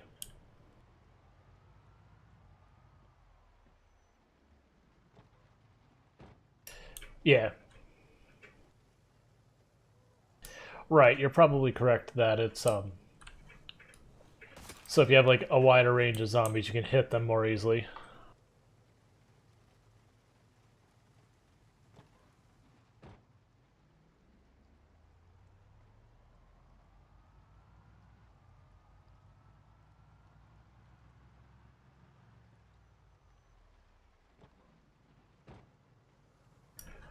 I believe so far as what you get out of them, very little. It's just what you're making. But I want to say they're basically the difference is like one's in a pan and one's in a like roasting dish, whatever it's called.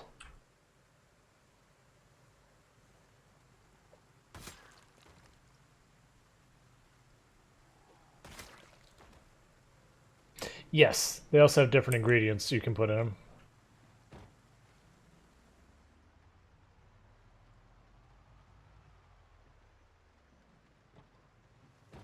Yep, no, I'm aware of the community area. Or the country club.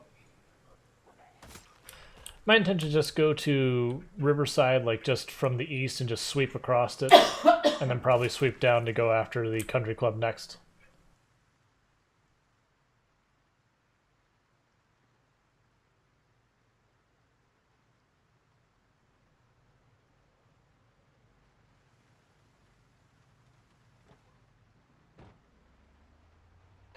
But yeah, I actually debated doing the country club first, but I don't think it really matters because we're going to be wiping it out. TVs I do not believe are indestructible anymore.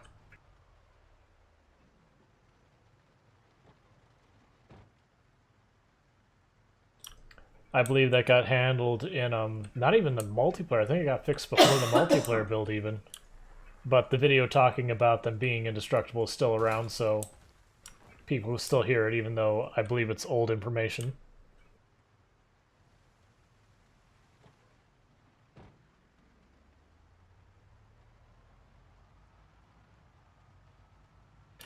Not that I'm aware of. I don't believe there's anything that you can place that is indestructible. Like, it can be indestructible, then you pick it up, and then it's not indestructible. Which is how most stuff works.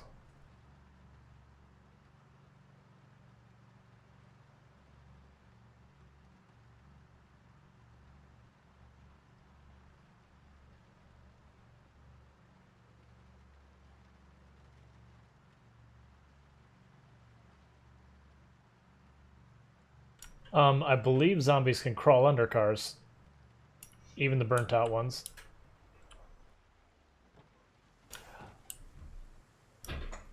I mean, I believe they've gone out of their way to try and prevent any way to make a quote-unquote undefeatable defense. Like, I'm sure someone will figure out some elaborate way to make it work, but it's going to be probably something that bugs out their AI.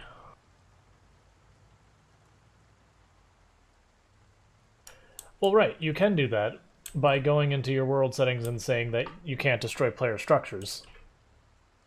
But otherwise, they can destroy stuff.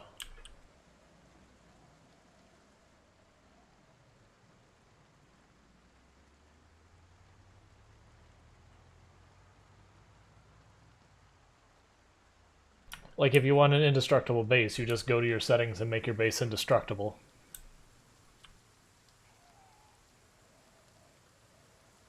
Because the problem is, otherwise, it kind of forces you, if you go into super difficult settings, to use whatever the gimmick or bug or whatever that allowed you to get away with not having it, which means all your bases start looking the exact same.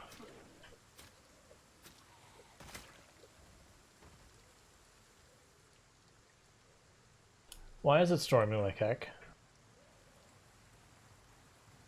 Yep, nope, people bring up the pet zombie thing, like, I hear it probably twice each night. It's just like, nah, you can't, like, you have to go and set your stuff to indestructible for that. Because the zombies can destroy anything, otherwise.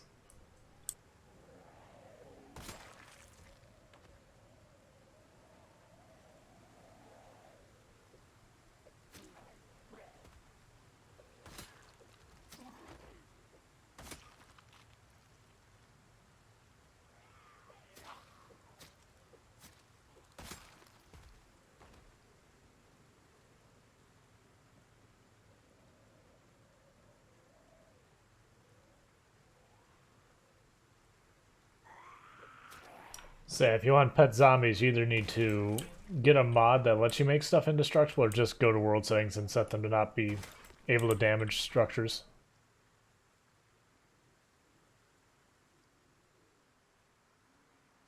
Yeah, the stairs as if they're placed there by like inside an MP or like an existing structure. If you build stairs, I believe they'll still attack the stairs and destroy them.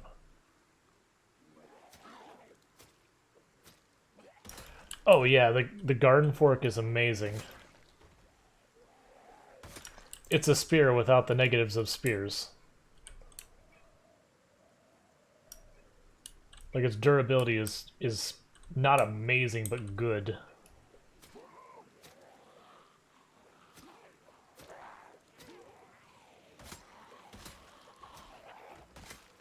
And like we only have spears of I think 1. So you can only imagine if I had like spears 5, what it would do with this thing.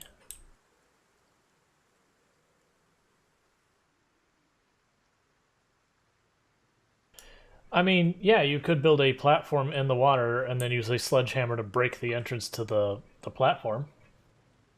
That would be a way to do it.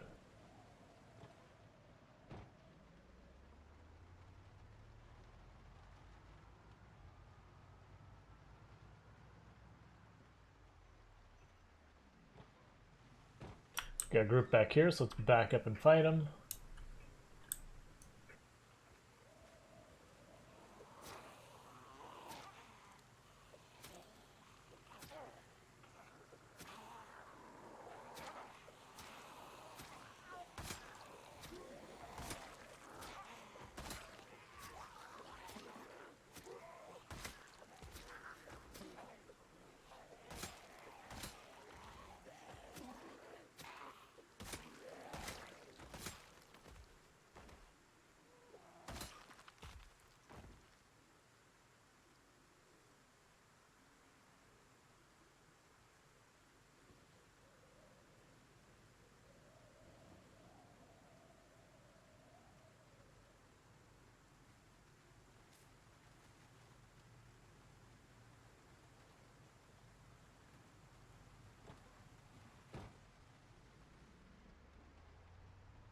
I'd agree. Like, to me, when the zombies stop being a credible threat, the game, like, it becomes very boring very quickly for me.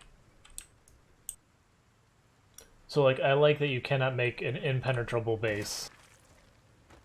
And I like when the game has reasons you need to keep putting yourself at risk, you know, venturing out.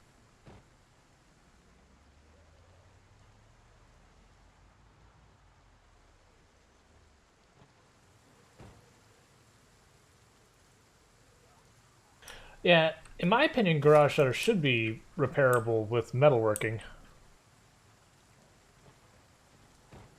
Or that you could make a, you know, garage shutter of your own using metalworking that maybe isn't as nice looking, but is something you make. Like, I don't mind making stuff that looks, you know, kind of hacked together, do it yourself kind of thing.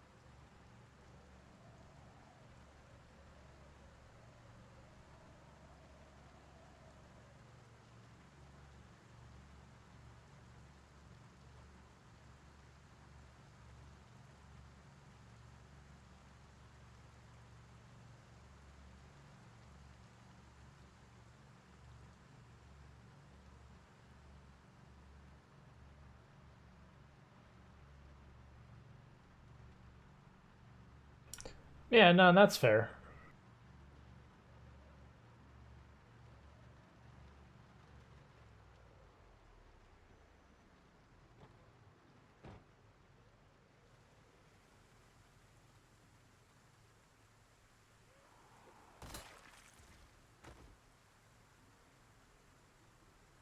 Yeah, so I can't inspect that, which means we can't put patches on it. So the tie won't work for defending your neck.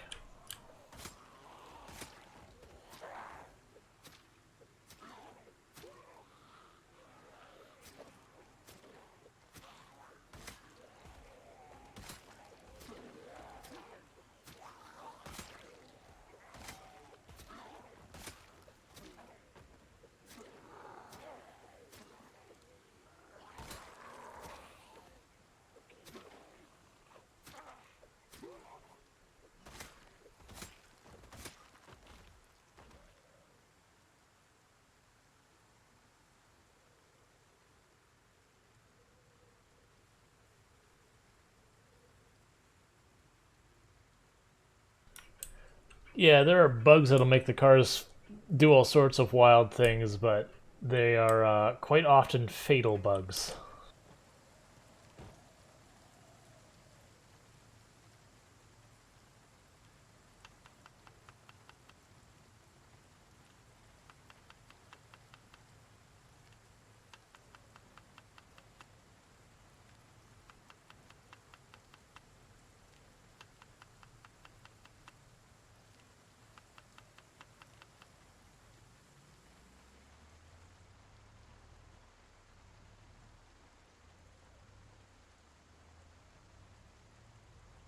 Of course, we decided to go out here and we're dealing with the storm that's so bad it's basically like driving around at night.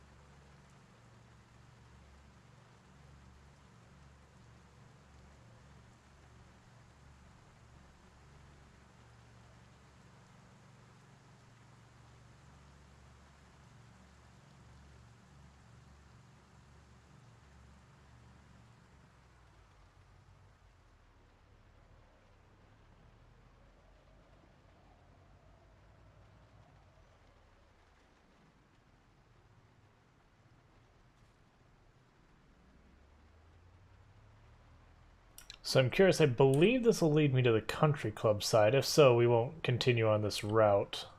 Or I'm sorry, not the country club, it'll lead us to the south. So there's Riverside. So we're really close now.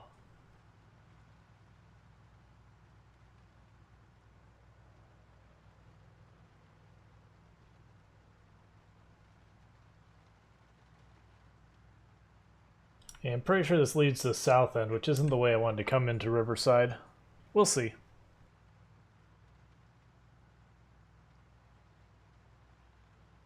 Because I come from the east, there isn't more east to go. So I know I basically got one direction to move.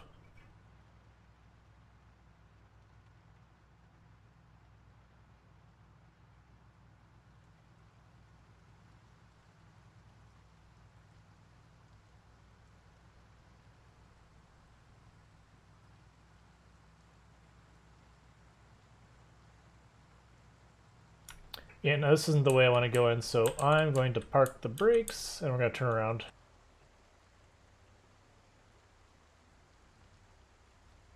I want to come in from along the river.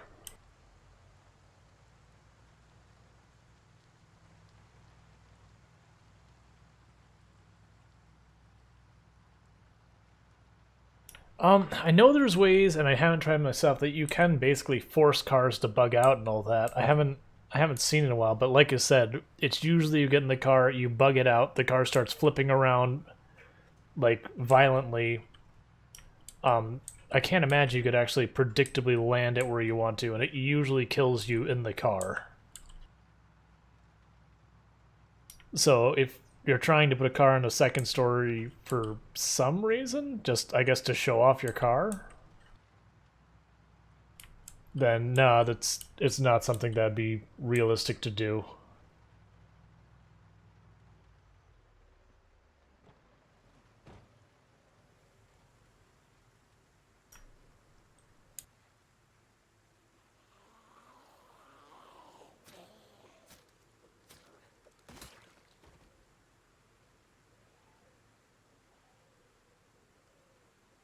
Granted, a person could make a mod to make it happen, kind of thing.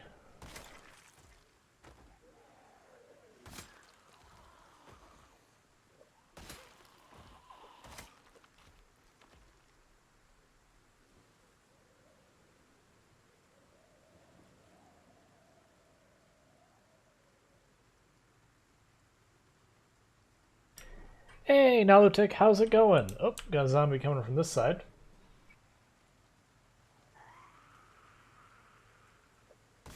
Bear with me, I'm actually going to drop a shout out. You know what? I'm going to do just go boop and drop a shout out for Nalutic.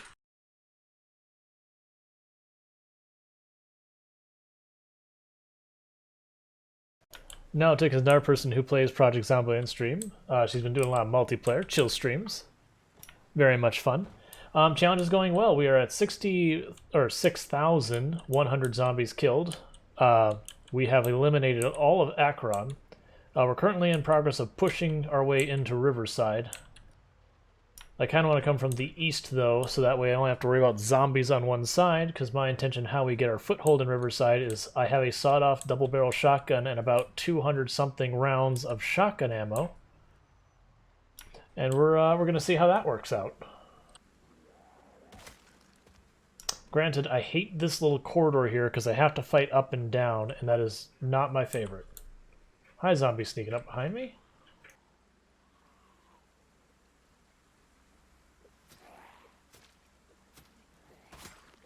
And I don't know if this is a new vehicle for the multiplayer update, but I got an Ox Distillery van. I mean, it's just a van with a decal, but still, it's cool. Oh yeah. The shoddy, if you got enough shells, will get work done. This storm sucks. It's 2 o'clock and it's practically nighttime.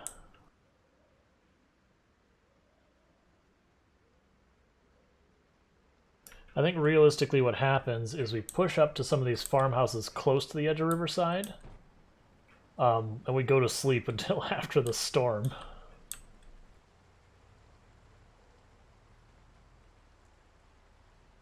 Yeah, I hate this corridor because I hate fighting straight up and down.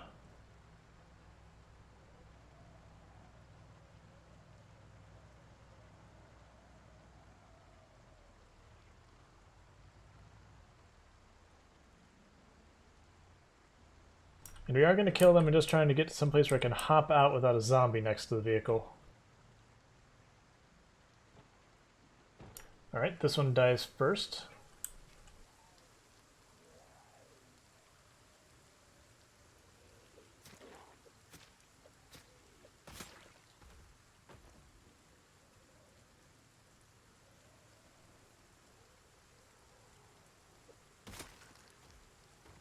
Yep, no, I raided her yesterday. I try to bounce my raids around between a whole bunch of people, so I try to make sure I'm not raiding the same person 2 days in a row, not unless they're doing something like really special or something. But yeah, we've raided her a few times.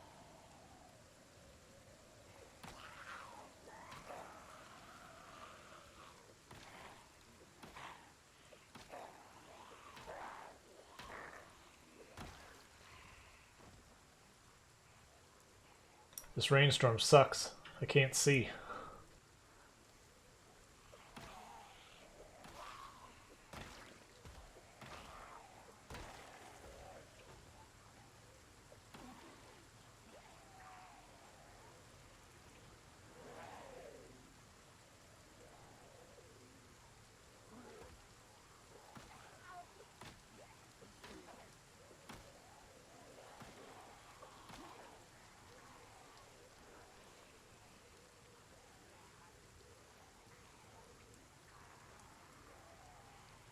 Oh yeah, the Zomboid community is amazing. Like, Project Zomboid is the game that actually got me affiliate and everything. Like, I've been doing RimWorld and a bunch of other games, and it's like sitting right on the edge of making affiliate forever. Then I think it was Trustin rated me, and it went from struggling to get 5 viewers to like almost every night hitting 30 to 70. I shouldn't say that was like overnight. It took a little while, but it was just a steady increase thanks to the Project Zomboid group. People like Lawful Falafel, Inverse Flux, you know, all the others. Just it seems like as people find my channel, it ends up being... Alright, so we got a lot of good weapons in here. I'm going to grab the shovel. I'm going to save the garden fork.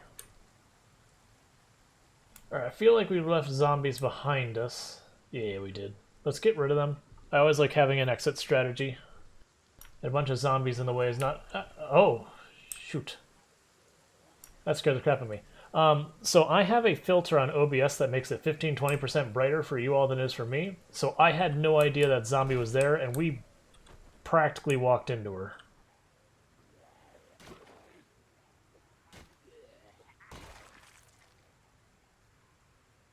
Oh, I thought I saw a nightstick. That's disappointing. All of you wearing all black. I can't see you, and it's not fair.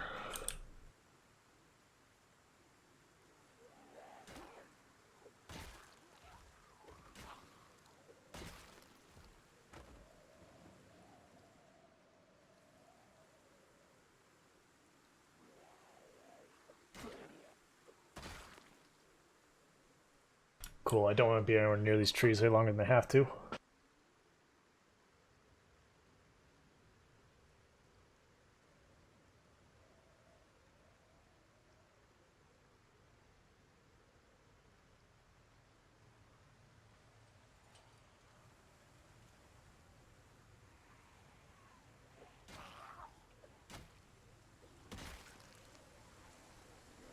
I mean, to be entirely honest, I was getting pretty good viewership before it, you know, kind of kicked off. This storm sucks. I'm going to get myself killed because I can't see what I'm doing.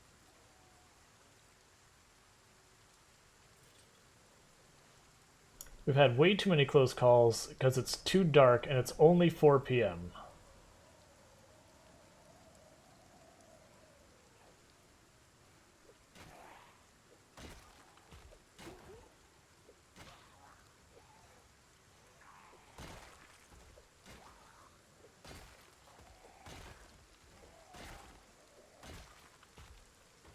Alright, was that a kitchen knife? No, it was a bread knife. Get out of here.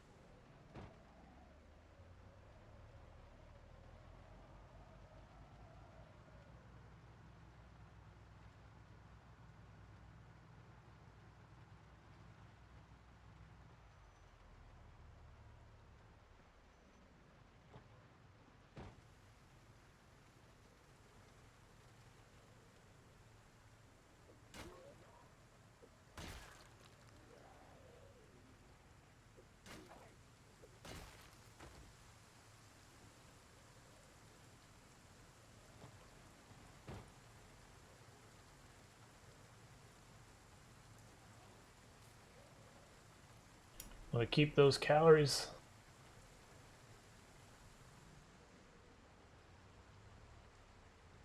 Because I want to keep near the top of this. Alright, so we got another thing. Like, it seems like every so often it gets super dark and other times it's not that bad.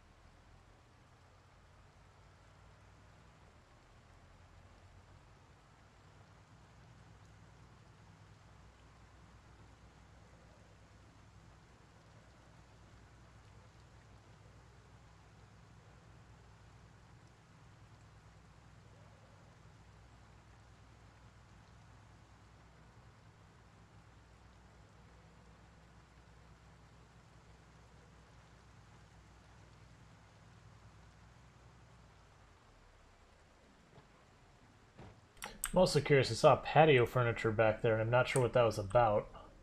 So let's kill these zombies and I'm going to cut across this field and see what that... well, if I can see, I'll cut across this field and see what the patio furniture is.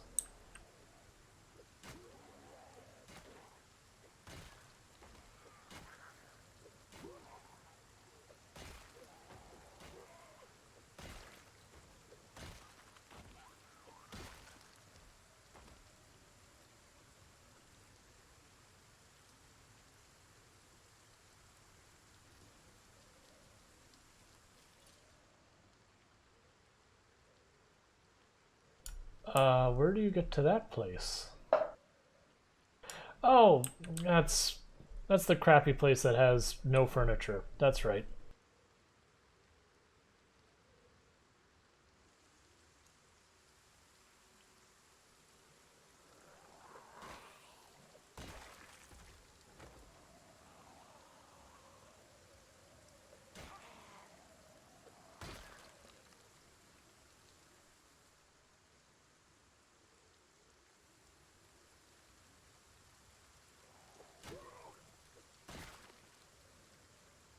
My wife says I have to tell all my followers that I'm cute. I mean, I disagree with her, but you know.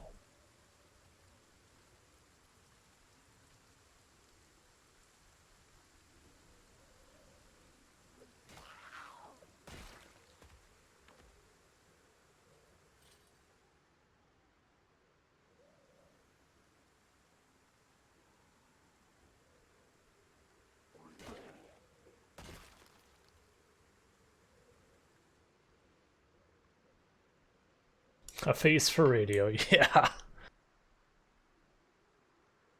This is the big thing at the moment is I need a freaking haircut in a bad way.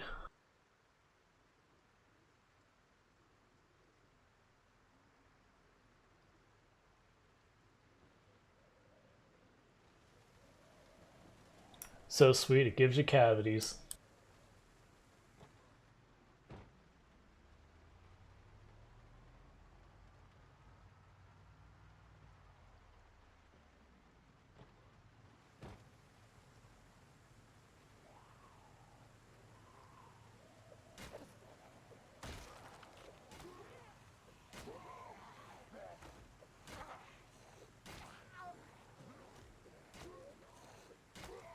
Alright, this dude with the, I guess goatee, maybe? I don't know. Little pointy beard? Hunting knives, so I'll go grab that. I mean, I probably shouldn't be. I think we're at the point where we've got like 30 or 40 hunting knives on standby, but you never know when you'll need a hunting knife. Hell, I think inside the van I probably have 12 hunting knives.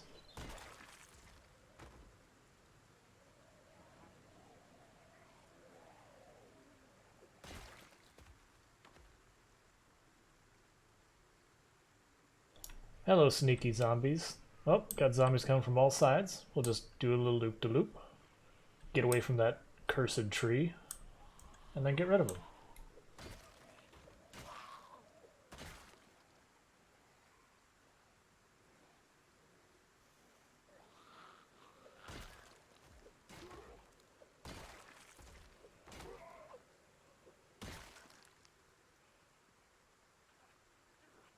Well, we're getting quite the corpse pile going.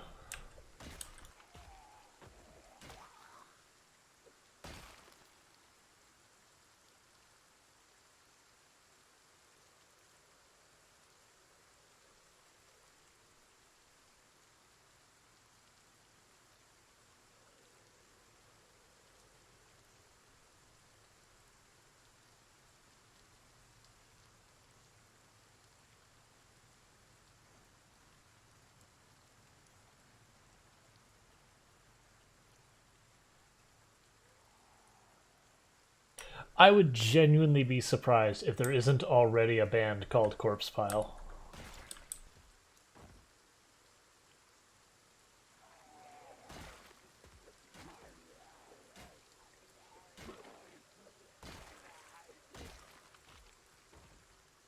I also hope it's like music doesn't even remotely align with the name, so like make it something like gospel or power ballad. I can words, I promise.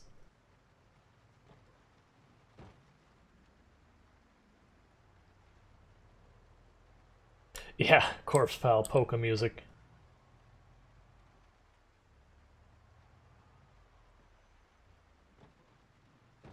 I say we do this party on your side of the fence. Alright. Oh, from what I look like is a spear, but it's just a garden fork. Or not a garden fork, a hand fork.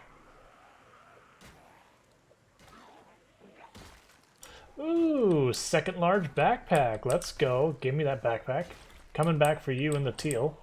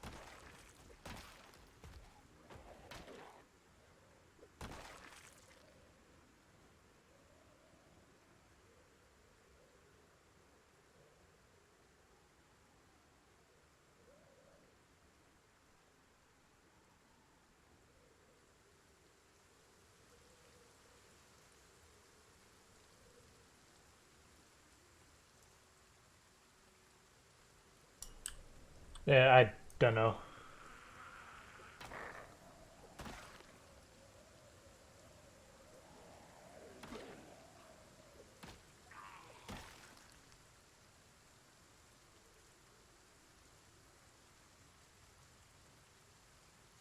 Would you stop aggroing so I can loot safely, please?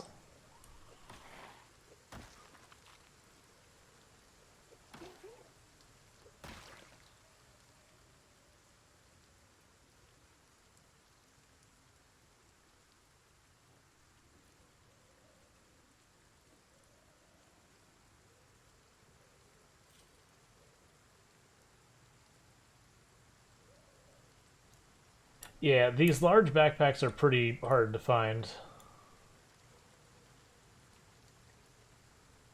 Let's just go to the back of the van, put the can right in the back.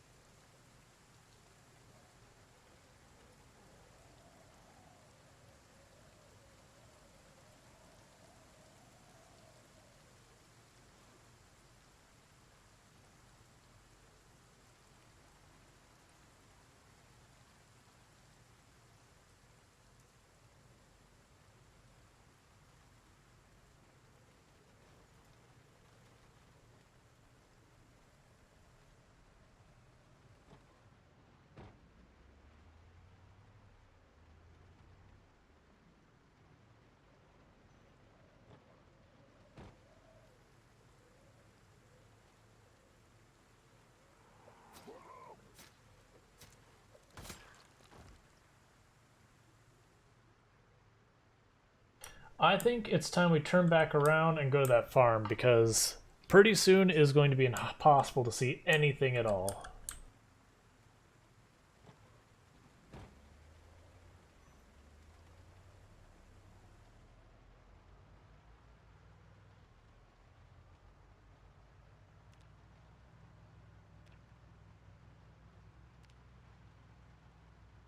So I say we hit that farm that was just to the east off this road, and we just sleep there.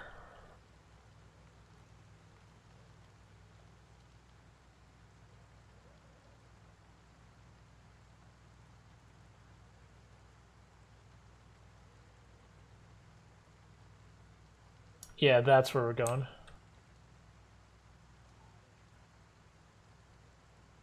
Yeah, we got in our vehicle. It's like now we're just at that point where we can see nothing.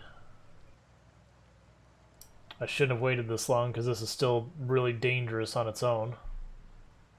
Okay, so we could easily not see a zombie, go to hop out of the van and just get ourselves in trouble.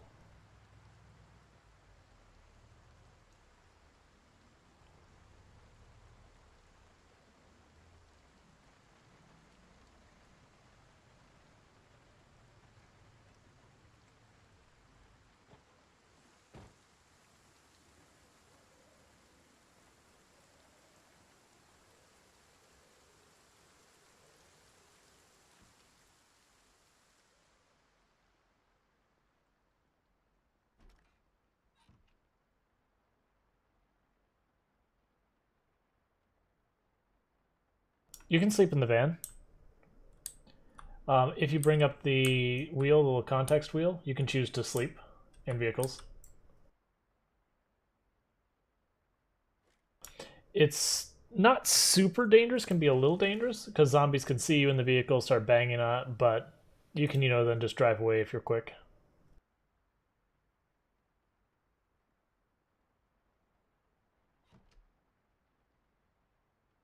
Yeah, there's a whole lot of functionality that's hidden behind those context wheels that you don't notice 90% of the time.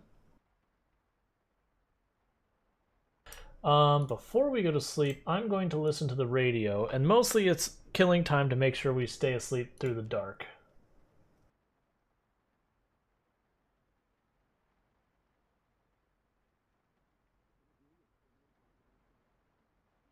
My hope is that it says tomorrow it won't be awful.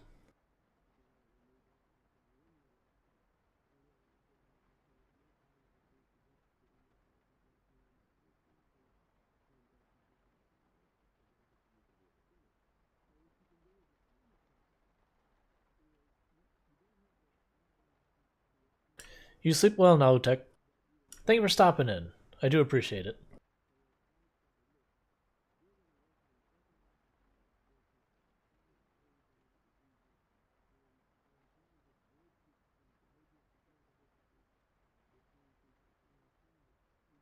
Throughout the day? Boo. Oh, we have a thunderstorm imminent in 2 days. Well, this sucks. It might delay our entire Riverside push at the rate it's looking.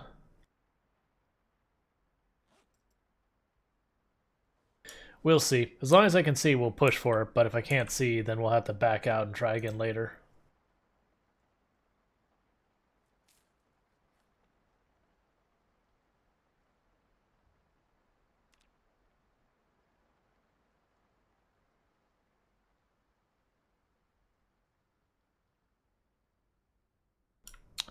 Alright, we're just going to sit here and we're going to wait until it's not dark.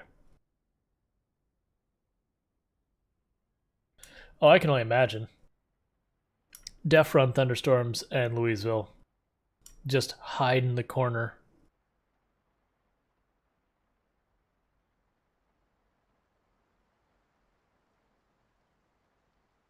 I don't care that you're bored, man. Like, did you look outside? Do you see what's happening right now? You're just gonna have to suck up that boredom and deal with it.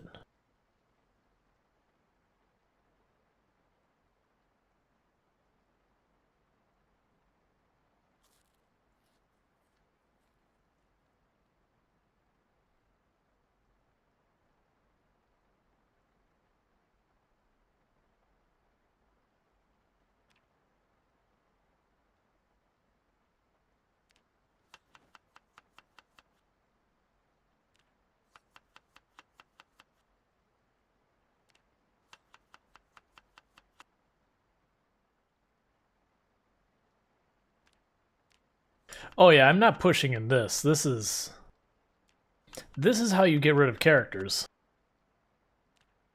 Because you can't hear well or see well. Now it's probably not as bad as we go outside. Let's poke our nose just outside the door and see how it looks.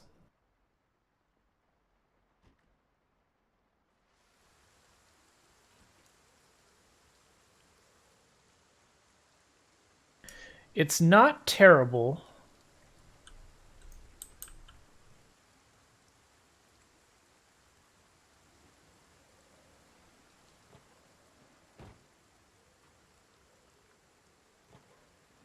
Excuse me.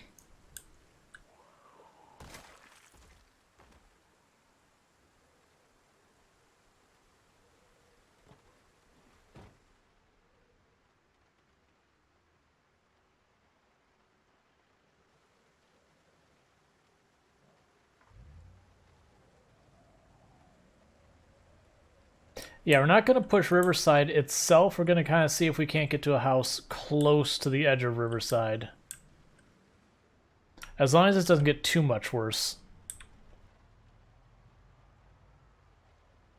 If it gets really bad, then we'll just accept that Project Zomboid intervened and said, no, you don't get to be in Riverside today.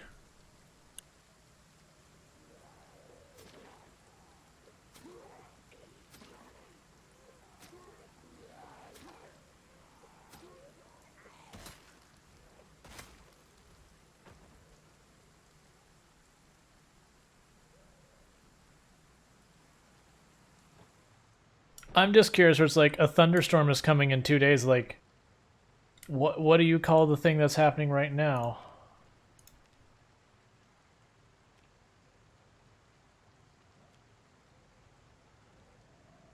Go ahead and have this running on our van, so when it ticks over 9 o'clock...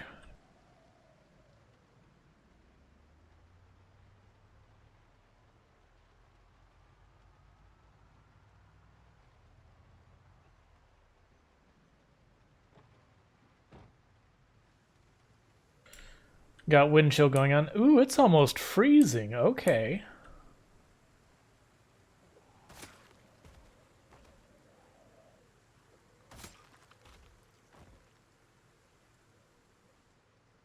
Right, my leather jacket is still in the station wagon. I forgot to take it out, which is fine. We got a sweater and everything on.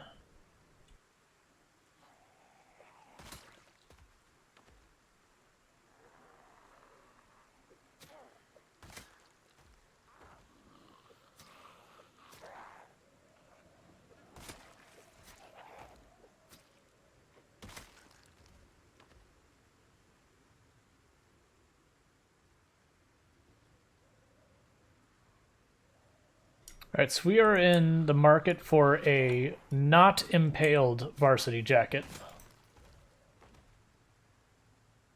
Gives a little extra defense and a little extra warmth.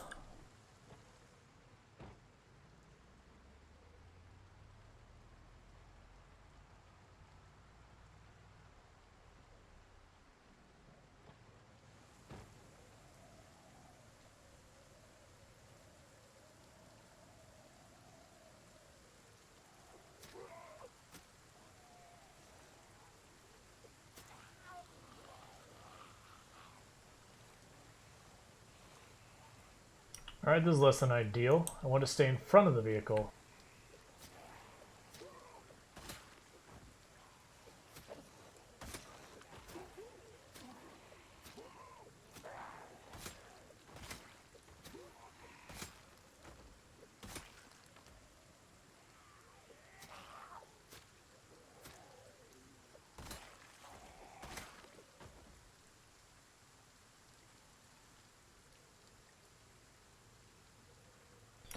The stats on the garden fork, or...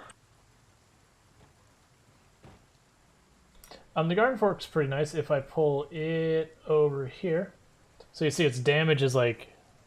Oh, it's not quite as good as the big jacket. It just doesn't have the attack speed penalty. But it's kind of like the leather jacket, similar-ish.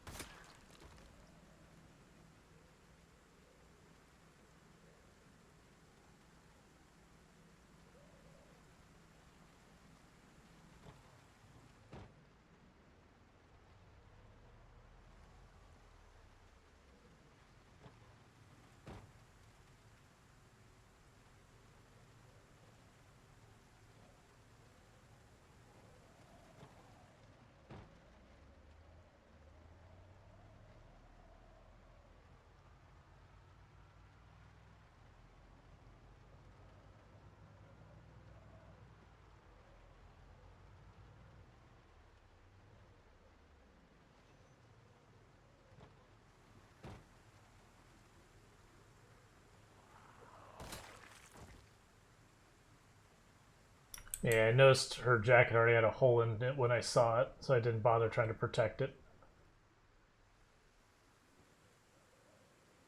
Because while we're fighting, we're fine, but once I start running at targets we back off, this cold might actually be problematic.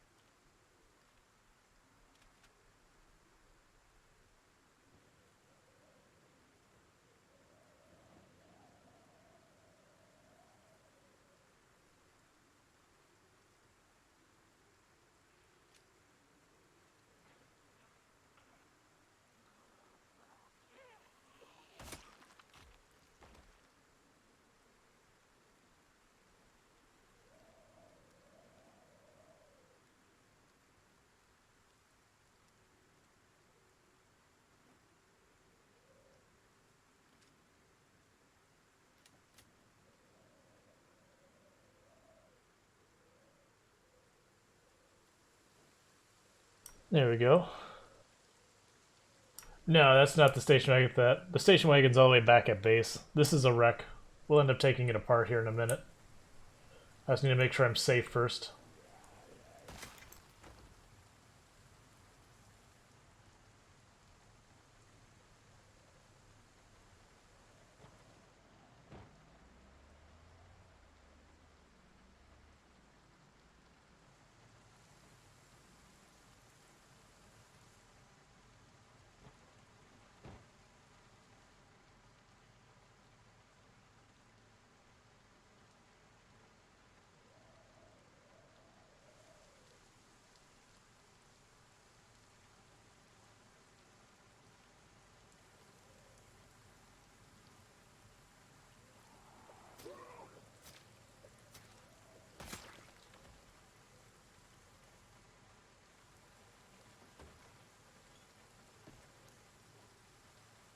I actually don't care about the tent. I've already got, or the tarp used to make tents, and I've already got one.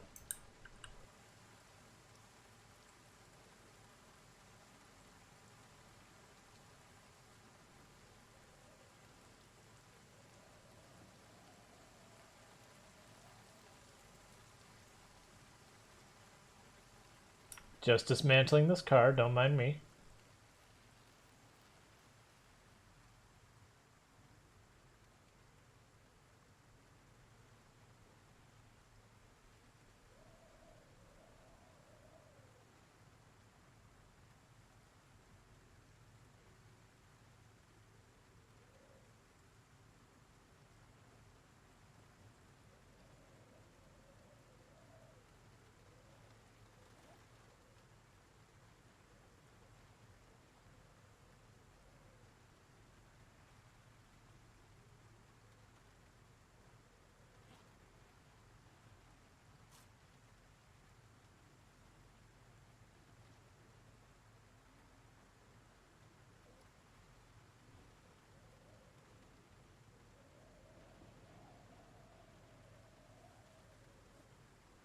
Anything else I should ditch real fast?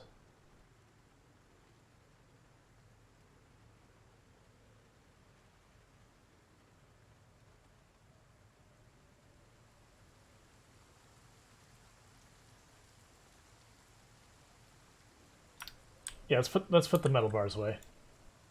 We'll keep the metal pipes on us. I was trying to cut down the weight a little bit.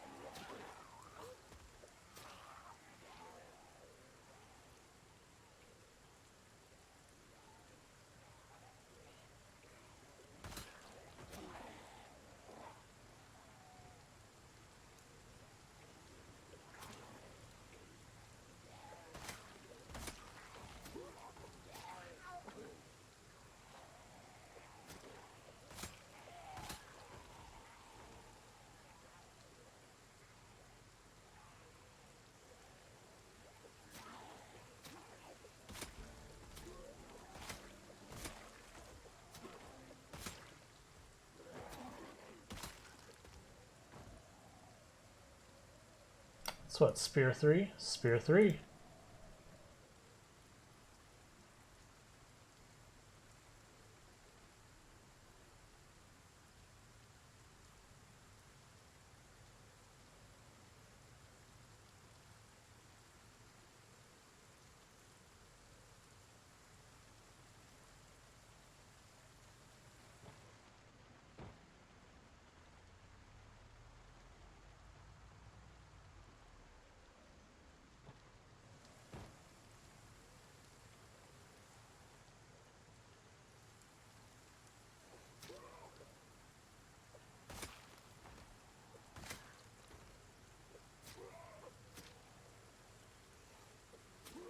I'll get that hydrate here in a minute. The weather's forcing me to focus. Alright, so I get a hydrate and a stretch. So I'm going to pause for this. So I'm going to have my hydrate and my stretch real fast. Hey, look. It's much quieter. Oh, I never turned the sound back up. I'm sorry. I had the game sound turned way down from when we were fishing earlier. So you all haven't been enjoying the weather at its worst. Yep, so I will stretch and all that.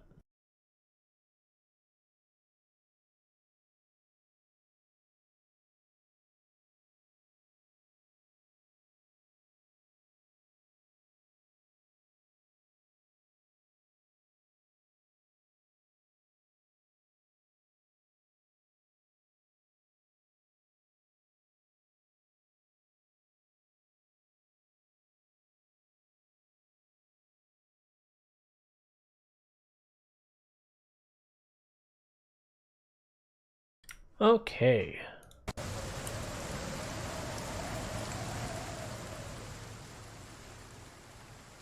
You know, I am going to leave that down for you because it is loud.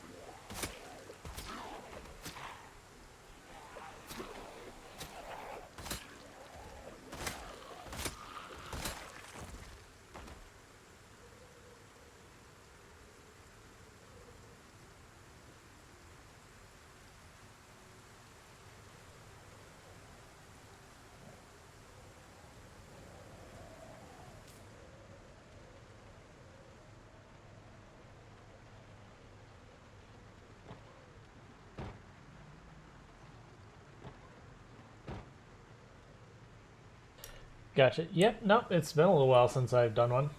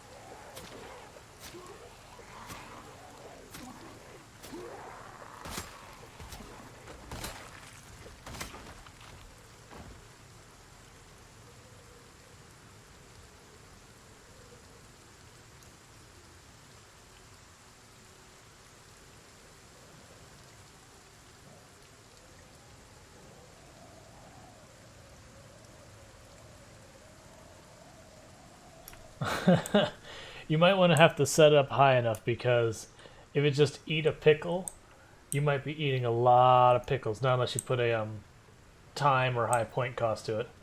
Like I actually had to, because originally I didn't have any extra delays or anything. I had to put a big delay on those because people would be like hydrate and then drop it like, you know, 20 times in a row. It's like, well, I'm just gonna finish my drink. That's what I'm gonna like. I'll consider that the equivalent. But I've set, I think it's like a 5-minute timer or something on it these days. And I did increase the point cost too. Just not as much as I could.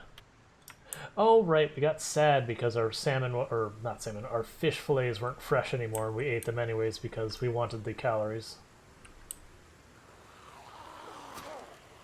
Alright, this fork is going to break during this.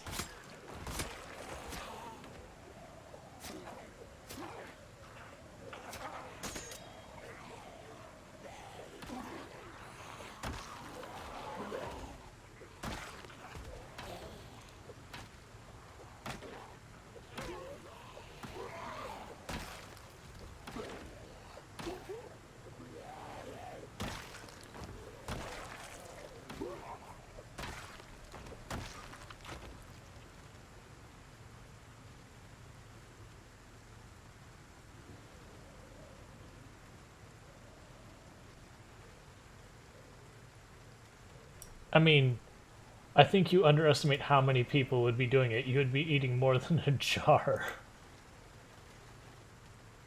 You'd probably be messing with the acidity of your blood levels of pickles.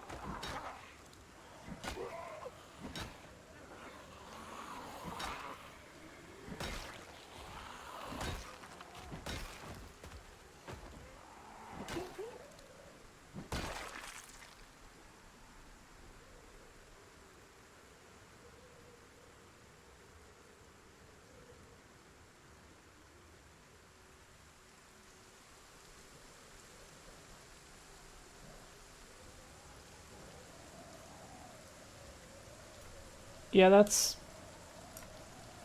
not usually great. Hey, zombie trying to sneak up behind me. Uncool, man.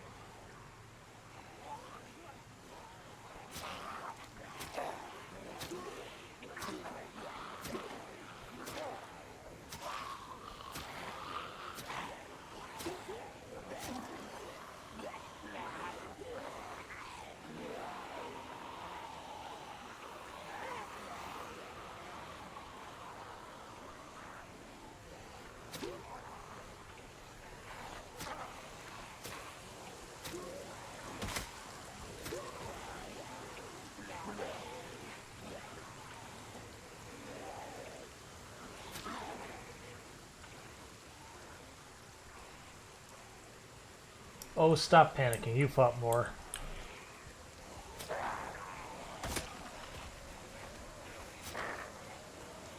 This is what we call Tuesday.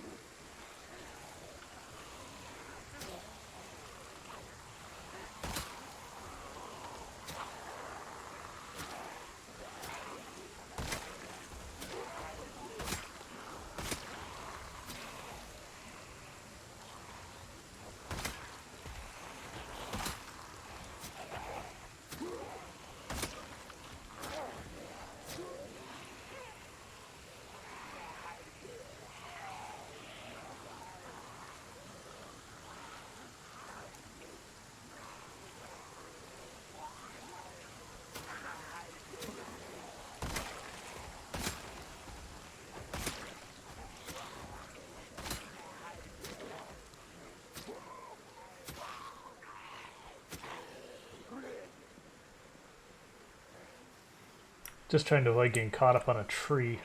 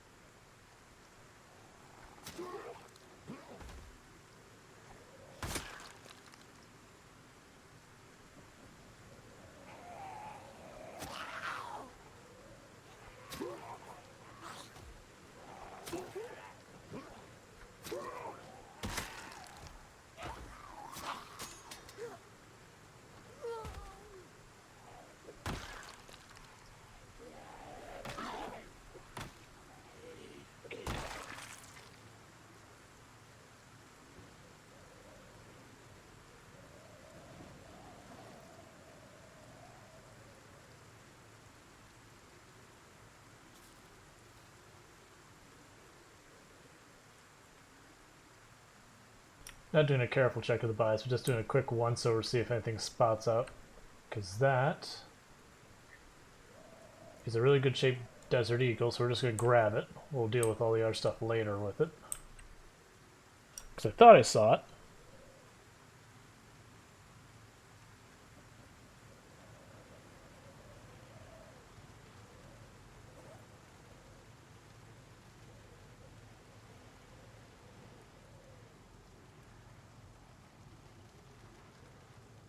I hear you, zombie. Let me deal with my gun issue here first.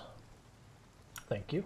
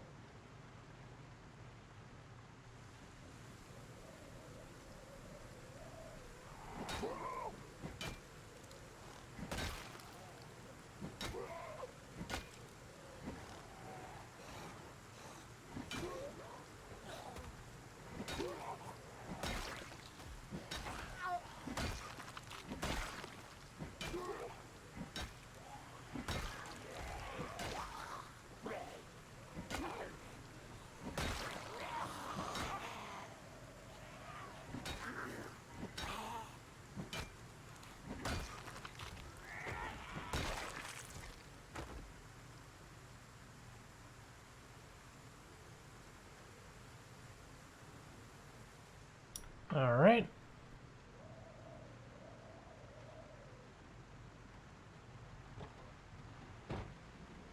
Sorry, I'm a little bit in focus mode at the moment because between the storm and everything else. It's a little dangerous what I'm doing.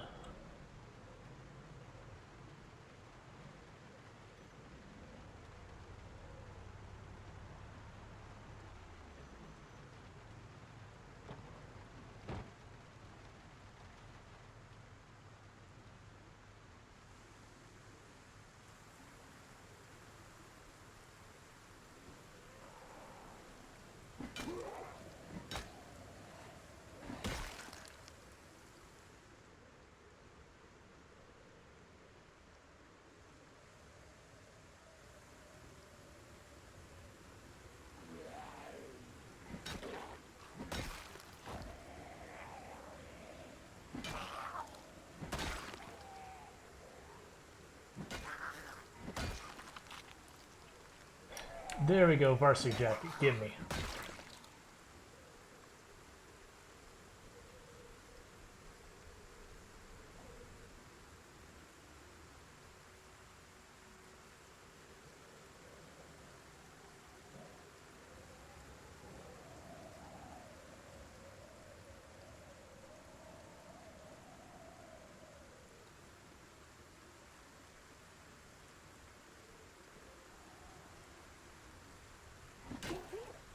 Now next time we go back, I'll get leather padding on it.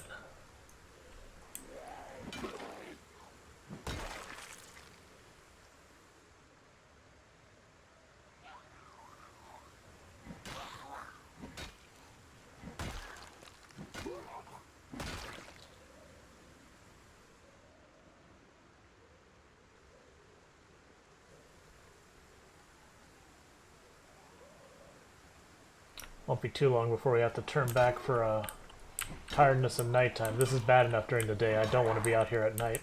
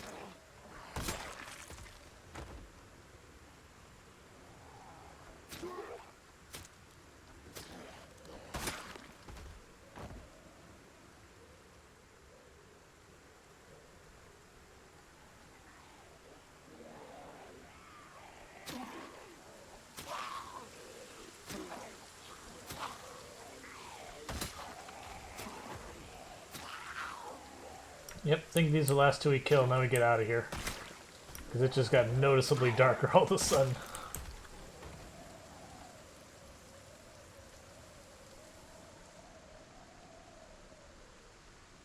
Yeah, it's also why I parked the van back there. As I saw these tree lines, I'm like, okay, I don't want the van in between that, where I might not be able to see what I'm dealing with. And now I can use this light to keep an eye on it. Yep, we're heading home. Not home, just that farmhouse again.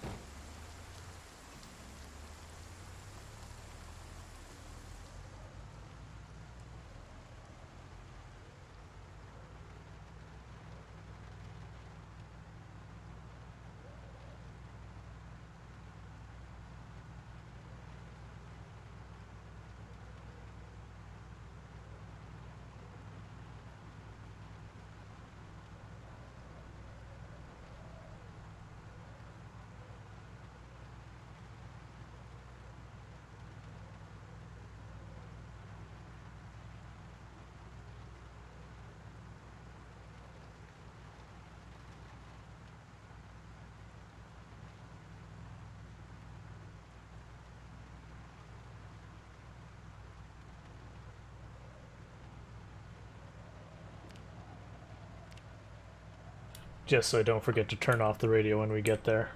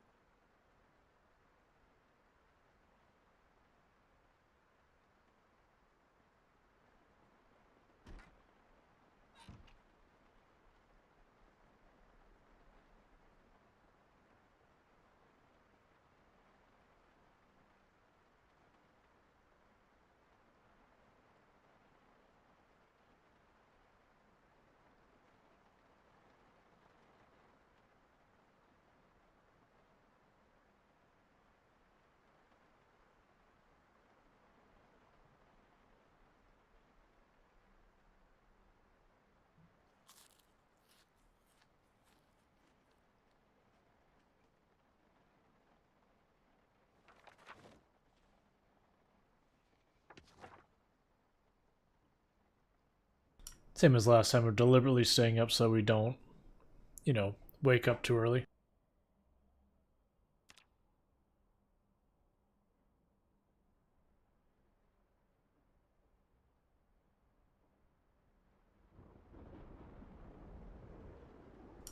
You know, this somehow seems even worse.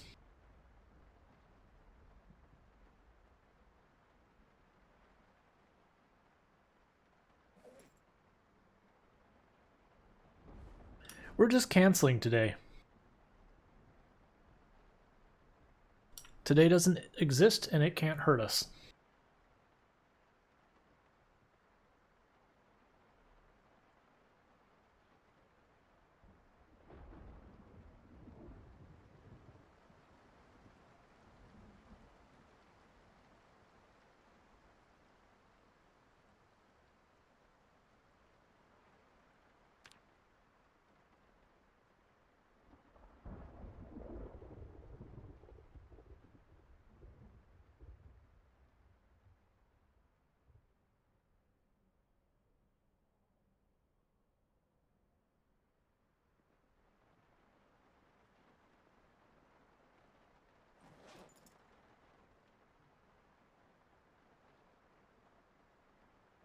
In real life, don't do this. Don't take a sleeping tablet.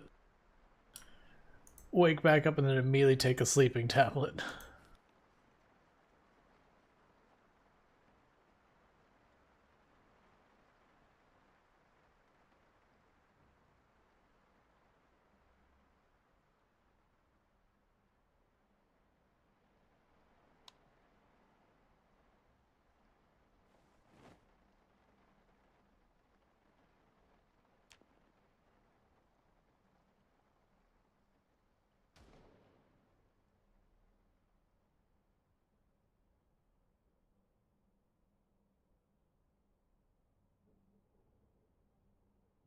One more time.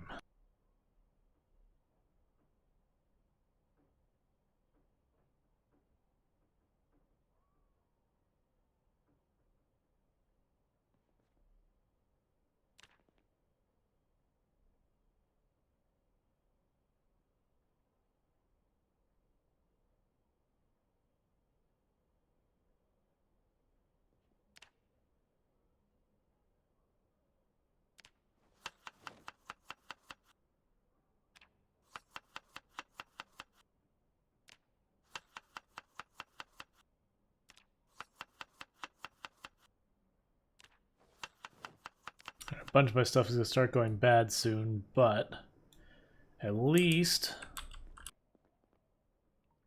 we're able to get back into this.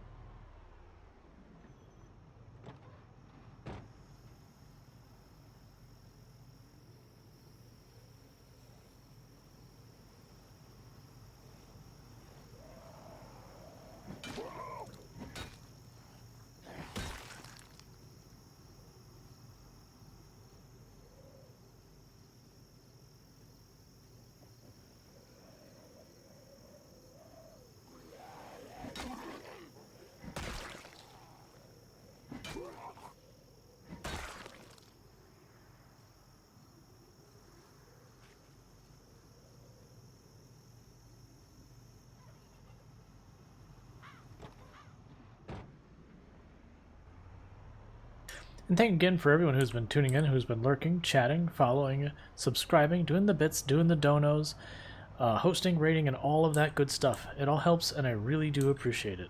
I do hope you are enjoying the stream. Oh, 1 second. Turn the sound back up to normal now that we're not dealing with perpetual thunderstorm.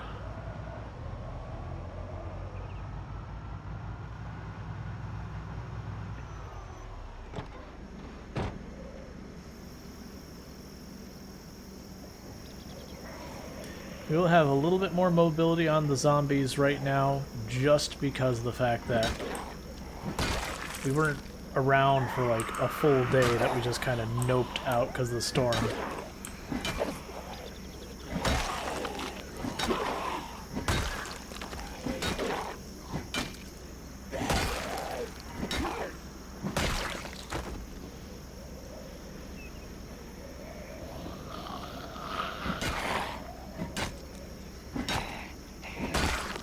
Hey, how's it going, Mr. Galaxy?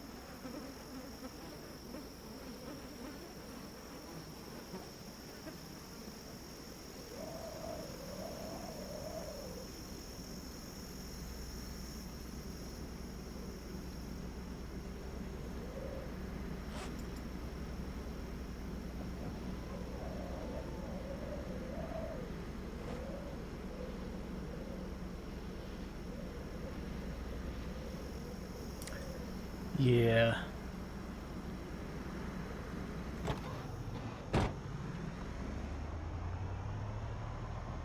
Finally found yourself a big bag? Excellent.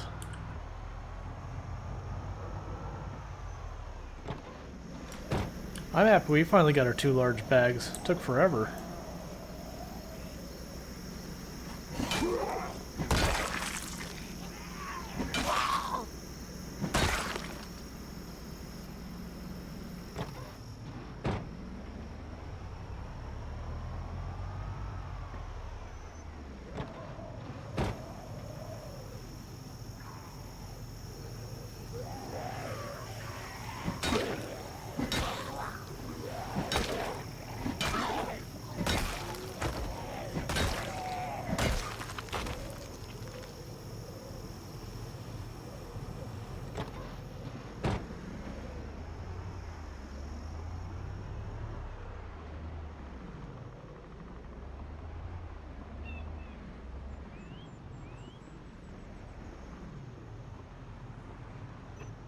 Alright, before we go farther, this body in the middle of the road needs to go. It's the one that there was a wreck here.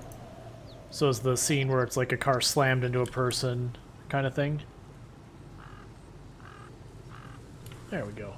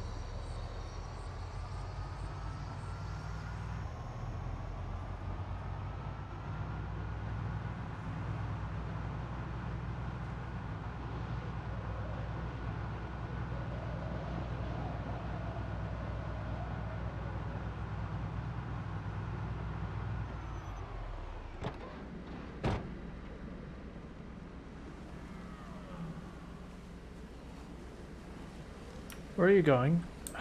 I hate it when they do that.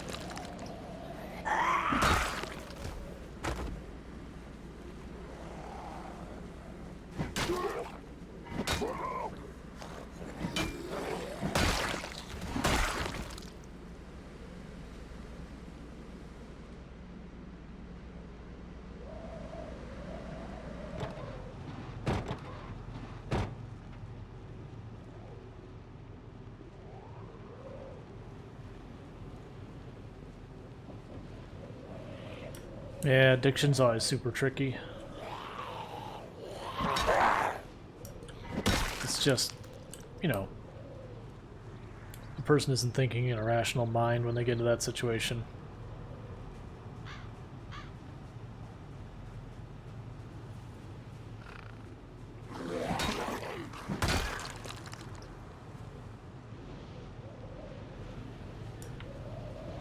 It's really hard to get people away from those problems unless you can do something like what'll happen with, you know, rehab and stuff like that, where they just, you put them in a situation where they cannot get access to whatever thing they're dealing with. But it's one of many things we need to be better about, providing those places, making it so that, you know, it's affordable and all that.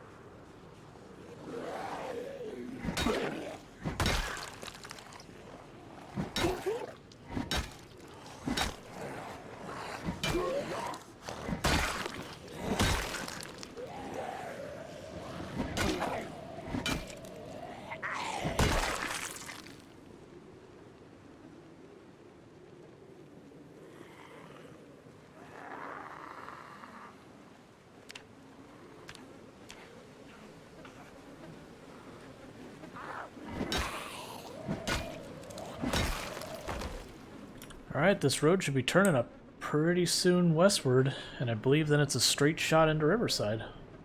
Like, that's just where it goes next.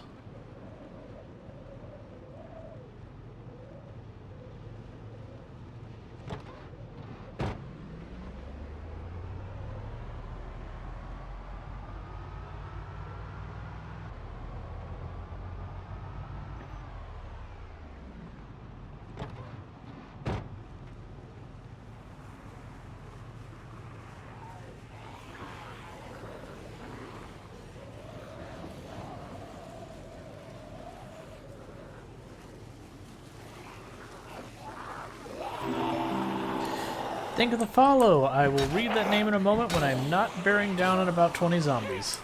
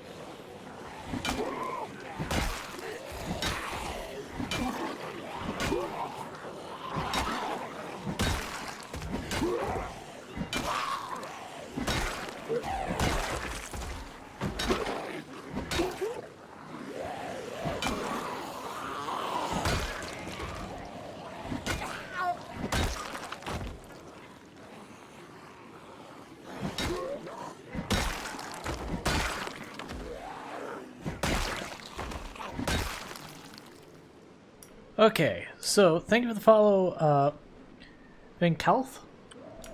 Welcome to the stream. If I mispronounce that, please let me know and I'll try and get it correct.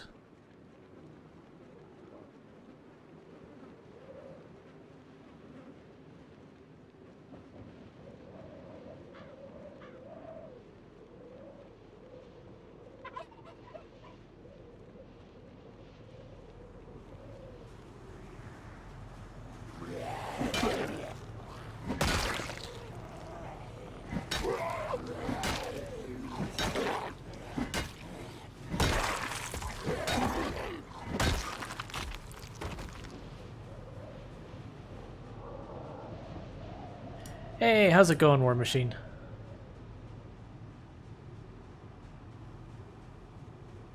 Yep, here's the turn that goes to Riverside. Glad to have you here.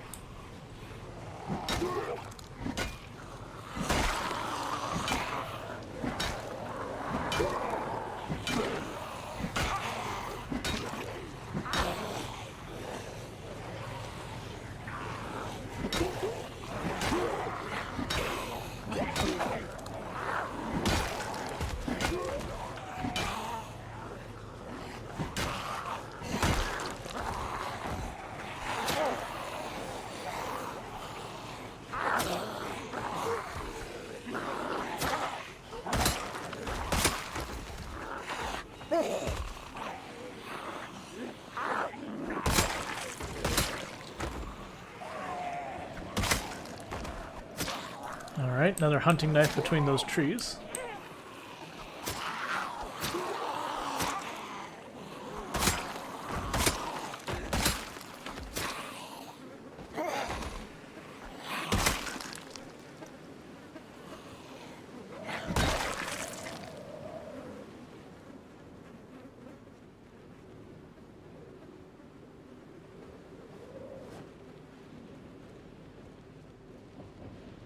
Okay.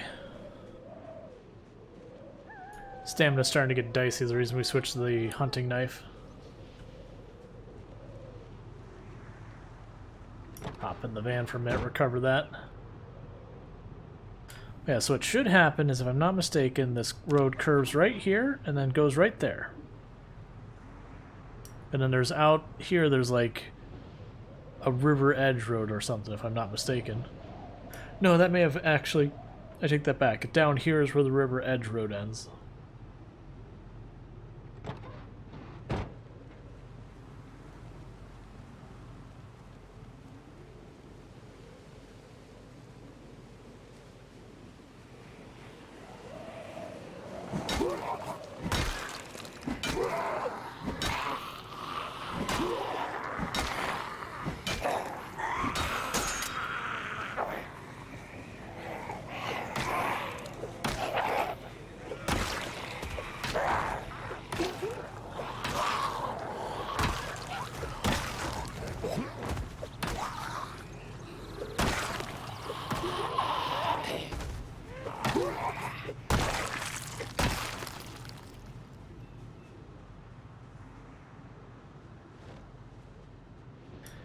Alright, grab our next weapon out of the back, because I think that was it for the pipes we had on us. We got a... Oh, no, I take that back. We had one more pipe. I got the crowbar on standby just in case.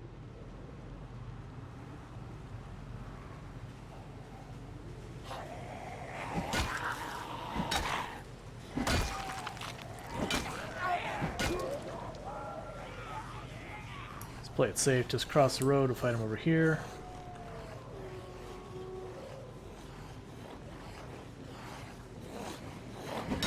Yep, that is what is going to happen.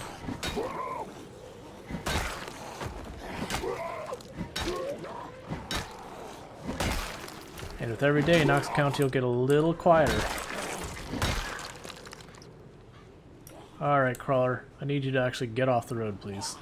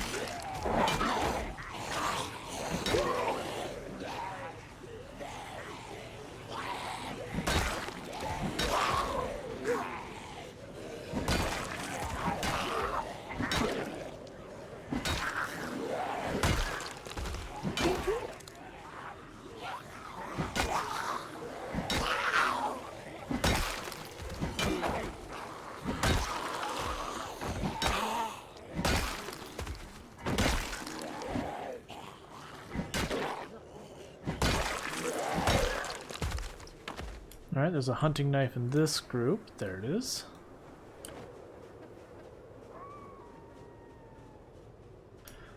Nice, nice. We're looking for Expert Tailor is the book we've been missing.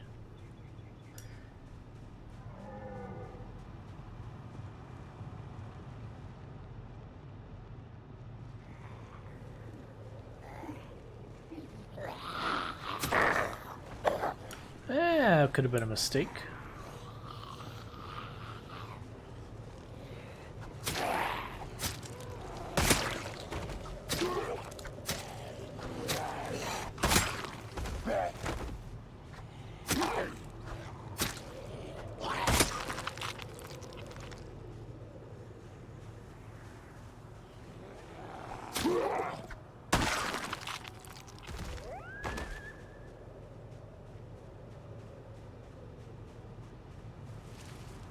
So like the zombies, so they'll try to spread out some. It's not super, like, perfectly even split.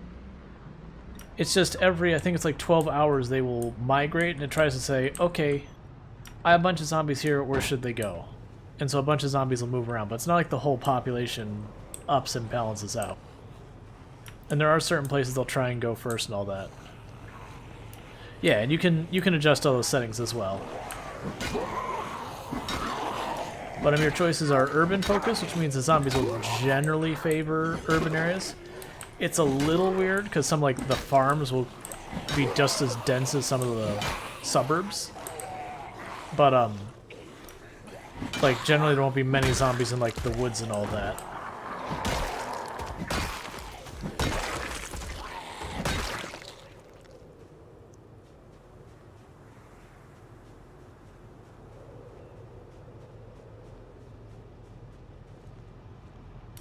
But yeah, they'll sorry, had a yawn. But they'll generally spread out around an area around cities and all that. It's just if you go far enough out in the wilderness, you'll almost never see zombies on a real level.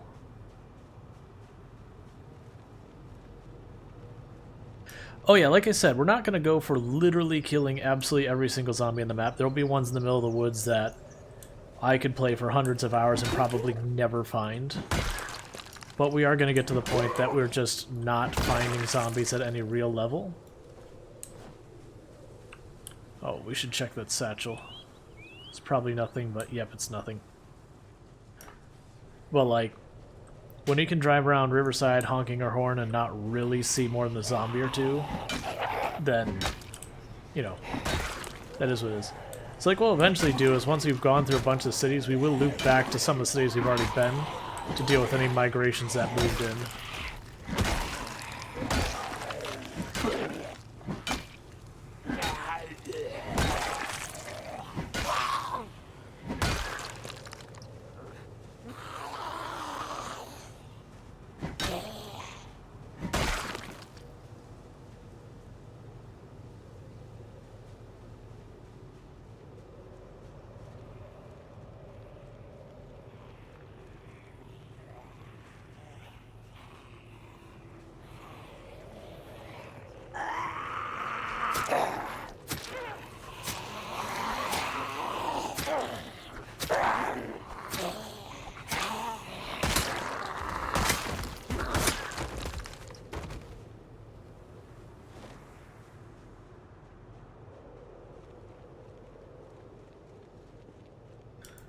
Alright, we're getting pretty close to the time when we need to turn back again, which is a shame because we're getting really close to the edge of Riverside. Like we can see on our mini-map, Riverside is now in the area of the mini-map we're looking at.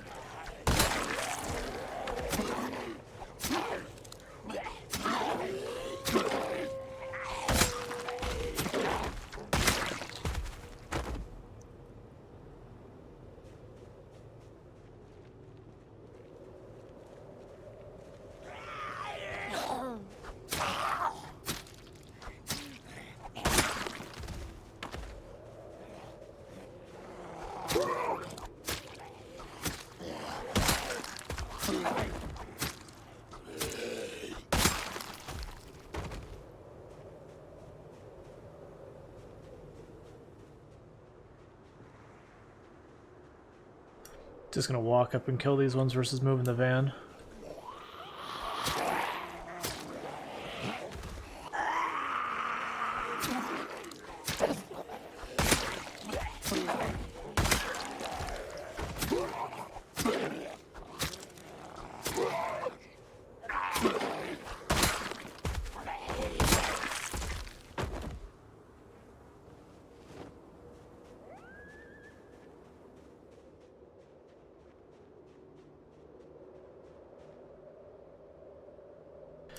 Okay, I think that group... Well, we're actually not that sleepy. Never mind.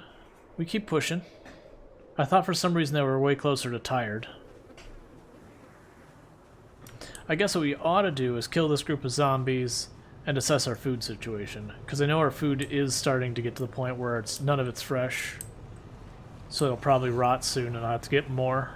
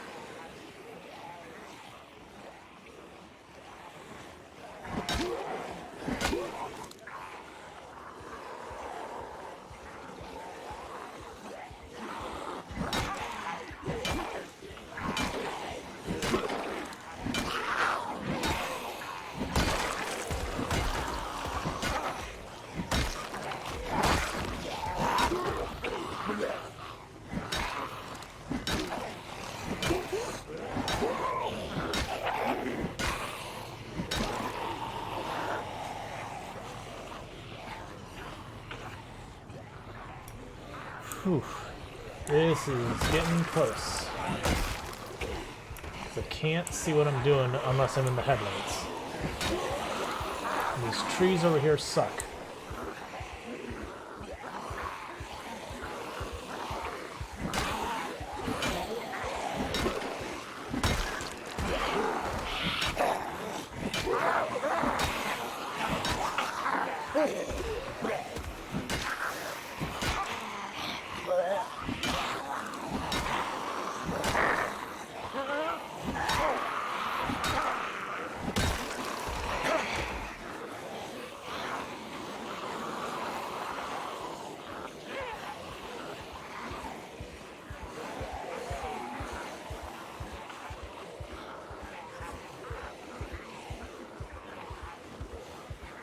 I actually need to take some beta blockers for once.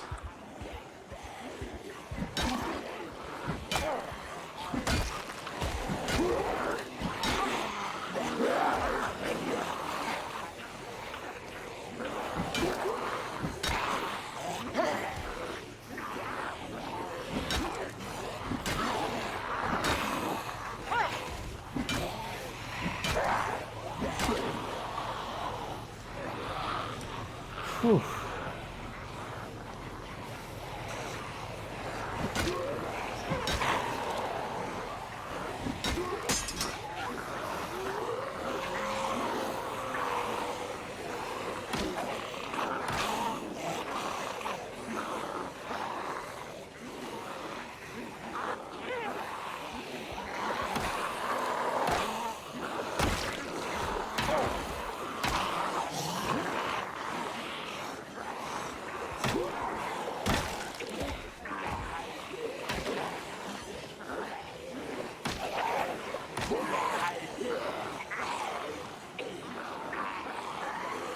Like, I know we keep picking up more, and I can't see where we're picking them up from.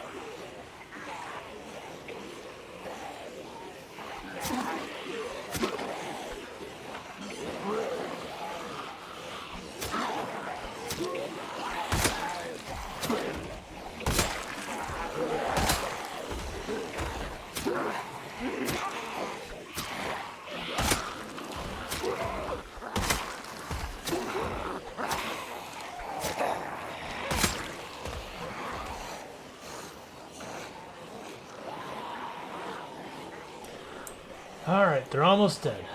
Ah, crap. Looks like you pulled another group. Well, here we go.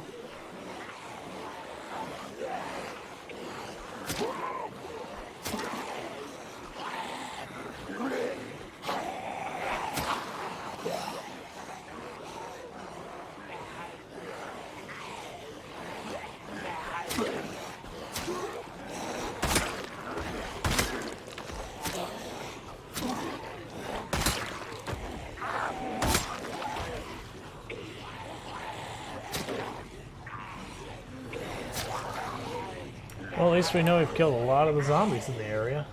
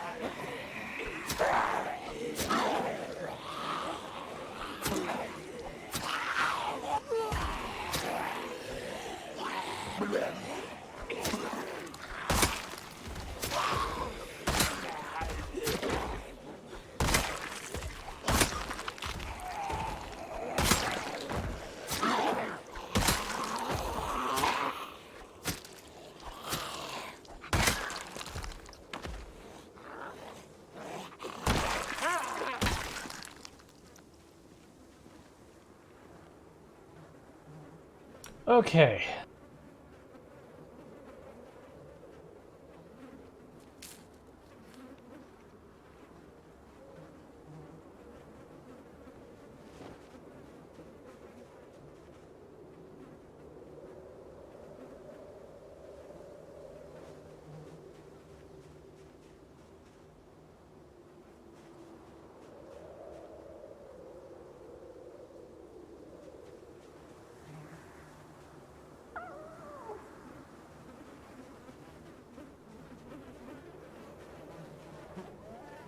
Not doing a thorough investigation, I'm just trying to quickly cycle through the buys that are easy to find.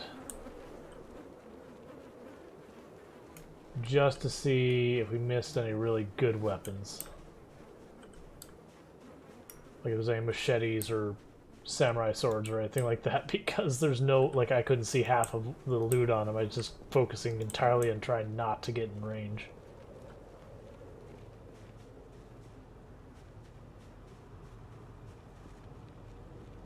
Last group over here.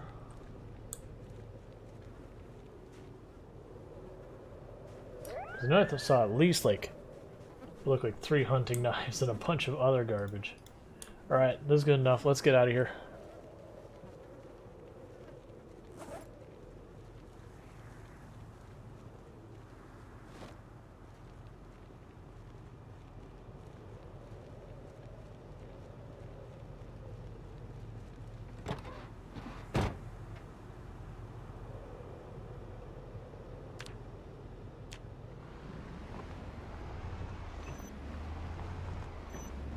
And I think we're at the point, because we got one more salad with us, but half the ingredients are getting ready to rot any second. This is the point we head back to our main base and then, you know, come back out.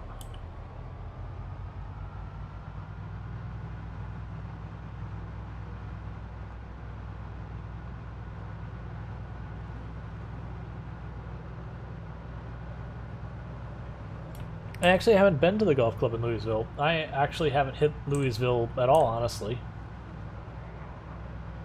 It's on the to-do list, it's just not to done.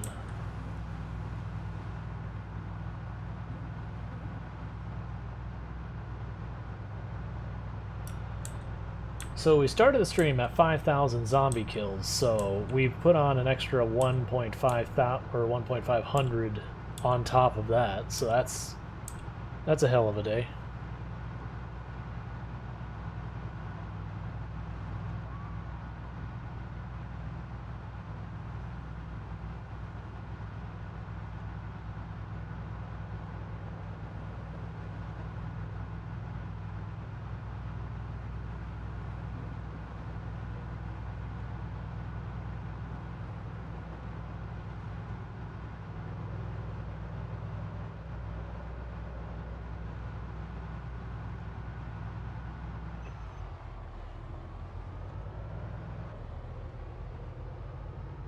Getting pretty close to winter.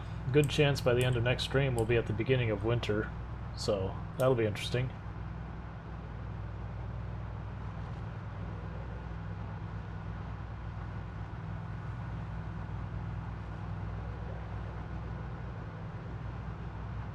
Yeah, so not sleeping here tonight because we're gonna point. I also need to check on that generator, because if that generator goes off and our freezers fail, then we'll be in a bad place. Well, I mean, not really a bad place for food. We have enough canned goods to survive the winter. But it would be a waste of a hell of a lot of food.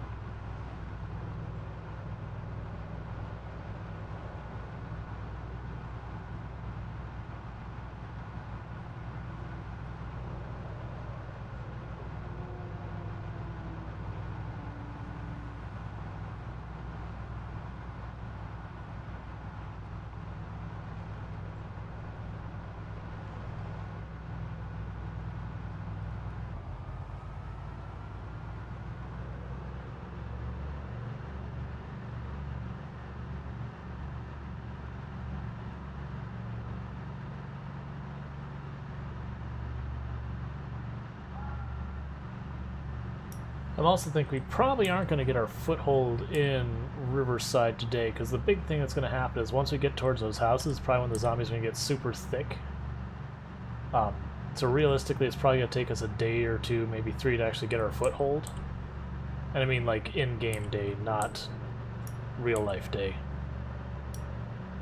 And it is going to be like 3:30 in the morning, and usually I try to wrap up at 4 in the morning.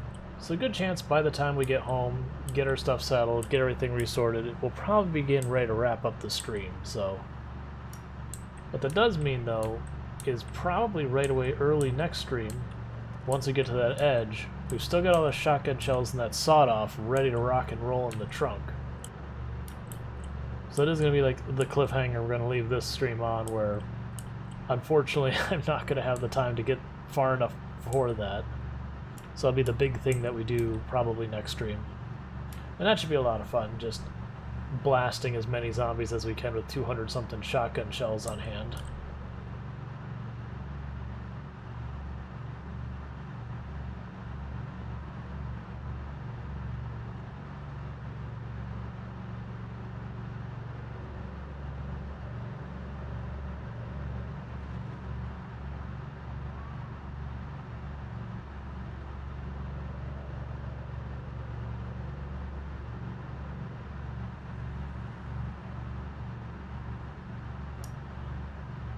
Cool. I actually like to steal the water coolers from like all those buildings and stockpile. Like, it's funny, I've had bases that have 3,000-4,000 water between all the water coolers, and it's just, you never need it, because usually you have your renewable source of water, so you never touch the water cooler. But, just in case it doesn't rain or whatever, it's convenient. I mean, hell, the base we have now, what I'd probably do is keep the water cooler and just start using that for the water. Keep all of the cooking pots in the grill. And then when I like deplete a water cooler, just grab the whole stack and fill it up or whatever. Just to make it so I don't have to constantly go out and manage it as much.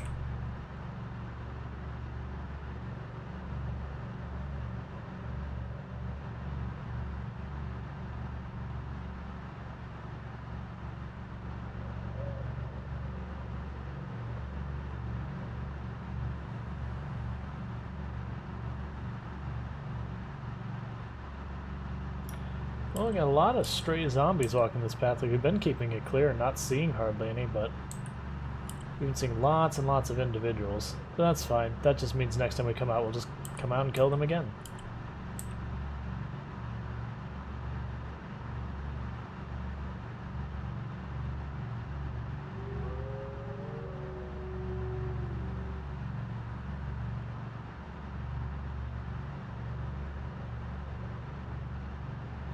Alright, we're almost home.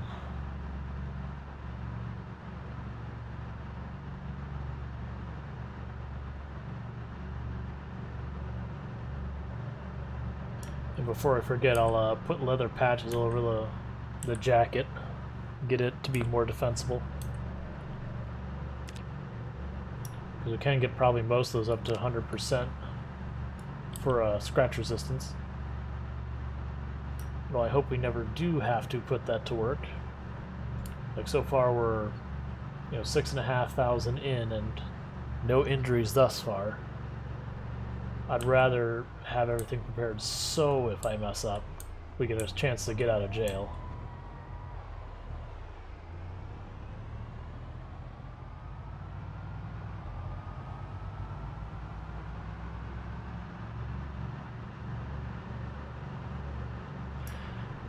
Yeah.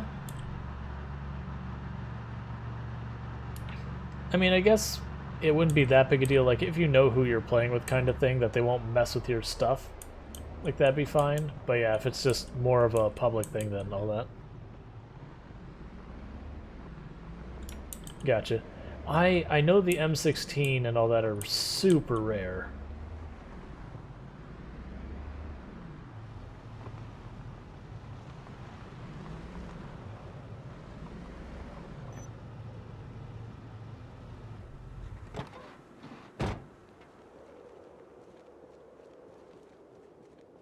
Alright, no signs of any zombies nearby, so fuel the truck back up because it's already down About 25%. Might as well top it off. That way if we do get into Riverside, like I don't anticipate us being able to reach Riverside gas station for a while, because that's a good like 2/3 the way across from where we're going in, which is fine. This thing has enough gas we can go a long time without needing it. Grab the Desert Eagle out of there, grab that out of there, leave that, keep all of the extra just random weapons in here. We have a bunch of random food, that's fine. I don't even care about that. Grab the light bulb, and grab the hiking bag, grab this, grab that. Generator's doing alright. Advanced, yes, but we don't have the expert.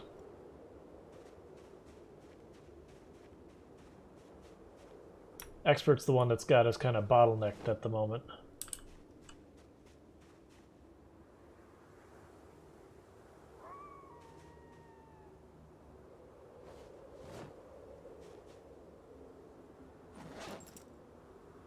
Didn't want to give up all the beta blockers.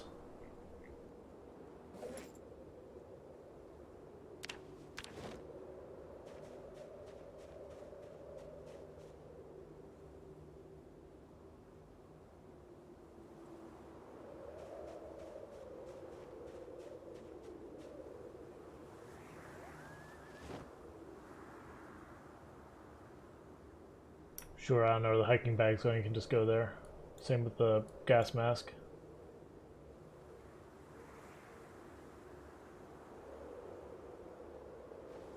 And this, and then the Desert Eagle.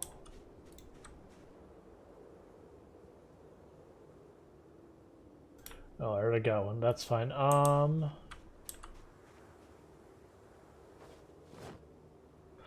sorry, I don't have an M16, I have an M14. Okay.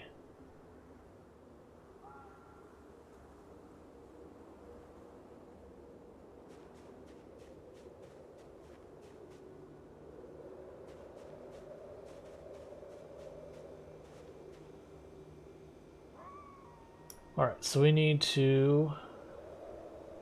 Now we can continue losing weight for a little while. Alright, let's see. So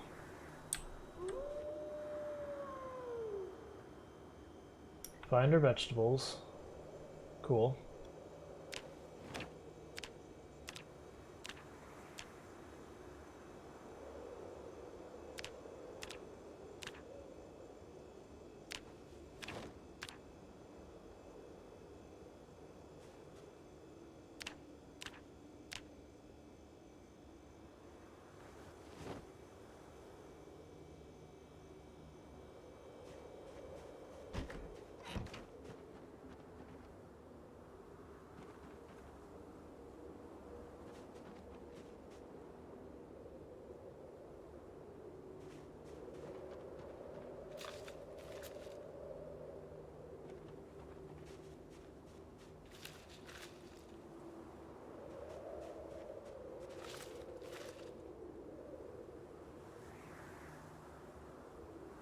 And then we're not bothering to plant anything new just yet because most of the stuff won't grow in time before winter kills it.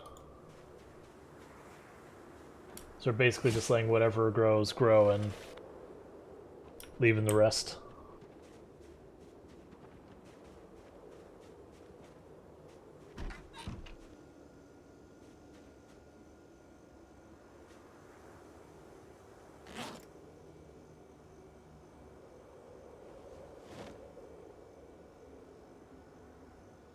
Cool. Go put this worm with our fishing stuff.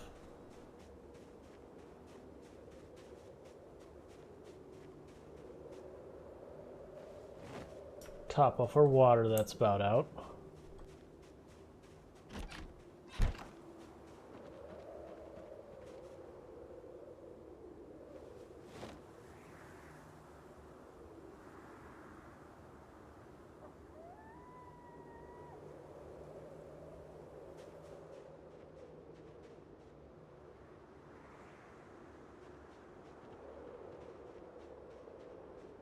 Alright, so everything here looks like it's in good order. What do I have for my weapons on my person? I've got the spear, I've got a crowbar, I've got an obnoxious number of hunting knives again. Let me drop a bunch of those.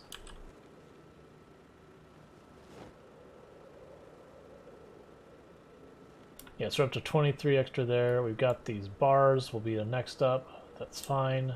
Cool.